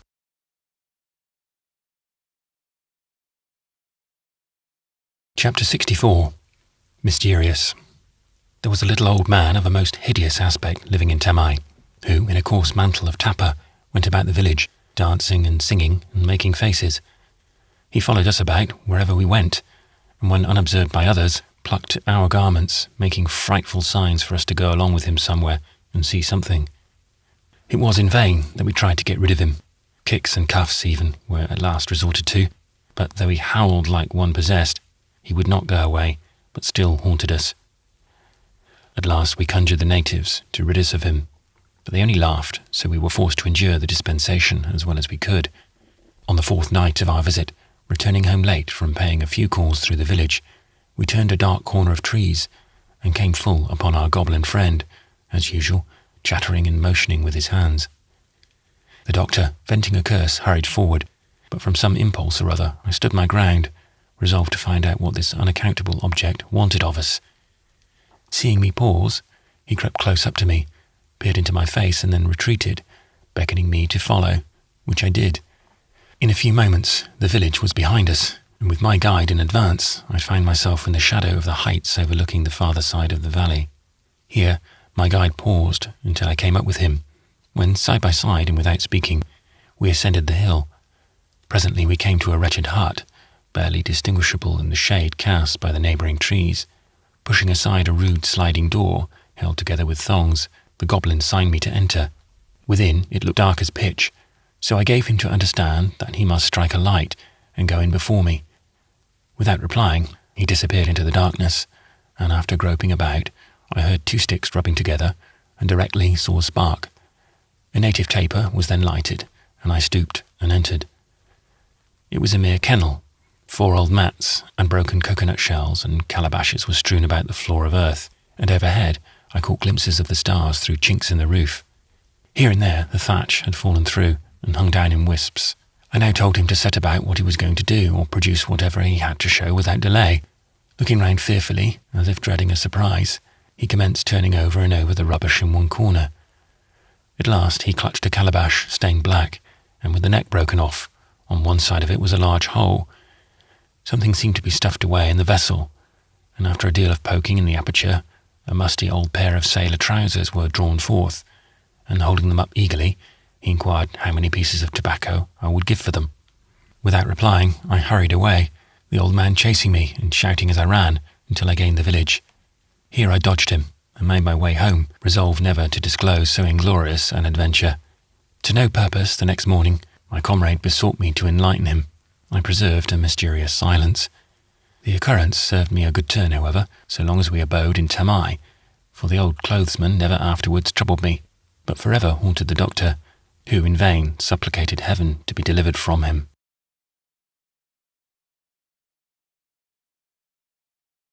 Chapter 65. The Hegira, or Flight. "I say, Doctor," cried I, a few days after my adventure with the goblin, as, in the absence of our host, we were one morning lounging upon the matting in his dwelling, smoking our reed pipes. "Tamai's a thriving place. Why not settle down?" "Faith," said he, "not a bad idea, Paul. But do you fancy they'll let us stay, though?" "Why, certainly. They will be overjoyed to have a couple of Kaharis for townsmen." "Gad, you're right, my pleasant fellow. Ha ha! I'll put up a banana leaf as a physician from London, deliver lectures on Polynesian antiquities, teach English in 5 lessons of 1 hour each, establish power looms for the manufacture of tapa, lay out a public park in the middle of the village, and found a festival in honour of Captain Cook." "But surely not without stopping to take breath," observed I. The doctor's projects, to be sure, were of a rather visionary cast, but we seriously thought, nevertheless, of prolonging our stay in the valley for an indefinite period, and with this understanding, we were turning over various plans for spending our time pleasantly, when several women came running into the house, and hurriedly besought us to hiri, make our escape, crying out something about the missionaries. Thinking that we were about to be taken up under the Act for the Suppression of Vagrancy, we flew out of the house, sprang into a canoe before the door, and paddled with might and main over to the opposite side of the lake. Approaching Ratu's dwelling was a great crowd, among which we perceived several natives, who, from their partly European dress, we were certain did not reside in Tamai. Plunging into the groves, we thanked our stars that we had thus thoroughly escaped being apprehended as runaway seamen, and marched off to the beach. This, at least, was what we had thought we had escaped. Having fled the village, we could not think of prowling about its vicinity and then returning. In doing so, we might be risking our liberty again. We therefore determined upon journeying back to Marterre, and setting our faces thitherward, we reached the planter's house by nightfall. They gave us a cordial reception and a hearty supper, and we sat up talking until a late hour. We now prepared to go to Talou, a place from which we were not far off when at Tamai, but wishing to see as much of the island as we could, we preferred returning to Marterre and then going round by way of the beach. Talou, the only frequented harbour of Emio, lies on the western side of the island, almost directly over against Marterre. Upon one shore of the bay stands the village of Partouai, a missionary station. In its vicinity is an extensive sugar plantation, the best in the South Seas perhaps, worked by a person from Sydney. The patrimonial property of the husband of Pommery, and everywhere a delightful retreat, Partouai was one of the occasional residences of the court, but at the time I write of it was permanently fixed there, the Queen having fled thither from Tahiti. Partouai, they told us, was by no means the place Papeete was. Ships seldom touched, and very few foreigners were living ashore. A solitary whaler, however, was reported to be lying in the harbour, wooding and watering, and to be in want of men. All things considered, I could not help looking upon Talou as offering a splendid opening for us adventurers, to say nothing of the facilities presented for going to sea in the whaler, or hiring ourselves out as day labourers in the sugar plantation. There were hopes to be entertained of being promoted to some office of high trust and emolument about the person of Her Majesty the Queen. Nor was this expedition altogether quixotic. In the train of many Polynesian princes, roving whites are frequently found, gentlemen pensioners of state, basking in the tropical sunshine of the court, and leading the pleasantest lives in the world, upon islands little visited by foreigners. The first seaman that settles down is generally domesticated in the family of the head chief or king, where he frequently discharges the functions of various offices, elsewhere filled by as many different individuals. As historiographer, for instance, he gives the natives some account of distant countries. As commissioner of the arts and sciences, he instructs them in the use of the jackknife and the best way of shaping bits of iron hoop into spearheads. And as interpreter to His Majesty, he facilitates intercourse with strangers, besides instructing the people generally in the uses of the most common English phrases, civil and profane, but oftener the latter. These men generally marry well, often, like Hardy of Hanamanu, into the wood royal. Sometimes they officiate as a personal attendant, or first lord-in-waiting to the king. At Amboy, one of the Tonga Islands, a vagabond Welshman bends his knee as cupbearer to His Cannibal Majesty. He mixes his morning cup of ava, and with profound genuflections, presents it in a coconut bowl richly carved. Upon another island of the same group, where it is customary to bestow no small pains in dressing the hair, frizzing it out by a curious process into an enormous Pope's head, an old man-of-war's man fills the post of barber to the king. And, as His Majesty is not very neat, his mop is exceedingly populous, so that when Jack is not engaged in dressing the head entrusted to his charge, he busies himself in gently titillating it, a sort of skewer being actually worn about in the patient's hair for that special purpose. Even upon the Sandwich Islands, a low rabble of foreigners is kept about the person of Tamahamaha for the purpose of ministering to his ease or enjoyment. Billy Loon, a jolly little Negro, tricked out in a soiled blue jacket, studded all over with rusty bell buttons and garnished with shabby gold lace, is the royal drummer and pounder of the tambourine. Joe, a wooden-legged Portuguese who lost his leg by a whale, is violinist, and Mordecai, as he is called, a villainous-looking scamp, going about with his cups and balls in a side pocket, diverts the court with his jugglery. These idle rascals receive no fixed salary, being altogether dependent upon the casual bounty of their master. Now and then, they run up a score at the dance-houses in Honolulu, where the illustrious Tamahamaha III afterwards calls and settles the bill. A few years since, an auctioneer to His Majesty came near, being added to the retinue of state. It seems that he was the first man who had practised his vocation in the Sandwich Islands, and delighted with the sport of bidding upon his wares. The king was one of his best customers. At last he besought the man to leave all and follow him, and he should be handsomely provided for at court. But the auctioneer refused, and so the ivory hammer lost the chance of being borne before him on a velvet cushion when the next king went to be crowned. But it was not as strolling players, nor as footmen out of employ, that the Doctor and myself looked forward to our approaching introduction to the court of the Queen of Tahiti. On the contrary, as before hinted, we expected to swell the appropriations of breadfruit and coconuts on the civil list by filling some honourable office in her gift. We were told that, to resist the usurpation of the French, the Queen was rallying about her person all the foreigners she could. Her partiality for the English and Americans was well known, and this was an additional ground for our anticipating a favourable reception. Zeke had informed us, moreover, that by the Queen's counsellors at Partuai, a war of aggression against the invaders of Papeete had been seriously thought of. Should this prove true, a surgeon's commission for the Doctor and a lieutenancy for myself were certainly counted upon in our sanguine expectations. Such, then, were our views, and such our hopes in projecting a trip to Talou. But in our most lofty aspirations, we by no means lost sight of any minor matters which might help us to promotion. The Doctor had informed me that he excelled in playing the fiddle. I now suggested that, as soon as we arrived at Partuai, we should endeavour to borrow a violin for him, or if this could not be done, that he should manufacture some kind of substitute, and thus equipped apply for an audience of the Queen. Her well-known passion for music would at once secure his admittance, and so, under the most favourable auspices, bring about our introduction to her notice. And who knows, said my waggish comrade, throwing his head back and performing an imaginary air by briskly drawing one arm across the other, who knows that I may not fiddle myself into Her Majesty's good graces, so as to become a sort of Rizzio to the Tahitian princess.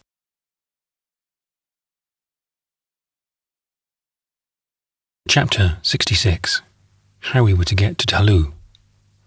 The inglorious circumstances of our somewhat premature departure from Tamai filled the sagacious Doctor and myself with sundry misgivings for the future.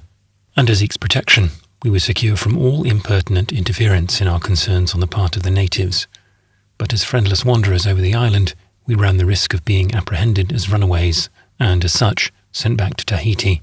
The truth is that the rewards constantly offered for the apprehension of deserters from ships induced some of the natives to eye all strangers suspiciously. A passport was therefore desirable, but such a thing had never been heard of in Omoo. At last, Longos suggested that, as the Yankee was well known and much respected all over the island, we should endeavour to obtain from him some sort of paper, not only certifying to our having been in his employ, but also to our not being highwaymen, kidnappers, nor yet runaway seamen. Even written in English, a paper like this would answer every purpose, for the unlettered natives, standing in great awe of the document, would not dare to molest us until acquainted with its purport. Then, if it came to the worst, we might repair to the nearest missionary and have the passport explained. Upon informing Zeke of these matters, he seemed highly flattered with the opinion we entertained of his reputation abroad, and he agreed to oblige us. The Doctor at once offered to furnish him with a draft of the paper, but he refused, saying he would write it himself. With a rooster's quill, therefore, a bit of soiled paper and a stout heart, he set to work. Evidently he was not accustomed to composition, for his literary throes were so violent that the Doctor suggested that some sort of caesarean operation might be necessary. The precious paper was at last finished, and a great curiosity it was. We were much diverted with his reasons for not dating it. "In this here dumb deliminate," he observed, "a feller can't keep the run of the months, nohow, 'cause there's no seasons, no summer and winter to go by. One's eternally thinking it's always July, it's so pesky hot." A passport provided, we cast about for some means of getting to Talou. The island of Omoo is very nearly surrounded by a regular breakwater of coral, extending within a mile or less of the shore. The smooth canal within furnishes the best means of communication with the different settlements, all of which, with the exception of Tamai, are right upon the water. And so indolent are the Emeos that they think nothing of going 20 or 30 miles round the island in a canoe in order to reach a place not a quarter of that distance by land. But as hinted before, the fear of the bullocks has something to do with this. The idea of journeying in a canoe struck our fancy quite pleasantly, and we at once set about chartering one if possible. But none could we obtain, for not only did we have nothing to pay for hiring one, but we could not expect to have it loaned, inasmuch as the good-natured owner would, in all probability, have to walk along the beach as we paddled in order to bring back his property when we had no further use for it. At last, it was decided to commence our journey on foot, trusting that we would soon fall in with a canoe going our way, in which we might take passage. The planters said we would find no beaten path. All we had to do was to follow the beach, and however inviting it might look inland, on no account must we stray from it. In short, the longest way round was the nearest way to Taloo. At intervals there were little hamlets along the shore, besides lonely fishermen's huts here and there, where we could get plenty to eat without pay, so there was no necessity to lay in any store. Intending to be off before sunrise the next morning, so as to have the benefit of the coolest part of the day, we bade our kind hosts farewell overnight, and then, repairing to the beach, we launched our floating pallet and slept away merrily till dawn.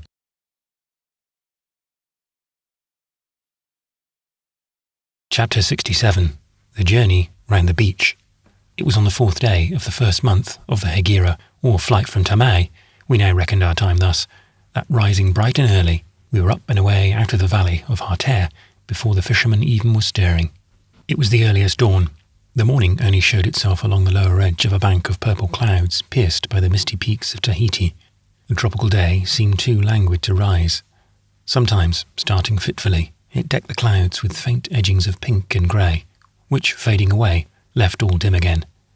Anon it threw out thin, pale rays, growing lighter and lighter, until at last the golden morning sprang out of the east with a bound, darting its bright beams hither and thither, higher and higher, and sending them broadcast over the face of the heavens.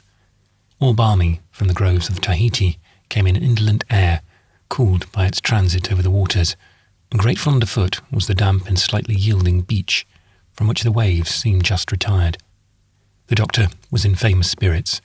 Removing his kura, he went splashing into the sea, and after swimming a few yards, waded ashore, hopping, skipping, and jumping along the beach, but very careful to cut all his capers in the direction of our journey.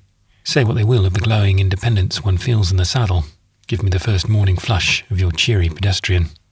Thus exhilarated, we went on, as light-hearted and carefree as we could wish. In here, I cannot refrain from lauding the very superior inducements which most intertropical countries afford, not only to mere rovers like ourselves, but to penniless people generally. In these genial regions, one's wants are naturally diminished, and those which remain are easily gratified. Fuel, house shelter, and, if you please, clothing may be entirely dispensed with. How different our hard northern latitudes! Alas, the lot of a poor devil, 20 degrees north of the Tropic of Cancer, is indeed pitiable. At last, the beach contracted to hardly a yard's width, and the dense thicket almost dipped into the sea. In place of the smooth sand, too, we had sharp fragments of broken coral, which made travel exceedingly unpleasant. "Lord, my foot!" roared the doctor, fetching it up for inspection with a galvanic fling of the limb. A sharp splinter had thrust itself into the flesh through a hole in his boot. My sandals were worse yet, their soles taking a sort of fossil impression of everything trod upon. Turning round a bold sweep of the beach, we came upon a piece of fine open ground, with the fisherman's dwelling in the distance, crowning a knoll which rolled off into the water. The hut proved to be a low, rude erection, very recently thrown up, for the bamboos were still green as grass, and the thatching fresh and fragrant as meadow hay. It was open upon 3 sides, so that upon drawing near, the domestic arrangements within were in plain sight. No one was stirring, and nothing was to be seen but a clumsy old chest of native workmanship, a few calabashes, and bundles of tappa hanging against a post, and a heap of something, we knew not what, in a dark corner. Upon close inspection, the doctor discovered it to be a loving old couple, locked in each other's arms, and rolled together in a tappa mantle. "Halloa, Darby!" he cried, shaking the one with the beard. But Darby heeded him not, though Joan, a wrinkled old body, started up in a fright and yelled aloud, neither of us attempting to gag her. She presently became quiet, and after staring hard and asking some unintelligible questions, she proceeded to rouse her still slumbering male. What ailed him we could not tell, but there was no waking him. Equally in vain were all his dear spouse's cuffs, pinches, and other endearments. He lay, like a log, face up, snoring away like a cavalry trumpeter. "Here, my good woman," said Longghost, "just let me try," and, taking the patient right by his nose, he so lifted him bodily into a sitting position and held him there until his eyes opened. When this event came to pass, Darby looked round like one stupefied, and then, springing to his feet, backed away into a corner, from which place we became the objects of his earnest and respectful attention. "Permit me, my dear Darby, to introduce to you my esteemed friend and comrade, Paul," said the doctor, gallanting me up with all the grimace and flourish imaginable. Upon this, Darby began to recover his faculties, and surprised us not a little by talking a few words of English. So far as we could understood, they were expressive of his having been aware that there were 2 kahauries in the neighbourhood, that he was glad to see us, and would have something for us to eat in no time. How he came by his English was explained to us before we left. Some time previous, he had been a denizen of Papeete, where the native language is broidered over with the most classic sailor phrases. He seemed to be quite proud of his residence there, and alluded to it in the same significant way in which a provincial informs you that in his time he has resided in the capital. The old fellow was disposed to be garrulous, but being sharp-set, we told him to get breakfast, after which we would hear his anecdotes. While employed among the calabashes, the strange, antiquated fondness between these old semi-savages was really amusing. I made no doubt that they were saying to each other, "Yes, my love, no, my life," just in the same way that some young couples do at home. They gave us a hearty meal, and while we were discussing its merits, they assured us over and over again that they expected nothing in return for their attentions. More, we were at liberty to stay as long as we pleased, and as long as we did stay, their house and everything they had was no longer theirs, but ours. Still more, they themselves were our slaves. The old lady, to a degree that was altogether superfluous. This now is Tahitian hospitality, self-immolation upon one's own hearthstone for the benefit of the guest. The Polynesians carry their hospitality to an amazing extent. Let a native of Waiura, the westernmost part of Tahiti, make his appearance as a traveller at Patuwai, the most easterly village of Aimeo. Though a perfect stranger, the inhabitants on all sides accost him at their doorways, inviting him to enter and make himself at home. But the traveller passes on, examining every house attentively, until at last he pauses before one which suits him, and then exclaiming, "Ah, Eda Maitai, this one will do, I think," he steps in and makes himself perfectly at ease, flinging himself upon the mats and very probably calling for a nice young cocoa-nut and a piece of toasted breadfruit sliced thin and done brown. Curious to relate, however, should a stranger carrying it thus bravely be afterwards discovered to be without a house of his own, why he may thenceforth go a-begging for his lodgings. The kahauries, or white men, are exceptions to this rule. Thus it is precisely as in civilized countries, where those who have houses and lands are incessantly bored to death with invitations to come and live in other people's houses, while many a poor gentleman who inks the seams of his coat, and to whom the like invitation would be really acceptable, may go and sue for it.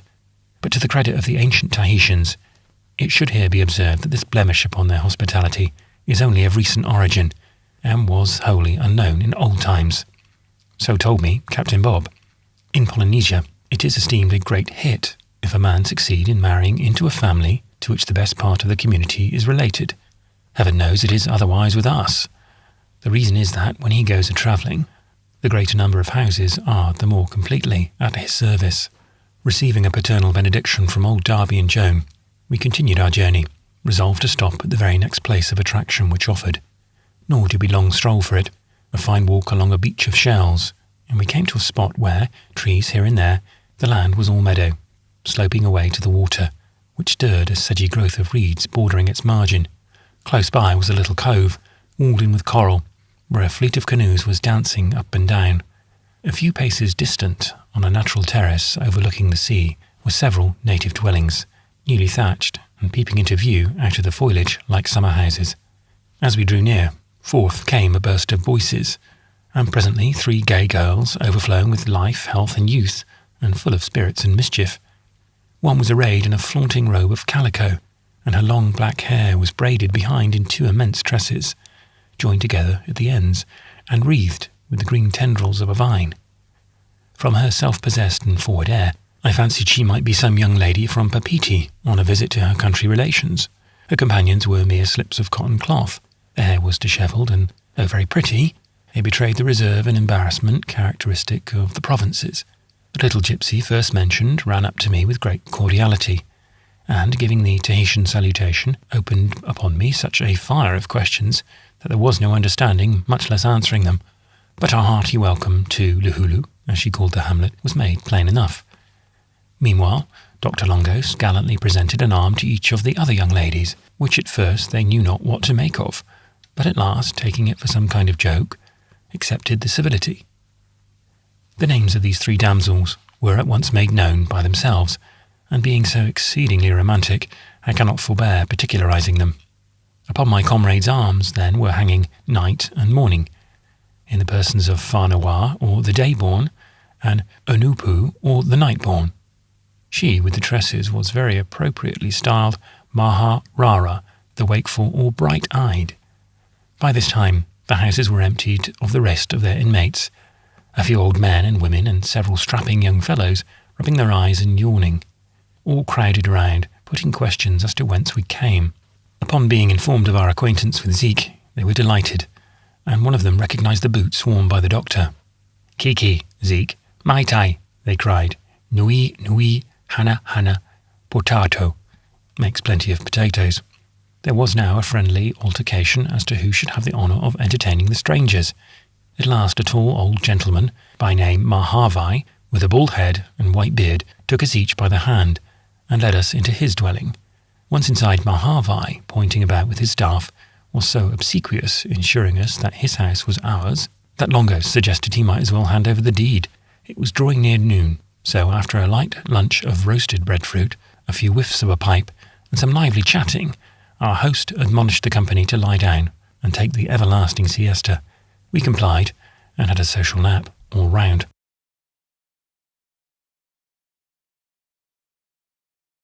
Chapter 68. A Dinner Party in Imeo. It was just in the middle of the merry, mellow afternoon that they ushered us to dinner, underneath a green shelter of palm boughs, open all round, and so low at the eaves that we stooped to enter. Within, the ground was strewn over with aromatic ferns, called nahi, freshly gathered, which, stirred underfoot, diffused the sweetest odour. On one side was a row of yellow mats, inwrought with fibres of bark stained a bright red.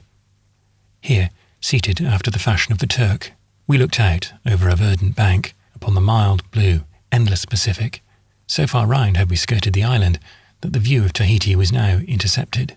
Upon the ferns before us were laid several layers of broad, thick puru leaves, lapping over one upon the other, and upon these were placed side by side newly plucked banana leaves, at least 2 yards in length and very wide.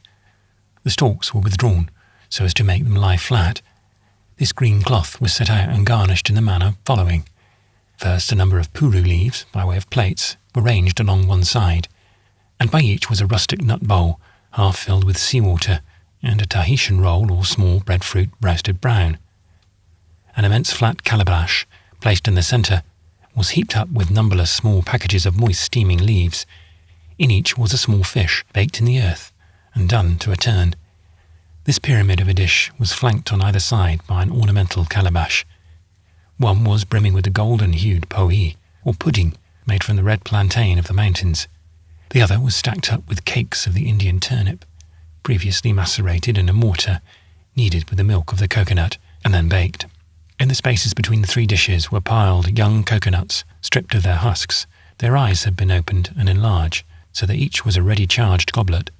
There was a sort of side-cloth in one corner, upon which, in bright buff jackets, lay the fattest bananas, RVs, red ripe, guavas with the shadows of their crimson pulp flashing through a transparent skin, and almost coming and going there like blushes.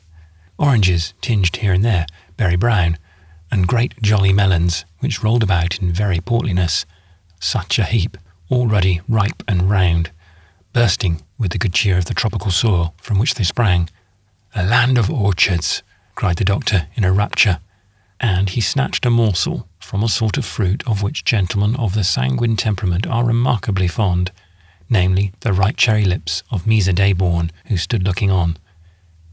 Mahavai allotted seats to his guests, and the meal began. Thinking that his hospitality needed some acknowledgment, I rose and pledged him in the vegetable wine of the coconut, merely repeating the ordinary salutation, "Ya, ona, boyowi," sensible that some compliment, after the fashion of white men, was paid him. With a smile and a courteous flourish of the hand, he bade me be seated. No people, however refined, are more easy and graceful in their manners than the Imeos. The doctor, sitting next our host, now came under his special protection. Laying before his guest one of the packages of fish, Mahavai opened it and commended its contents to his particular regards. But my comrade was one of those who, on convivial occasions, can always take care of themselves. He ate an indefinite number of pihi lilies, small fish, his own and next-door neighbour's breadfruit, and helped himself to right and left with all the ease of an accomplished diner-out. "Paul," said he, at last, "you don't seem to be getting along. Why don't you try the pepper sauce?" And by way of example, he steeped a morsel of food into his nutful of sea-water. On following suit, I found it quite piquant, though rather bitter, but on the whole a capital substitute for salt. The Emios invariably use sea-water in this way, deeming it quite a treat, and considering that the country is surrounded by an ocean of catsup, luxury cannot be deemed an expensive one. The fish were delicious, the manner of cooking them in the ground preserving all the juices, and rendering them exceedingly sweet and tender. The plantain pudding was almost cloying, the cakes of Indian turnip quite palatable, and the roasted breadfruit crisp as toast. During the meal, a native lad walked round and round the party, carrying a long staff of bamboo. This he occasionally tapped upon the cloth before each guest, when a white clotted substance dropped forth, with a savour not unlike that of a curd. This proved to be a launi, an excellent relish, prepared from the grated meat of ripe coconuts, moistened with coconut milk and salt water, and kept perfectly tight until a little past the saccharine stage of fermentation. Throughout the repast, there was much lively chatting among the islanders, in which their conversational powers quite exceeded ours. The young ladies, too, showed themselves very expert in the use of their tongues, and contributed much to the gaiety which prevailed. Nor did these lively nymphs suffer the meal to languish, for upon the doctor's throwing himself back with an air of much satisfaction, they sprang to their feet and pelted him with oranges and guavas. This at last put an end to the entertainment. By 100 whimsical oddities, my long friend became a great favourite with these people, and they bestowed upon him a long comical title, expressive of his lank figure and kura combined. The latter, by the by, never failed to excite the remark of everybody we encountered. The giving of nicknames is quite a passion with the people of Tahiti and Amio. No one with any peculiarity, whether of person or temper, is exempt, not even strangers. A pompous captain of a man-of-war, visiting Tahiti for the second time, discovered that among the natives he went by the dignified title of Ati Poi, literally Poi head or pudding head, nor is the highest rank among themselves any protection. The first husband of the present queen was commonly known in the court circles as Pot Belly. He carried the greater part of his person before him, to be sure, and so did the gentlemanly George IV, but what a title for a king consort. Even Pommery itself, the royal patronymic, was originally a mere nickname, and literally signifies one talking through his nose. The first monarch of that name, being on a war party and sleeping overnight among the mountains, awoke one morning with a cold in his head, and some wag of a courtier had no more manners than to vulgarise him thus. How different from the volatile Polynesian in this, as in all other aspects, is our grave and decorous North American Indian. While the former bestows a name in accordance with some humorous or ignoble trait, the latter seizes upon what is deemed the most exalted or warlike, and hence, among the red tribes, we have the truly patrician appellations of white eagles, young oaks, fiery eyes, and bended bows.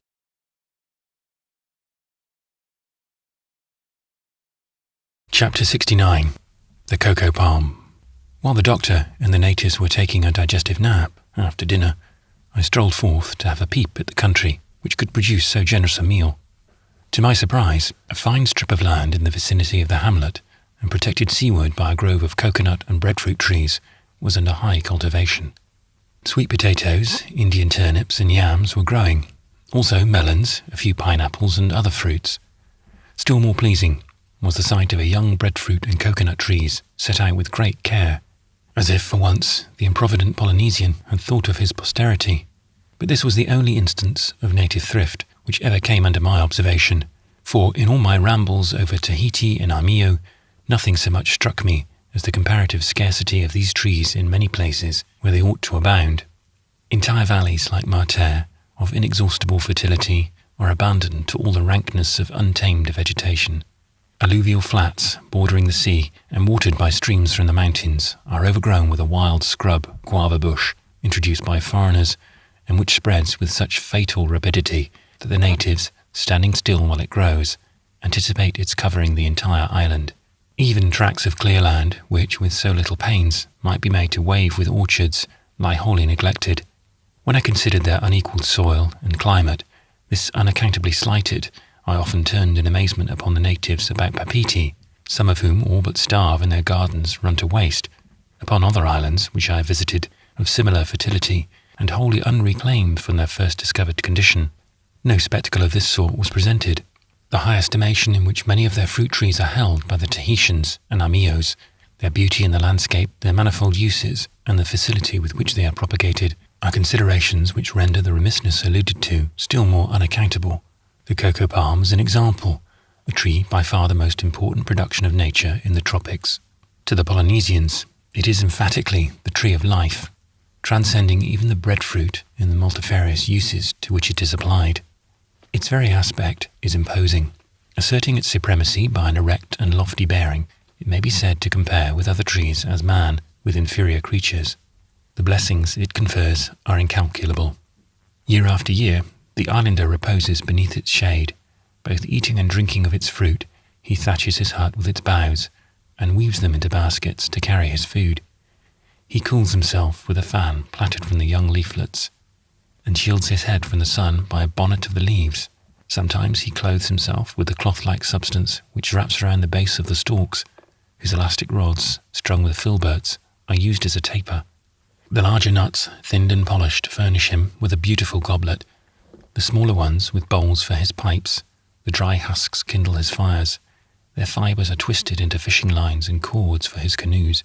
He heals his wounds with a balsam compounded from the juice of the nut, and with the oil extracted from its meat embalms the bodies of the dead. The noble trunk itself is far from being valueless. Sawn into posts, it upholds the islander's dwelling. Converted into charcoal, it cooks his food, and supported on blocks of stone, rails in his lands. He impels his canoe through the water with a paddle of the wood, and goes to battle with clubs and spears of the same hard material. In pagan Tahiti, a coconut branch was the symbol of regal authority. Laid upon the sacrifice in the temple, it made the offering sacred, and with it the priests chastised and put to flight the evil spirits which assailed them. The supreme majesty of Oro, the great god of their mythology, was declared in the coconut log from which his image was rudely carved. Upon one of the Tonga Islands there stands a living tree revered itself as a deity. Even upon the Sandwich Islands, the cocoa palm retains all its ancient reputation, the people there having thought of adopting it as the national emblem. The coconut is planted as follows. Selecting a suitable place, you drop into the ground a fully ripe nut and leave it. In a few days, a thin, lance-like shoot forces itself through a minute hole in the shell, pierces the husk, and soon unfolds 3 pale green leaves in the air. While originating in the same soft white sponge which now completely fills the nut, a pair of fibrous roots, pushing away the stoppers, which close 2 holes in an opposite direction, penetrate the shell and strike vertically into the ground. A day or 2 more, and the shell and husk, which in the last and germinating stage of the nut are so hard that a knife will scarcely make any impression, spontaneously burst by some force within, and henceforth the hardy young plant thrives apace, and needing no culture, pruning, or attention of any sort, rapidly advances to maturity. In 4 or 5 years it bears. In twice as many more it begins to lift its head among the groves, where, waxing strong, it flourishes for near a century. Then, as some voyager has said, the man who but drops one of these nuts into the ground may be said to confer a greater and more certain benefit upon himself and posterity than many a life's toil in less genial climes. The fruitfulness of the tree is remarkable. As long as it lives, it bears, and without intermission, 200 nuts, besides innumerable white blossoms of others, may be seen upon it at one time, and though a whole year is required to bring any one of them to the germinating point, no 2 perhaps are at one time in precisely the same stage of growth. The tree delights in a maritime situation.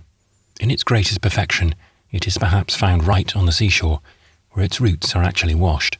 But such instances are only met with upon islands where the swell of the sea is prevented from breaking on the beach by an encircling reef. No saline flavour is perceptible in the nut produced in such a place, although it bears in any soil, whether upland or bottom. It does not flourish vigorously inland, and I have frequently observed that, When met with far up the valley, its tall stem inclined seaward, as if pining after a more genial region. It is a curious fact that if you deprive the coconut tree of the verdant tuft at its head, it dies at once, and if allowed to stand thus, the trunk, which when alive is encased in so hard a bark, is to be almost impervious to a bullet, moulders away, and in an incredibly short period becomes dust. This is perhaps partly owing to the peculiar constitution of the trunk, a mere cylinder of minute hollow reeds, closely packed and very hard, but when exposed at top, peculiarly fitted to convey moisture and decay through the entire stem. The finest orchard of cocoa palms I know, and the only plantation of them I ever saw at the islands, is one that stands right upon the southern shore of Papeete Bay. They were set out by the first Pommery almost half a century ago, and the soil being especially adapted to their growth, the noble trees now form a magnificent grove nearly a mile in extent. No other plant, scarcely a bush, is to be seen within its precincts. The Broom Road passes through its entire length. At noonday, this grove is one of the most beautiful, serene, witching places that ever was seen. High overhead are ranges of green rustling arches, through which the sun's rays come down to you in sparkles. You seem to be wandering through illimitable halls of pillars. Everywhere you catch glimpses of stately aisles intersecting each other at all points. A strange silence, too, reigns far and near, the air flushed with the mellow stillness of a sunset. But after the long morning calms, the sea breeze comes in, and creeping over the tops of these 1,000 trees, they nod their plumes. Soon the breeze freshens, and you hear the branches brushing against each other, and the flexible trunks begin to sway. Toward evening, the whole grove is rocking to and fro, and the traveller on the Broom Road is startled by the frequent falling of the nuts, snapped from their brittle stems. They come flying through the air, ringing like jugglers' balls, and often bound along the ground for many rods.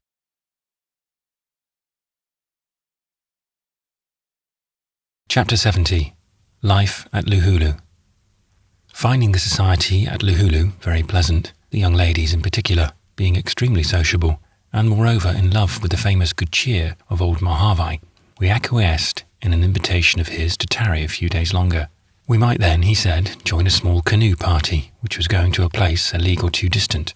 So averse to all exertion are these people, that they really thought the prospect of thus getting rid of a few miles walking would prevail with us, even if there were no other inducement. The people of the hamlet, as we soon discovered, formed a snug little community of cousins, of which our host seemed the head. Mahavai, in truth, was a petty chief who owned the neighbouring lands, and as the wealthy, in most cases, rejoice in a numerous kindred, the family footing upon which everybody visited him was perhaps ascribable to the fact of his being the lord of the manor. Like Captain Bob, he was in some things a gentleman of the old school, a stickler for the customs of a past and pagan age.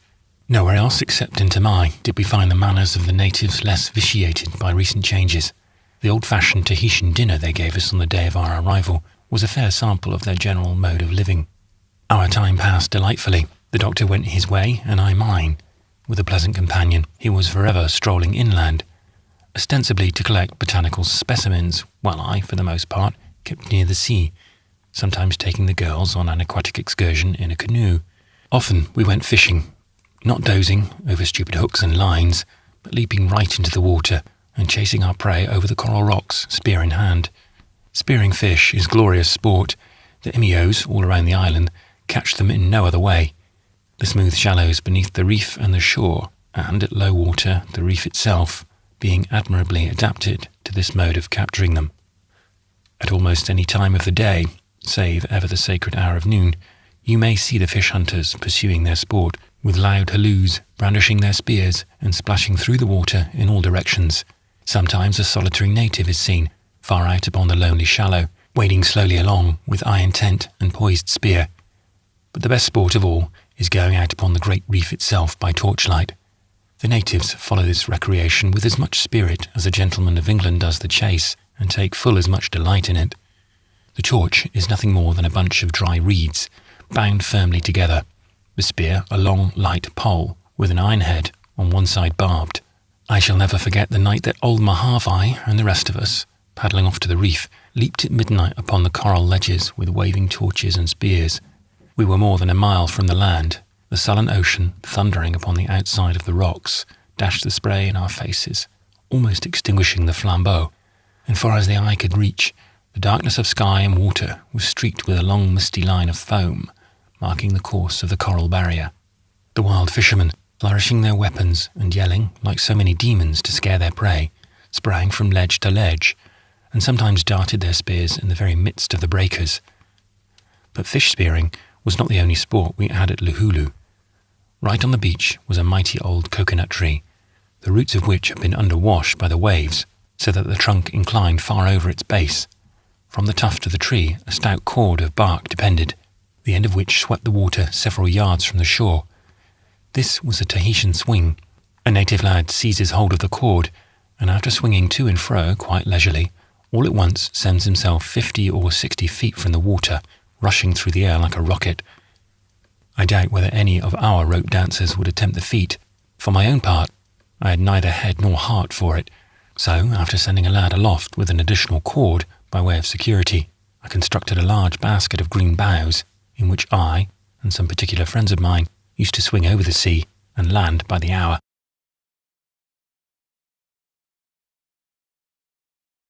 Chapter 71.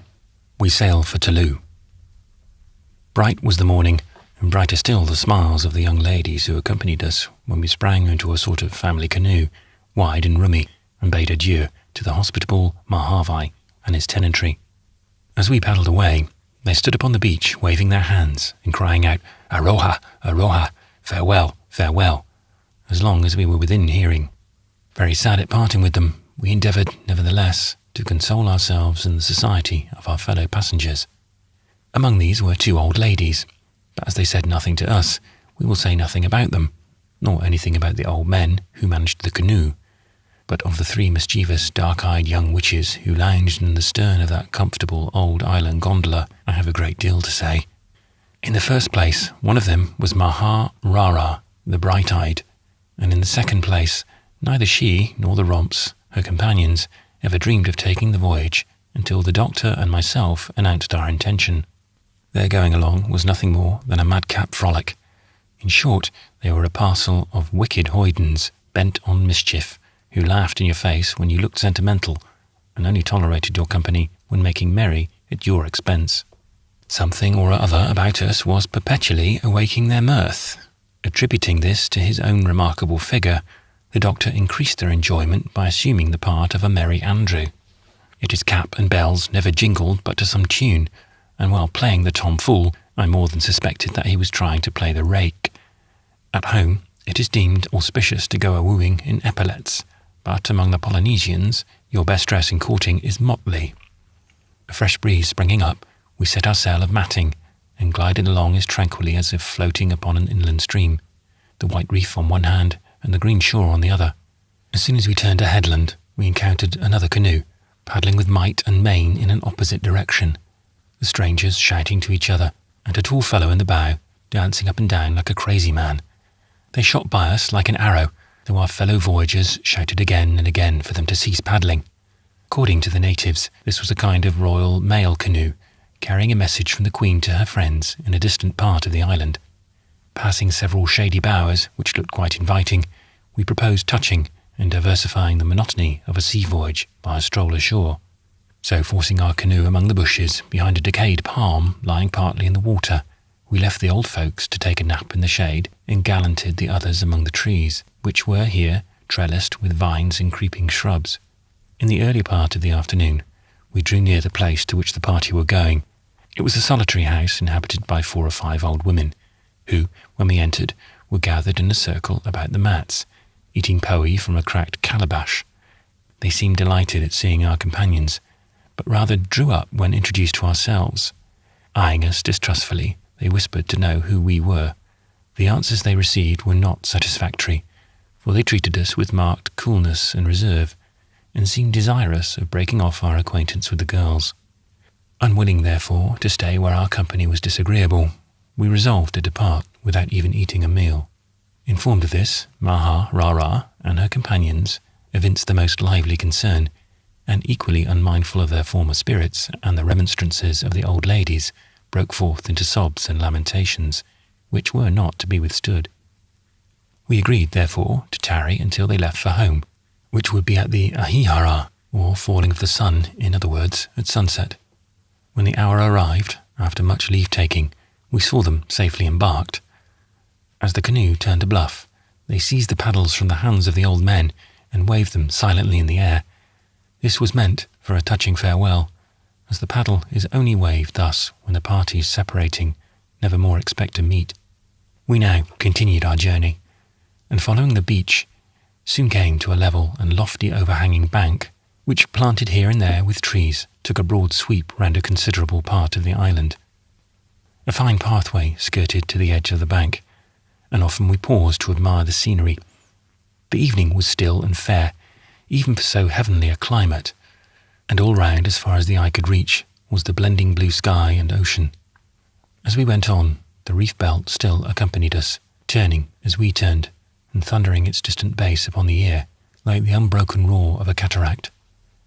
Dashing forever against their coral rampart, the breakers looked in the distance like a line of rearing white chargers, reined in, tossing their white manes and bridling with foam. These great natural breakwaters are admirably designed for the protection of the land. Nearly all the Society Islands are defended by them.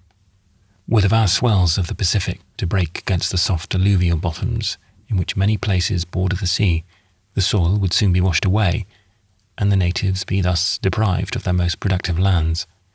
As it is, the banks of no rivulet are firmer. But the coral barriers answer another purpose. They form all the harbours of this group, including the 24 round about the shores of Tahiti.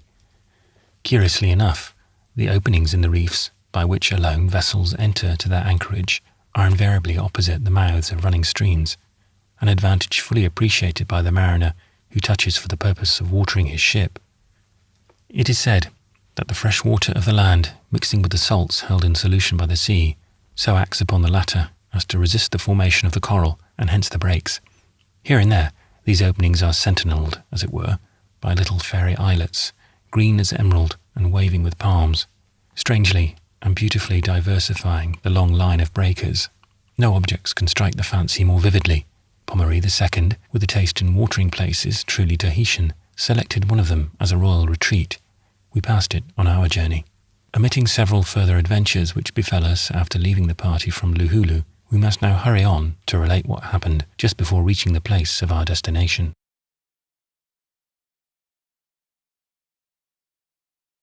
Chapter 72. A Dealer in the Contraband. It must have been at least the 10th day, reckoning from the Hegira, that we found ourselves the guest of Varvi, an old hermit of an islander, who kept house by himself, perhaps a couple of leagues from Talou. A stone's cast from the beach, there was a fantastic rock, moss-grown and deep in a dell. It was insulated by a shallow brook, which, dividing its waters, flowed on both sides until united below. Twisting its roots around the rock, a gnarled aoa spread itself overhead in a wilderness of foliage, the elastic branch roots depending from the larger boughs, insinuating themselves into every cleft, thus forming supports to the parent stem. In some places, these pendulous branches, half-grown, had not yet reached the rock, swinging their loose fibrous ends in the air like whiplashes. Varvi's hut, a mere coop of bamboos, was perched upon a level part of the rock, a ridgepole resting at one end in a crotch of the aoa, and the other propped by a forked bough planted in a fissure. Notwithstanding our cries as we drew near, the first hint the old hermit received of our approach was the doctor's stepping up and touching his shoulder as he was kneeling over on a stone, cleaning fish in the brook.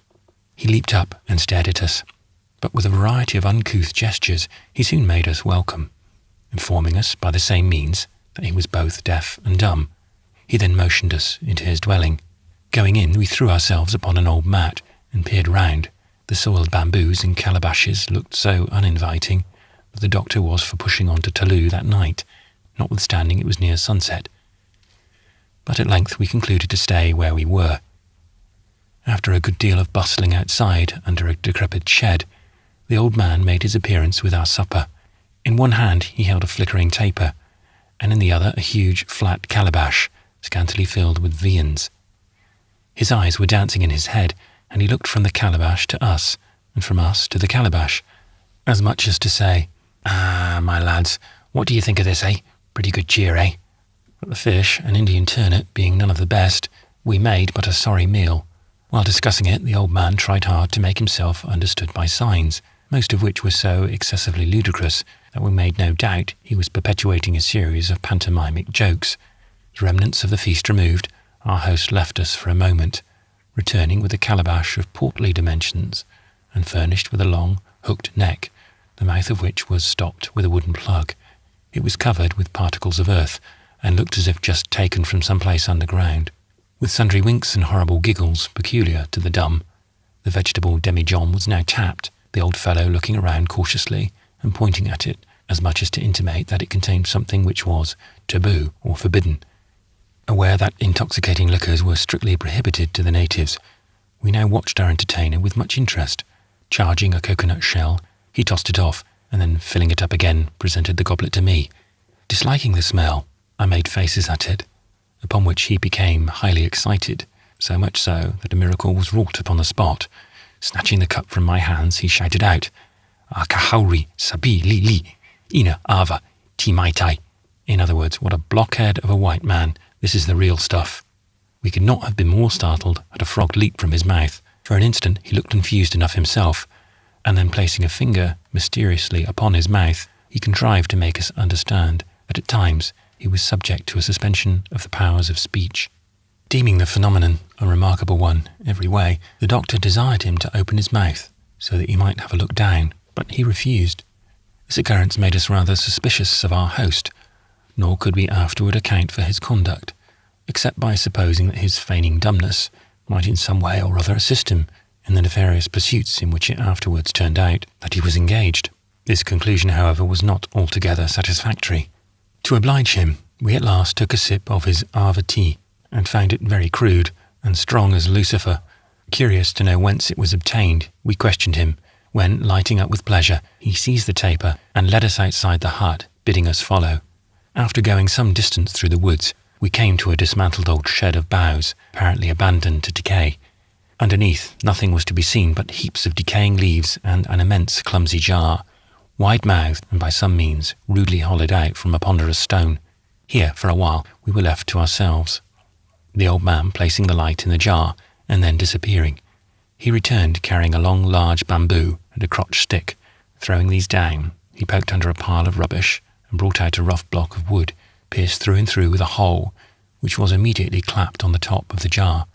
Then, planting the crotch stick upright about 2 yards distance and making it sustain one end of the bamboo, he inserted the other end of the latter into the hole in the block, concluding these arrangements by placing an old calabash under the farther end of the bamboo. Coming up to us now with a sly, significant look, and pointing admiringly at his apparatus, he exclaimed, "Akahauri, ina, hana hana, avati," as much as to say, "This, you see, is the way it's done."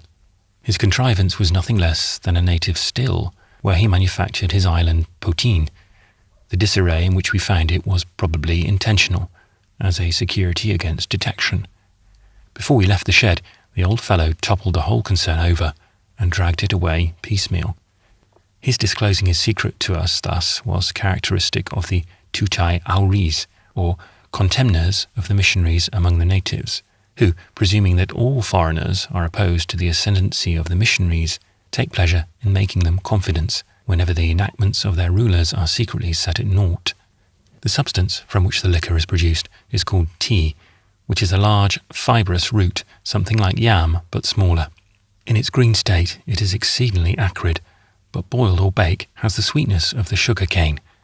After being subjected to the fire, macerated, and reduced to a certain stage of fermentation, the tea is stirred up with water and then ready for distillation. On returning to the hut, pipes were introduced, and after a while, Longost, who at first had relished the ava tea as little as myself, to my surprise began to wax sociable over it, with Varvy, and before long, absolutely got mellow, the old toper keeping him company. It was a curious sight. Everyone knows that so long as the occasion lasts, there is no stronger bond of sympathy and good feeling among men than getting tipsy together, and how earnestly, nay movingly, a brace of worthies thus employed will endeavour to shed light upon and elucidate their mystical ideas. Fancy Varvy and the doctor then, lovingly tippling and brimming over with a desire to become better acquainted, the doctor politely bent upon carrying on the conversation in the language of his host, and the old hermit persisting in trying to talk English. The result was that between the two, they made such a fricassee of vowels and consonants that it was enough to turn one's brain. The next morning, on waking, I heard a voice from the tombs. It was the doctor, solemnly pronouncing himself a dead man. He was sitting up with both hands clasped over his forehead, and his pale face 1,000 times paler than ever. "That infernal stuff has murdered me," he cried. "Heavens, my head's all wheels and springs, like the automaton chess player. What's to be done, Paul? I'm poisoned." But after drinking a herbal draught concocted by our host and eating a light meal at noon, he felt much better, so much so that he declared himself ready to continue our journey. When we came to start, the Yankees' boots were missing, and after a diligent search were not to be found. Enraged beyond measure, their proprietor said that Varvey must have stolen them, but considering his hospitality, I thought this extremely improbable, though to whom else to impute the theft I knew not. The doctor maintained, however, that one who was capable of drugging an innocent traveller with Arva was capable of anything. But it was in vain that he stormed, and Varvey and I searched. The boots were gone. Were it not for this mysterious occurrence and Varvey's detestable liquors, I would here recommend all travellers going round by the beach to Partuwai to stop at the Rock and patronise the old gentleman, the more especially as he entertains gratis.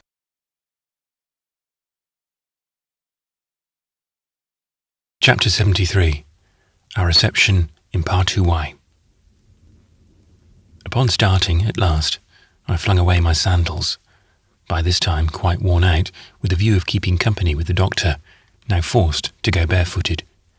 Recovering his spirits in good time, he protested that boots were a bore after all, and going without them decidedly manly. This was said, be it observed, while strolling along over a soft carpet of grass, a little moist, even at midday, from the shade of the wood through which we were passing. Emerging from this, we entered upon a blank, sandy tract, upon which the sun's rays fairly flashed, making the loose gravel underfoot well nigh as hot as the floor of an oven. Such yelling and leaping as there was in getting over this ground would be hard to surpass. We could not have crossed it at all until towards sunset, had it not been for a few small wiry bushes growing here and there, into which we every now and then thrust our feet to cool. There was no little judgment necessary in selecting your bush, for if not chosen judiciously, the chances were that, on springing forward again, and finding the next bush so far off that an intermediate cooling was indispensable, you would have to run back to your old place again. Safely passing the Sahara, or fiery desert, we soothed our half-blistered feet by a pleasant walk through a meadow of long grass, which soon brought us in sight of a few straggling houses, sheltered by a grove on the outskirts of the village of Partuwai.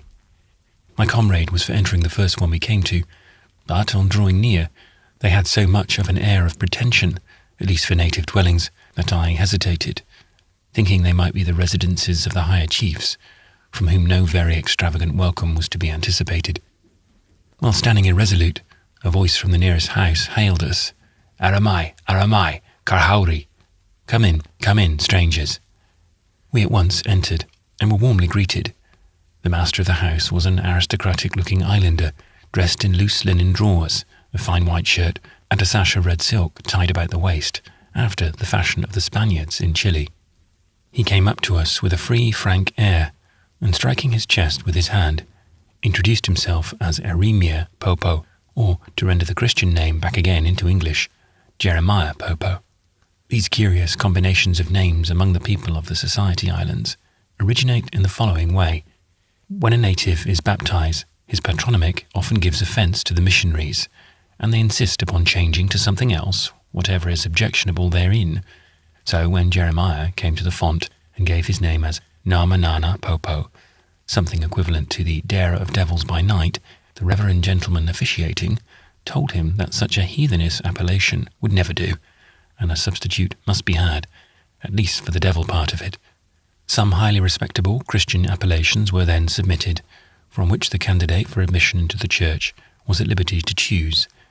There was Adamo, Adam, Noah, Noah, Davida, David, Alcaba, James, Iona, John, Petura, Peter, Eremia, Jeremiah, etc., and thus did he come to be named Jeremiah Popo, or Jeremiah in the dark, which he certainly was, I fancy, as to the ridiculousness of his new cognomen.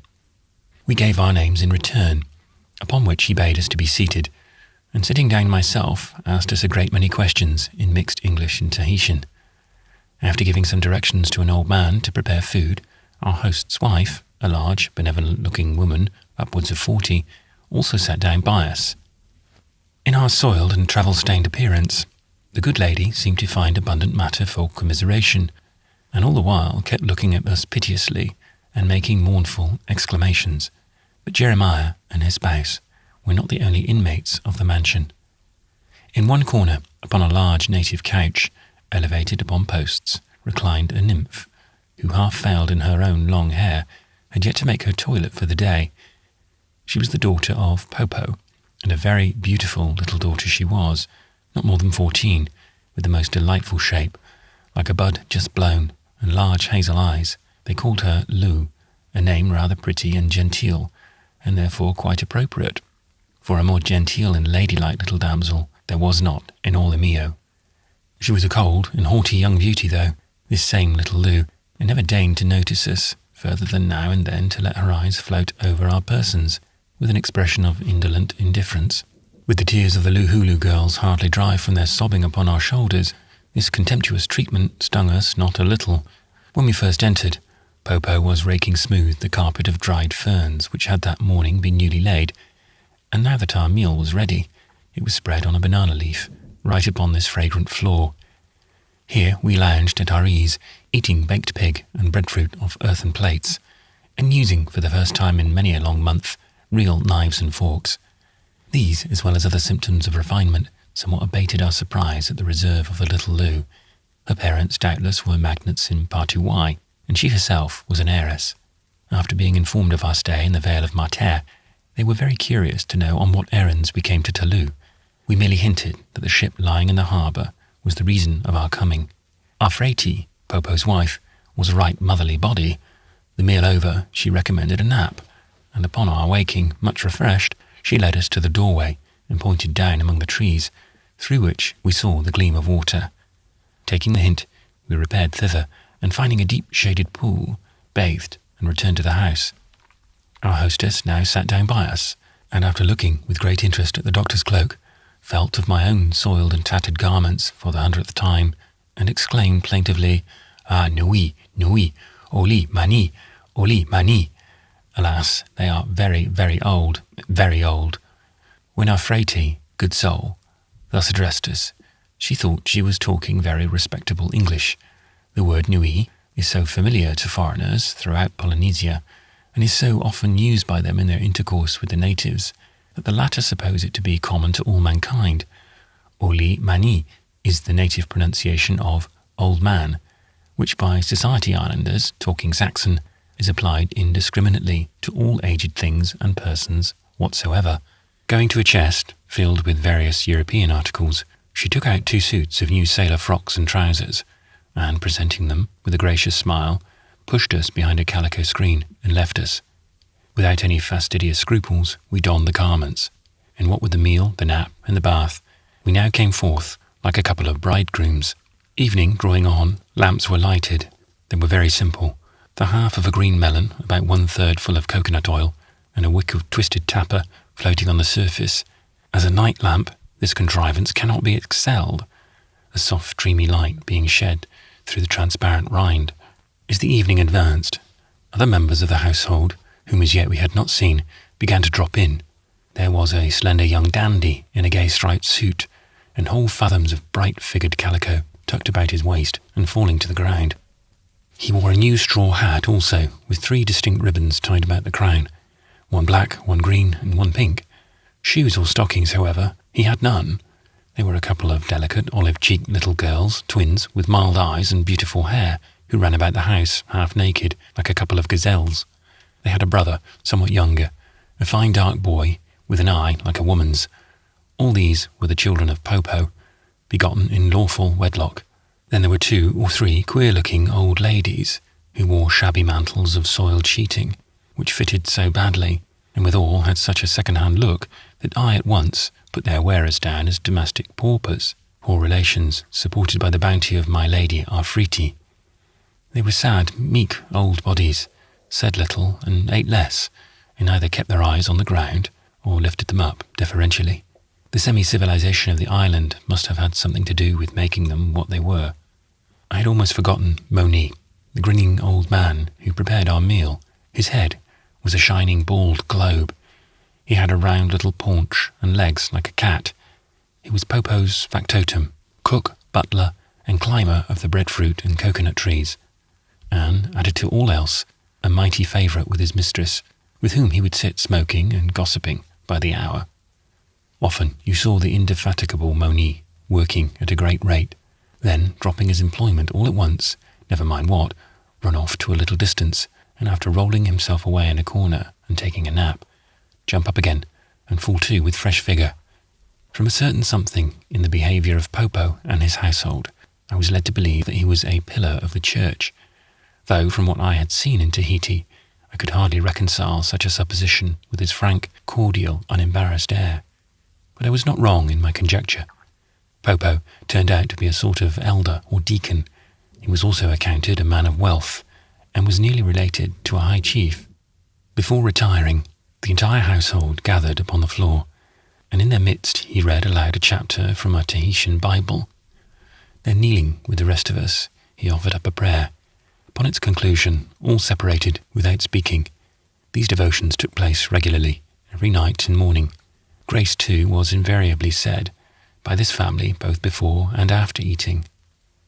After becoming familiarized with the almost utter destitution of anything like practical piety upon these islands, what I observed in our host's house astonished me much, but whatever others might have seen, Popo was in truth a Christian, the only one, our Frati excepted, whom I personally knew to be such among all the natives of Polynesia.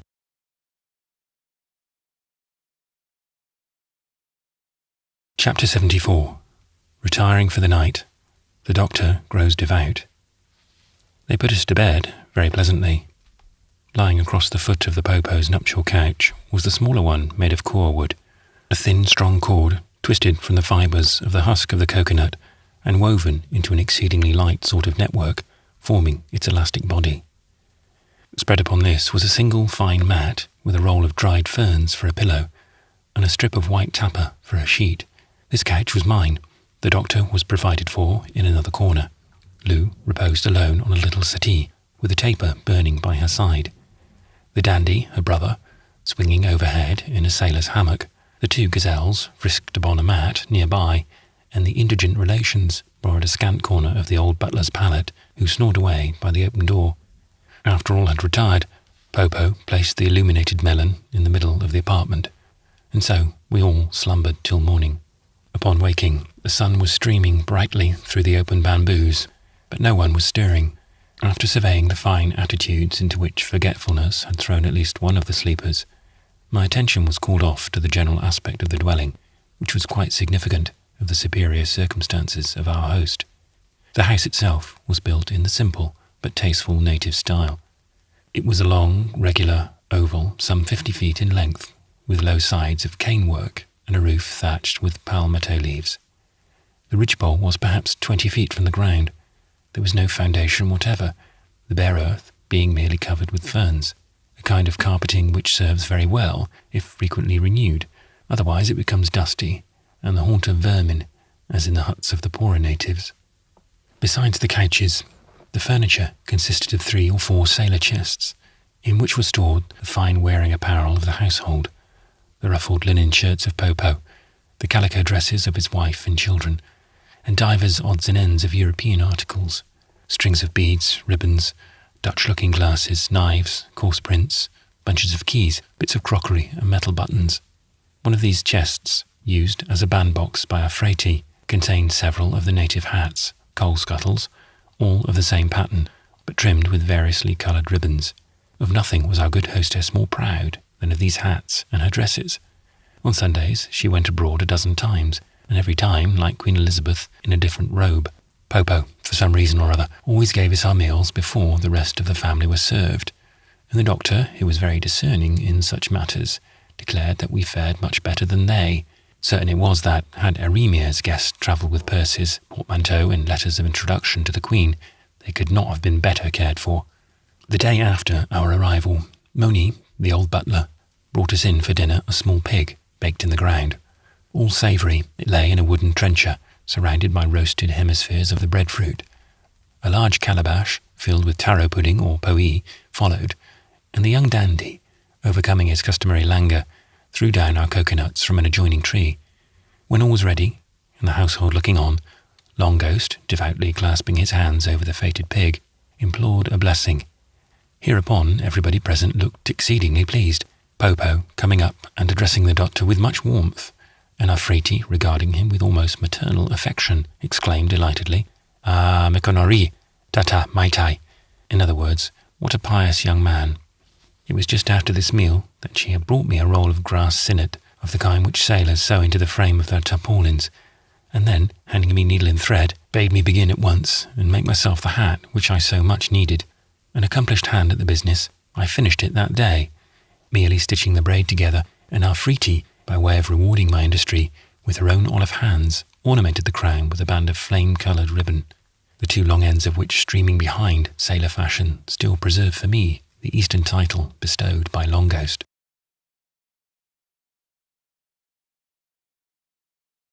Chapter 75.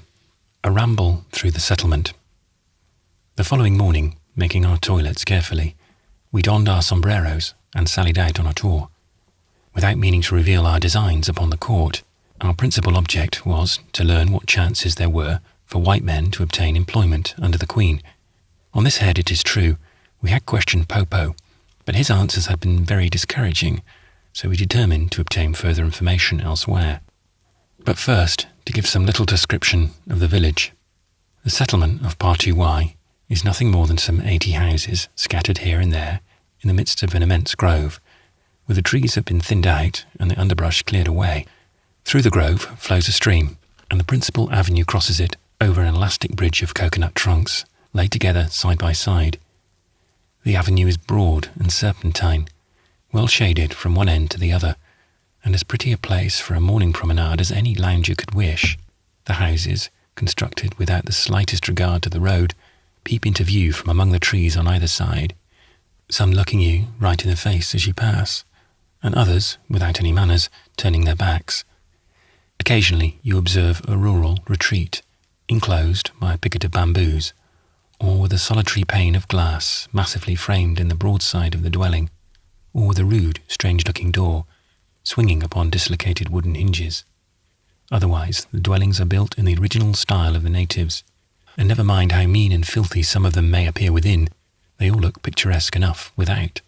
As we sauntered along, the people we met saluted us pleasantly and invited us into their houses, and in this way we made a good many brief morning calls, but the hour could not have been the fashionable one in Partuwai, since the ladies were invariably in dishabille. But they always gave us a cordial reception, and were particularly polite to the doctor, caressing him and amorously hanging about his neck, wonderfully taken up, in short, with the gay handkerchief he wore there. Our Frati had that morning bestowed it upon the pious youth.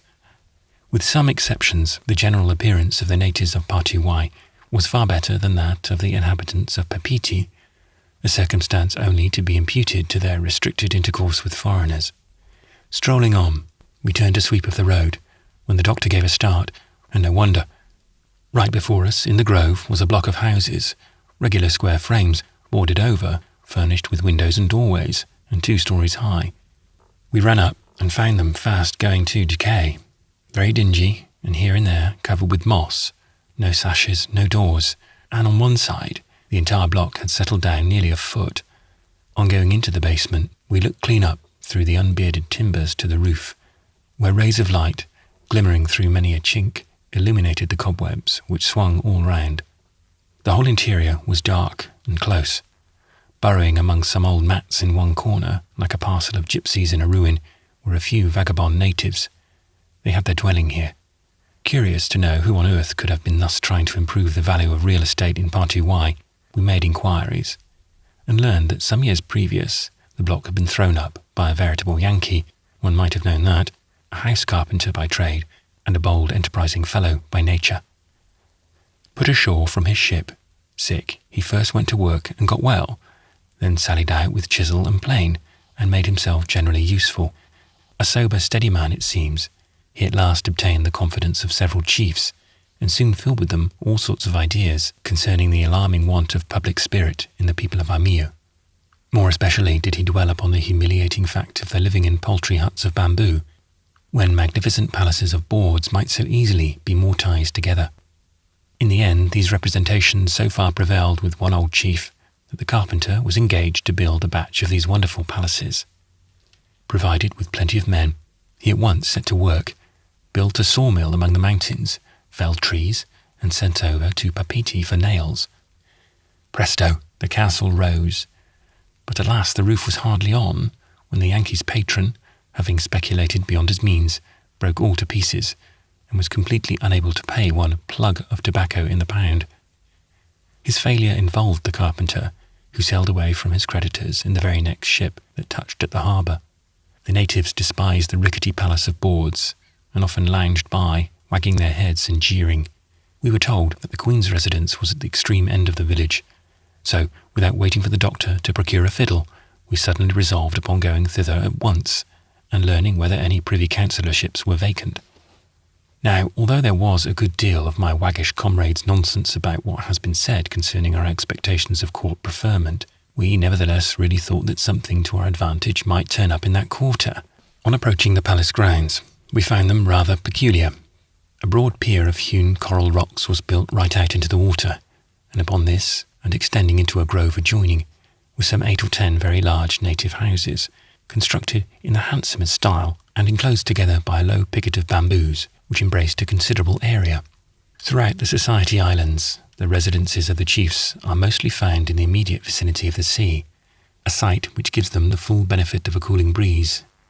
Nor are they so liable to the annoyance of insects, besides enjoying, when they please, the fine shade afforded by the neighbouring groves, always most luxuriant near the water.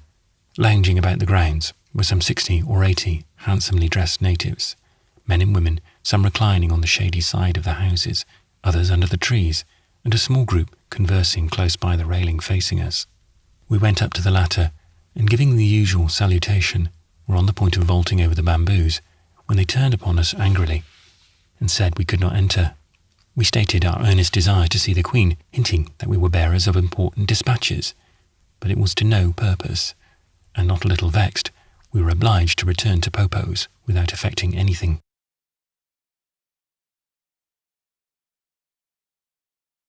Chapter 76. An Island Jilt. We visit the ship. Upon arriving home, we fully laid upon to Popo our motives in visiting Taloo, and begged his friendly advice. In his broken English, he cheerfully gave us all the information we needed. It was true, he said, that the Queen entertained some idea of making a stand against the French, and it was currently reported also that several chiefs from Boroboro, Huaini, Raiatea, and Taha, the leeward islands of the group, were at the very time taking counsel with her as to the expediency of organising a general movement throughout the entire cluster, with a view of anticipating any further encroachments on the part of the invaders. Should warlike measures be actually decided upon, it was quite certain that Pommery would be glad to enlist all the foreigners she could, but as to her making officers of either the doctor or me, that was out of the question, because already a number of Europeans, well known to her, had volunteered as such.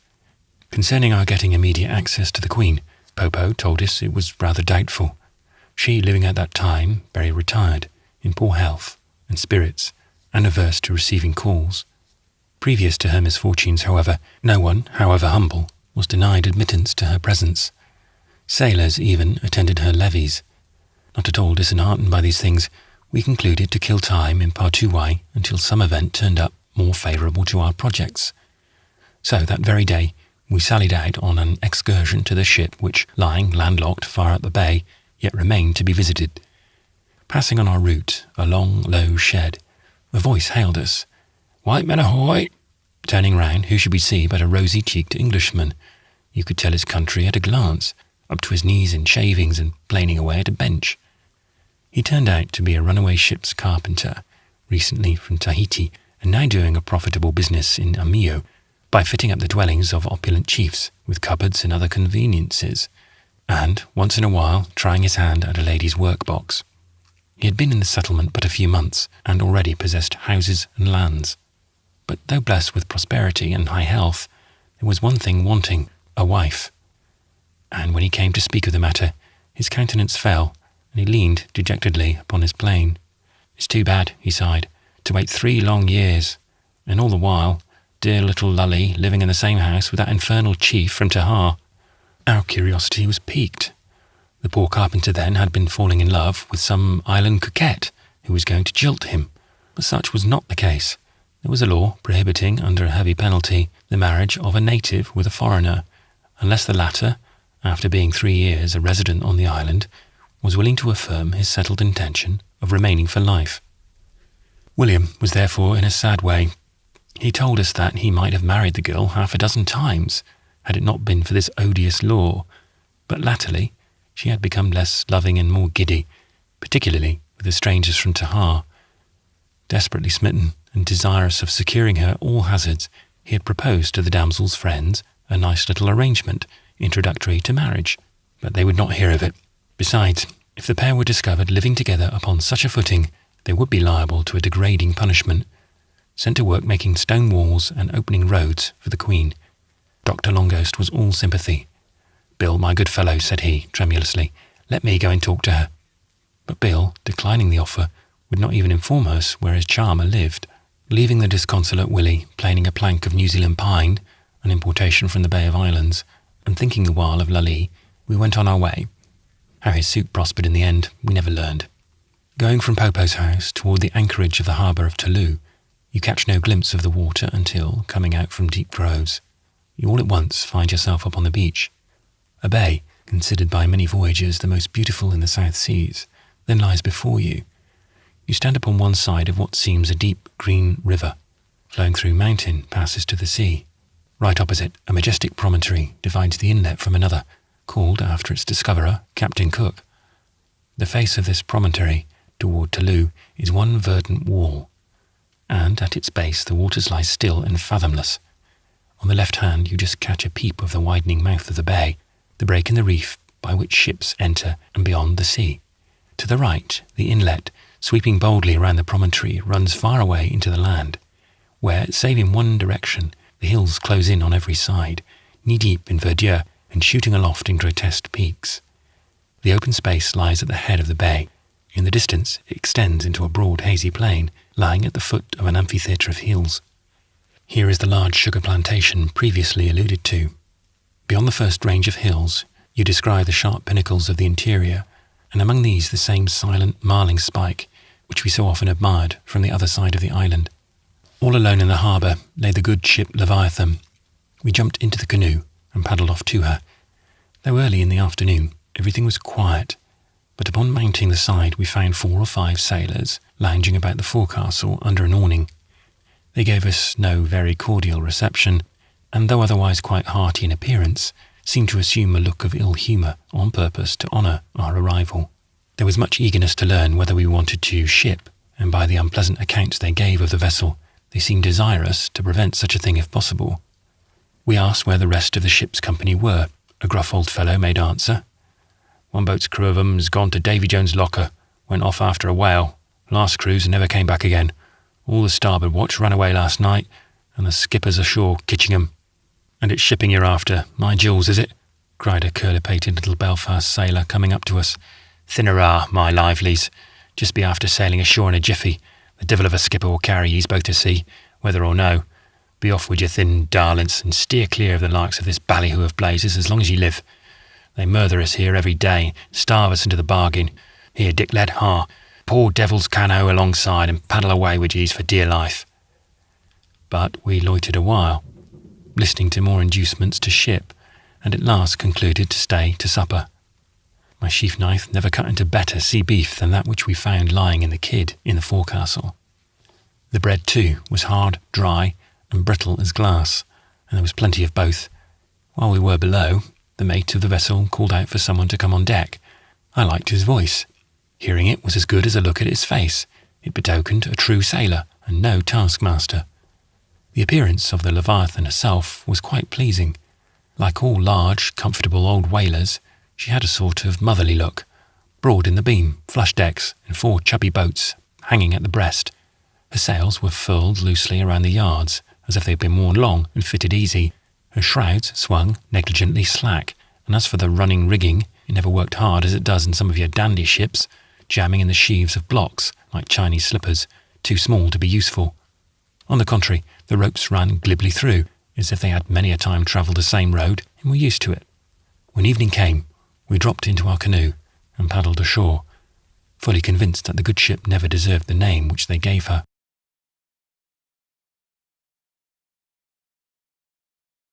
Chapter 77. A Party of Rovers, Little Lou, and the Doctor. While in Party-Y, we fell in with a band of 6 veteran rovers prowling about the village and harbour, who had just come overland from another part of the island. A few weeks previous, they had been paid off at Papeete from a whaling vessel, on board of which they had, 6 months before, shipped for a single cruise, that is to say, to be discharged at the next port. Their cruise was a famous one, and each man stepped upon the beach at Tahiti, jingling his dollars in a sock. Weary at last of the shore, and having some money left, they clubbed and purchased a sailboat, proposing a visit to a certain uninhabited island, concerning which they had heard strange and golden stories. Of course, they never could think of going to sea without a medicine chest filled with flasks of spirits, and a small cask of the same in the hold in case the chest should give out. Away they sailed, hoisted a flag of their own, and gave 3 times 3 as they staggered out of the bay of Papeete with a strong breeze and under all the muslin they could carry. Evening coming on, and feeling in high spirits, and in no ways disposed to sleep, they concluded to make a night of it, which they did, all hands getting tipsy, and the 2 masts going over the side about midnight to the tune of sailing down on the coast of Barbary."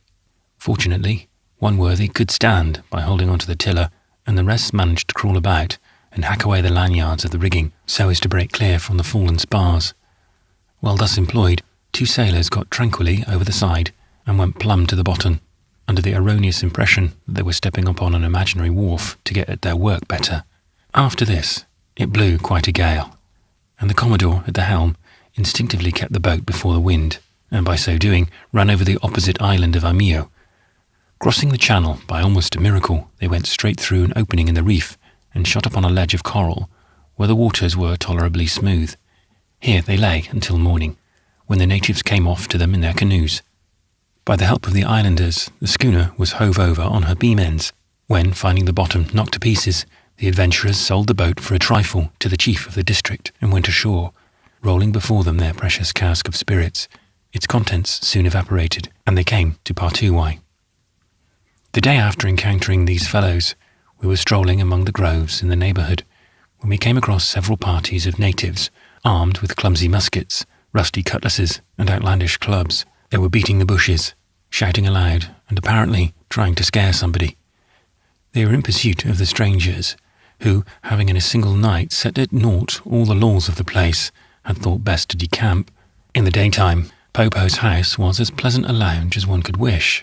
So after strolling about and seeing all there was to be seen, we spent the greater part of our mornings there, breakfasting late and dining about 2 hours after noon. Sometimes we lounged on the floor of ferns, smoking and telling stories, of which the Doctor had as many as a half-pay captain in the army. Sometimes we chatted, as well as we could, with the natives, and one day, joy to us, Popo brought in 3 volumes of Smollett's novels, which had been found in the chest of a sailor, who some time previous had died on the island. "Amelia, Peregrine, you hero of rogues, Count Fathom, what a debt do we owe you!" I know not whether it was the reading of these romances, or the want of some sentimental pastime, which led the Doctor, about this period, to lay siege to the heart of the little Lou. Now, as I have said before, the daughter of Popo was most cruelly reserved, and never deigned to notice us. Frequently I addressed her with a long face and an air of the profoundest and most distant respect, but in vain. She wouldn't even turn up her pretty olive nose. Ah, it's quite plain, thought I. She knows very well what graceless dogs sailors are, and won't have anything to do with us. But thus thought not my comrade. Bent he was upon firing the cold glitter of Lou's passionless eyes. He opened the campaign with admirable tact, making cautious approaches, and content for 3 days with ogling the nymph for about 5 minutes after every meal. On the 4th day, he asked her a question. On the 5th, she dropped a nut of ointment, and he picked it up and gave it to her. On the 6th, he went over and sat down within 3 yards of the couch where she lay, and on the memorable morn of the 7th, he proceeded to open his batteries in form. The damsel was reclining on the ferns, one hand supporting her cheek, and the other listlessly turning over the leaves of a Tahitian Bible. The doctor approached. Now the chief disadvantage under which he laboured was his almost complete ignorance of the love vocabulary of the island. But French counts, they say, make love delightfully in broken English, and what hindered the doctor from doing the same in dulcet Tahitian? So at it he went. "Ah," said he, smiling bewitchingly. "Oui, mikonari, oui, ready bibli?" No answer, not even a look. "Ah, I matai. Very goody ready bibli, mikonari." Lou, without stirring, began reading, in a low tone to herself. "Mikonari, bibli, ready goody, maitai," once more observed the doctor, ingeniously transposing his words for the 3rd time, but all to no purpose. Lou gave no sign. He paused despairingly, but it would never do to give up, so he threw himself at full length beside her, and audaciously commenced turning over the leaves. Lou gave a start, just one little start, barely perceptible, and then, fumbling something in her hand, lay perfectly motionless. The doctor, rather frightened at his own temerity and knowing not what to do next, at last he placed one arm cautiously about her waist. Almost in the same instant he bounded to his feet with a cry. The little witch had pierced him with a thorn, but there she lay, just as quietly as ever, turning over the leaves and reading to herself. My long friend raised the siege incontinently and made a disorderly retreat to the place where I reclined, looking on. I am pretty sure that Lou must have related this occurrence to her father, who came in shortly afterward, for he looked queerly at the doctor, but he said nothing, and in 10 minutes was quite as affable as ever. As for Lou, there was not the slightest change in her, and the doctor, of course, forever afterwards, held his peace.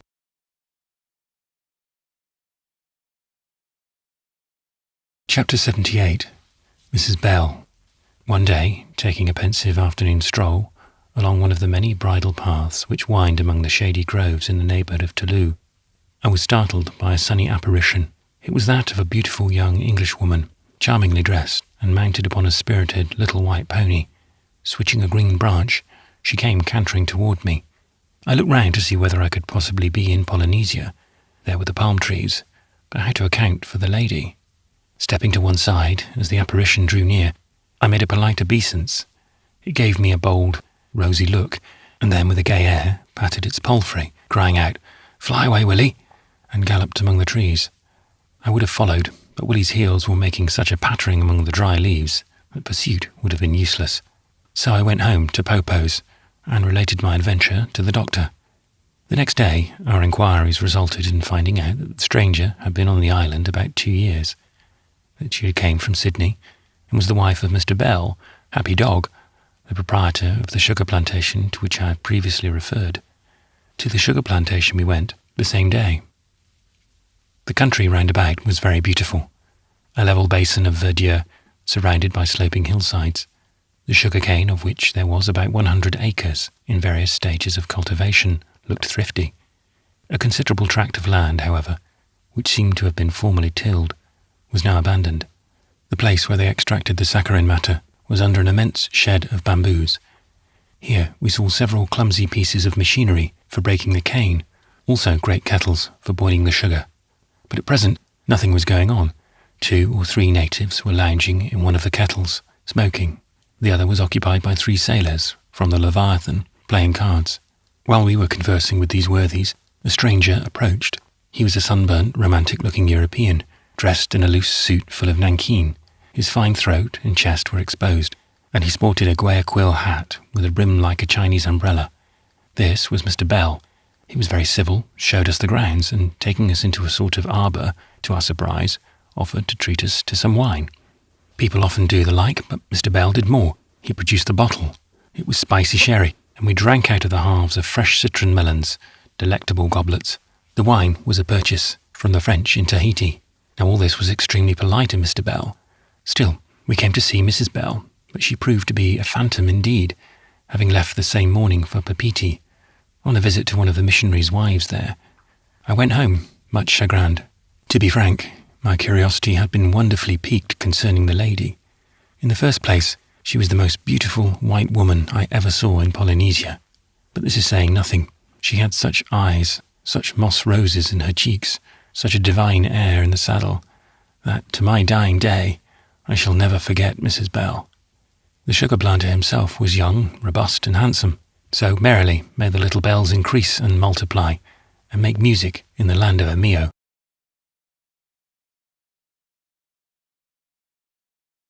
Chapter 79. Talou Chapel, holding court in Polynesia. In Partuwai is to be seen one of the best constructed and handsomest chapels in the South Seas. Like the buildings of the palace, it stands upon an artificial pier, presenting a semicircular sweep to the bay. The chapel is built of hewn blocks of coral, a substance which, although extremely friable, is said to harden by exposure to the atmosphere. To a stranger, these blocks look extremely curious. Their surface is covered with strange fossil-like impressions, the seal of which must have been set before the flood. Very nearly white when hewn from the reefs, the coral darkens with age, so that several churches in Polynesia now look almost as sooty and venerable as famed St. Paul's. In shape, the chapel is an octagon, with galleries all round. It will seat perhaps 400 people. Everything within is stained a tawny red, and there being but few windows, or rather embrasures, the dusky benches and galleries, and the tall spectre of a pulpit, look anything but cheerful. On Sundays, we always went to worship here, going in the family suite of Popo. We of course maintained a most decorous exterior, and hence, by all the elderly people of the village, were doubtless regarded as pattern young men. Popo's seat was in a snug corner, and it being particularly snug, in the immediate vicinity of one of the palm pillars supporting the gallery. I invariably leaned against it, Popo and his lady on one side, the doctor and the dandy on the other, and the children and poor relations seated behind. As for Lou, instead of sitting, as she ought to have done, by her good father and mother, she must needs run up into the gallery, and sit with a parcel of giddy creatures of her own age, who all through the same sermon did nothing but look down on the congregation, pointing out and giggling at the queer-looking old ladies in dowdy bonnets and scant tunics. But Lou herself was never guilty of these improprieties. Occasionally, during the week, they have afternoon service in the chapel, when the natives themselves have something to say, although their auditors are but few. An introductory prayer being offered by the missionary, and a hymn sung, communicants rise in their places and exhort in pure Tahitian, and with wonderful tone and gesture. And among them all, Deacon Popo, though he talked most, was the one whom you would have liked best to hear. Much would I have given to have understood some of his impassioned bursts, when he tossed his arms overhead, stamped, scowled, and glared, till he looked like the very devil of vengeance. Deluded man, sighed the doctor on one of these occasions. I fear he takes the fanatical view of the subject. One thing was certain. When Popo spoke, all listened. A great deal more than could be said for the rest, for under the discipline of 2 or 3 I could mention, some of the audience napped, others fidgeted, a few yawned, and one irritable old gentleman in a nightcap of coconut leaves used to clutch his long staff in a state of excessive nervousness and stride out of the church, making all the noise he could to emphasize his disgust. Right adjoining the chapel is an immense rickety building with windows and shutters and a half-decayed board flooring laid upon trunks of palm trees. They called it a schoolhouse, but as such we never saw it occupied. It was often used as a courtroom, however, and here we attended several trials. Among others, that of a decayed naval officer and a young girl of 14, the latter charged with having been very naughty on a particular occasion set forth in the pleadings, and the former with having aided and abetted her in her naughtiness, and with other misdemeanours. The foreigner was a tall, military-looking fellow, with a dark cheek and black whiskers. According to his own account, he had lost a colonial armed brig on the coast of New Zealand, and since then had been leading the life of a man about town among the islands of the Pacific. The doctor wanted to know why he did not go home and report the loss of his brig, but Captain Crash, as they called him, had some incomprehensible reasons for not doing so, about which he could talk by the hour, and no one be any the wiser. Probably he was a discreet man and thought it best to waive an interview with the Lords of the Admiralty. For some time past, this extremely suspicious character had been carrying on the illicit trade in French wines and brandies, smuggled over from the men of war, lately touching at Tahiti.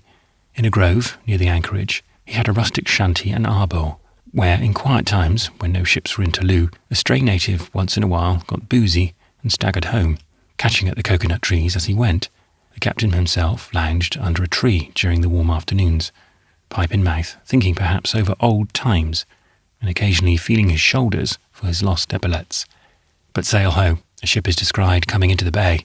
Soon she drops her anchor in its waters, and the next day Captain Crash entertains the sailors in his grove. And rare times they have of it, drinking and quarrelling together as sociably as you please. Upon one of these occasions, the crew of the Leviathan made so prodigious a tumult that the natives, indignant at the insult offered their laws, plucked up a heart and made a dash at the rioters, 100 strong. The sailors fought like tigers, but were at last overcome, and carried before a native tribunal, which after a mighty clamour dismissed everybody but Captain Crash, who was asserted to be the author of the disorders.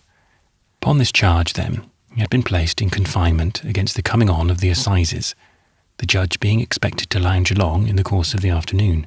While waiting his honour's arrival, numerous additional offences were preferred against the culprit, mostly by the old women. Among others was the bit of a slip in which he stood implicated along with the young lady. Thus in Polynesia, as elsewhere, charge a man with one misdemeanour, and all his peccadilloes are raked up and assorted before him. Going to the schoolhouse for the purpose of witnessing the trial, the din of it assailed our ears a long way off, and upon entering the building we were almost stunned. About 500 natives were present, each apparently having something to say, and determined to say it. His Honour, a handsome, benevolent-looking old man, sat cross-legged on a little platform, seemingly resigned, with all Christian submission to the uproar. He was an hereditary chief in this quarter of the island, and judge for life in the district of Partuwai. There were several cases coming on. The captain and girl were the first tried together. They were mixing freely with the crowd, and as it afterwards turned out that everyone, no matter who, had a right to address the court, for aught we knew they might have been arguing their own case. At what precise moment the trial began, it would be hard to say. There was no swearing of witnesses, and no regular jury. Now and then somebody leaped up and shouted out something which might have been evidence. The rest, meanwhile, keeping up an incessant jabbering. Presently the old judge himself began to get excited, and springing to his feet, ran in among the crowd, wagging his tongue as hard as anybody.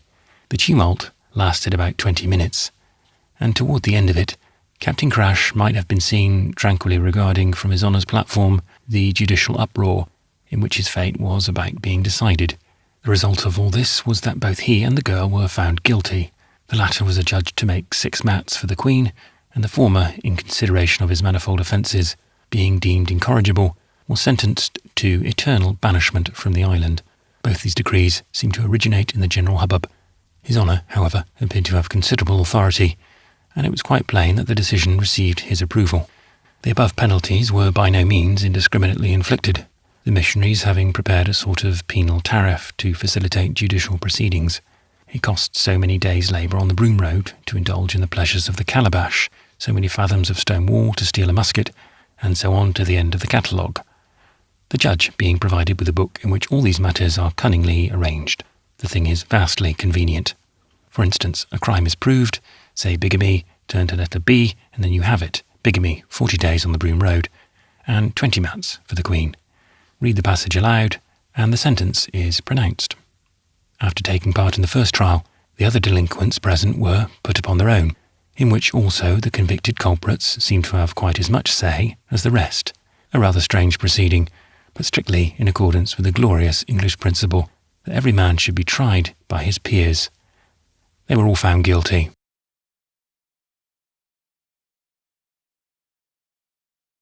Chapter 80. Queen Pommery. It is well to learn something about people before being introduced to them, and so we will here give some account of Pommery and her family. Every reader of Cook's Voyages must remember Otto, who, in that navigator's time, was king of the larger peninsula of Tahiti. Subsequently, assisted by the muskets of the Bounty's men, he extended his rule over the entire island. This Otto, before his death, had his name changed into Pommery, which has ever since been the royal patronymic. He was succeeded by his son, Pommery II, the most famous prince in the annals of Tahiti.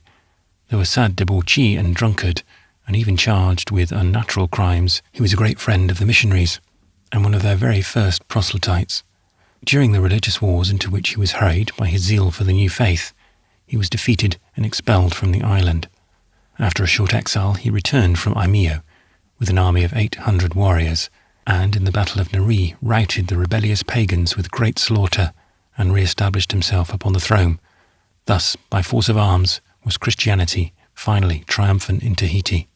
Pomare II, dying in 1821, was succeeded by his infant son under the title of Pomare III.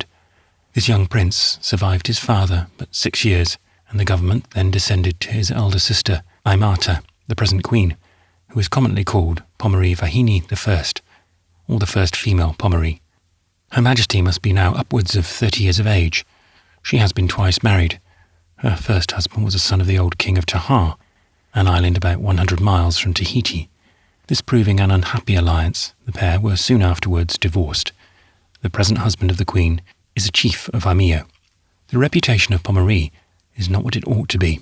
She, and also her mother, were for a long time excommunicated members of the church, and the former, I believe, still is. Among other things, her conjugal fidelity is far from being unquestioned. Indeed, it was upon this ground chiefly that she was excluded from the communion of the church. Previous to her misfortunes, she spent the greater portion of her time sailing about from one island to another, attended by a licentious court, and wherever she went, all manner of games and festivities celebrated her arrival. She was always given to display. For several years, the maintenance of a regiment of household troops drew largely upon the royal exchequer. They were trouserless fellows, in a uniform of calico shirts and pasteboard hats, armed with muskets of all shapes and calibers, and commanded by a great noisy chief, strutting it in a coat of fiery red. These heroes escorted their mistresses whenever she went abroad. Some time ago, the Queen received from her English sister, Victoria, a very showy, though uneasy, headdress, a crown, probably made to order at some tin man's in London. Having no idea of reserving so pretty a bauble for coronation days, which came so seldom, Her Majesty sported it whenever she appeared in public, and to show her familiarity with European customs, politely touched it to all foreigners of distinction, whaling captains and the like, whom she happened to meet in her evening walk on the Broom Road. The arrival and departure of royalty were always announced at the palace by the court artilleryman, a fat old gentleman who, in a prodigious hurry and perspiration, discharged minute fowling pieces as fast as he could load and fire the same. The Tahitian princess leads her husband a hard life. Poor fellow, he not only caught a queen, but a Tartar when he married her. The style by which he is addressed is rather significant. Pomare Tani, Pomare's man, all things considered as appropriate a title for a king consort as could be hit upon. If ever there were a hen-pecked husband, that man is the prince. One day, his carasposa, giving audience to a deputation from the captains of the vessels lying in Papeete, he ventured to make a suggestion which was very displeasing to her. She turned round and, boxing his ears, told him to go over to his beggarly island of Aumeo if he wanted to give himself airs. Cuffed and contemned, poor Tani flies to the bottle, or rather to the calabash for solace. Like his wife and mistress, he drinks more than he ought. 6 or 7 years ago, when an American man-of-war was lying at Papeete, the town was thrown into the greatest commotion by conjugal assault and battery made upon the sacred person of Pomare by her intoxicated Tani. Captain Bob once told me the story, and by way of throwing more spirit into the description, as well as to make up for his oral deficiencies, the old man went through the accompanying action, myself being proxy for the Queen of Tahiti. It seems that on a Sunday morning, being dismissed contemptuously from the royal presence, Tani was accosted by certain good fellows, friends and boon companions, who condoled with him on his misfortunes, rallied against the Queen, and finally dragged him away to an illicit vendor of spirits, in whose house the party got gloriously mellow. In this state, Pomare Vahine I was the topic upon which all dilated. A vixen of a queen, probably suggested one. "It's infamous," said another. "And I'd have the satisfaction," cried a third. "And so I will," Tani must have hiccoughed, for off he went, and ascertaining that his royal half was out riding, he mounted his horse and galloped after her. Near the outskirts of the town, a cavalcade of women came cantering toward him, in the centre of which was the object of his fury. Smiting his beast right and left, he dashed in among them, completely overturning one of the party, leaving her on the field, and dispersing everybody else except Pomare. Backing her horse dexterously, the incensed queen heaped upon him every scandalous epithet she could think of, until at last the enraged Tani, leaped out of his saddle, caught Pommery by the dress, and dragging her to the earth, struck her repeatedly in the face. Holding on meanwhile by the hair of her head, he was proceeding to strangle her on the spot, when the cries of the frightened attendants brought a crowd of natives to the rescue, who bore their nearly insensible queen away. But his frantic rage was not yet sated. He ran to the palace, and before it could be prevented, demolished a valuable supply of crockery, a recent present from abroad.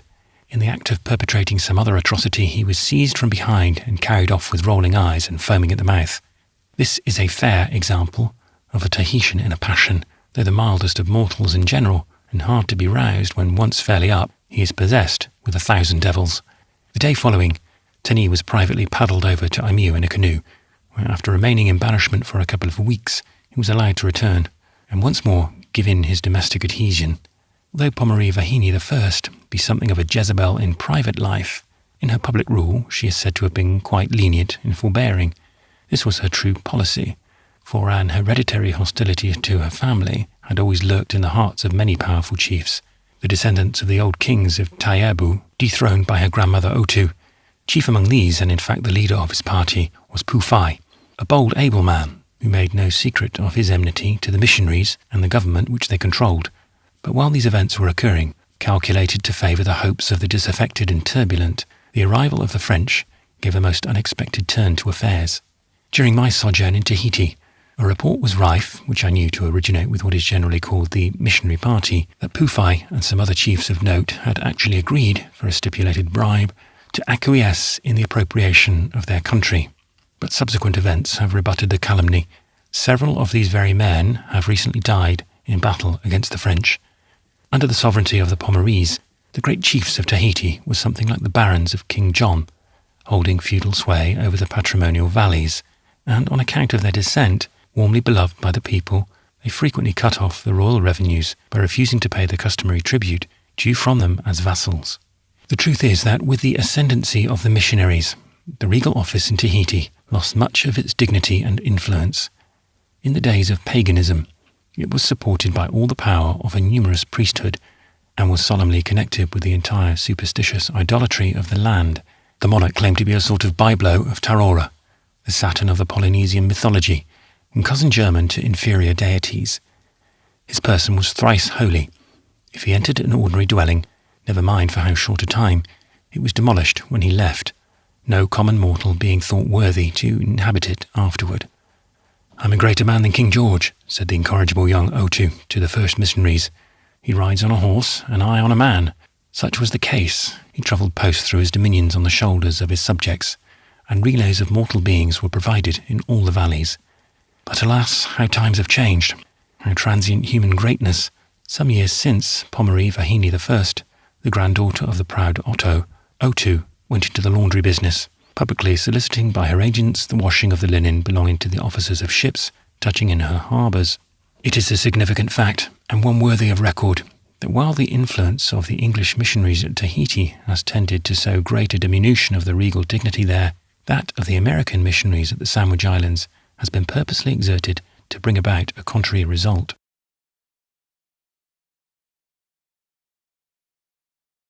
Chapter 81. We visit the court.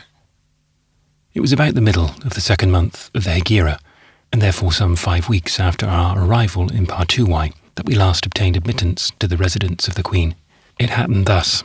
There was a Marquesan in the train of Pommery who officiated as nurse to her children. According to the Tahitian custom, the royal youngsters are carried about until it requires no small degree of strength to stand up under them. But Marbona was just the man for this, large and muscular, well made as a statue, and with an arm like a degenerate Tahitian's thigh. Embarking at his native island as a sailor on board of a French whaler, he afterward ran away from the ship at Tahiti, where, being seen and admired by Pommery, he had been prevailed upon to enlist in her service. Often when visiting the grounds, we saw him walking about in the shade, carrying 2 handsome boys who encircled his neck with their arms. Marbona's face, tattooed as it was in the ornate style of his tribe, was as good as a picture book to these young Pommerys. They delighted to trace with their fingers the outlines of the strange shapes there delineated. The first time my eyes lighted upon the Marquesan, I knew his country in a moment, and hailing him in his own language, he turned round, surprised that a person so speaking should be a stranger. He proved to be a native of Tior, a glen of Nukuheva. I had visited the place more than once, and so on the island of Omoo we met like old friends.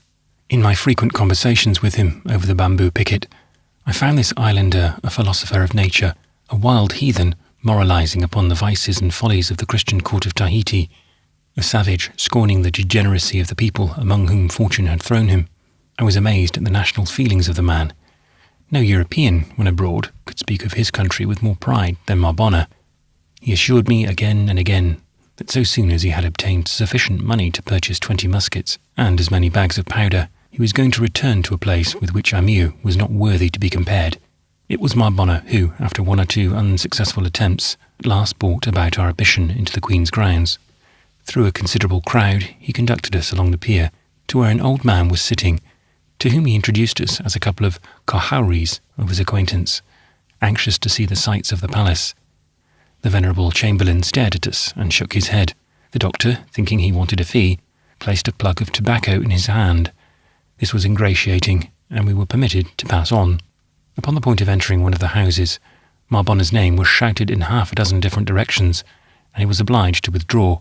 Thus left at the very threshold to shift for ourselves, my companion's assurance stood us in good stead. He walked right in, and I followed.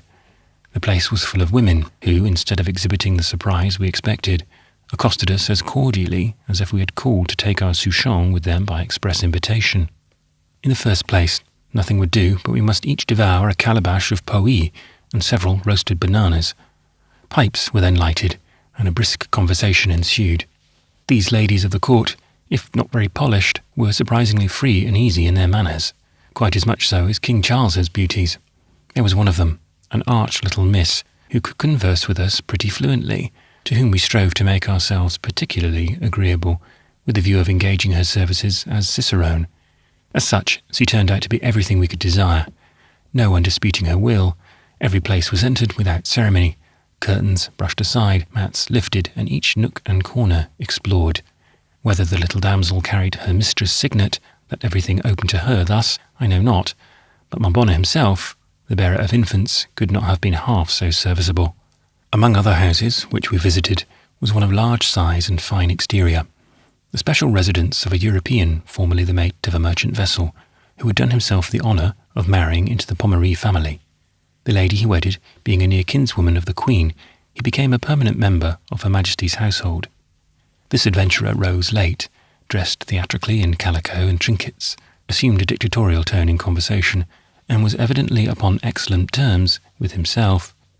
We found him reclining on a mat, smoking a reed pipe of tobacco in the midst of an admiring circle of chiefs and ladies. He must have noticed our approach, but instead of rising and offering civilities, he went on talking and smoking, without even condescending to look at us. "His Highness fills his poee," carelessly observed the doctor. The rest of the company gave us the ordinary salutation, our guide announcing us beforehand. In answer to our earnest requests to see the Queen, we were now conducted to an edifice, by far the most spacious in the enclosure. It was at least 150 feet in length, very wide, with low eaves, and an exceedingly steep roof of pandanus leaves. There were neither doors nor windows, nothing along the aisles but the slight posts supporting the rafters. Between these posts, curtains of fine matting and tappa were rustling all round.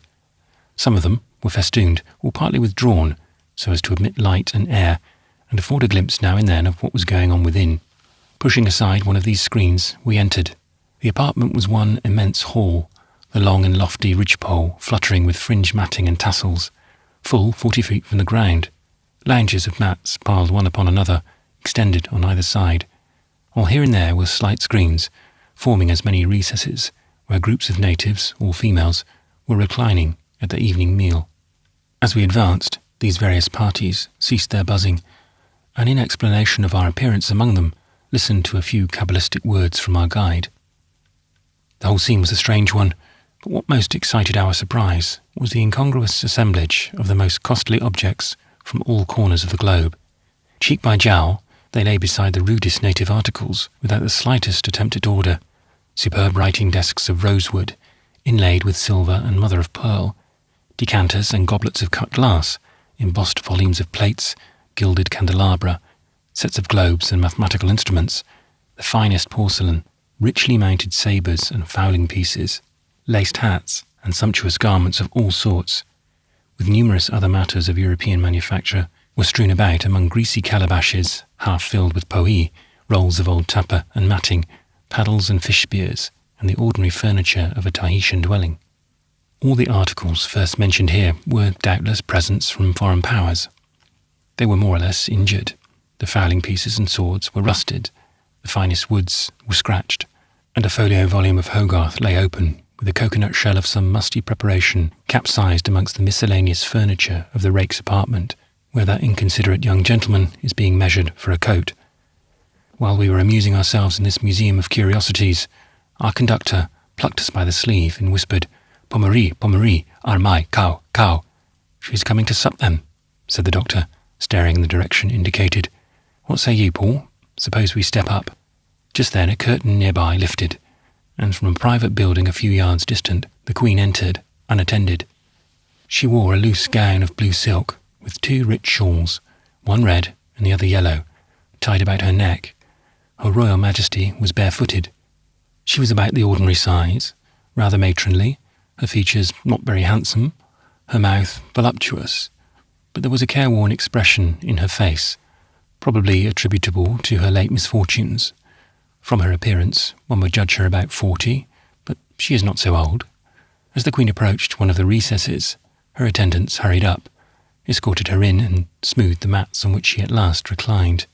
2 girls soon appeared, carrying their mistress' repast, and then surrounded by cut glass and porcelain, and jars of sweetmeats and confections. Pommery Vahini I, the titular Queen of Tahiti, ate fish and poee out of her native calabashes, disdaining either knife or spoon. "Come on," whispered Longghost, "let's have an audience at once."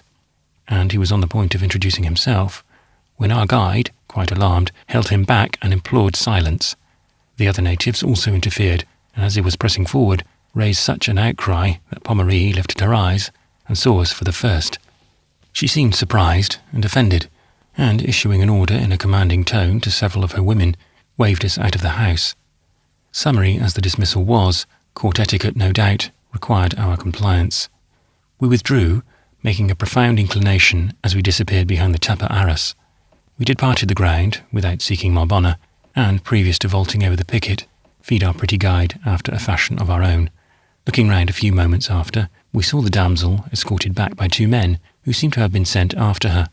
I trust she received nothing more than a reprimand. The next day, Popo informed us that strict orders had been issued to admit no strangers within the palace precincts.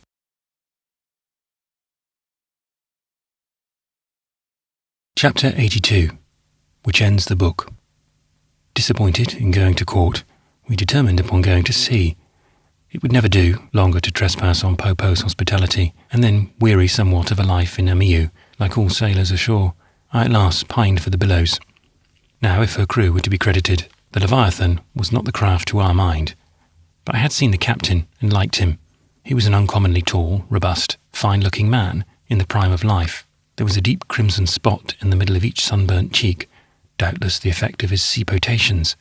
He was a vineyarder, or native of the island of Martha's Vineyard, adjoining Nantucket, and I would have sworn it a sailor and no tyrant. Previous to this, we had rather avoided the Leviathan's men when they came ashore, but now we purposely threw ourselves in their way in order to learn more of the vessel. We became acquainted with the 3rd mate, a Prussian and an old merchant seaman, a right jolly fellow with a face like a ruby.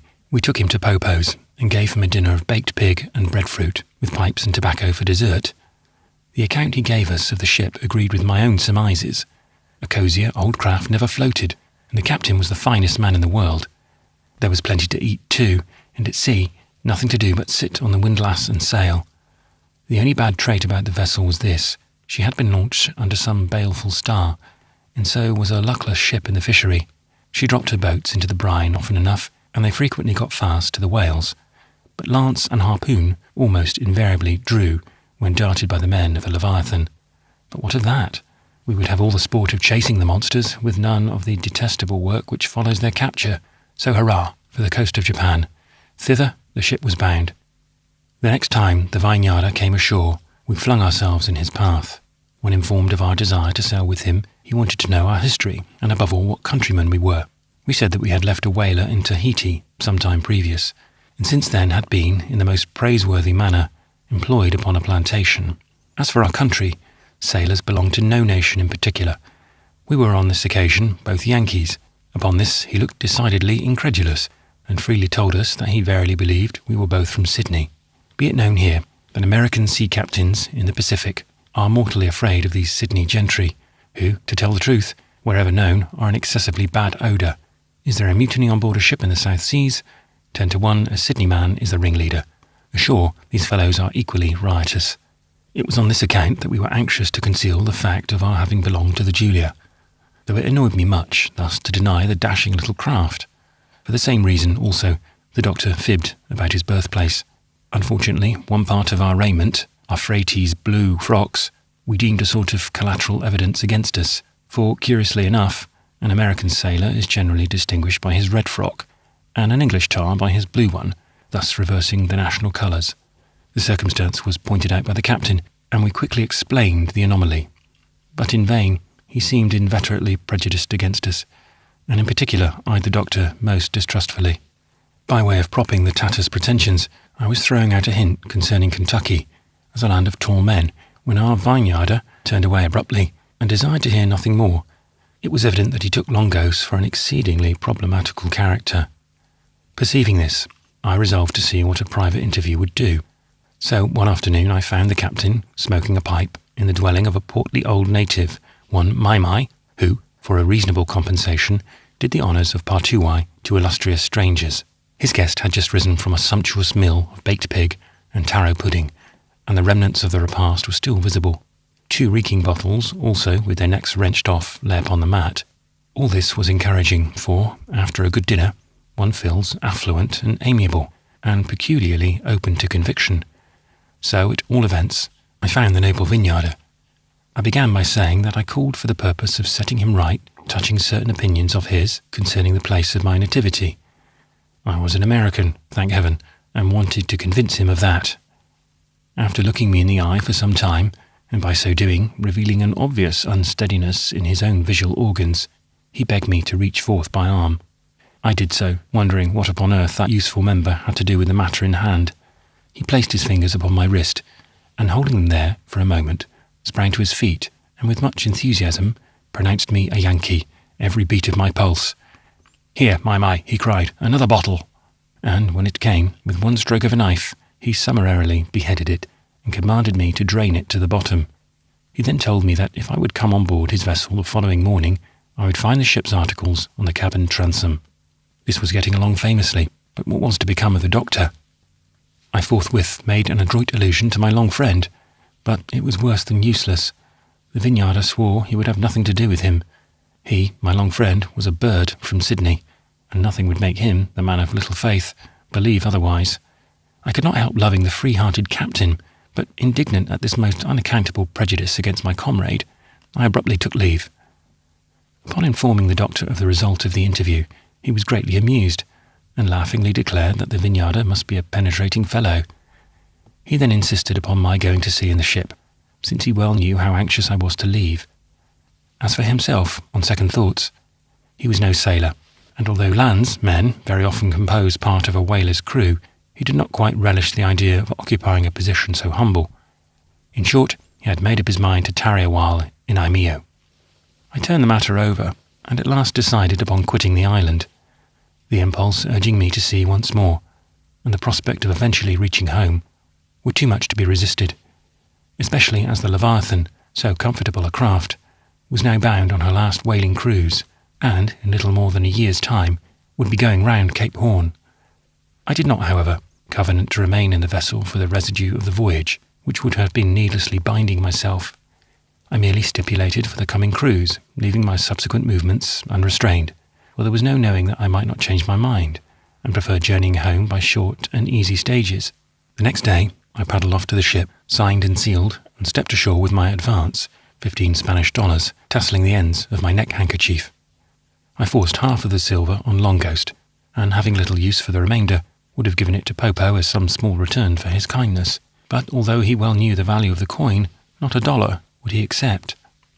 In 3 days' time, the Prussian came to Popo's, and told us that the captain, having made good the number of his crew by shipping several islanders, had determined upon sailing with the land breeze at dawn the following morning.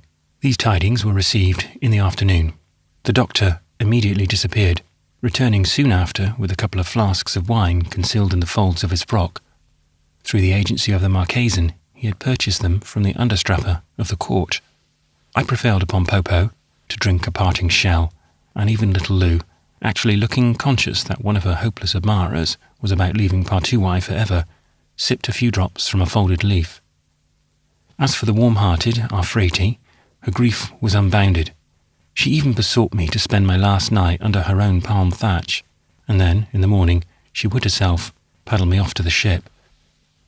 But this I would not consent to, and so, as something to remember her by, she presented me with a roll of fine matting and another of tappa. These gifts, placed in my hammock, I afterward found very agreeable in the warm latitudes to which we were bound, nor did they fail to awaken most grateful remembrances. About nightfall, we broke away from this generous-hearted household and hurried down to the water. It was a mad, merry night among the sailors. They had on tap a small cask of wine, procured in the same way as the doctor's flasks. An hour or so after midnight, everything was noiseless. But when the first streak of the dawn showed itself over the mountains, a sharp voice hailed the forecastle and ordered the ship unmoored. The anchors came up cheerily, the sails were soon set, and with the early breath of the tropical morning, fresh and fragrant from the hillsides, we slowly glided down the bay and were swept through the opening in the reef. Presently we hove to, and the canoes came alongside to take off the islanders who had accompanied us thus far. As he stepped over the side, I shook the doctor long and heartily by the hand. I have never seen or heard of him since.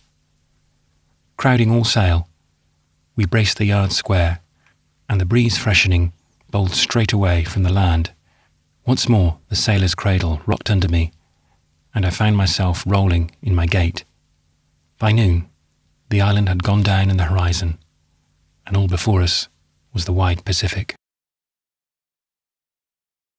The End. Omoo. Adventures in the South Seas by Herman Melville. Read by Mark Young.